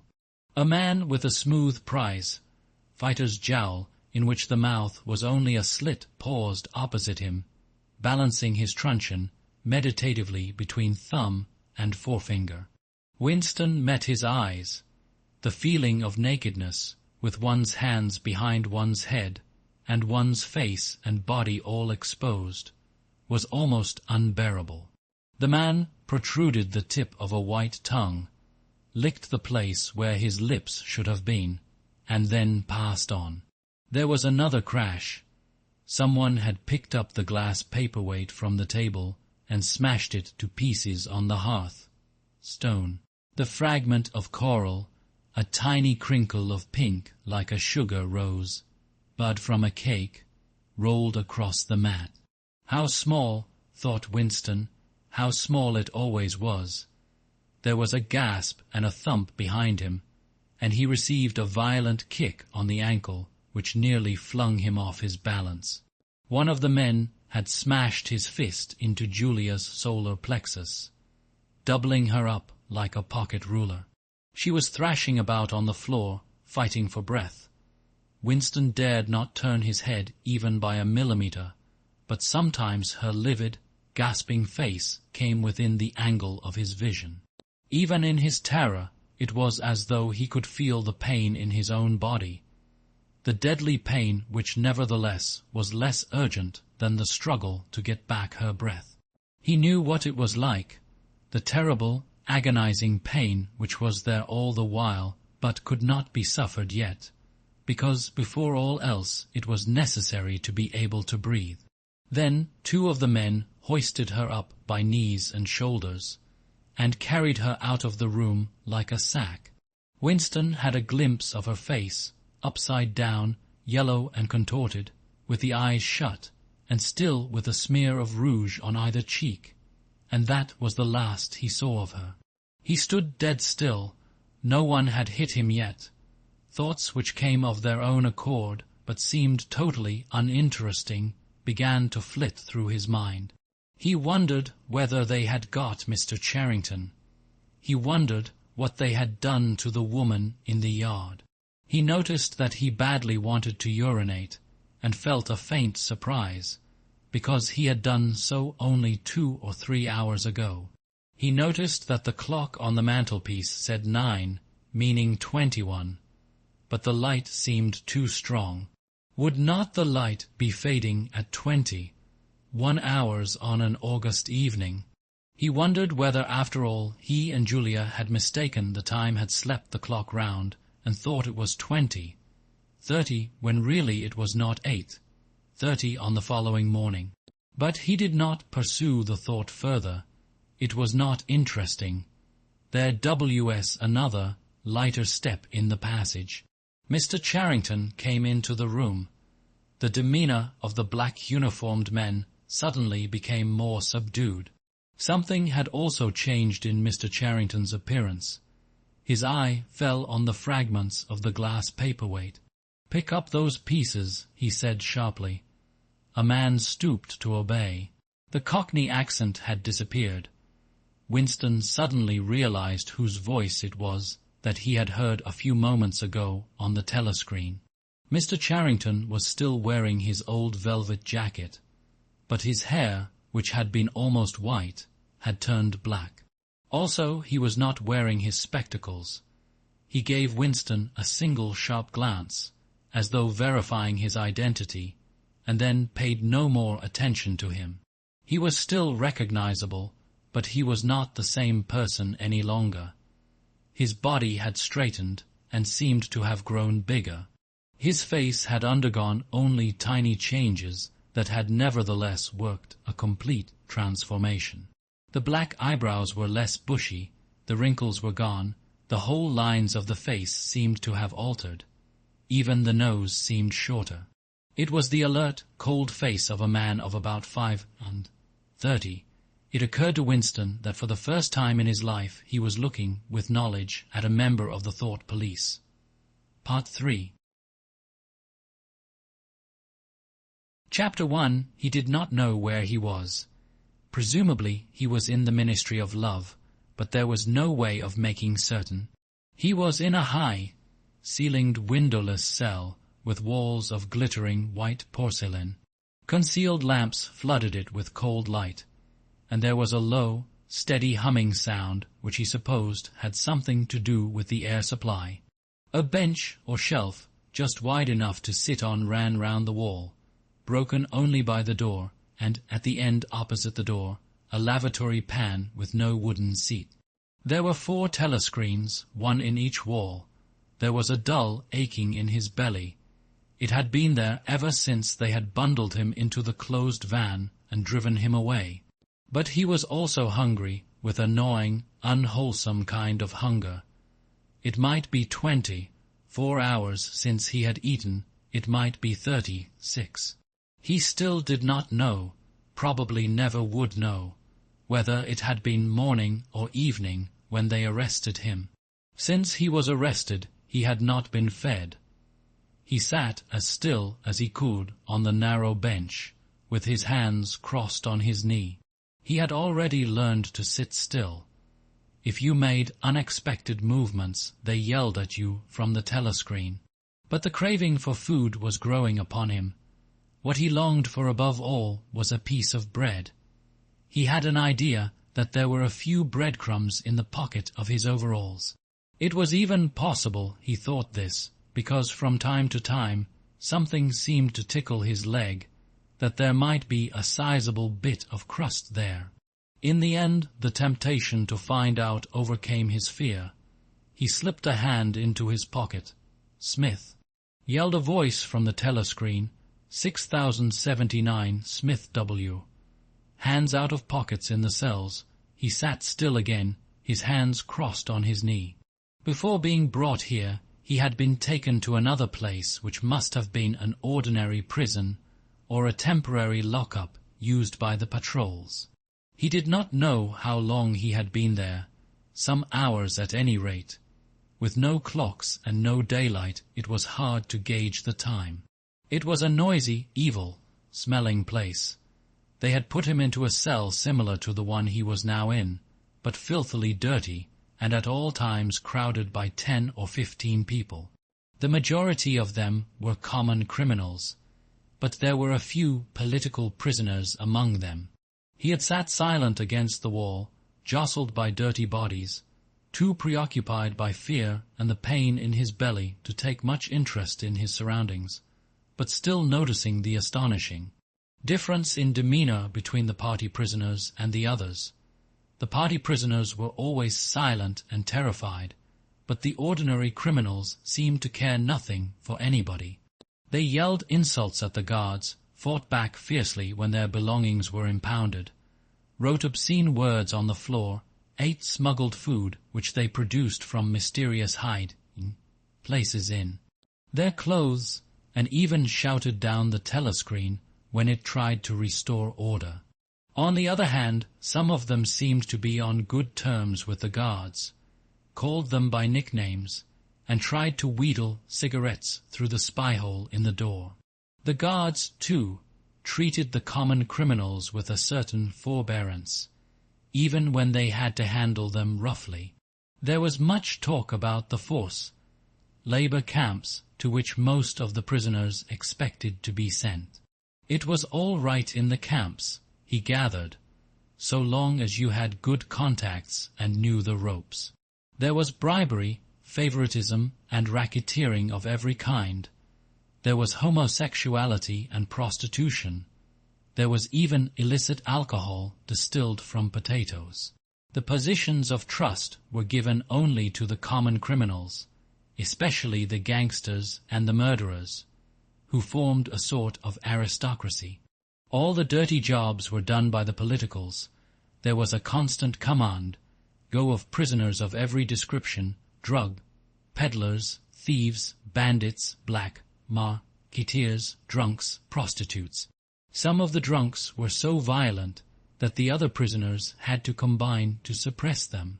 An enormous wreck of a woman, aged about 60, with great tumbling breasts and thick coils of white hair which had come down in her struggles, was carried in, kicking and shouting, by 4 guards, who had hold of her one at each corner.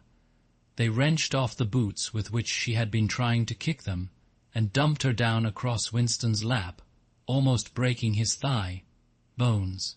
The woman hoisted herself upright and followed them out with a yell of "F bastards."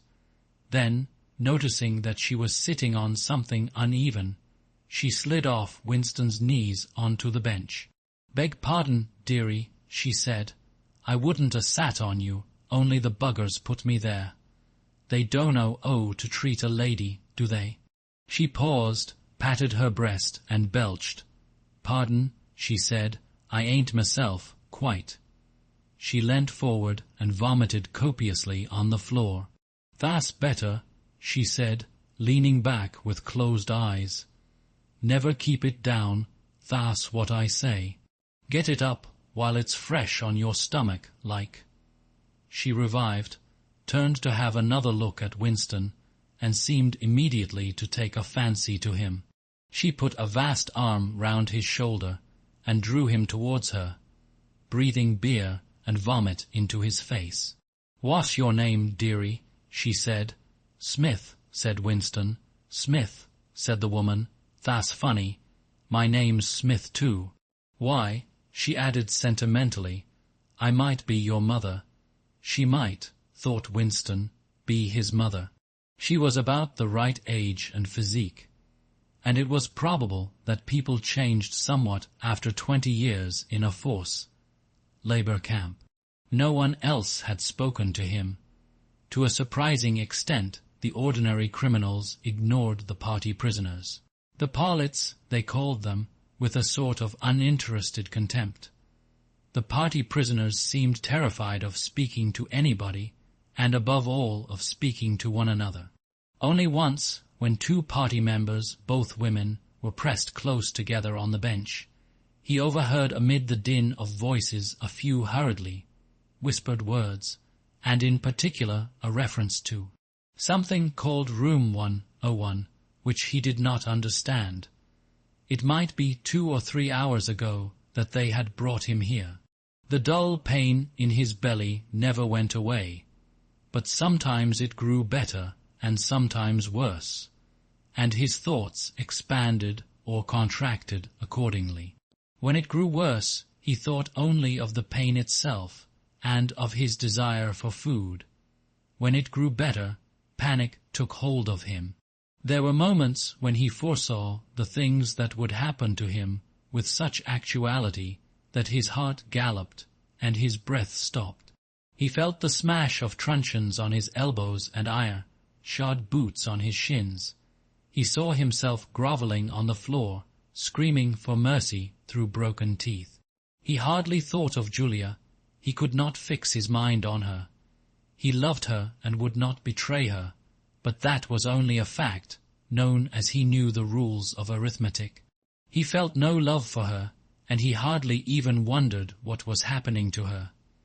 He thought oftener of O'Brien with a flickering hope. O'Brien might know that he had been arrested. The Brotherhood, he had said, never tried to save its members.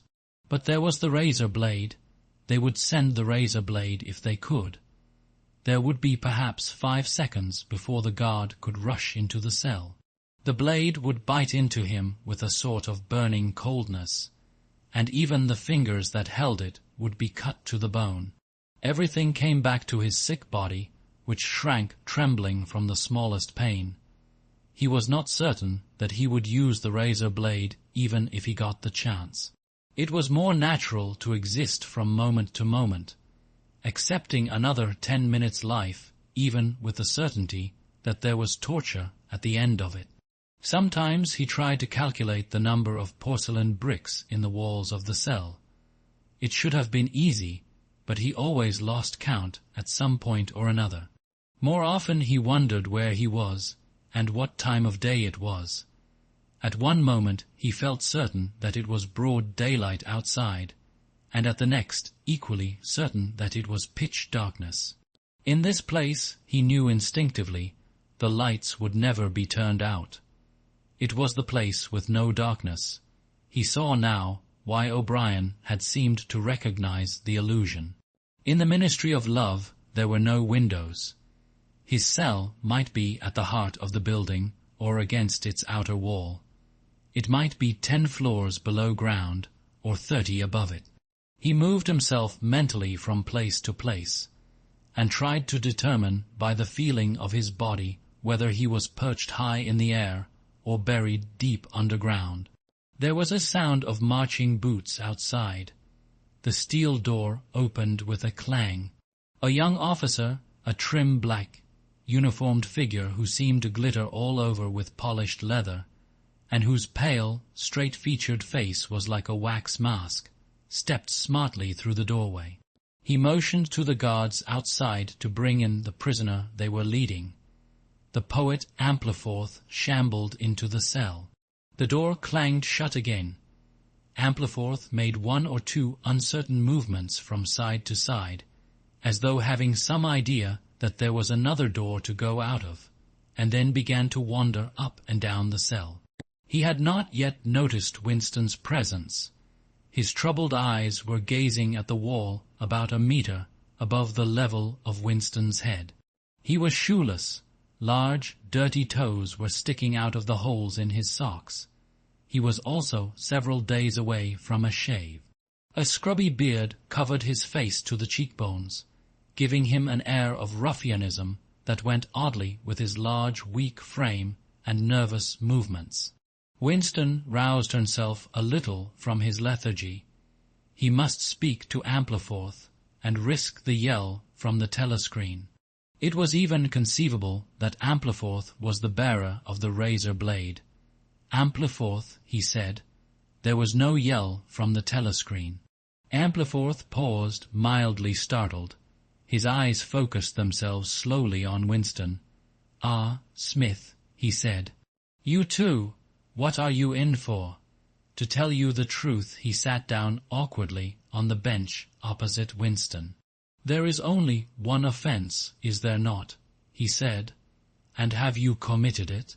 "Apparently I have." He put a hand to his forehead and pressed his temples for a moment, as though trying to remember something. "These things happen," he began vaguely. "I have been able to recall one instance, a possible instance. It was an indiscretion, undoubtedly. We were producing a definitive edition of the poems of Kipling. I allowed the word God to remain at the end of a line. I could not help it," he added almost indignantly, raising his face to look at Winston. "It was impossible to change the line. The rhyme was rod. Do you realize that there are only 12 rhymes to rod in the entire language? For days I had racked my brains. There was no other rhyme." The expression on his face changed. The annoyance passed out of it, and for a moment he looked almost pleased. A sort of intellectual warmth, the joy of the pedant who has found out some useless fact, shone through the dirt and scrubby.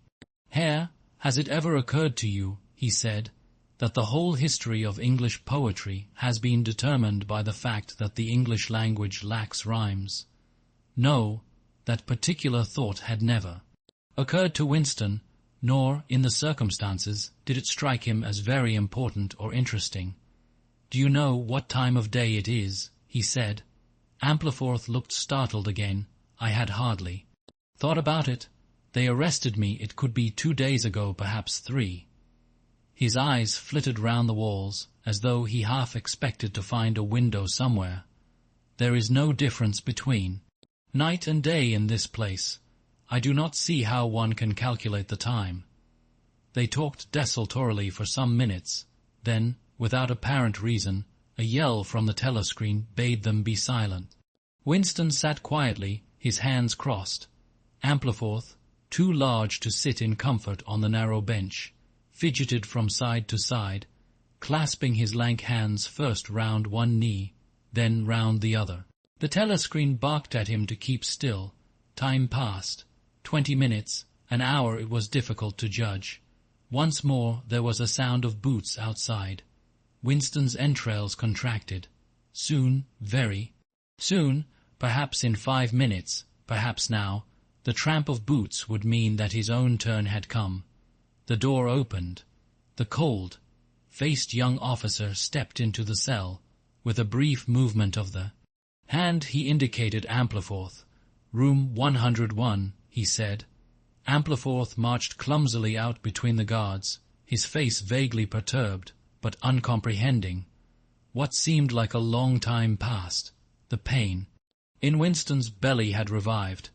His mind sagged round and round on the same trick, like a ball falling again and again into the same series of slots.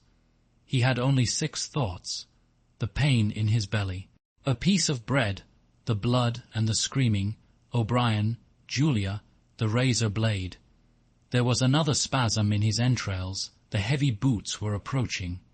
As the door opened, the wave of air that it created brought in a powerful smell of cold sweat. Parsons walked into the cell. He was wearing khaki shorts and a sports shirt. This time Winston was startled into self-forgetfulness. "You here?" he said. Parsons gave Winston a glance in which there was neither interest nor surprise, but only misery. He began walking jerkily up and down, evidently unable to keep still. Each time he straightened his pudgy knees, it was apparent that they were trembling. His eyes had a wide open, staring look, as though he could not prevent himself from gazing at something in the middle distance. "What are you in for?" said Winston. "Thoughtcrime," said Parsons, almost blubbering. The tone of his voice implied at once a complete admission of his guilt and a sort of incredulous horror that such a word could be applied to himself. He paused opposite Winston and began eagerly appealing to him. "You don't think they'll shoot me, do you, old chap? They don't shoot you if you haven't actually done anything, only thoughts, which you can't help. I know they give you a fair hearing. Oh, I trust them for that. They'll know my record, won't they? You know what kind of chap I was. Not a bad chap in my way. Not brainy, of course, but keen. I tried to do my best for the party, didn't I? I'll get off with 5 years, don't you think, or even 10 years. A chap like me could make himself pretty useful in a labor camp. They wouldn't shoot me for going off the rails just once. Are you guilty?" said Winston. "Of course I'm guilty," cried Parsons with a servile glance at the telescreen. "You don't think the party would arrest an innocent man, do you?" His frog-like face grew calmer, and even took on a slightly sanctimonious expression. "Thoughtcrime is a dreadful thing, old man," he said, sententiously. "It's insidious. It can get hold of you without your even knowing it. Do you know how it got hold of me in my sleep? Yes, that's a fact. There I was, working away, trying to do my bit, never knew I had any bad stuff in my mind at all. And then I started talking in my sleep. Do you know what they heard me saying?" He sank his voice, like someone who is obliged for medical reasons to utter an obscenity. "Down with Big Brother. Yes, I said that. Said it over and over again, it seems. Between you and me, old man, I'm glad they got me before it went any further. Do you know what I'm going to say to them when I go up before the tribunal? Thank you, I'm going to say. Thank you for saving me before it was too late. Who denounced you? Said Winston. It was my little daughter, said Parsons with a sort of doleful pride. She listened at the keyhole, heard what I was saying, and nipped off to the patrols the very next day.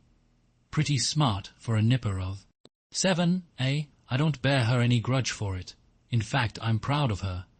It shows I brought her up in the right spirit anyway. He made a few more jerky movements up and down, several times, casting a longing glance at the lavatory pan. Then he suddenly ripped down his shorts. "Excuse me, old man," he said. "I can't help it. It's the waiting." He plumped his large posterior into the lavatory pan. Winston covered his face with his hands. "Smith," yelled the voice from the telescreen. 6079, Smith W., uncover your face. No faces covered in the cells. Winston uncovered his face. Parsons used the lavatory loudly and abundantly. It then turned out that the plug was defective, and the cell stank abominably for hours afterwards. Parsons was removed. More prisoners came and went, mysteriously. One, a woman, was consigned to room 101, and, Winston noticed, seemed to shrivel and turn a different color when she heard the words. A time came when, if it had been morning when he was brought here, it would be afternoon, or if it had been afternoon, then it would be midnight. There were 6 prisoners in the cell, men and women. All sat very still. Opposite Winston there sat a man with a chinless, toothy face, exactly like that of some large, harmless rodent. His fat, mottled cheeks were so pouched at the bottom that it was difficult not to believe that he had little stores of food tucked away there. His pale, grey eyes flitted timorously from face to face and turned quickly away again when he caught anyone's eye. The door opened, and another prisoner was brought in whose appearance sent a momentary chill through Winston. He was a commonplace, mean-looking man who might have been an engineer or technician of some kind. But what was startling was the emaciation of his face. It was like a skull.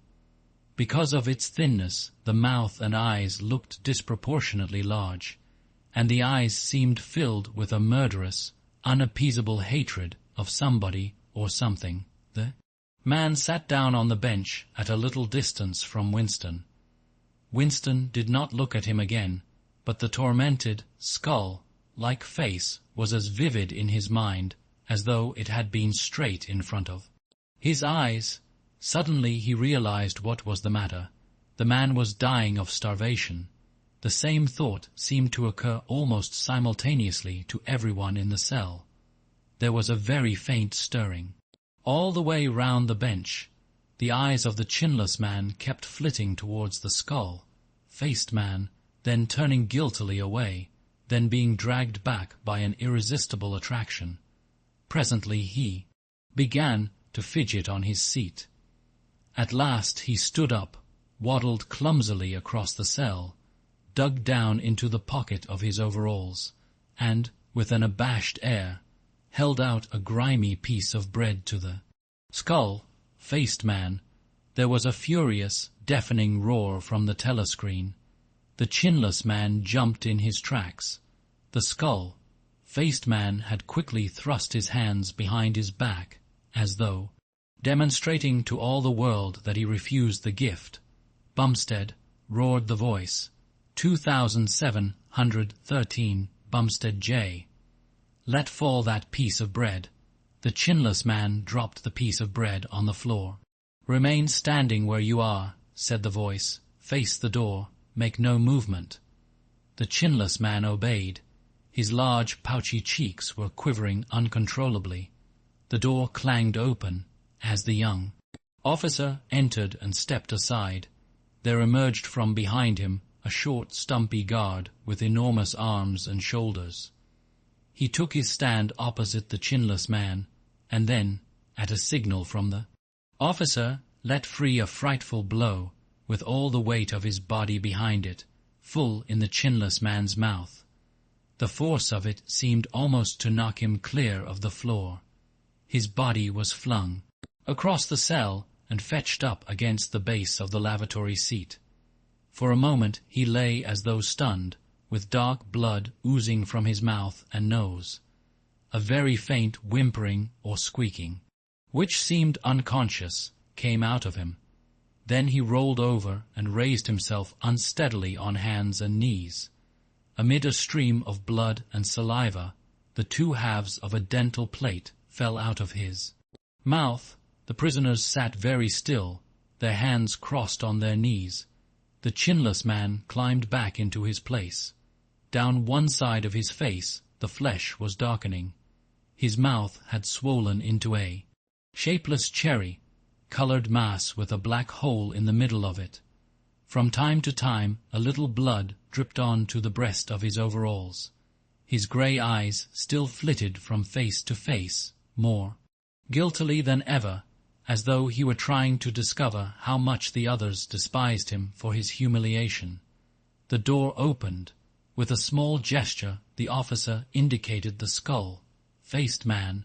"Room 101, he said. There was a gasp and a flurry at Winston's side. The man had actually flung himself on his knees on the floor, with his hand clasped together. "Comrade, officer," he cried, "you don't have to take me to that place. Haven't I told you everything already? What else is it you want to know? There's nothing I wouldn't confess, nothing. Just tell me what it is, and I'll confess straight off. Write it down, and I'll sign it anything. Not room 101. Room 101, said the officer. The man's face, already very pale, turned a color Winston would not have believed possible. It was definitely, unmistakably, a shade of green. "Do anything to me," he yelled. "You've been starving me for weeks. Finish it off and let me die. Shoot me. Hang me. Sentence me to 25 years. Is there somebody else you want me to give away? Just say who it is, and I'll tell you anything you want. I don't care who it is or what you do to them. I've got a wife and 3 children. The biggest of them isn't 6 years old. You can take the whole lot of them and cut their throats in front of my eyes, and I'll stand by and watch it. But not room 101. Room 101, said the officer. The man looked frantically round at the other prisoners, as though with some idea that he could put another victim in his own place. His eyes settled on the smashed face of the chinless man. He flung out a lean arm. "That's the one you ought to be taking, not me," he shouted. "You didn't hear what he was saying after they bashed his face. Give me a chance, and I'll tell you every word of it. He's the one that's against the party, not me." The guards stepped forward. The man's voice rose to a shriek. "You didn't hear him," he repeated. "Something went wrong with the telescreen. He's the one you want. Take him, not me." The 2 sturdy guards had stooped to take him by the arms. But just at this moment he flung himself across the floor of the cell and grabbed one of the iron legs that supported the bench. He had set up a wordless howling, like an animal. The guards took hold of him to wrench him loose, but he clung on with astonishing strength. For perhaps 20 seconds they were hauling at him. The prisoners sat quiet, their hands crossed on their knees, looking straight in front of them. The howling stopped. The man had no breath left for anything except hanging on. Then there was a different kind of cry. A kick from a guard's boot had broken the fingers of one of his hands. They dragged him to his feet. "Room 101, said the officer. The man was led out, walking unsteadily, with head sunken, nursing his crushed hand. All the fight had gone out of him. A long time passed. If it had been midnight when the skull-faced man was taken away, it was morning. If morning, it was afternoon. Winston was alone, and had been alone for hours. The pain of sitting on the narrow bench was such that often he got up and walked about, unreproved by the telescreen. The piece of bread still lay where the chinless man had dropped it. At the beginning it needed a hard effort not to look at it, but presently hunger gave way to thirst. His mouth was sticky and evil, tasting. The humming sound and the unvarying white light induced a sort of faintness, an empty feeling inside his head. He would get up because the ache in his bones was no longer bearable, and then would sit down again almost at once because he was too dizzy to make sure of staying on his feet. Whenever his physical sensations were a little under control, the terror returned, sometimes with a fading hope. He thought of O'Brien and the razor blade. It was thinkable that the razor blade might arrive concealed in his food, if he were ever fed. More dimly he thought of Julia. Somewhere or other she was, suffering perhaps far worse than he. She might be screaming with pain at this moment. He thought, if I could save Julia by doubling my own pain, would I do it? Yes, I would. But that was merely an intellectual decision taken because he knew that he ought to take it. He did not feel it. In this place you could not feel anything except pain and foreknowledge of pain. Besides, was it possible, when you were actually suffering it, to wish for any reason that your own pain should increase? But that question was not answerable yet. The boots were approaching again. The door opened. O'Brien came in. Winston started to his feet. The shock of the sight had driven all caution out of him. For the first time in many years he forgot the presence of the telescreen. "They've got you too," he cried. "They got me a long time ago," said O'Brien with a mild, almost regretful irony. He stepped aside. From behind him there emerged a broad-chested guard with a long black truncheon in his hand. "You know this, Winston," said O'Brien. "Don't deceive yourself. You did know it, you have always known it." Yes, he saw now, he had always known it, but there was no time to think of that. All he had eyes for was the truncheon in the guard's hand.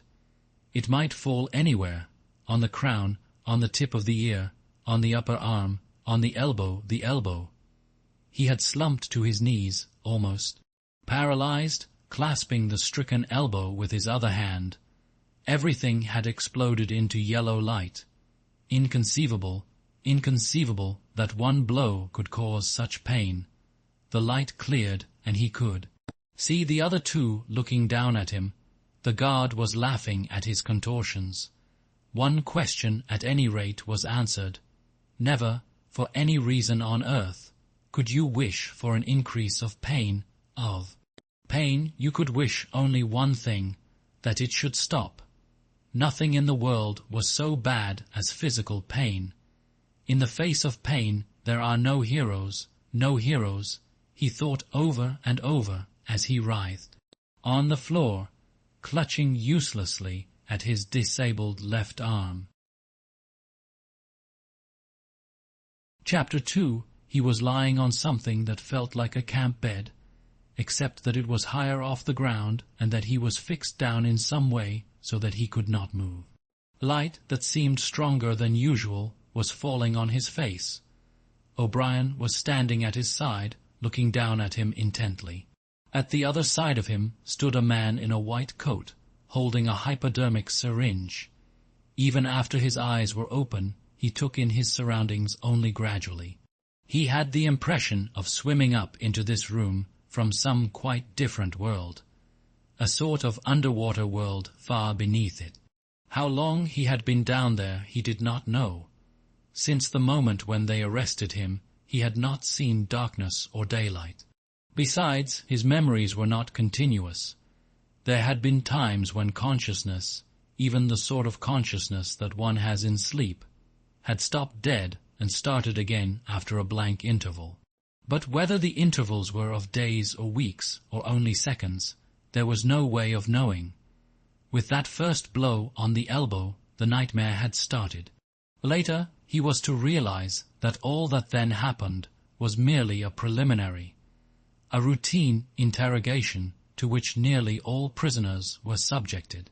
There was a long range of crimes, espionage, sabotage, and the like, to which everyone had to confess as a matter of course. The confession was a formality, though the torture was real. How many times he had been beaten, how long the beatings had continued, he could not remember. Always there were 5 or 6 men in black uniforms at him simultaneously. Sometimes it was fists, sometimes it was truncheons, sometimes it was steel rods, sometimes it was boots.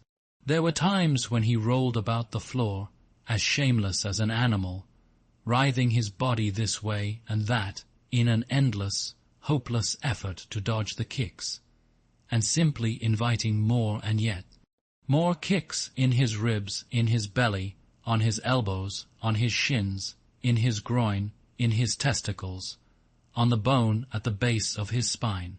There were times when it went on until the cruel, wicked, unforgivable thing seemed to him not that the guards continued to beat him, but that he could not force himself into losing consciousness. There were times when his nerve so forsook him that he began shouting for mercy even before the beating began, when the mere sight of a fist drawn back for a blow was enough to make him pour forth a confession of real and imaginary crimes. There were other times when he started out with the resolve of confessing nothing, when every word had to be forced out of him between gasps of pain, and there were times when he feebly tried to compromise, when he said to himself, "I will confess, but not yet. I must hold out till the pain becomes unbearable. 3 more kicks, 2 more kicks, and then I will tell them what they want." Sometimes he was beaten till he could hardly stand, then flung like a sack of potatoes onto the stone floor of a cell, left to recuperate for a few hours, and then taken out and beaten again. There were also longer periods of recovery. He remembered them dimly, because they were spent chiefly in sleep or stupor. He remembered a cell with a plank bed, a sort of shelf sticking out from the wall, and a tin wash, basin, and meals of hot soup and bread and sometimes coffee. He remembered a surly barber arriving to scrape his chin and crop his hair, and businesslike, unsympathetic men in white coats feeling his pulse, tapping his reflexes, turning up his eyelids, running harsh fingers over him in search for broken bones, and shooting needles into his arm to make him sleep. The beatings grew less frequent and became mainly a threat, a horror to which he could be sent back at any moment when his answers were unsatisfactory. His questioners now were not ruffians in black uniforms, but party intellectuals, little rotund men with quick movements and flashing spectacles, who worked on him in relays over periods which lasted, he thought, he could not be sure, 10 or 12 hours at a stretch. These other questioners saw to it that he was in constant slight pain, but it was not chiefly pain that they relied on. They slapped his face, wrung his ears, pulled his hair, made him stand on one leg, refused him leave to urinate, shone glaring lights in his face until his eyes ran with water. But the aim of this was simply to humiliate him and destroy his power of arguing and reasoning. Their real weapon was the merciless questioning that went on, hour after hour, tripping him up, laying traps for him, twisting everything that he said, convicting him at every step of lies and self-contradiction until he began weeping as much from shame as from nervous fatigue. Sometimes he would weep 6 times in a single session. Most of the time they screamed abuse at him and threatened at every hesitation to deliver him over to the guards again. But sometimes they would suddenly change their tune, call him comrade, appeal to him in the name of Ingsoc and Big Brother, and ask him sorrowfully whether even now he had not enough loyalty to the party left to make him wish to undo the evil he had done. When his nerves were in rags after hours of questioning, even this appeal could reduce him to snivelling tears. In the end, the nagging voices broke him down more completely than the boots and fists of the guards. He became simply a mouth that uttered, a hand that signed whatever was demanded of him. His sole concern was to find out what they wanted him to confess, and then confess it quickly, before the bullying started anew. He confessed to the assassination of eminent party members, the distribution of seditious pamphlets, embezzlement of public funds, sale of military secrets, sabotage of every kind. He confessed that he had been a spy in the pay of the East Asian government as far back as 1968. He confessed that he was a religious believer, an admirer of capitalism, and a sexual pervert. He confessed that he had murdered his wife, although he knew, and his questioners must have known, that his wife was still alive. He confessed that for years he had been in personal touch with Goldstein, and had been a member of an underground organization which had included almost every human being he had ever known. It was easier to confess everything and implicate everybody. Besides, in a sense, it was all true. It was true that he had been the enemy of the party, and in the eyes of the party there was no distinction between the thought and the deed. There were also memories of another kind. They stood out in his mind disconnectedly, like pictures with blackness all round them. He was in a cell which might have been either dark or light, because he could see nothing except a pair of eyes. Near at hand, some kind of instrument was ticking slowly and regularly. The eyes grew larger and more luminous. Suddenly he floated out of his seat, dived into the eyes, and was swallowed up. He was strapped into a chair surrounded by dials under dazzling lights. A man in a white coat was reading the dials. There was a tramp of heavy boots outside. The door clanged open. The waxed-faced officer marched in, followed by 2 guards. "Room 101, said the officer. The man in the white coat did not turn round. He did not look at Winston either. He was looking only at the dials. He was rolling down a mighty corridor, a kilometre wide, full of glorious golden light, roaring with laughter and shouting out confessions at the top of his voice.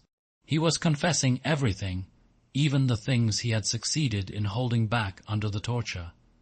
He was relating the entire history of his life to an audience who knew it already.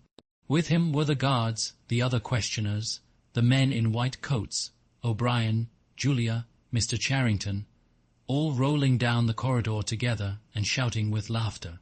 Some dreadful thing which had lain embedded in the future had somehow been skipped over and had not happened. Everything was all right. There was no more pain. The last detail of his life was laid bare, understood, forgiven. He was starting up from the plank bed in the half certainty that he had heard O'Brien's voice. All through his interrogation, although he had never seen him, he had had the feeling that O'Brien was at his elbow, just out of sight. It was O'Brien who was directing everything. It was he who set the guards on to Winston and who prevented them from killing him. It was he who decided when Winston should scream with pain, when he should have a respite, when he should be fed, when he should sleep, when the drugs should be pumped into his arm. It was he who asked the questions and suggested the answers. He was the tormentor, he was the protector, he was the inquisitor, he was the friend. And once Winston could not remember whether it was in drugged sleep, or in normal sleep, or even in a moment of wakefulness, a voice murmured in his ear, "Don't worry, Winston, you are in my keeping. For 7 years I have watched over you. Now the turning point has come. I shall save you, I shall make you perfect." He was not sure whether it was O'Brien's voice, but it was the same voice that had said to him, "We shall meet in the place where there is no darkness." In that other dream, 7 years ago, he did not remember any ending to his interrogation. There was a period of blackness, and then the cell, or room, in which he now was had gradually materialized round him. He was almost flat on his back and unable to move. His body was held down at every essential point. Even the back of his head was gripped in some manner. O'Brien was looking down at him gravely and rather sadly. His face, seen from below, looked coarse and worn, with pouches under the eyes and tired lines from nose to chin. He was older than Winston had thought him. He was perhaps 48 or 50. Under his hand there was a dial with a lever on top, and figures running round the face. "I told you," said O'Brien, "that if we met again it would be here." "Yes," said Winston. Without any warning except a slight movement of O'Brien's hand, a wave of pain flooded his body. It was a frightening pain, because he could not see what was happening, and he had the feeling that some mortal injury was being done to him. He did not know whether the thing was really happening, or whether the effect was electrically produced, but his body was being wrenched out of shape. The joints were being slowly torn apart. Although the pain had brought the sweat out on his forehead, the worst of all was the fear that his backbone was about to snap. He set his teeth and breathed hard through his nose, trying to keep silent as long as possible. "You are afraid," said O'Brien, watching his face, "that in another moment something is going to break. Your especial fear is that it will be your backbone. You have a vivid mental picture of the vertebrae snapping apart and the spinal fluid dripping out of them. That is what you are thinking, is it not, Winston?" Winston did not answer. O'Brien drew back the lever on the dial. The wave of pain receded almost as quickly as it had come. "That was 40, said O'Brien. "You can see that the numbers on this dial run up to 100. Will you please remember, throughout our conversation, that I have it in my power to inflict pain on you at any moment, and to whatever degree I choose. If you tell me any lies, or attempt to prevaricate in any way, or even fall below your usual level of intelligence, you will cry out with pain instantly. Do you understand that?" "Yes," said Winston. O'Brien's manner became less severe. He resettled his spectacles thoughtfully and took a pace or two up and down. When he spoke, his voice was gentle and patient. He had the air of a doctor, a teacher, even a priest, anxious to explain and persuade rather than to punish. "I am taking trouble with you, Winston," he said, "because you are worth trouble. You know perfectly well what is the matter with you. You have known it for years, though you have fought against the knowledge. You are mentally deranged. You suffer from a defective memory. You are unable to remember real events, and you persuade yourself that you remember other events which never happened. Fortunately, it is curable. You have never cured yourself of it, because you did not choose to. There was a small effort of the will that you were not ready to make. Even now, I am well aware, you are clinging to your disease under the impression that it is a virtue. Now we will take an example. At this moment, which power is Oceania at war with? When I was arrested, Oceania was at war with Eastasia. With Eastasia. Good, and Oceania has always been at war with Eastasia, has it not? Winston drew in his breath. He opened his mouth to speak, and then did not speak. He could not take his eyes away from the dial. "The truth, please, Winston, your truth. Tell me what you think you remember." "I remember that until only a week before I was arrested, we were not at war with Eastasia at all. We were in alliance with them. The war was against Eurasia, that had lasted for 4 years. Before that, O'Brien stopped him with a movement of the hand. "Another example," he said. some years ago you had a very serious delusion indeed.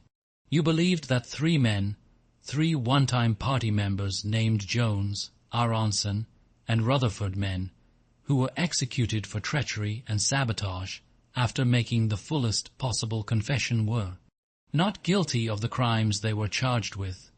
You believed that you had seen unmistakable documentary evidence proving that their confessions were false. There was a certain photograph about which you had a hallucination. You believed that you had actually held it in your hands. It was a photograph something like this. An oblong slip of newspaper had appeared between O'Brien's fingers. For perhaps 5 seconds it was within the angle of Winston's vision. It was a photograph, and there was no question of its identity. It was the photograph. It was another copy of the photograph of Jones, Aronson, and Rutherford at the party function in New York, which he had chanced upon 11 years ago and promptly destroyed. For only an instant it was before his eyes, then it was out of sight again. But he had seen it, unquestionably he had seen it. He made a desperate, agonizing effort to wrench the top half of his body free. It was impossible to move so much as a centimeter in any direction. For the moment he had even forgotten the dial. All he wanted was to hold the photograph in his fingers again, or at least to see it. "It exists," he cried.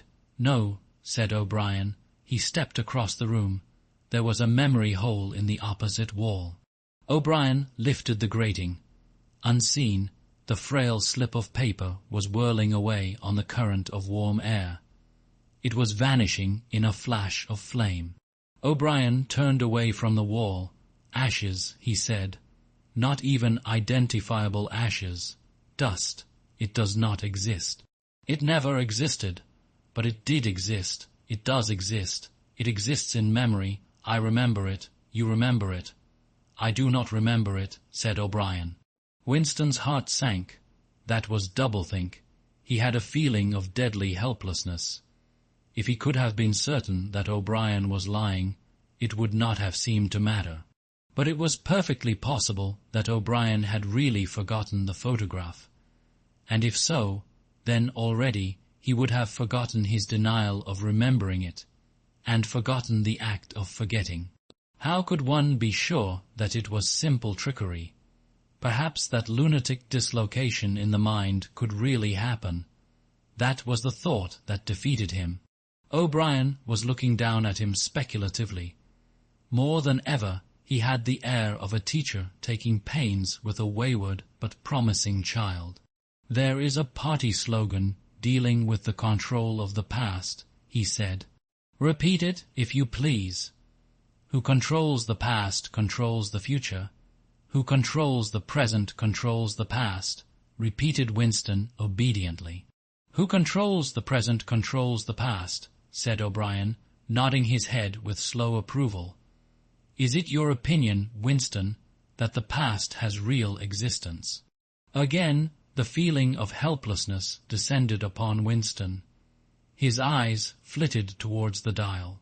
He not only did not know whether yes or no was the answer that would save him from pain, he did not even know which answer he believed to be the true one.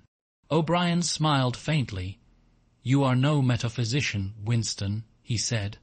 "Until this moment you had never considered what is meant by existence. I will put it more precisely. Does the past exist concretely in space? Is there somewhere or other a place, a world of solid objects, where the past is still happening? No. Then where does the past exist, if at all? In records. It is written down. In records, and in the mind, in human memories, in memory. Very well, then. We, the party, control all records, and we control all memories. Then we control the past, do we not? But how can you stop people remembering things?" cried Winston again, momentarily forgetting the dial. "It is involuntary. It is outside oneself. How can you control memory? You have not controlled mine." O'Brien's manner grew stern again. He laid his hand on the dial. On the contrary, he said, "You have not controlled it. That is what has brought you here. You are here because you have failed in humility, in self-discipline. You would not make the act of submission, which is the price of sanity. You preferred to be a lunatic, a minority of one. Only the disciplined mind can see reality, Winston. You believe that reality is something objective, external, existing in its own right. You also believe that the nature of reality is self-evident. When you delude yourself into thinking that you see something, you assume that everyone else sees the same thing as you. But I tell you, Winston, that reality is not external. Reality exists in the human mind and nowhere else. Not in the individual mind, which can make mistakes, and in any case soon perishes. Only in the mind of the party, which is collective and immortal. Whatever the party holds to be the truth is truth. It is impossible to see reality except by looking through the eyes of the party. That is the fact that you have got to relearn, Winston. It needs an act of self-destruction, an effort of the will. You must humble yourself before you can become sane." He paused for a few moments, as though to allow what he had been saying to sink in. "Do you remember," he went on, writing in your diary, "freedom is the freedom to say that 2 + 2 make 4. "Yes," said Winston. O'Brien held up his left hand, its back towards Winston, with the thumb hidden and the 4 fingers extended. "How many fingers am I holding up, Winston? 4. And if the party says that it is not 4 but 5, then how many?" 4. The word ended in a gasp of pain. The needle of the dial had shot up to 55. The sweat had sprung out all over Winston's body. The air tore into his lungs and issued again in deep groans, which even by clenching his teeth he could not stop. O'Brien watched him, the 4 fingers still extended. He drew back the lever. This time the pain was only slightly eased. "How many fingers, Winston?" 4. The needle went up to 60. "How many fingers, Winston?" 4. 4. What else can I say? 4. The needle must have risen again, but he did not look at it. The heavy, stern face and the 4 fingers filled his vision. The fingers stood up before his eyes like pillars, enormous, blurry, and seeming to vibrate, but unmistakably 4. "How many fingers, Winston?" 4. "Stop it, stop it. How can you go on?" 4. 4. "How many fingers, Winston?" 5. 5. 5. "No, Winston, that is no use. You are lying. You still think there are 4. How many fingers, please?" 4. 5. 4. "Anything you like. Only stop it. Stop the pain." Abruptly he was sitting up with O'Brien's arm round his shoulders. He had perhaps lost consciousness for a few seconds. The bonds that had held his body down were loosened. He felt very cold. He was shaking uncontrollably. His teeth were chattering. The tears were rolling down his cheeks. For a moment he clung to O'Brien like a baby, curiously comforted by the heavy arm round his shoulders. He had the feeling that O'Brien was his protector, that the pain was something that came from outside, from some other source, and that it was O'Brien who would save him from it. "You are a slow learner, Winston," said O'Brien gently. "How can I help it?" he blubbered. "How can I help seeing what is in front of my eyes? 2 and 2 are 4. Sometimes, Winston, sometimes they are 5. Sometimes they are 3. Sometimes they are all of them at once. You must try harder. It is not easy to become sane." He laid Winston down on the bed. The grip of his limbs tightened again, but the pain had ebbed away and the trembling had stopped, leaving him merely weak and cold. O'Brien motioned with his head to the man in the white coat, who had stood immobile throughout the proceedings. The man in the white coat bent down and looked closely into Winston's eyes, felt his pulse, laid an ear against his chest, tapped here and there. Then he nodded to O'Brien. "Again," said O'Brien. The pain flowed into Winston's body. The needle must be at 75. He had shut his eyes this time. He knew that the fingers were still there, and still 4. All that mattered was somehow to stay alive until the spasm was over. He had ceased to notice whether he was crying out or not. The pain lessened again. He opened his eyes. O'Brien had drawn back the lever. "How many fingers, Winston?" "4. I suppose there are 4. I would see 5 if I could." "I am trying to see 5. Which do you wish? To persuade me that you see 5, or really to see them?" "Really to see them." "Again," said O'Brien. Perhaps the needle was 80-90. Winston could not intermittently remember why the pain was happening. Behind his screwed-up eyelids, a forest of fingers seemed to be moving in a sort of dance, weaving in and out, disappearing behind one another and reappearing again. He was trying to count them. He could not remember why. He knew only that it was impossible to count them, and that this was somehow due to the mysterious identity between 5 and 4. The pain died down again. When he opened his eyes, it was to find that he was still seeing the same thing. Innumerable fingers, like moving trees, were still streaming past in either direction, crossing and recrossing. He shut his eyes again. "How many fingers am I holding up, Winston? I don't know. I don't know. You will kill me if you do that again. 4, 5, 6, in all honesty, I don't know." "Better," said O'Brien. A needle slid into Winston's arm. Almost in the same instant, a blissful, healing warmth spread all through his body. The pain was already half forgotten. He opened his eyes and looked up gratefully at O'Brien. At sight of the heavy, lined face, so ugly and so intelligent, his heart seemed to turn over. If he could have moved, he would have stretched out a hand and laid it on O'Brien's arm. He had never loved him so deeply as at this moment, and not merely because he had stopped the pain. The old feeling that at bottom it did not matter whether O'Brien was a friend or an enemy had come back. O'Brien was a person who could be talked to. Perhaps one did not want to be loved so much as to be understood. O'Brien had tortured him to the edge of lunacy, and in a little while, it was certain, he would send him to his death. It made no difference. In some sense that went deeper than friendship, they were intimates. Somewhere or other, although the actual words might never be spoken, there was a place where they could meet and talk. O'Brien was looking down at him with an expression which suggested that the same thought might be in his own mind. When he spoke, it was in an easy, conversational tone. "Do you know where you are, Winston?" he said.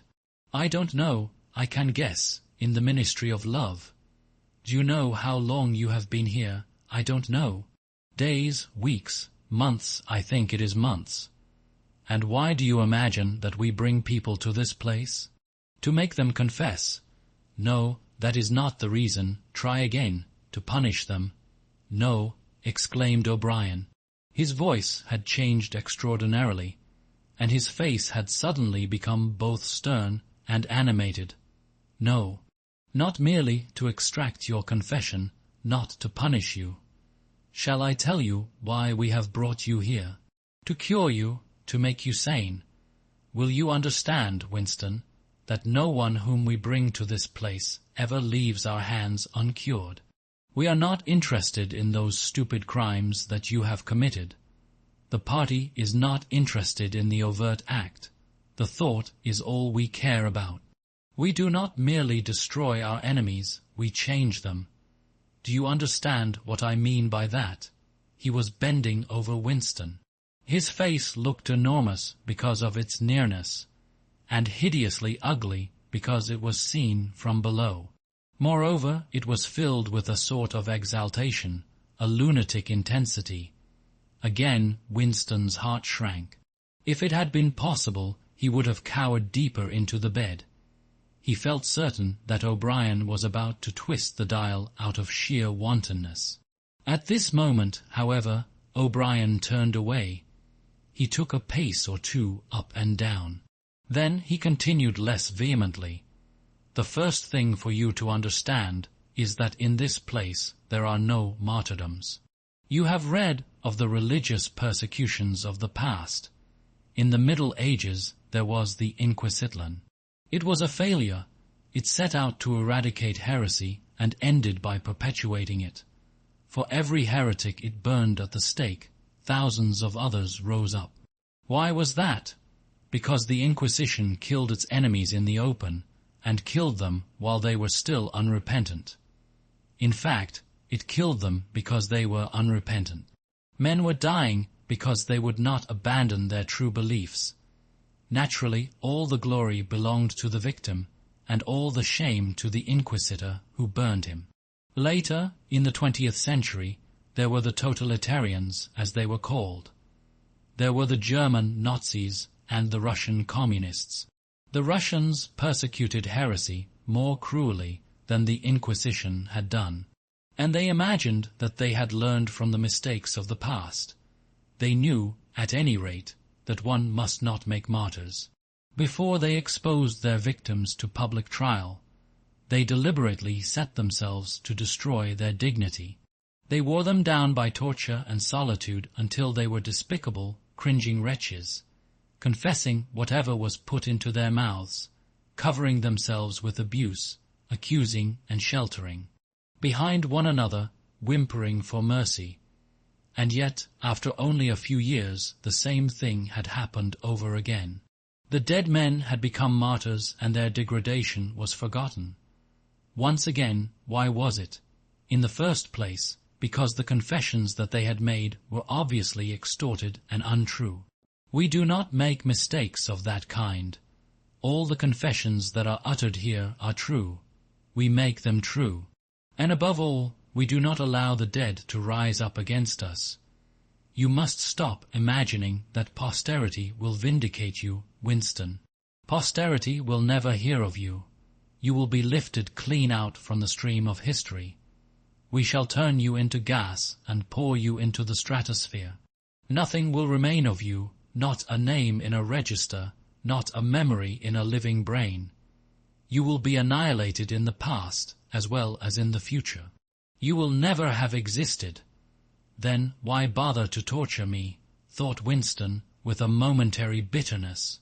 O'Brien checked his step as though Winston had uttered the thought aloud. His large, ugly face came nearer, with the eyes a little narrowed. "You are thinking," he said, "that since we intend to destroy you utterly, so that nothing that you say or do can make the smallest difference in that case, why do we go to the trouble of interrogating you first? That is what you were thinking, was it not?" "Yes," said Winston. O'Brien smiled slightly. "You are a flaw in the pattern, Winston. You are a stain that must be wiped out. Did I not tell you just now that we are different from the persecutors of the past? We are not content with negative obedience, nor even with the most abject submission. When finally you surrender to us, it must be of your own free will. We do not destroy the heretic because he resists us. So long as he resists us, we never destroy him. We convert him, we capture his inner mind, we reshape him. We burn all evil and all illusion out of him. We bring him over to our side, not in appearance, but genuinely, heart and soul. We make him one of ourselves before we kill him. It is intolerable to us that an erroneous thought should exist anywhere in the world, however secret and powerless it may be. Even in the instant of death, we cannot permit any deviation. In the old days, the heretic walked to the stake still a heretic, proclaiming his heresy, exulting in it.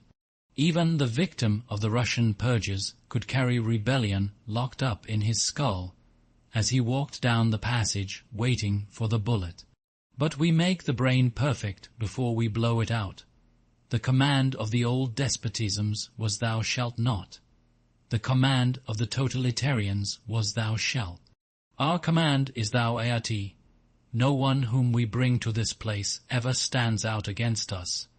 Everyone is washed clean. Even those 3 miserable traitors in whose innocence you once believed Jones. Aronson and Rutherford, in the end we broke them down. I took part in their interrogation myself. I saw them gradually worn down, whimpering, grovelling, weeping, and in the end it was not with pain or fear, only with penitence. By the time we had finished with them, they were only the shells of men. There was nothing left in them except sorrow for what they had done, and love of Big Brother. It was touching to see how they loved him. They begged to be shot quickly, so that they could die while their minds were still clean. His voice had grown almost dreamy. The exaltation, the lunatic enthusiasm was still in his face. He is not pretending, thought Winston. He is not a hypocrite. He believes every word he says. What most oppressed him was the consciousness of his own intellectual inferiority. He watched the heavy yet graceful form strolling to and fro, in and out of the range of his vision. O'Brien was a being in all ways larger than himself. There was no idea that he had, ever had, or could have, that O'Brien had not long ago known, examined, and rejected. His mind contained Winston's mind, but in that case how could it be true that O'Brien was mad? It must be he. Winston, who was mad. O'Brien halted and looked down at him. His voice had grown stern again. Do not imagine that you will save yourself, Winston, however completely you surrender to us. No one who has once gone astray is ever spared.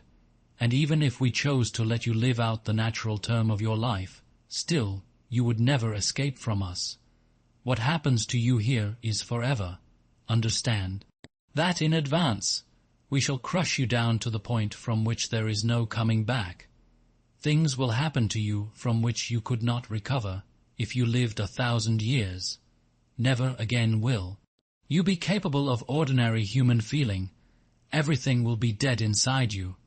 Never again will you be capable of love, or friendship, or joy of living, or laughter, or curiosity, or courage, or integrity. You will be hollow. We shall squeeze you empty, and then we shall fill you with ourselves. He paused and signed to the man in the white coat. Winston was aware of some heavy piece of apparatus being pushed into place behind his head. O'Brien had sat down beside the bed, so that his face was almost on a level with Winston's. 3,000, he said, speaking over Winston's head. To the man in the white coat, 2 soft pads, which felt slightly moist, clamped themselves against Winston's temples. He quailed. There was pain coming, a new kind of pain. O'Brien laid a hand, reassuringly, almost kindly, on his. This time it will not hurt, he said. Keep your eyes fixed on mine. At this moment there was a devastating explosion, or what seemed like an explosion, though it was not certain whether there was any noise. There was undoubtedly a blinding flash of light. Winston was not hurt, only prostrated, although he had already been lying on his back when the thing happened. He had a curious feeling that he had been knocked into that position. A terrific, painless blow had flattened him out. Also, something had happened inside his head. As his eyes regained their focus, he remembered who he was, and where he was, and recognized the face that was gazing into his own. But somewhere or other there was a large patch of emptiness, as though a piece had been taken out of his brain. It will not last, said O'Brien. Look me in the eyes. What country is Oceania at war with? Winston thought. He knew what was meant by Oceania, and that he himself was a citizen of Oceania. He also remembered Eurasia and Eastasia, but who was at war with whom he did not know. In fact, he had not been aware that there was any war. I don't remember. Oceania is at war with Eastasia. Do you remember that now? Yes. Oceania has always been at war with Eastasia. Since the beginning of your life, since the beginning of the party, since the beginning of history, the war has continued without a break, always the same war. Do you remember that? Yes. 11 years ago you created a legend about 3 men who had been condemned to death for treachery. You pretended that you had seen a piece of paper which proved them innocent. No such piece of paper ever existed. You invented it, and later you grew to believe in it. You remember now the very moment at which you first invented it. Do you remember that? Yes. Just now I held up the fingers of my hand to you. You saw 5 fingers. Do you remember that? Yes. O'Brien held up the fingers of his left hand. With the thumb concealed, there are 5 fingers there. Do you see 5 fingers? Yes. And he did see them for a fleeting instant before the scenery of his mind changed. He saw 5 fingers, and there was no deformity. Then everything was normal again, and the old fear, the hatred, and the bewilderment came crowding back again. But there had been a moment, he did not know how long, 30 seconds, perhaps, of luminous certainty, when each new suggestion of O'Brien's had filled up a patch of emptiness and become absolute truth, and when 2 and 2 could have been 3 as easily as 5, if that were what was needed. It had faded but before O'Brien had dropped his hand, but though he could not recapture it, he could remember it, as one remembers a vivid experience at some period of one's life when one was in effect a different person. You see now, said O'Brien, that it is at any rate possible. Yes, said Winston. O'Brien stood up with a satisfied air, over to his left. Winston saw the man in the white coat break an ampoule and draw back the plunger of a syringe. O'Brien turned to Winston with a smile.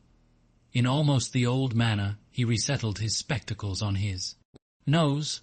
Do you remember writing in your diary, he said, that it did not matter whether I was a friend or an enemy, since I was at least a person who understood you and could be talked to? You were right. I enjoy talking to you. Your mind appeals to me. It resembles my own mind, except that you happen to be insane. Before we bring the session to an end, you can ask me a few questions, if you choose. Any question I like, anything. He saw that Winston's eyes were upon the dial. It is switched off.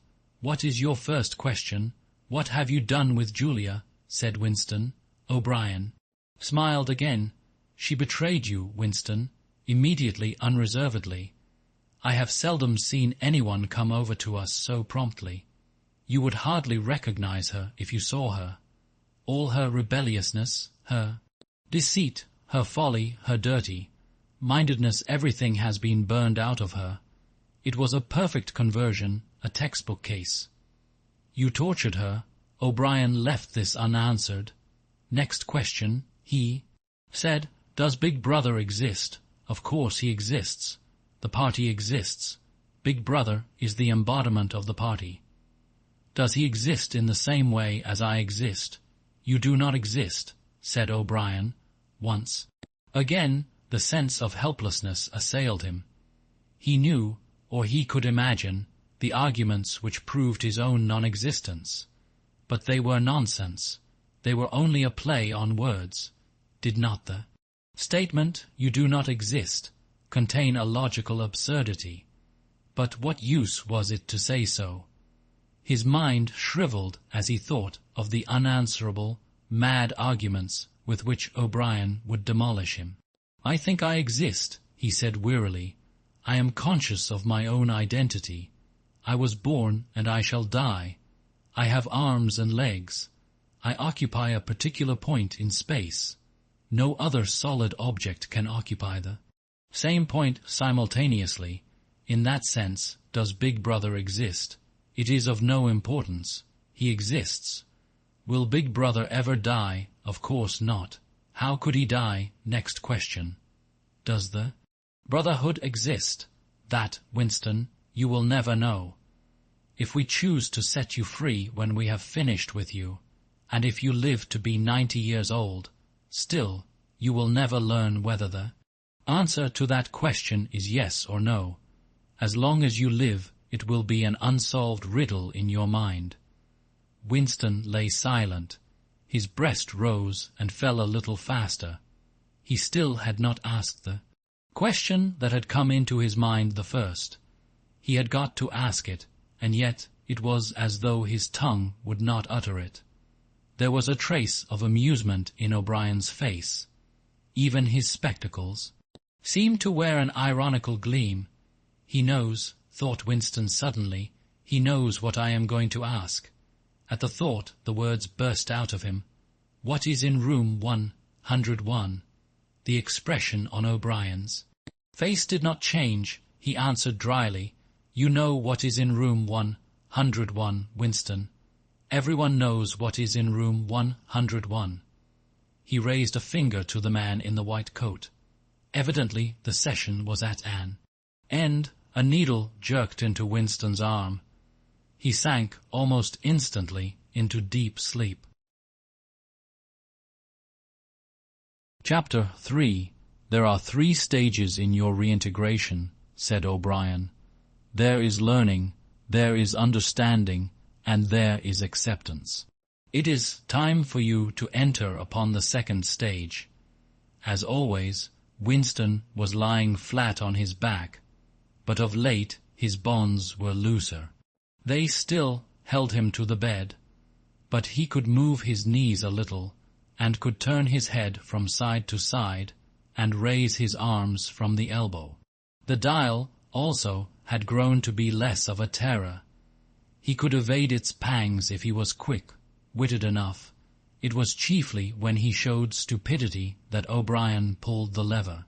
Sometimes they got through a whole session without use of the dial. He could not remember how many sessions there had been. The whole process seemed to stretch out over a long, indefinite time, weeks, possibly, and the intervals between the sessions might sometimes have been days, sometimes only an hour or 2. As you lie there, said O'Brien, you have often wondered, you have even asked me, why the ministry of love should expend so much time and trouble on you. And when you were free, you were puzzled by what was essentially the same question. You could grasp the mechanics of the society you lived in, but not its underlying motives. Do you remember writing in your diary, I understand how. I do not understand why. It was when you thought about why that you doubted your own sanity. You have read the book, Goldstein's book, or parts of it, at least. Did it tell you anything that you did not know already? You have read it, said Winston. I wrote it. That is to say, I collaborated in writing it. No book is produced individually, as you know. Is it true, what it says? As description, yes. The program it sets forth is nonsense. The secret accumulation of knowledge, a gradual spread of enlightenment, ultimately a proletarian rebellion, the overthrow of the party. You foresaw yourself that that was what it would say. It is all nonsense. The proletarians will never revolt, not in 1,000 years or 1,000,000. They cannot. I do not have to tell you the reason. You know it already. If you have ever cherished any dreams of violent insurrection, you must abandon them. There is no way in which the party can be overthrown. The rule of the party is forever. Make that the starting point of your thoughts. He came closer to the bed. Forever, he repeated. And now let us get back to the question of how and why. You understand well enough how the party maintains itself in power. Now tell me why we cling to power. What is our motive? Why should we? Want power? Go on, speak, he added as Winston remained silent. Nevertheless, Winston did not speak for another moment or two. A feeling of weariness had overwhelmed him. The faint, mad gleam of enthusiasm had come back into O'Brien's face. He knew in advance what O'Brien would say, that the party did not seek power for its own ends, but only for the good of the majority, that it sought power because men in the mass were frail, cowardly creatures who could not endure liberty or face the truth, and must be ruled over and systematically deceived by others who were stronger than themselves, that the choice for mankind lay between freedom and happiness, and that, for the great bulk of mankind, happiness was better, that the party was the eternal guardian of the weak, a dedicated sect doing evil that good might come, sacrificing its own happiness to that of others. The terrible thing, thought Winston, the terrible thing was that when O'Brien said this he would believe it. You could see it in his face. O'Brien knew everything. 1,000 times better than Winston, he knew what the world was really like, in what degradation the mass of human beings lived, and by what lies and barbarities the party kept them there. He had understood it all, weighed it all, and it made no difference. All was justified by the ultimate purpose. What can you do, thought Winston, against the lunatic who is more intelligent than yourself, who gives your arguments a fair hearing and then simply persists in his lunacy? You are ruling over us for our own good, he said, feebly. You believe that human beings are not fit to govern themselves, and therefore he started and almost cried out. A pang of pain had shot through his body. O'Brien had pushed the lever of the dial up to 35. That was stupid, Winston, stupid, he said. You should know better than to say a thing like that. He pulled the lever back and continued, Now I will tell you the answer to my question. It is this. The party seeks power entirely for its own sake. We are not interested in the good of others. We are interested solely in power, not wealth or luxury or long life or happiness, only power, pure power. What pure power means you will understand presently. We are different from all the oligarchies of the past, in that we know what we are doing. All the others, even those who resembled ourselves, were cowards and hypocrites. The German Nazis and the Russian communists came very close to us in their methods, but they never had the courage to recognize their own motives. They pretended, perhaps they even believed, that they had seized power unwillingly and for a limited time, and that just round the corner there lay a paradise where human beings would be free and equal. We are not like that. We know that no one ever seizes power with the intention of relinquishing it. Power is not a means, it is an end. One does not establish a dictatorship in order to safeguard a revolution. One makes the revolution in order to establish the dictatorship. The object of persecution is persecution.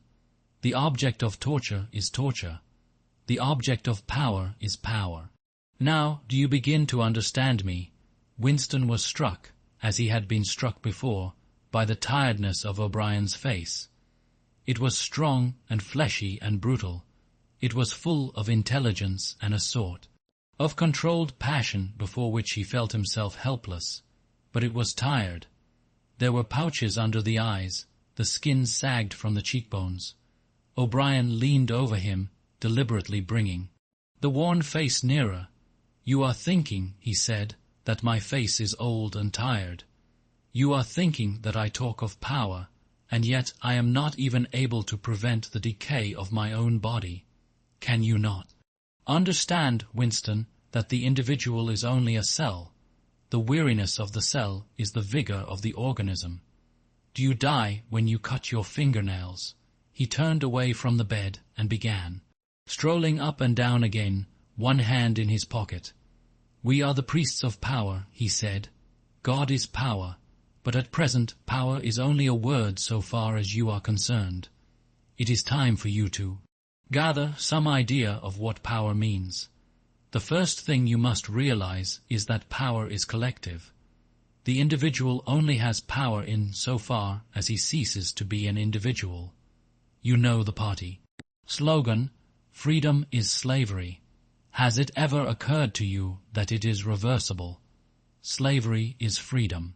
Alone free, the human being is always defeated. It must be so, because every human being is doomed to die, which is the greatest of all failures.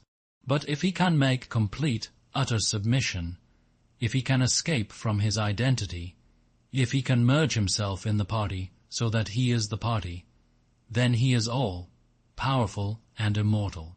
The second thing for you to realize is that power is power over human beings, over the body, but, above all, over the mind. Power over matter, external reality, as you would call it, is not important. Already our control over matter is absolute. For a moment Winston ignored the dial. He made a violent effort to raise himself into a sitting position, and merely succeeded in wrenching his body painfully. "But how can you control matter?" he burst out. "You don't even control the climate or the law of gravity. And there are disease, pain, death." O'Brien silenced him by a movement of his hand. "We control matter because we control the mind. Reality is inside the skull. You will learn by degrees, Winston. There is nothing that we could not do. Invisibility, levitation, anything. I could float off this floor like a soap bubble if I wished to. I do not wish to, because the party does not wish it. You must get rid of those 19th century ideas about the laws of nature. We make the laws of nature. But you do not. You are not even masters of this planet. What about Eurasia and Eastasia? You have not conquered them yet. Unimportant. We shall conquer them when it suits us, and if we did not, what difference would it make? We can shut them out of existence. Oceania is the world, but the world itself is only a speck of dust, and man is tiny, helpless. How long has he been in existence? For millions of years the earth was uninhabited. Nonsense. The earth is as old as we are, no older. How could it be older? Nothing exists except through human consciousness. But the rocks are full of the bones of extinct animals, mammoths and mastodons, and enormous reptiles, which lived here long before man was ever heard of. Have you ever seen those bones, Winston? Of course not. 19th century biologists invented them. Before man, there was nothing. After man, if he could come to an end, there would be nothing. Outside man, there is nothing. But the whole universe is outside us. Look at the stars. Some of them are 1,000,000 light years away. They are out of our reach forever. What are the stars? Said O'Brien indifferently. They are bits of fire a few kilometers away. We could reach them if we wanted to. Or we could blot them out. The earth is the center of the universe. The sun and the stars go round it. Winston made another convulsive movement. This time he did not say anything. O'Brien continued as though answering a spoken objection. For certain purposes, of course, that is not true. When we navigate the ocean, or when we predict an eclipse, we often find it convenient to assume that the earth goes round the sun, and that the stars are millions upon millions of kilometers away. But what of it? Do you suppose it is beyond us to produce a dual system of astronomy? The stars can be near or distant, according as we need them. Do you suppose our mathematicians are unequal to that? Have you forgotten doublethink? Winston shrank back upon the bed. Whatever he said, the swift answer crushed him like a bludgeon.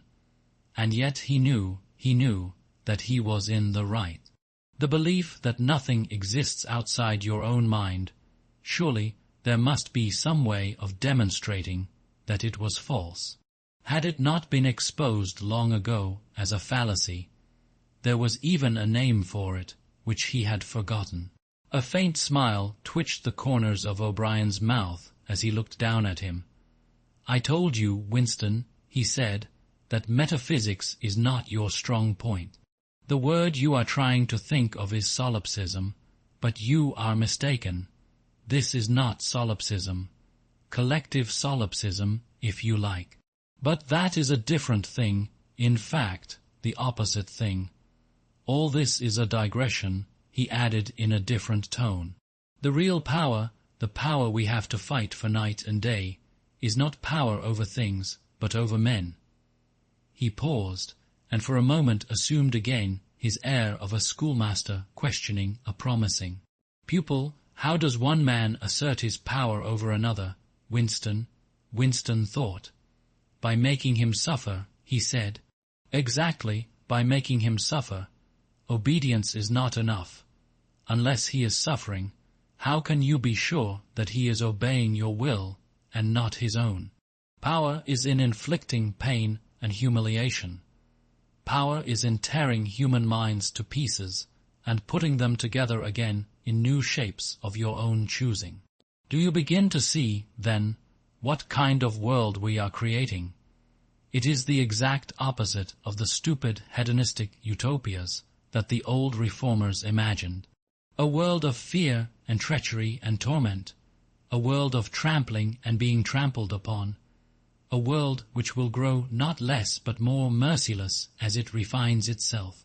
Progress in our world will be progress towards more pain. The old civilizations claimed that they were founded on love or justice. Ours is founded upon hatred. In our world there will be no emotions except fear, rage, triumph, and self-abasement. Everything else we shall destroy everything. Already we are breaking down the habits of thought which have survived from before the revolution. We have cut the links between child and parent, and between man, and between man and woman.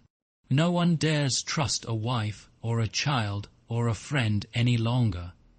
But in the future there will be no wives and no friends.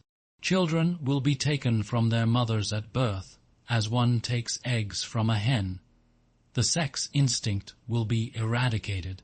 Procreation will be an annual formality like the renewal of a ration card. We shall abolish the orgasm.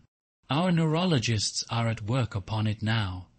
There will be no loyalty, except loyalty towards the party. There will be no love, except the love of Big Brother. There will be no laughter, except the laugh of triumph over a defeated enemy. There will be no art, no literature, no science. When we are omnipotent, we shall have no more need of science. There will be no distinction between beauty and ugliness. There will be no curiosity, no enjoyment of the process of life. All competing pleasures will be destroyed. But always do not forget this, Winston, always there will be the intoxication of power, constantly increasing and constantly growing subtler. Always, at every moment, there will be the thrill of victory, the sensation of trampling on an enemy who is helpless. If you want a picture of the future, imagine a boot stamping on a human face forever. He paused as though he expected Winston to speak. Winston had tried to shrink back into the surface of the bed again. He could not say anything. His heart seemed to be frozen. O'Brien went on, "And remember that it is forever. The face will always be there to be stamped upon.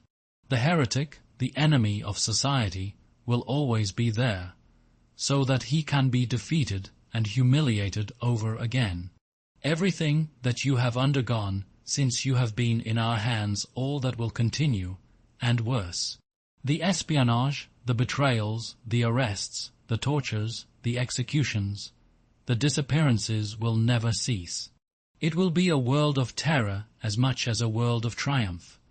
The more the party is powerful, the less it will be tolerant, the weaker the opposition, the tighter the despotism. Goldstein and his heresies will live forever. Every day, at every moment, they will be defeated, discredited, ridiculed, spat upon, and yet they will always survive. This drama that I have played out with you during 7 years will be played out over and over again, generation after generation, always in subtler forms. Always we shall have the heretic here at our mercy, screaming with pain, broken up, contemptible, and in the end utterly penitent, saved from himself, crawling to our feet of his own accord. That is the world that we are preparing, Winston, a world of victory after victory, triumph after triumph after triumph, an endless pressing upon the nerve of power. You are beginning, I can see, to realize what that world will be like. But in the end you will do more than understand it. You will accept it, welcome it, become part of it. Winston had recovered himself sufficiently to speak. "You can't," he said weakly. "What do you mean by that remark, Winston? You could not create such a world as you have just described. It is a dream. It is impossible." "Why? It is impossible to found a civilization on fear and hatred and cruelty. It would never endure. Why not? It would have no vitality. It would disintegrate. It would commit suicide." Nonsense. You are under the impression that hatred is more exhausting than love. Why should it be? And if it were, what difference would that make? Suppose that we choose to wear ourselves out faster. Suppose that we quicken the tempo of human life till men are seen, at 30. Still, what difference would it make? Can you not understand that the death of the individual is not death? The party is immortal. As usual, the voice had battered Winston into helplessness. Moreover, he was in dread that if he persisted in his disagreement, O'Brien would twist the dial again. And yet he could not keep silent. Feebly, without arguments, with nothing to support him except his inarticulate horror of what O'Brien had said, he returned to the attack. "I don't know, I don't care. Somehow you will fail. Something will defeat you. Life will defeat you. We control life, Winston, at all its levels. You are imagining that there is something called human nature, which will be outraged by what we do, and will turn against us. But we create human nature. Men are infinitely malleable. Or perhaps you have returned to your old idea that the proletarians or the slaves will arise and overthrow us. Put it out of your mind. They are helpless like the animals. Humanity is the party. The others are outside, irrelevant. I don't care. In the end, they will beat you. Sooner or later, they will see you for what you are, and then they will tear you to pieces. Do you see any evidence that that is happening? Or any reason why it should? No, I believe it. I know that you will fail. There is something in the universe I don't know, some spirit, some principle that you will never overcome. Do you believe in God, Winston? No?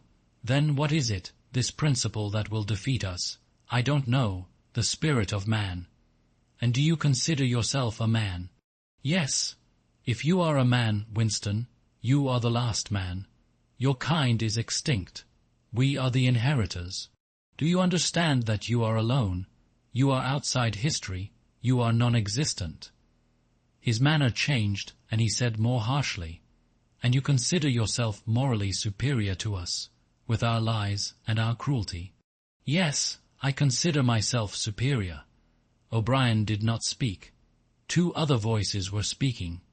After a moment, Winston recognized one of them as his own.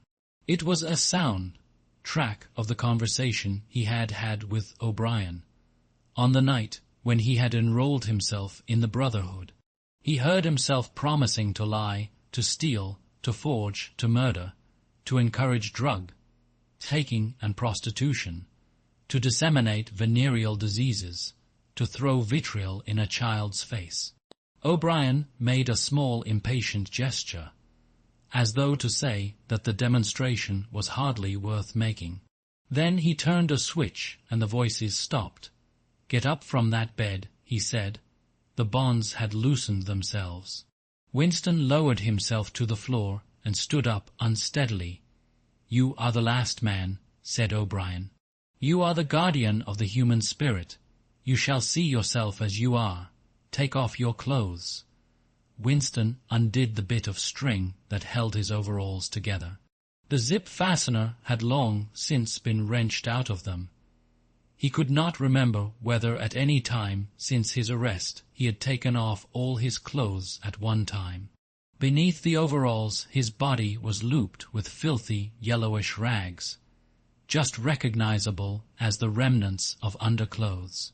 As he slid them to the ground, he saw that there was a three-sided mirror at the far end of the room. He approached it, then stopped short. An involuntary cry had broken out of him. "Go on," said O'Brien. "Stand between the wings of the mirror. You shall see the side view as well." He had stopped because he was frightened. A bowed, grey-coloured skeleton-like thing was coming towards him. Its actual appearance was frightening, and not merely the fact that he knew it to be himself. He moved closer to the glass. The creature's face seemed to be protruded, because of its bent carriage. A forlorn, jailbird's face with a knobby forehead running back into a bald scalp, a crooked nose, and batter-looking cheekbones above which his eyes were fierce and watchful. The cheeks were seamed, the mouth had a drawn-in look. Certainly it was his own face, but it seemed to him that it had changed more than he had changed inside. The emotions it registered would be different from the ones he felt. He had gone partially bald. For the first moment he had thought that he had gone grey as well, but it was only the scalp that was grey. Except for his hands and a circle of his face, his body was grey all over with ancient, ingrained dirt. Here and there under the dirt there were the red scars of wounds, and near the ankle the varicose ulcer was an inflamed mass with flakes of skin peeling off it. But the truly frightening thing was the emaciation of his body. The barrel of the ribs was as narrow as that of a skeleton. The legs had shrunk so that the knees were thicker than the thighs. He saw now what O'Brien had meant about seeing the side view. The curvature of the spine was astonishing. The thin shoulders were hunched forward so as to make a cavity of the chest. The scraggy neck seemed to be bending double under the weight of the skull. At a guess he would have said that it was the body of a man of 60, suffering from some malignant disease. "You have thought sometimes," said O'Brien, "that my face, the face of a member of the inner party, looks old and worn. What do you think of your own face?" He seized Winston's shoulder and spun him round so that he was facing him. "Look at the condition you are in," he said. "Look at this filthy grime all over your body. Look at the dirt between your toes.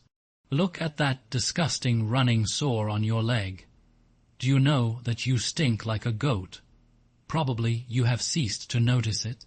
Look at your emaciation. Do you see? I can make my thumb and forefinger meet round your bicep. I could snap your neck like a carrot. Do you know that you have lost 25 kilograms since you have been in our hands? Even your hair is coming out in handfuls. Look," he plucked at Winston's head and brought away a tuft of hair. "Open your mouth.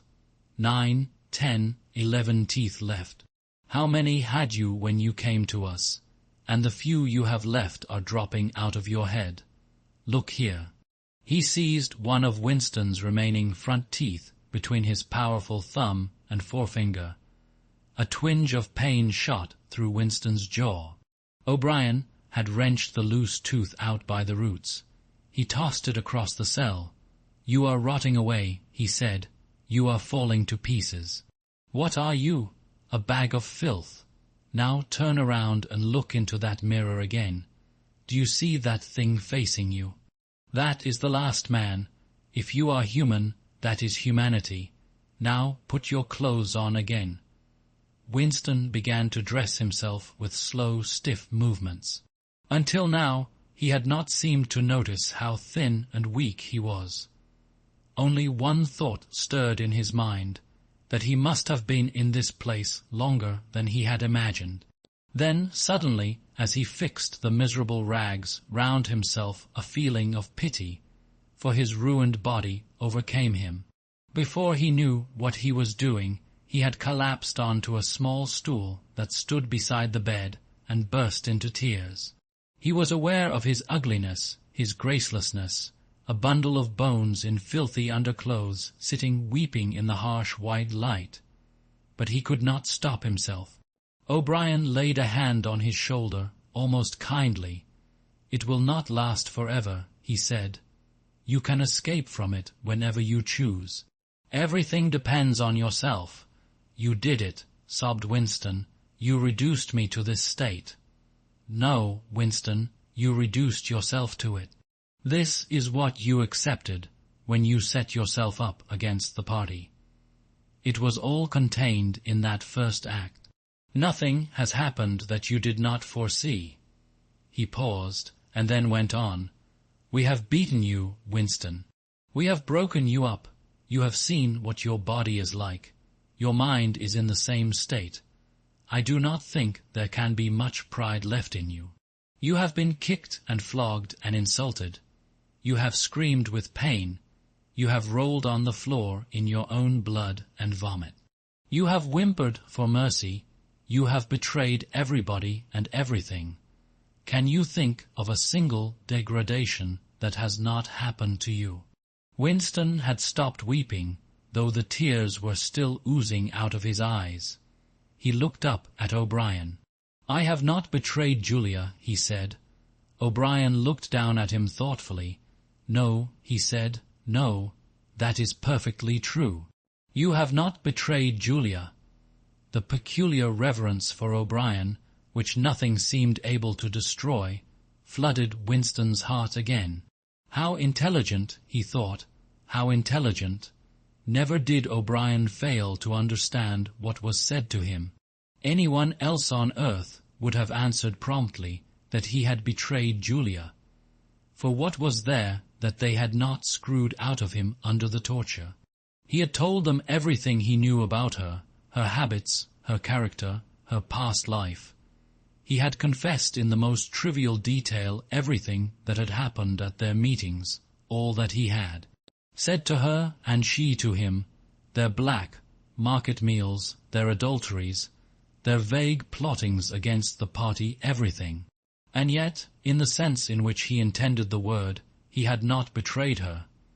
He had not stopped loving her. His feelings towards her had remained the same. O'Brien had seen what he meant without the need for explanation. "Tell me," he said, "how soon will they shoot me?" "It might be a long time," said O'Brien. "You are a difficult case, but don't give up hope. Everyone is cured sooner or later. In the end, we shall shoot you." Chapter 4. He was much better. He was growing fatter and stronger every day, if it was proper to speak of days. The white light and the humming sound were the same as ever, but the cell was a little more comfortable than the others he had been in.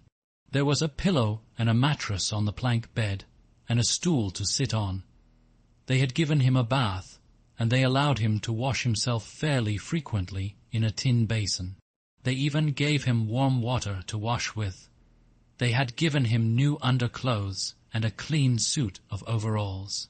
They had dressed his varicose ulcer with soothing ointment. They had pulled out the remnants of his teeth and given him a new set of dentures. Weeks or months must have passed. It would have been possible now to keep count of the passage of time, if he had felt any interest in doing so, since he was being fed at what appeared to be regular intervals. He was getting, he judged, 3 meals in the 24 hours. Sometimes he wondered dimly whether he was getting them by night or by day. The food was surprisingly good, with meat at every 3rd meal. Once there was even a packet of cigarettes. He had no matches, but the never speaking guard who brought his food would give him a light. The first time he tried to smoke it made him sick, but he persevered and spun the packet out for a long time, smoking half a cigarette after each meal. They had given him a white slate with a stump of pencil tied to the corner. At first he made no use of it. Even when he was awake, he was completely torpid. Often he would lie from one meal to the next almost without stirring, sometimes asleep, sometimes waking into vague reveries in which it was too much trouble to open his eyes. He had long grown used to sleeping with a strong light on his face. It seemed to make no difference, except that one's dreams were more coherent. He dreamed a great deal all through this time, and they were always happy dreams. He was in the Golden Country, or he was sitting among enormous, glorious, sunlit ruins, with his mother, with Julia, with O'Brien not doing anything, merely sitting in the sun, talking of peaceful things. Such thoughts as he had when he was awake were mostly about his dreams. He seemed to have lost the power of intellectual effort, now that the stimulus of pain had been removed. He was not bored, he had no desire for conversation or distraction. Merely to be alone, not to be beaten or questioned, to have enough to eat, and to be clean all over, was completely satisfying. By degrees he came to spend less time in sleep, but he still felt no impulse to get off the bed. All he cared for was to lie quiet and feel the strength gathering in his body. He would finger himself here and there, trying to make sure that it was not an illusion that his muscles were growing rounder and his skin tauter. Finally, it was established beyond a doubt that he was growing fatter. His thighs were now definitely thicker than his knees. After that, reluctantly at first, he began exercising himself regularly. In a little while he could walk 3 kilometers, measured by pacing the cell, and his bowed shoulders were growing straighter. He attempted more elaborate exercises, and was astonished and humiliated to find what things he could not do. He could not move out of a walk, he could not hold his stool out at arm's length, he could not stand on one leg without falling over. He squatted down on his heels, and found that with agonizing pains in thigh and calf, he could just lift himself to a standing position. He lay flat on his belly and tried to lift his weight by his hands. It was hopeless. He could not raise himself a centimeter. But after a few more days, a few more mealtimes, even that feat was accomplished. A time came when he could do it 6 times running. He began to grow actually proud of his body, and to cherish an intermittent belief that his face also was growing back to normal. Only when he chanced to put his hand on his bald scalp did he remember the seamed, ruined face that had looked back at him out of the mirror. His mind grew more active. He sat down on the plank bed, his back against the wall and the slate on his knees, and set to work deliberately at the task of re-educating himself. He had capitulated, that was agreed. In reality, as he saw now, he had been ready to capitulate long before he had taken the decision. From the moment when he was inside the ministry of love and yes, even during those minutes when he and Julia had stood helpless while the iron voice from the telescreen told them what to do, he had grasped the frivolity, the shallowness of his attempt to set himself up against the power of the party. He knew now that for 7 years the thought police had watched him like a beetle under a magnifying glass. There was no physical act, no word spoken aloud that they had not noticed, no train of thought that they had not been able to infer. Even the speck of whitish dust on the cover of his diary they had carefully replaced. They had played sound tracks to him, shown him photographs. Some of them were photographs of Julia and himself. Yes, even, he could not fight against the party any longer. Besides, the party was in the right. It must be so. How could the immortal, collective brain be mistaken? By what external standard could you check its judgments? Sanity was statistical. It was merely a question of learning to think as they thought. Only the pencil felt thick and awkward in his fingers. He began to write down the thoughts that came into his head. He wrote first in large, clumsy capitals. "Freedom is slavery," then almost without a pause he wrote beneath it. 2 and 2 make 5, but then there came a sort of check. His mind, as though shying away from something, seemed unable to concentrate.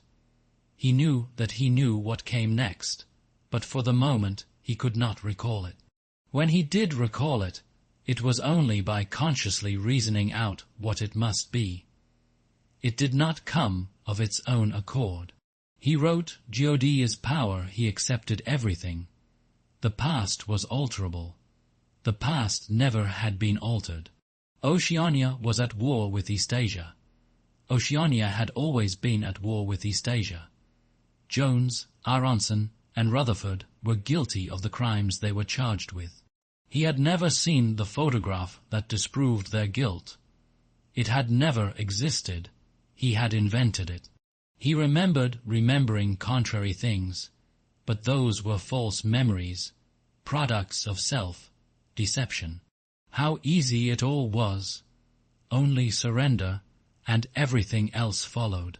It was like swimming against a current that swept you backwards, however hard you struggled, and then suddenly deciding to turn round and go with the current instead of opposing it. Nothing had changed except your own attitude. The predestined thing happened in any case. He hardly knew why he had ever rebelled. Everything was easy, except anything could be true. The so-called laws of nature were nonsense. The law of gravity was nonsense. If I wished, O'Brien had said, I could float off this floor like a soap bubble. Winston worked it out. If he thinks he floats off the floor, and if I simultaneously think I see him do it, then the thing happens. Suddenly, like a lump of submerged wreckage breaking the surface of water, the thought burst into his mind, it doesn't really happen, we imagine it, it is hallucination. He pushed the thought under instantly. The fallacy was obvious. It presupposed that somewhere or other, outside oneself, there was a real world where real things happened. But how could there be such a world? What knowledge have we of anything, save through our own minds? All happenings are in the mind. Whatever happens in all minds truly happens. He had no difficulty in disposing of the fallacy, and he was in no danger of succumbing to it. He realized, nevertheless, that it ought never to have occurred to him. The mind should develop a blind spot whenever a dangerous thought presented itself. The process should be automatic, instinctive. Crime Stop, they called it in Newspeak.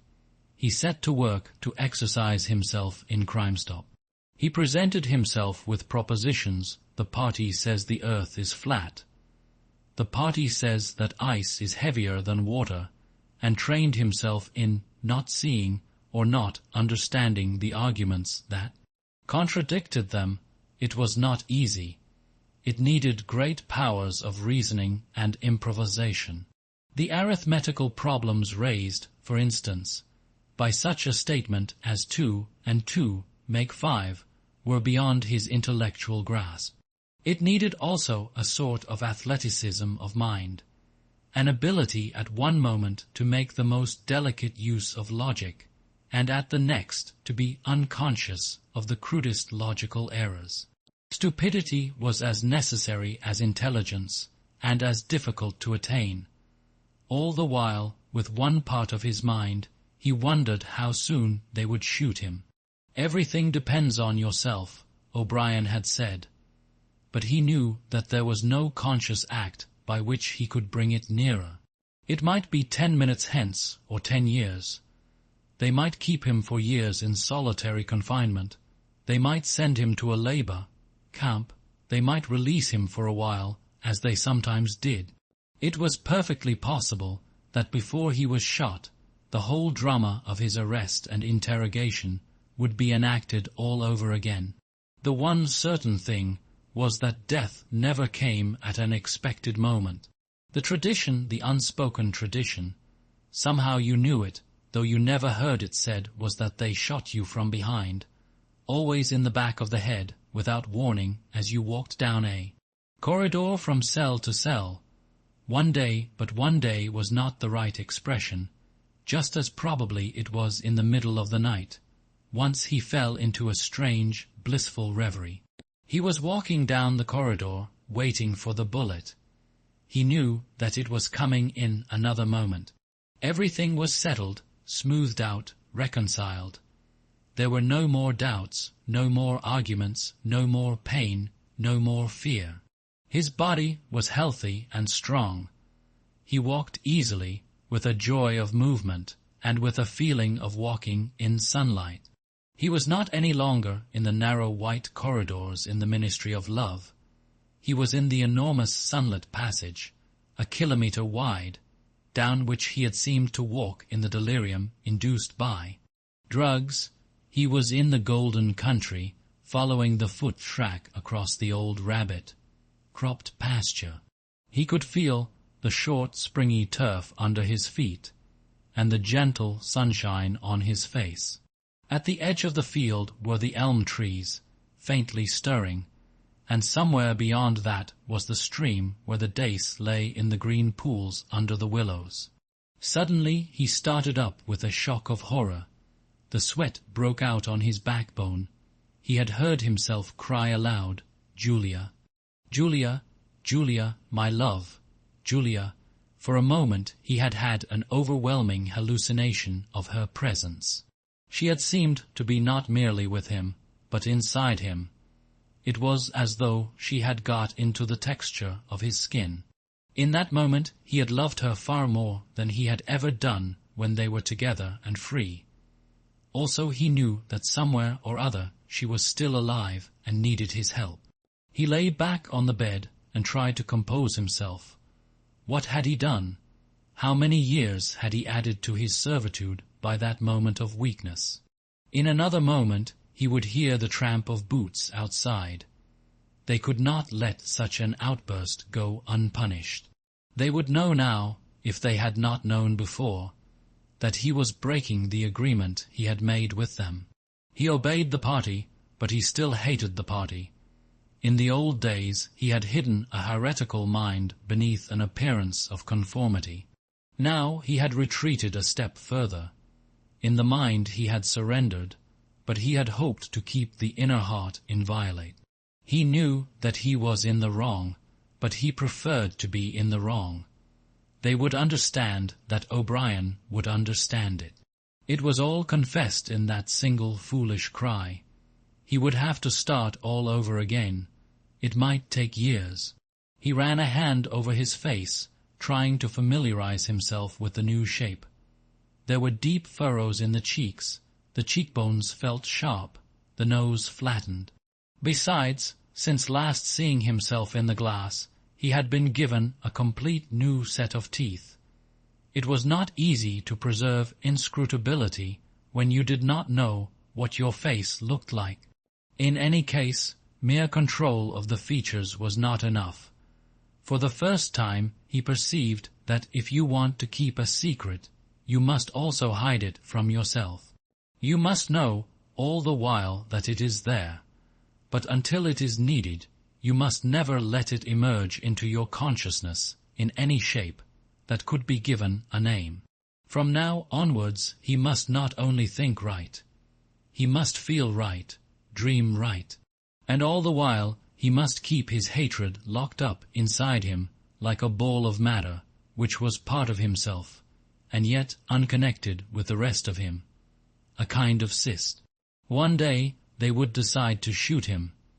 You could not tell when it would happen, but a few seconds beforehand it should be possible to guess. It was always from behind, walking down a corridor. 10 seconds would be enough. In that time the world inside him could turn over. And then suddenly, without a word uttered, without a check in his step, without the changing of a line in his face, suddenly the camouflage would be down and bang. would go the batteries of his hatred. Hatred would fill him like an enormous roaring flame, and almost in the same instant bang would go the bullet, too late or too early. They would have blown his brain to pieces before they could reclaim it. The heretical thought would be unpunished, unrepented, out of their reach forever. They would have blown a hole in their own perfection. To die hating them, that was freedom. He shut his eyes. It was more difficult than accepting an intellectual discipline. It was a question of degrading himself, mutilating himself. He had got to plunge into the filthiest of filth. What was the most horrible, sickening thing of all? He thought of Big Brother. The enormous face, because of constantly seeing it on posters, he always thought of it as being a meter wide, with its heavy black mustache and the eyes that followed you to and fro, seemed to float into his mind of its own accord. What were his true feelings towards Big Brother? There was a heavy tramp of boots in the passage. The steel door swung open with a clang. O'Brien walked into the cell. Behind him were the waxen-faced officer and the black, uniformed guards. "Get up," said O'Brien. "Come here." Winston stood opposite him. O'Brien took Winston's shoulders between his strong hands and looked at him closely. "You have had thoughts of deceiving me," he said. "That was stupid. Stand up straighter. Look me in the face." He paused and went on in a gentler tone. "You are improving. Intellectually, there is very little wrong with you. It is only emotionally that you have failed to make progress. Tell me, Winston, and remember, no lies. You know that I am always able to detect a lie. Tell me, what are your true feelings towards Big Brother?" "I hate him." "You hate him? Good. Then the time has come for you to take the last step. You must love Big Brother. It is not enough to obey him, you must love him." He released Winston with a little push towards the guards. "Room 101, he said. Chapter 5. At each stage of his imprisonment he had known, or seemed to know, whereabouts he was in the windowless building. Possibly there were slight differences in the air pressure. The cells where the guards had beaten him were below ground level. The room where he had been interrogated by O'Brien was high up near the roof. This place was many meters underground, as deep down as it was possible to go. It was bigger than most of the cells he had been in, but he hardly noticed his surroundings. All he noticed was that there were 2 small tables straight in front of him, each covered with green baize. One was only a meter or 2 from him, the other was further away, near the door. He was strapped upright in a chair, so tightly that he could move nothing, not even his head. A sort of pad gripped his head from behind, forcing him to look straight in front of him. For a moment he was alone, then the door opened and O'Brien came in. "You asked me once," said O'Brien, "what was in room 101. I told you that you knew the answer already. Everyone knows it. The thing that is in room 101 is the worst thing in the world." The door opened again. A guard came in, carrying something made of wire, a box or basket of some kind. He set it down on the further table. Because of the position in which O'Brien was standing, Winston could not see what the thing was. "The worst thing in the world," said O'Brien, "varies from individual to individual. It may be burial alive, or death by fire, or by drowning, or by impalement, or 50 other deaths. There are cases where it is some quite trivial thing, not even fatal." He had moved a little to one side, so that Winston had a better view of the thing on the table. It was an oblong wire cage with a handle on top for carrying it by. Fixed to the front of it was something that looked like a fencing mask, with the concave side outwards.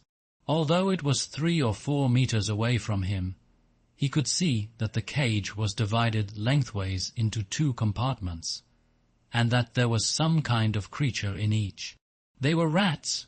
"In your case," said O'Brien, "the worst thing in the world happens to be rats."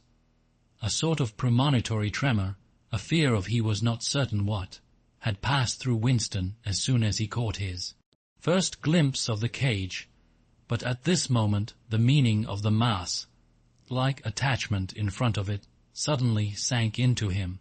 His bowels seemed to turn to water. "You can't do that," he cried out in a high, cracked voice. "You couldn't. It's impossible."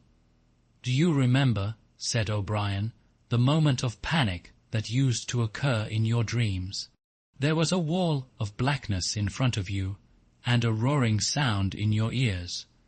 There was something terrible on the other side of the wall.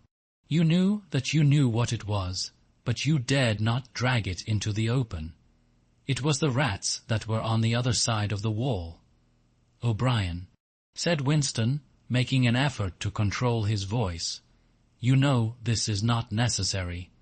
What is it that you want me to do?" O'Brien made no direct answer. When he spoke, it was in the schoolmasterish manner that he sometimes affected. He looked thoughtfully into the distance, as though he were addressing an audience somewhere behind Winston's back. "By itself," he said, "pain is not always enough. There are occasions when a human being will stand out against pain, even to the point of death. But for everyone there is something unendurable, something that cannot be contemplated. Courage and cowardice are not involved. If you are falling from a height, it is not cowardly to clutch at a rope. If you have come up from deep water, it is not cowardly to fill your lungs with air. It is merely an instinct which cannot be destroyed. It is the same with the rats. For you, they are unendurable. They are a form of pressure that you cannot withstand, even if you wish to. You will do what is required of you. But what is it? What is it? How can I do it if I don't know what it is?" O'Brien picked up the cage and brought it across to the nearer table. He set it down carefully on the baize cloth. Winston could hear the blood singing in his ears. He had the feeling of sitting in utter loneliness. He was in the middle of a great empty plain, a flat desert drenched with sunlight, across which all sounds came to him out of immense distances. Yet the cage with the rats was not 2 meters away from him. They were enormous rats. They were at the age when a rat's muzzle grows blunt and fierce, and his fur brown instead of grey. "The rat," said O'Brien, still addressing his invisible audience, although a rodent, "is carnivorous. You are aware of that. You will have heard of the things that happen in the poor quarters of this town. In some streets a woman dare not leave her baby alone in the house, even for 5 minutes. The rats are certain to attack it. Within quite a small time they will strip it to the bones. They also attack sick or dying people. They show astonishing intelligence in knowing when a human being is helpless." There was an outburst of squeals from the cage. It seemed to reach Winston from far away. The rats were fighting. They were trying to get at each other through the partition. He heard also a deep groan of despair. That, too, seemed to come from outside himself. O'Brien picked up the cage and, as he did so, pressed something in it. There was a sharp click. Winston made a frantic effort to tear himself loose from the chair. It was hopeless. Every part of him, even his head, was held immovably. O'Brien moved the cage nearer. It was less than a meter from Winston's face. "I have pressed the first lever," said O'Brien. "You understand the construction of this cage. The mask will fit over your head, leaving no exit. When I press this other lever, the door of the cage will slide up. These starving brutes will shoot out of it like bullets. Have you ever seen a rat leap through the air? They will leap onto your face and bore straight into it. Sometimes they attack the eyes first. Sometimes they burrow through the cheeks and devour the tongue." The cage was nearer. It was closing in. Winston heard a succession of shrill cries, which appeared to be occurring in the air above his head. But he fought furiously against his panic. To think, even with a split second left to think, was the only hope. Suddenly the foul, musty odor of the brutes struck his nostrils. There was a violent convulsion of nausea inside him, and he almost lost consciousness. Everything had gone black. For an instant he was insane, a screaming animal, yet he came out of the blackness clutching an idea. There was one, and only one way to save himself. He must interpose another human being, the body of another human being, between himself and the rats. The circle of the mask was large enough now to shut out the vision of anything else. The wire door was a couple of spans from his face. The rats knew what was coming now. One of them was leaping up and down, the other, an old scaly grandfather of the sewers, stood up, with his pink hands against the bars, and fiercely sniffed the air. Winston could see the whiskers and the yellow teeth. Again the black panic took hold of him. He was blind, helpless, mindless. It was a common punishment in Imperial China, said O'Brien as didactically as ever. The mask was closing on his face. The wire brushed his cheek, and then no, it was not relief, only hope, a tiny fragment of hope. Too late, perhaps too late. But he had suddenly understood that in the whole world there was just one person to whom he could transfer his punishment, one body, that he could thrust between himself and the rats. And he was shouting frantically, over and over, "Do it to Julia, do it to Julia, not me, Julia. I don't care what you do to her. Tear her face off, strip her to the bones. Not me, Julia, not me." He was falling backwards into enormous depths, away from the rats. He was still strapped in the chair, but he had fallen through the floor, through the walls of the building, through the earth, through the oceans, through the atmosphere, into outer space, into the gulfs between the stars, always away, away, away from the rats. He was light years distant, but O'Brien was still standing at his side. There was still the cold touch of wire against his cheek, but through the darkness that enveloped him he heard another metallic click, and knew that the cage door had clicked shut and not open. Chapter 6. The chestnut tree was almost empty. A ray of sunlight slanting through a window fell on dusty table tops. It was the lonely hour of 15. A tinny music trickled from the telescreens. Winston sat in his usual corner, gazing into an empty glass.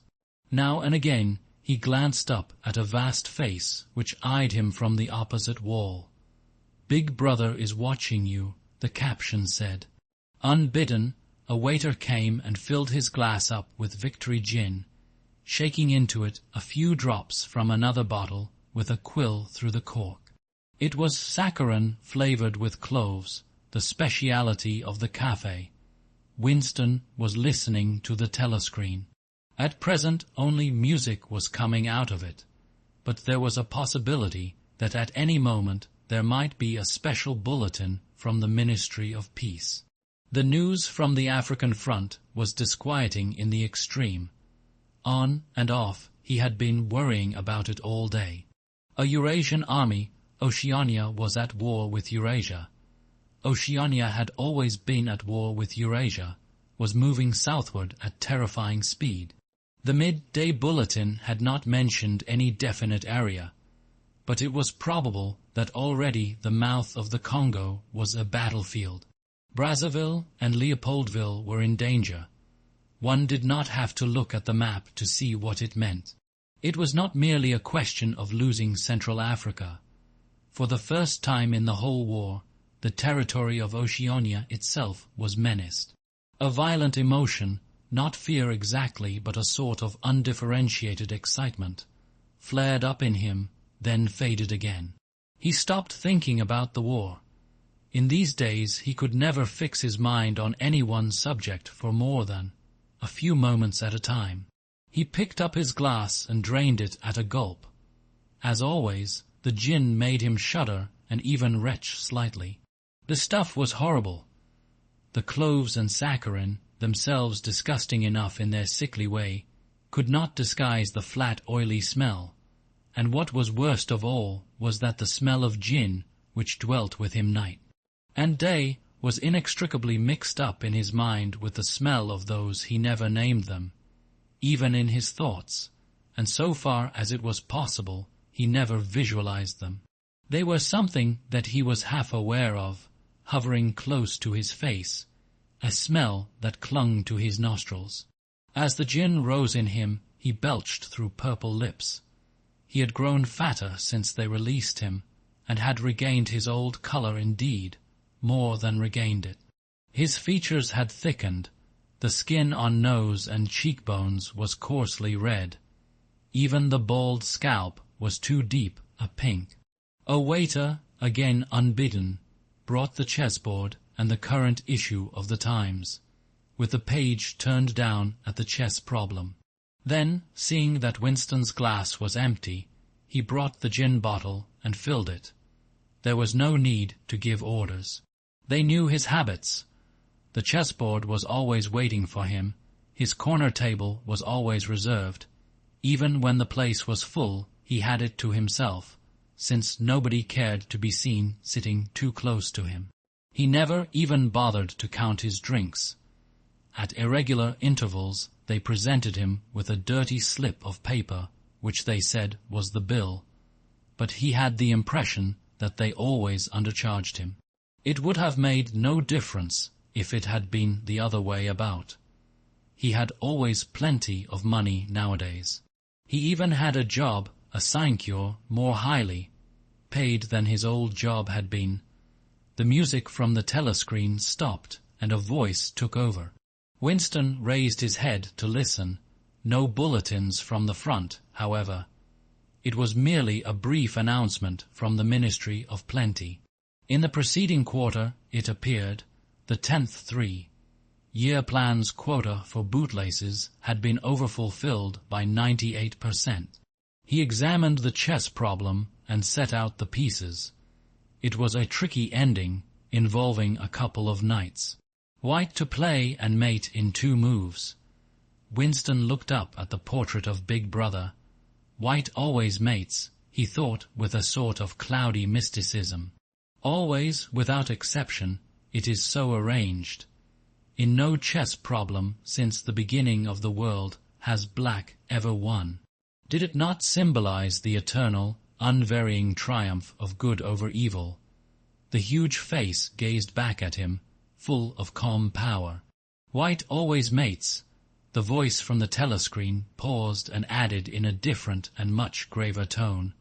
You are warned to stand by for an important announcement at 15:30. 15:30. This is news of the highest importance. Take care not to miss it. 15:30. The tinkling music struck up again. Winston's heart stirred. That was the bulletin from the front. Instinct told him that it was bad news that was coming. All day, with little spurts of excitement, the thought of a smashing defeat in Africa had been in and out of his mind. He seemed actually to see the Eurasian army swarming across the never-broken frontier and pouring down into the tip of Africa like a column of ants. Why had it not been possible to outflank them in some way? The outline of the West African coast stood out vividly in his mind. He picked up the white knight and moved it across the board. There was the proper spot. Even while he saw the black horde racing southward, he saw another force, mysteriously assembled, suddenly planted in their rear, cutting their communications by land and sea. He felt that by willing it, he was bringing that other force into existence. But it was necessary to act quickly.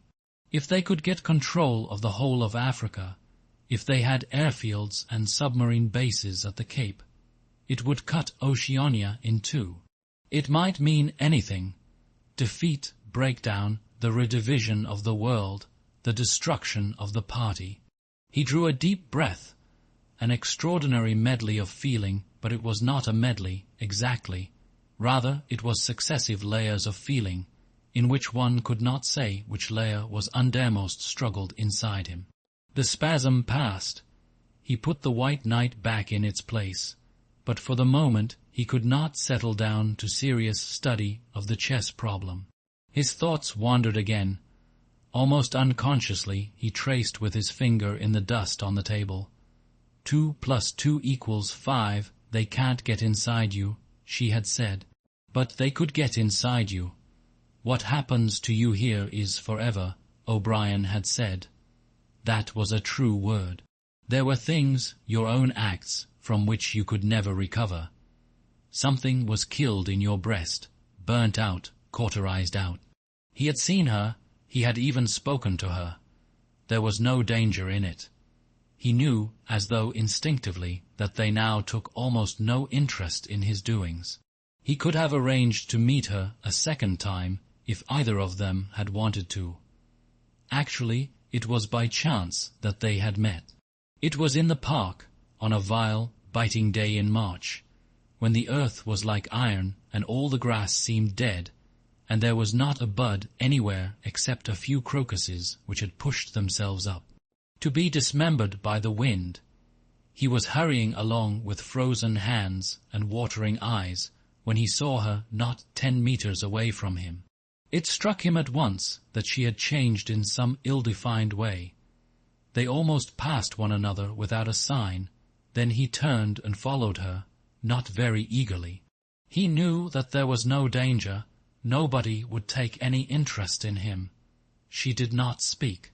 She walked obliquely away across the grass, as though trying to get rid of him, then seemed to resign herself to having him at her side.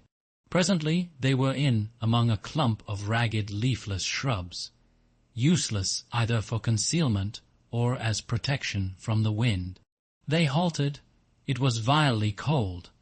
The wind whistled through the twigs and fretted the occasional, dirty-looking crocuses. He put his arm round her waist. There was no telescreen, but there must be hidden microphones. Besides, they could be seen. It did not matter. Nothing mattered. They could have lain down on the ground and done that if they had wanted to. His flesh froze with horror at the thought of it. She made no response whatever to the clasp of his arm. She did not even try to disengage herself. He knew now what had changed in her. Her face was sallower, and there was a long scar, partly hidden by the hair, across her forehead and temple. But that was not the change.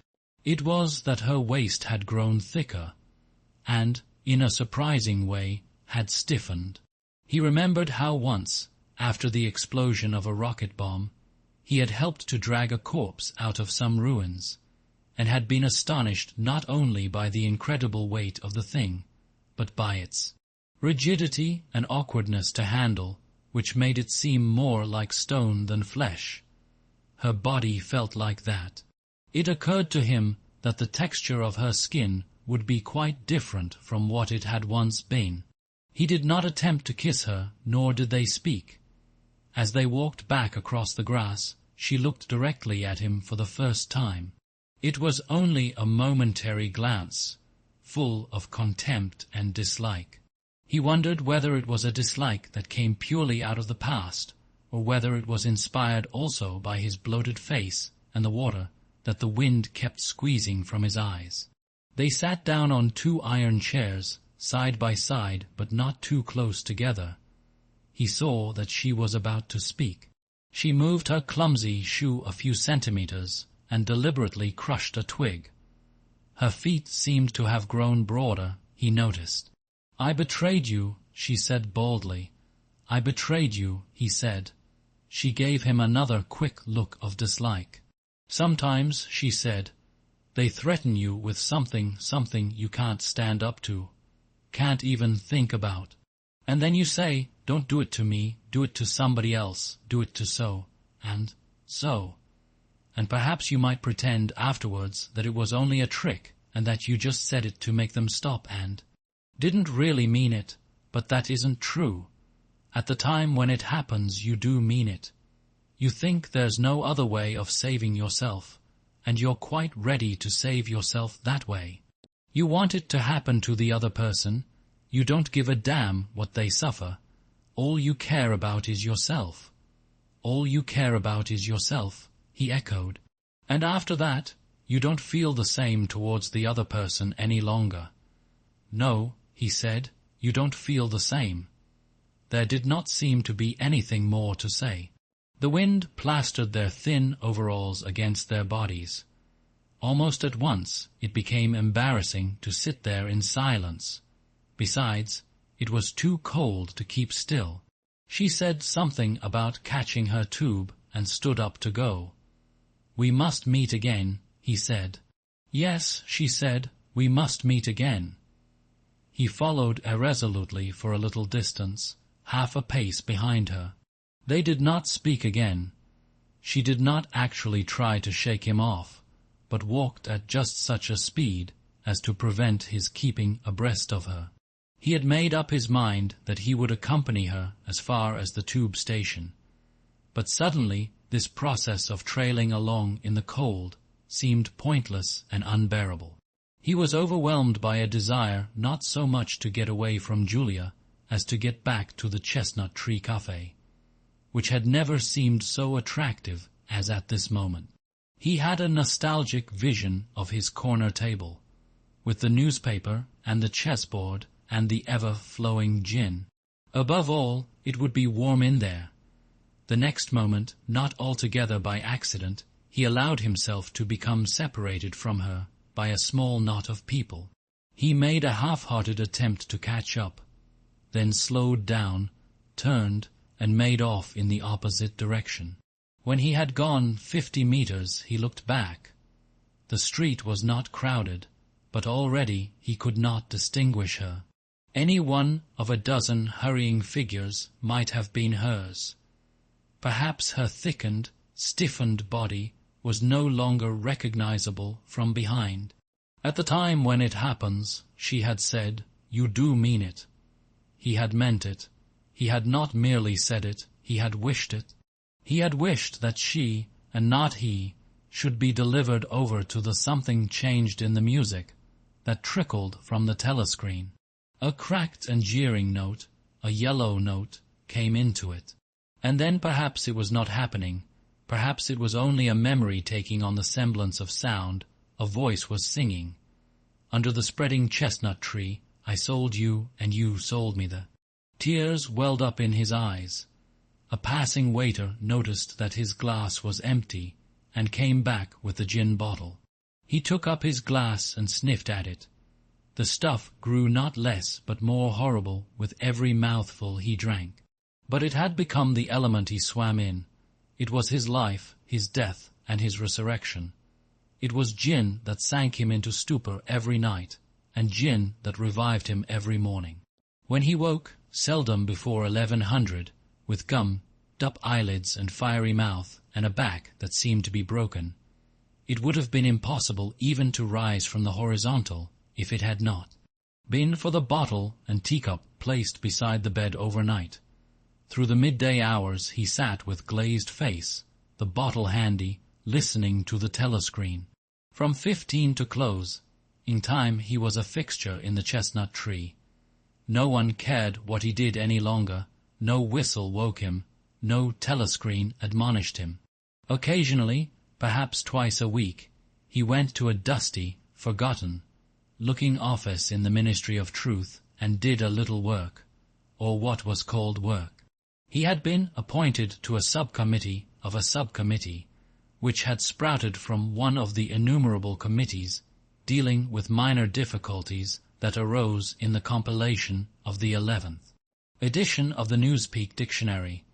They were engaged in producing something called an interim report, but what it was that they were reporting on he had never definitely found out. It was something to do with the question of whether commas should be placed inside brackets or outside. There were 4 others on the committee, all of them persons similar to himself. There were days when they assembled and then promptly dispersed again. frankly admitting to one another that there was not really anything to be done. But there were other days when they settled down to their work almost eagerly, making a tremendous show of entering up their minutes and drafting long memoranda, which were never finished when the argument as to what they were supposedly arguing about grew extraordinarily involved and abstruse, with subtle haggling over definitions, enormous digressions, quarrels, threats even, to appeal to higher authority, and then suddenly the life would go out of them, and they would sit round the table looking at one another with extinct eyes, like ghosts fading at cock-crow. The telescreen was silent for a moment. Winston raised his head again, the bulletin, but no, they were merely changing the music. He had the map of Africa behind his eyelids. The movement of the armies was a diagram, a black arrow tearing vertically southward, and a white arrow horizontally eastward, across the tail of the first. As though for reassurance, he looked up at the imperturbable face in the portrait. Was it conceivable that the second arrow did not even exist? His interest flagged again. He drank another mouthful of gin, picked up the White Knight, and made a tentative move. Check, but it was evidently not the right move, because uncalled, a memory floated into his mind. He saw a candle-lit room with a vast white, counterpaned bed, and himself, a boy of 9 or 10, sitting on the floor, shaking a dice box and laughing excitedly. His mother was sitting opposite him, and also laughing. It must have been about a month before she disappeared. It was a moment of reconciliation, when the nagging hunger in his belly was forgotten, and his earlier affection for her had temporarily revived. He remembered the day well, a pelting, drenching day when the water streamed down the window pane, and the light indoors was too dull to read by. The boredom of the two children in the dark, cramped bedroom became unbearable. Winston whined and grizzled, made futile demands for food, fretted about the room, pulling everything out of place and kicking the wainscoting until the neighbors banged on the wall, while the younger child wailed intermittently. In the end his mother said, "Now be good, and I'll buy you a toy. A lovely toy, you'll love it." And then she had gone out in the rain, to a little general shop which was still sporadically open nearby, and came back with a cardboard box containing an outfit of snakes and ladders. He could still remember the smell of the damp cardboard. It was a miserable outfit. The board was cracked, and the tiny wooden dice were so ill cut that they would hardly lie on their sides. Winston looked at the thing sulkily and without interest. But then his mother lit a piece of candle, and they sat down on the floor to play.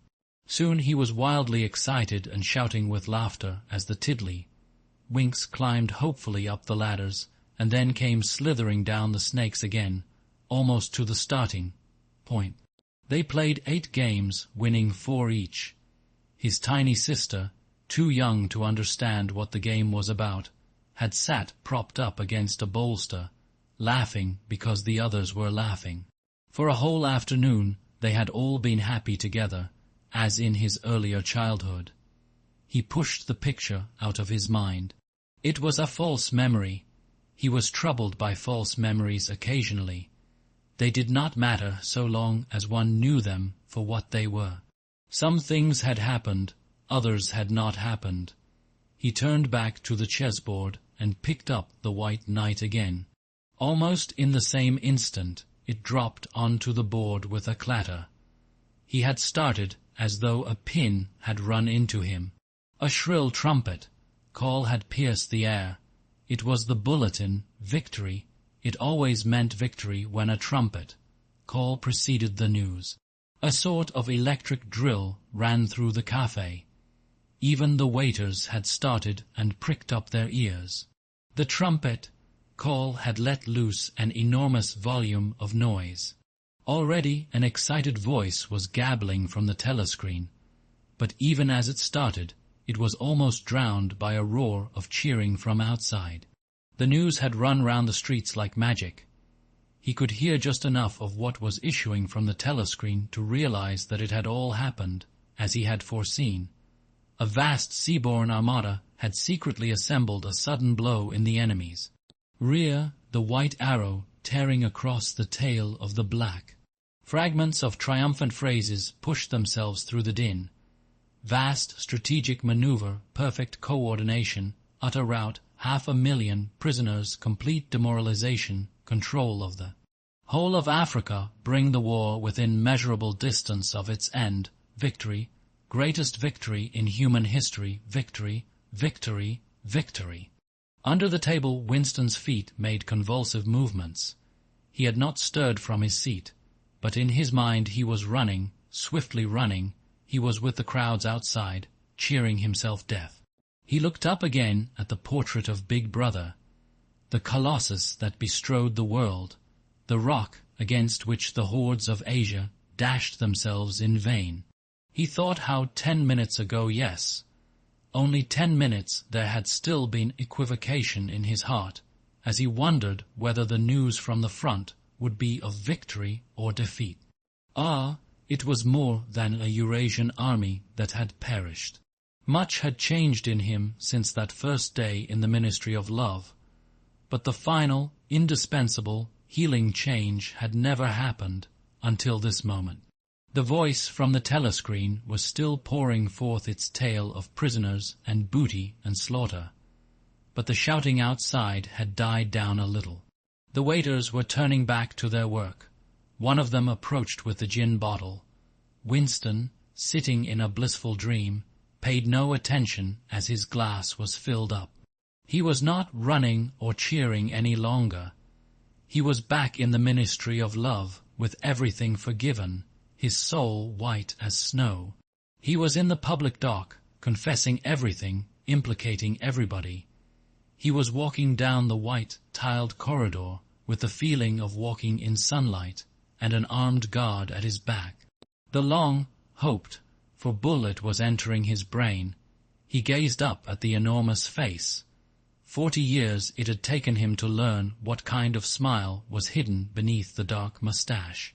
Oh, cruel, needless misunderstanding!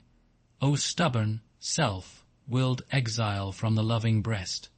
2 gin-scented tears trickled down the sides of his nose. But it was all right. Everything was all right. The struggle was finished. He had won the victory over himself. He loved Big Brother, the end appendix. The principles of Newspeak was the official language of Oceania and had been devised to meet the ideological needs of Ingsoc, or English socialism. In the year 1984, there was not as yet anyone who used Newspeak as his sole means of communication, either in speech or writing. The leading articles in the Times were written in it, but this was a tour de force which could only be carried out by a specialist. It was expected that Newspeak would have finally superseded Oldspeak, or Standard English, as we should call it, by about the year 2050. Meanwhile, it gained ground steadily, all party members tending to use Newspeak words and grammatical constructions more and more in their everyday speech. The version in use in 1984 and embodied in the 9th and 10th editions of the Newspeak Dictionary was a provisional one and contained many superfluous words and archaic formations which were due to be suppressed later. It is with the final, perfected version, as embodied in the 11th edition of the dictionary, that we are concerned here. The purpose of Newspeak was not only to provide a medium of expression for the world, view and mental habits proper to the devotees of Ingsoc, but to make all other modes of thought impossible. It was intended that when Newspeak had been adopted once and for all, and Oldspeak forgotten, a heretical thought, that is, a thought diverging from the principles of Ingsoc, should be literally unthinkable, at least so far as thought is dependent on words. Its vocabulary was so constructed as to give exact and often very subtle expression to every meaning that a party member could properly wish to express, while excluding all other meanings and also the possibility of arriving at them by indirect methods. This was done partly by the invention of new words, but chiefly by eliminating undesirable words and by stripping such words as remained of unorthodox meanings, and so far as possible of all secondary meanings whatever. To give a single example, the word free still existed in Newspeak, but it could only be used in such statements as this dog is free from lice, or this field is free from weeds. It could not be used in its old sense of politically free or intellectually free, since political and intellectual freedom no longer existed even as concepts, and were therefore of necessity nameless. Quite apart from the suppression of definitely heretical words, reduction of vocabulary was regarded as an end in itself, and no word that could be dispensed with was allowed to survive. Newspeak was designed not to extend but to diminish the range of thought, and this purpose was indirectly assisted by cutting the choice of words down to a minimum. Newspeak was founded on the English language as we now know it, though many Newspeak sentences, even when not containing newly created words, would be barely intelligible to an English speaker of our own day. Newspeak words were divided into three distinct classes, known as the A vocabulary, the B vocabulary, also called compound words, and the C vocabulary. It will be simpler to discuss each class separately, but the grammatical peculiarities of the language can be dealt with in the section devoted to the A vocabulary, since the same rules held good for all three categories. The A vocabulary. The A vocabulary consisted of the words needed for the business of everyday life, for such things as eating, drinking, working, putting on one's clothes, going up and down stairs, riding in vehicles, gardening, cooking, and the like. It was composed almost entirely of words that we already possess, words like hit, run, dog, tree, sugar, house, field, but in comparison with the present-day English vocabulary their number was extremely small, while their meanings were far more rigidly defined. All ambiguities and shades of meaning had been purged out of them, so far as it could be achieved. A Newspeak word of this class was simply a staccato sound expressing one clearly understood concept. It would have been quite impossible to use the vocabulary for literary purposes, or for political or philosophical discussion. It was intended only to express simple, purposive thoughts, usually involving concrete objects or physical actions. The grammar of Newspeak had two outstanding peculiarities. The first of these was an almost complete interchangeability between different parts of speech. Any word in the language, in principle this applied even to very abstract words such as if or when, could be used either as verb, noun, adjective, or adverb. Between the verb and the noun form, when they were of the same root, there was never any variation, this rule of itself involving the destruction of many archaic forms. The word thought, for example, did not exist in Newspeak. Its place was taken by think, which did duty for both noun and verb. No etymological principle was followed here. In some cases, it was the original noun that was chosen for retention, in other cases, the verb. Even where a noun and verb of kindred meaning were not etymologically connected, one or other of them was frequently suppressed. There was, for example, no such word as cut, its meaning being sufficiently covered by the noun, verb knife. Adjectives were formed by adding the suffix ful to the noun, verb, and adverbs by adding wise. Thus, for example, speedful meant rapid, and speedwise meant quickly. Certain of our present-day adjectives, such as good, strong, big, black, soft, were retained, but their total number was very small. There was little need for them, since almost any adjectival meaning could be arrived at by adding ful to a noun, verb. None of the now existing adverbs was retained, except for a very few already ending in wise. The wise termination was invariable. The word well, for example, was replaced by goodwise.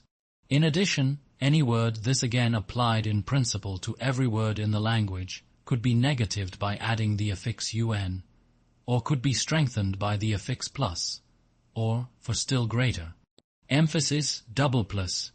Thus, for example, uncold meant warm, while plus cold and double plus cold meant, respectively, very cold and superlatively cold. It was also possible, as in present-day English, to modify the meaning of almost any word by prepositional affixes such as ante, post, up, down, etc. By such methods it was found possible to bring about an enormous diminution of vocabulary. Given, for instance, the word good, there was no need for such a word as biedi, since the required meaning was equally well indeed, better expressed by ungood. All that was necessary, in any case where two words formed a natural pair of opposites, was to decide which of them to suppress.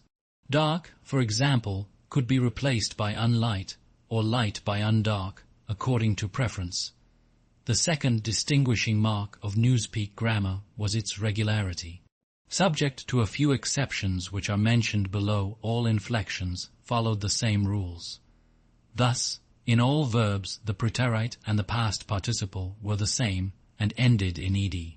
The preterite of steal was stealed, the preterite of think was thinked, and so on throughout the language, all such forms as swam, gave, brought, spoke, taken, etc., being abolished. All plurals were made by adding s or es, as the case might be.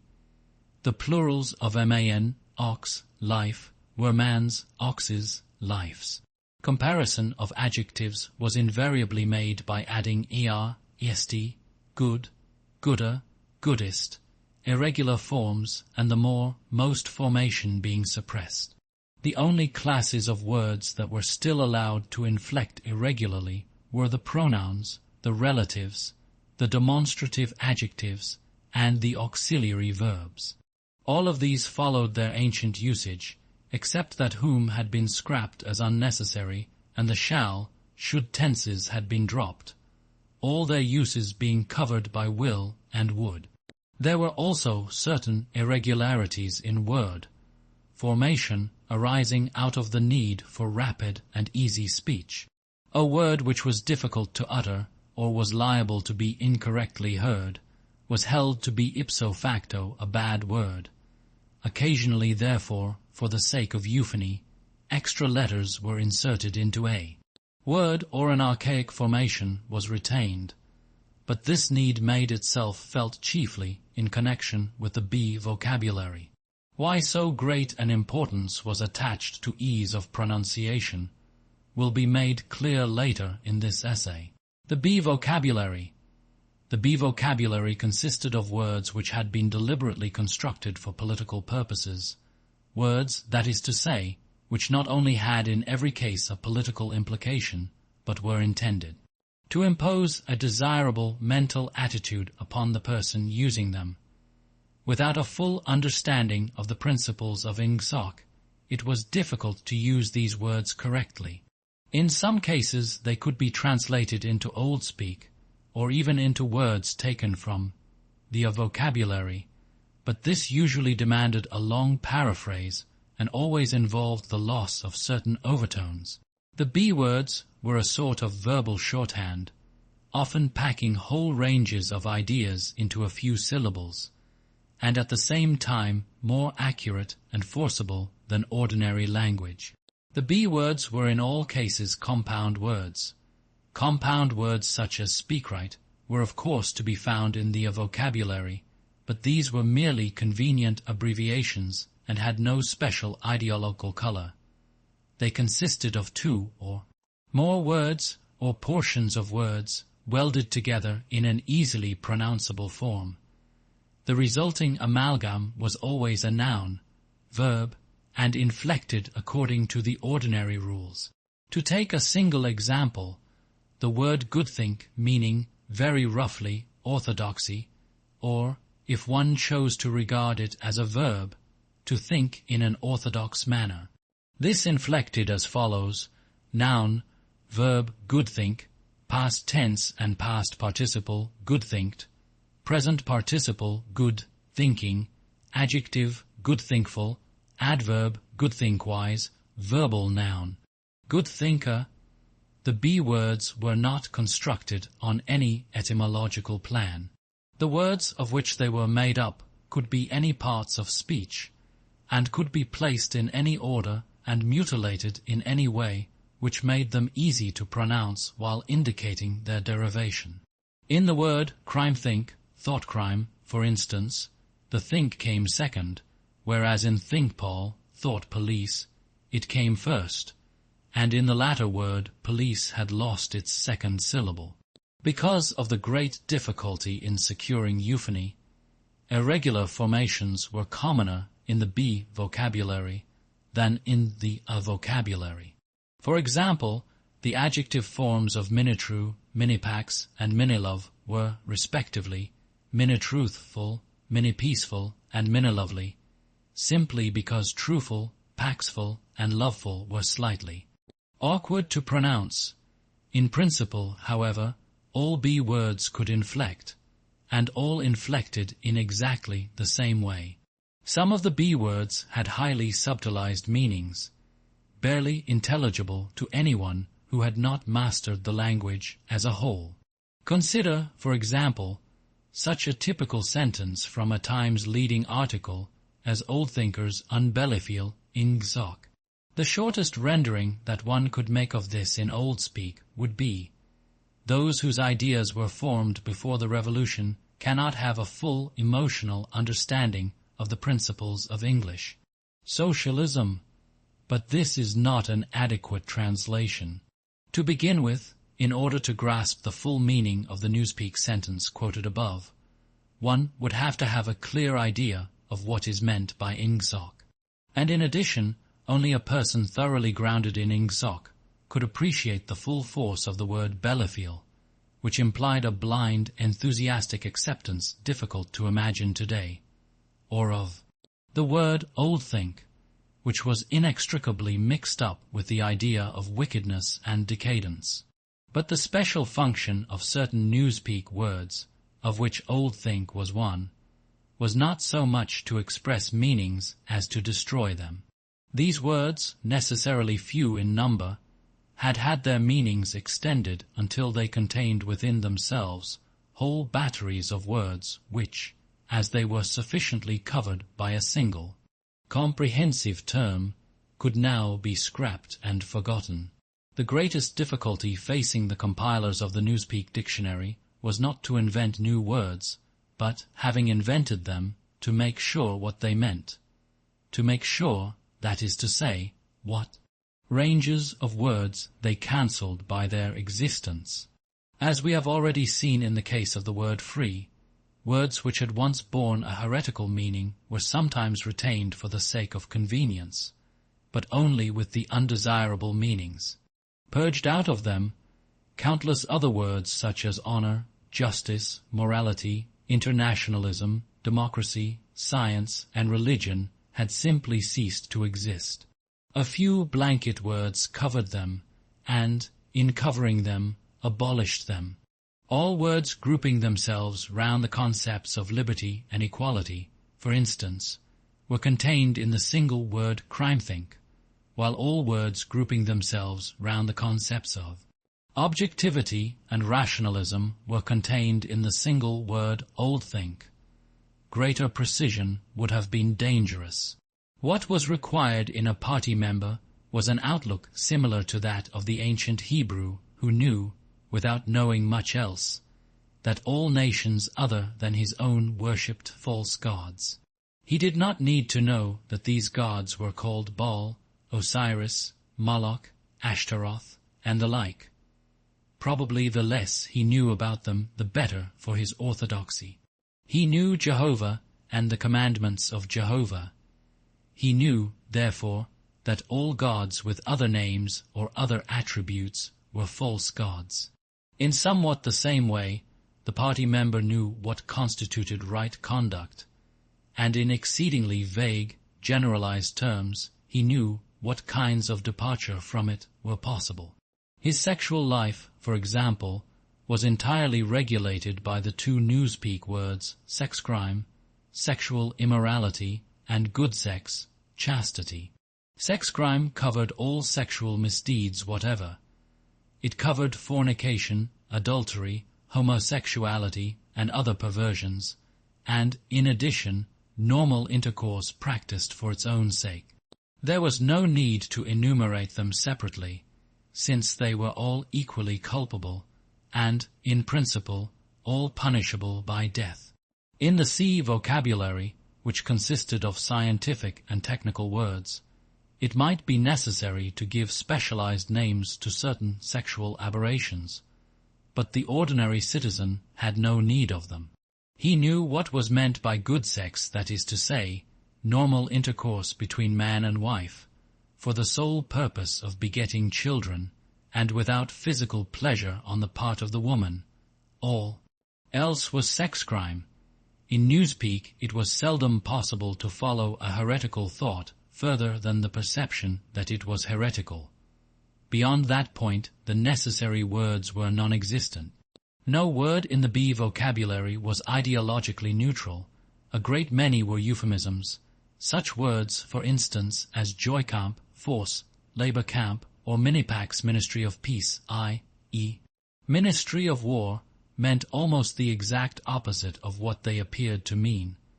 Some words, on the other hand, displayed a frank and contemptuous understanding of the real nature of oceanic society.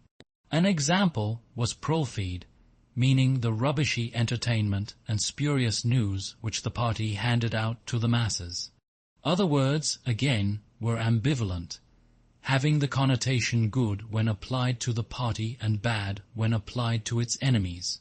But in addition, there were great numbers of words which at first sight appeared to be mere abbreviations, and which derived their ideological color not from their meaning, but from their structure. So far as it could be contrived, everything that had or might have political significance of any kind was fitted into the B vocabulary. The name of every organization, or body of people, or doctrine, or country, or institution, or public building, was invariably cut down into the familiar shape. That is, a single easily pronounced word with the smallest number of syllables that would preserve the original derivation. In the Ministry of Truth, for example, the Records Department, in which Winston Smith worked, was called RICDEP. The Fiction Department was called FICDEP. The Teleprograms Department was called TELEDEP, and so on. This was not done solely with the object of saving time. Even in the early decades of the 20th century, telescoped words and phrases had been one of the characteristic features of political language, and it had been noticed that the tendency to use abbreviations of this kind was most marked in totalitarian countries and totalitarian organizations. Examples were such words as Nazi, Gestapo, Comintern, Inprecore, Agitprop. In the beginning, the practice had been adopted, as it were, instinctively, but in Newspeak it was used with a conscious purpose. It was perceived that in thus abbreviating a name, one narrowed and subtly altered its meaning, by cutting out most of the associations that would otherwise cling to it. The words Communist International, for instance, call up a composite picture of universal human brotherhood, red flags, barricades, Karl Marx, and the Paris Commune. The word Comintern, on the other hand, suggests merely a tightly knit organization and a well-defined body of doctrine. It refers to something almost as easily recognized and as limited in purpose as a chair or a table.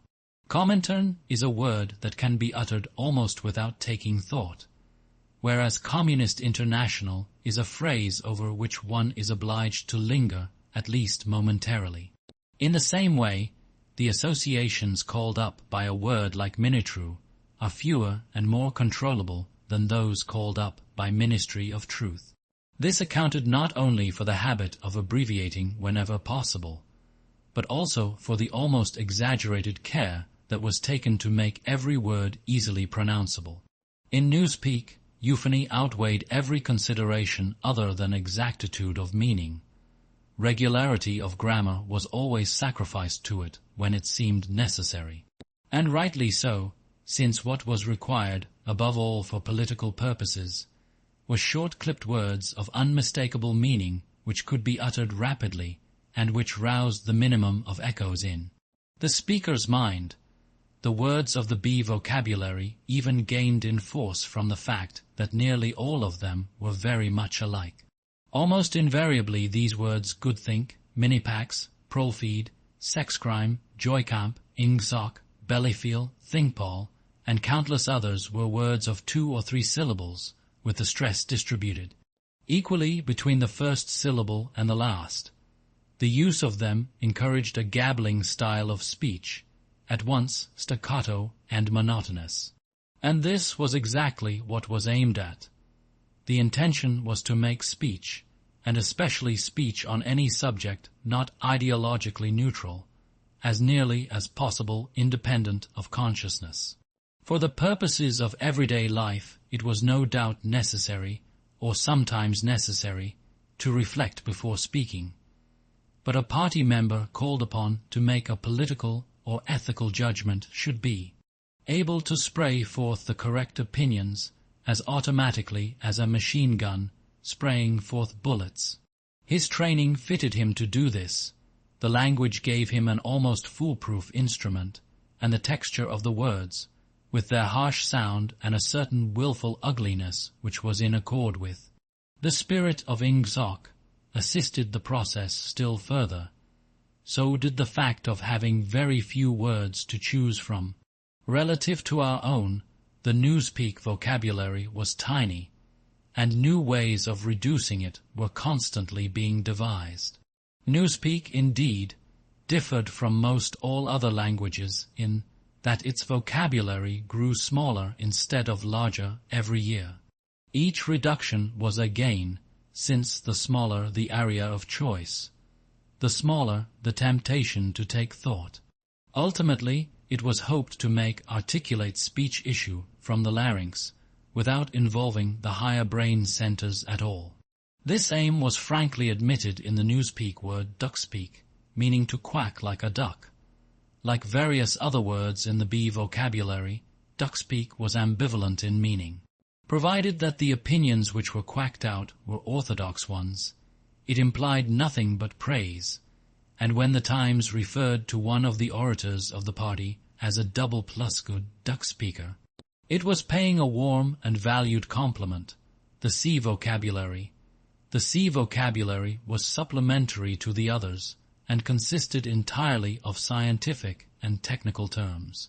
These resembled the scientific terms in use today, and were constructed from the same roots, but the usual care was taken to define them rigidly and strip them of undesirable meanings.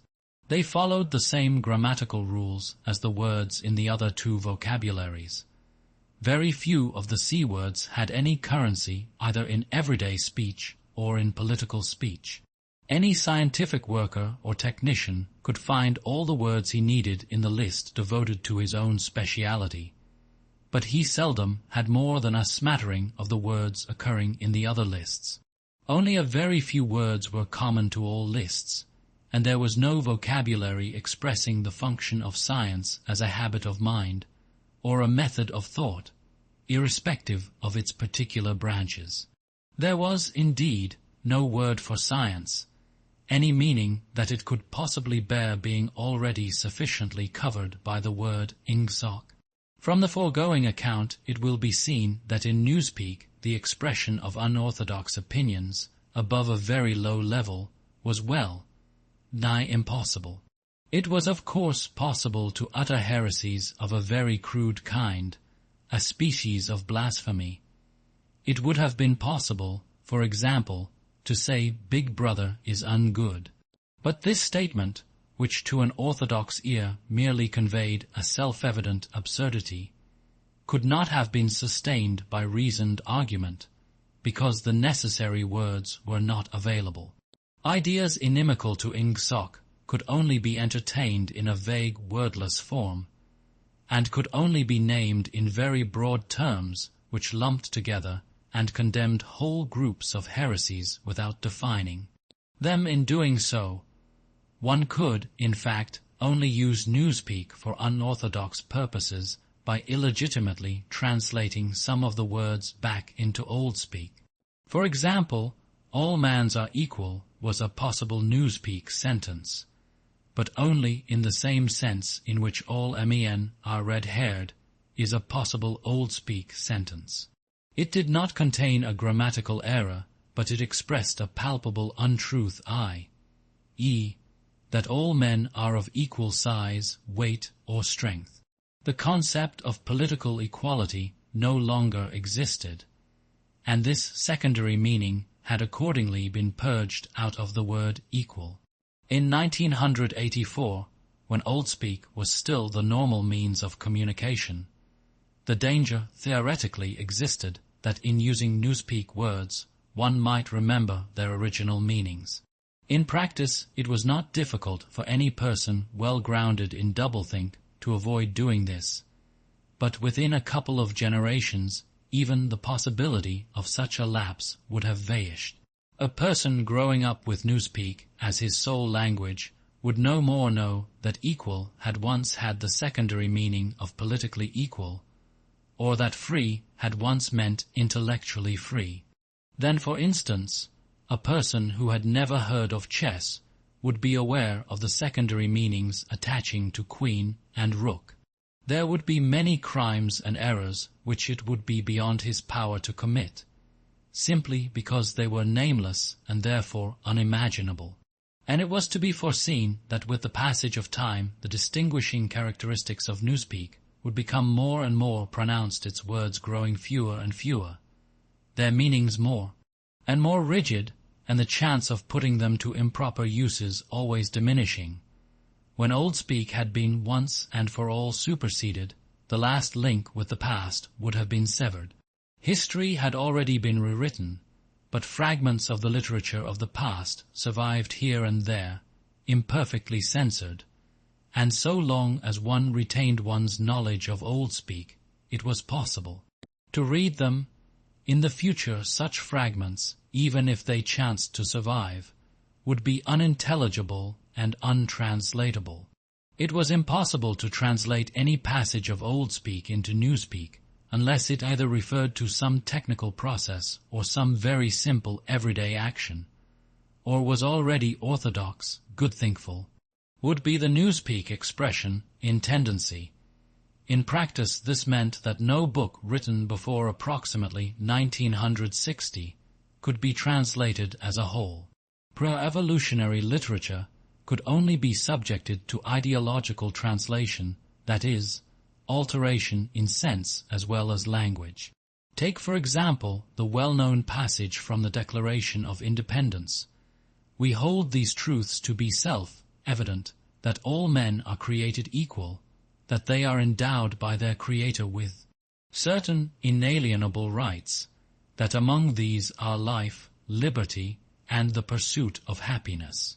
That to secure these rights, governments are instituted among men, deriving their powers from the consent of the governed. That whenever any form of government becomes destructive of those ends, i.e. is the right of the people to alter or abolish it, and to institute new government. It would have been quite impossible to render this into Newspeak, while keeping to the sense of the original. The nearest one could come to doing so would be to swallow the whole passage up in the single word crimethink. A full translation could only be an ideological translation, whereby Jefferson's words would be changed into a panegyric on absolute government. A good deal of the literature of the past was, indeed, already being transformed in this way. Considerations of prestige made it desirable to preserve the memory of certain historical figures, while at the same time bringing their achievements into line with the philosophy of Ingsoc. Various writers, such as Shakespeare, Milton, Swift, Byron, Dickens, and some others were therefore in process of translation. When the task had been completed, their original writings with all else that survived of the literature of the past would be destroyed. These translations were a slow and difficult business, and it was not expected that they would be finished before the first or second decade of the 21st century. There were also large quantities of merely utilitarian literature, indispensable technical manuals, and the like that had to be treated in the same way. It was chiefly in order to allow time for the preliminary work of translation that the final adoption of Newspeak had been fixed for so late a date as 2050.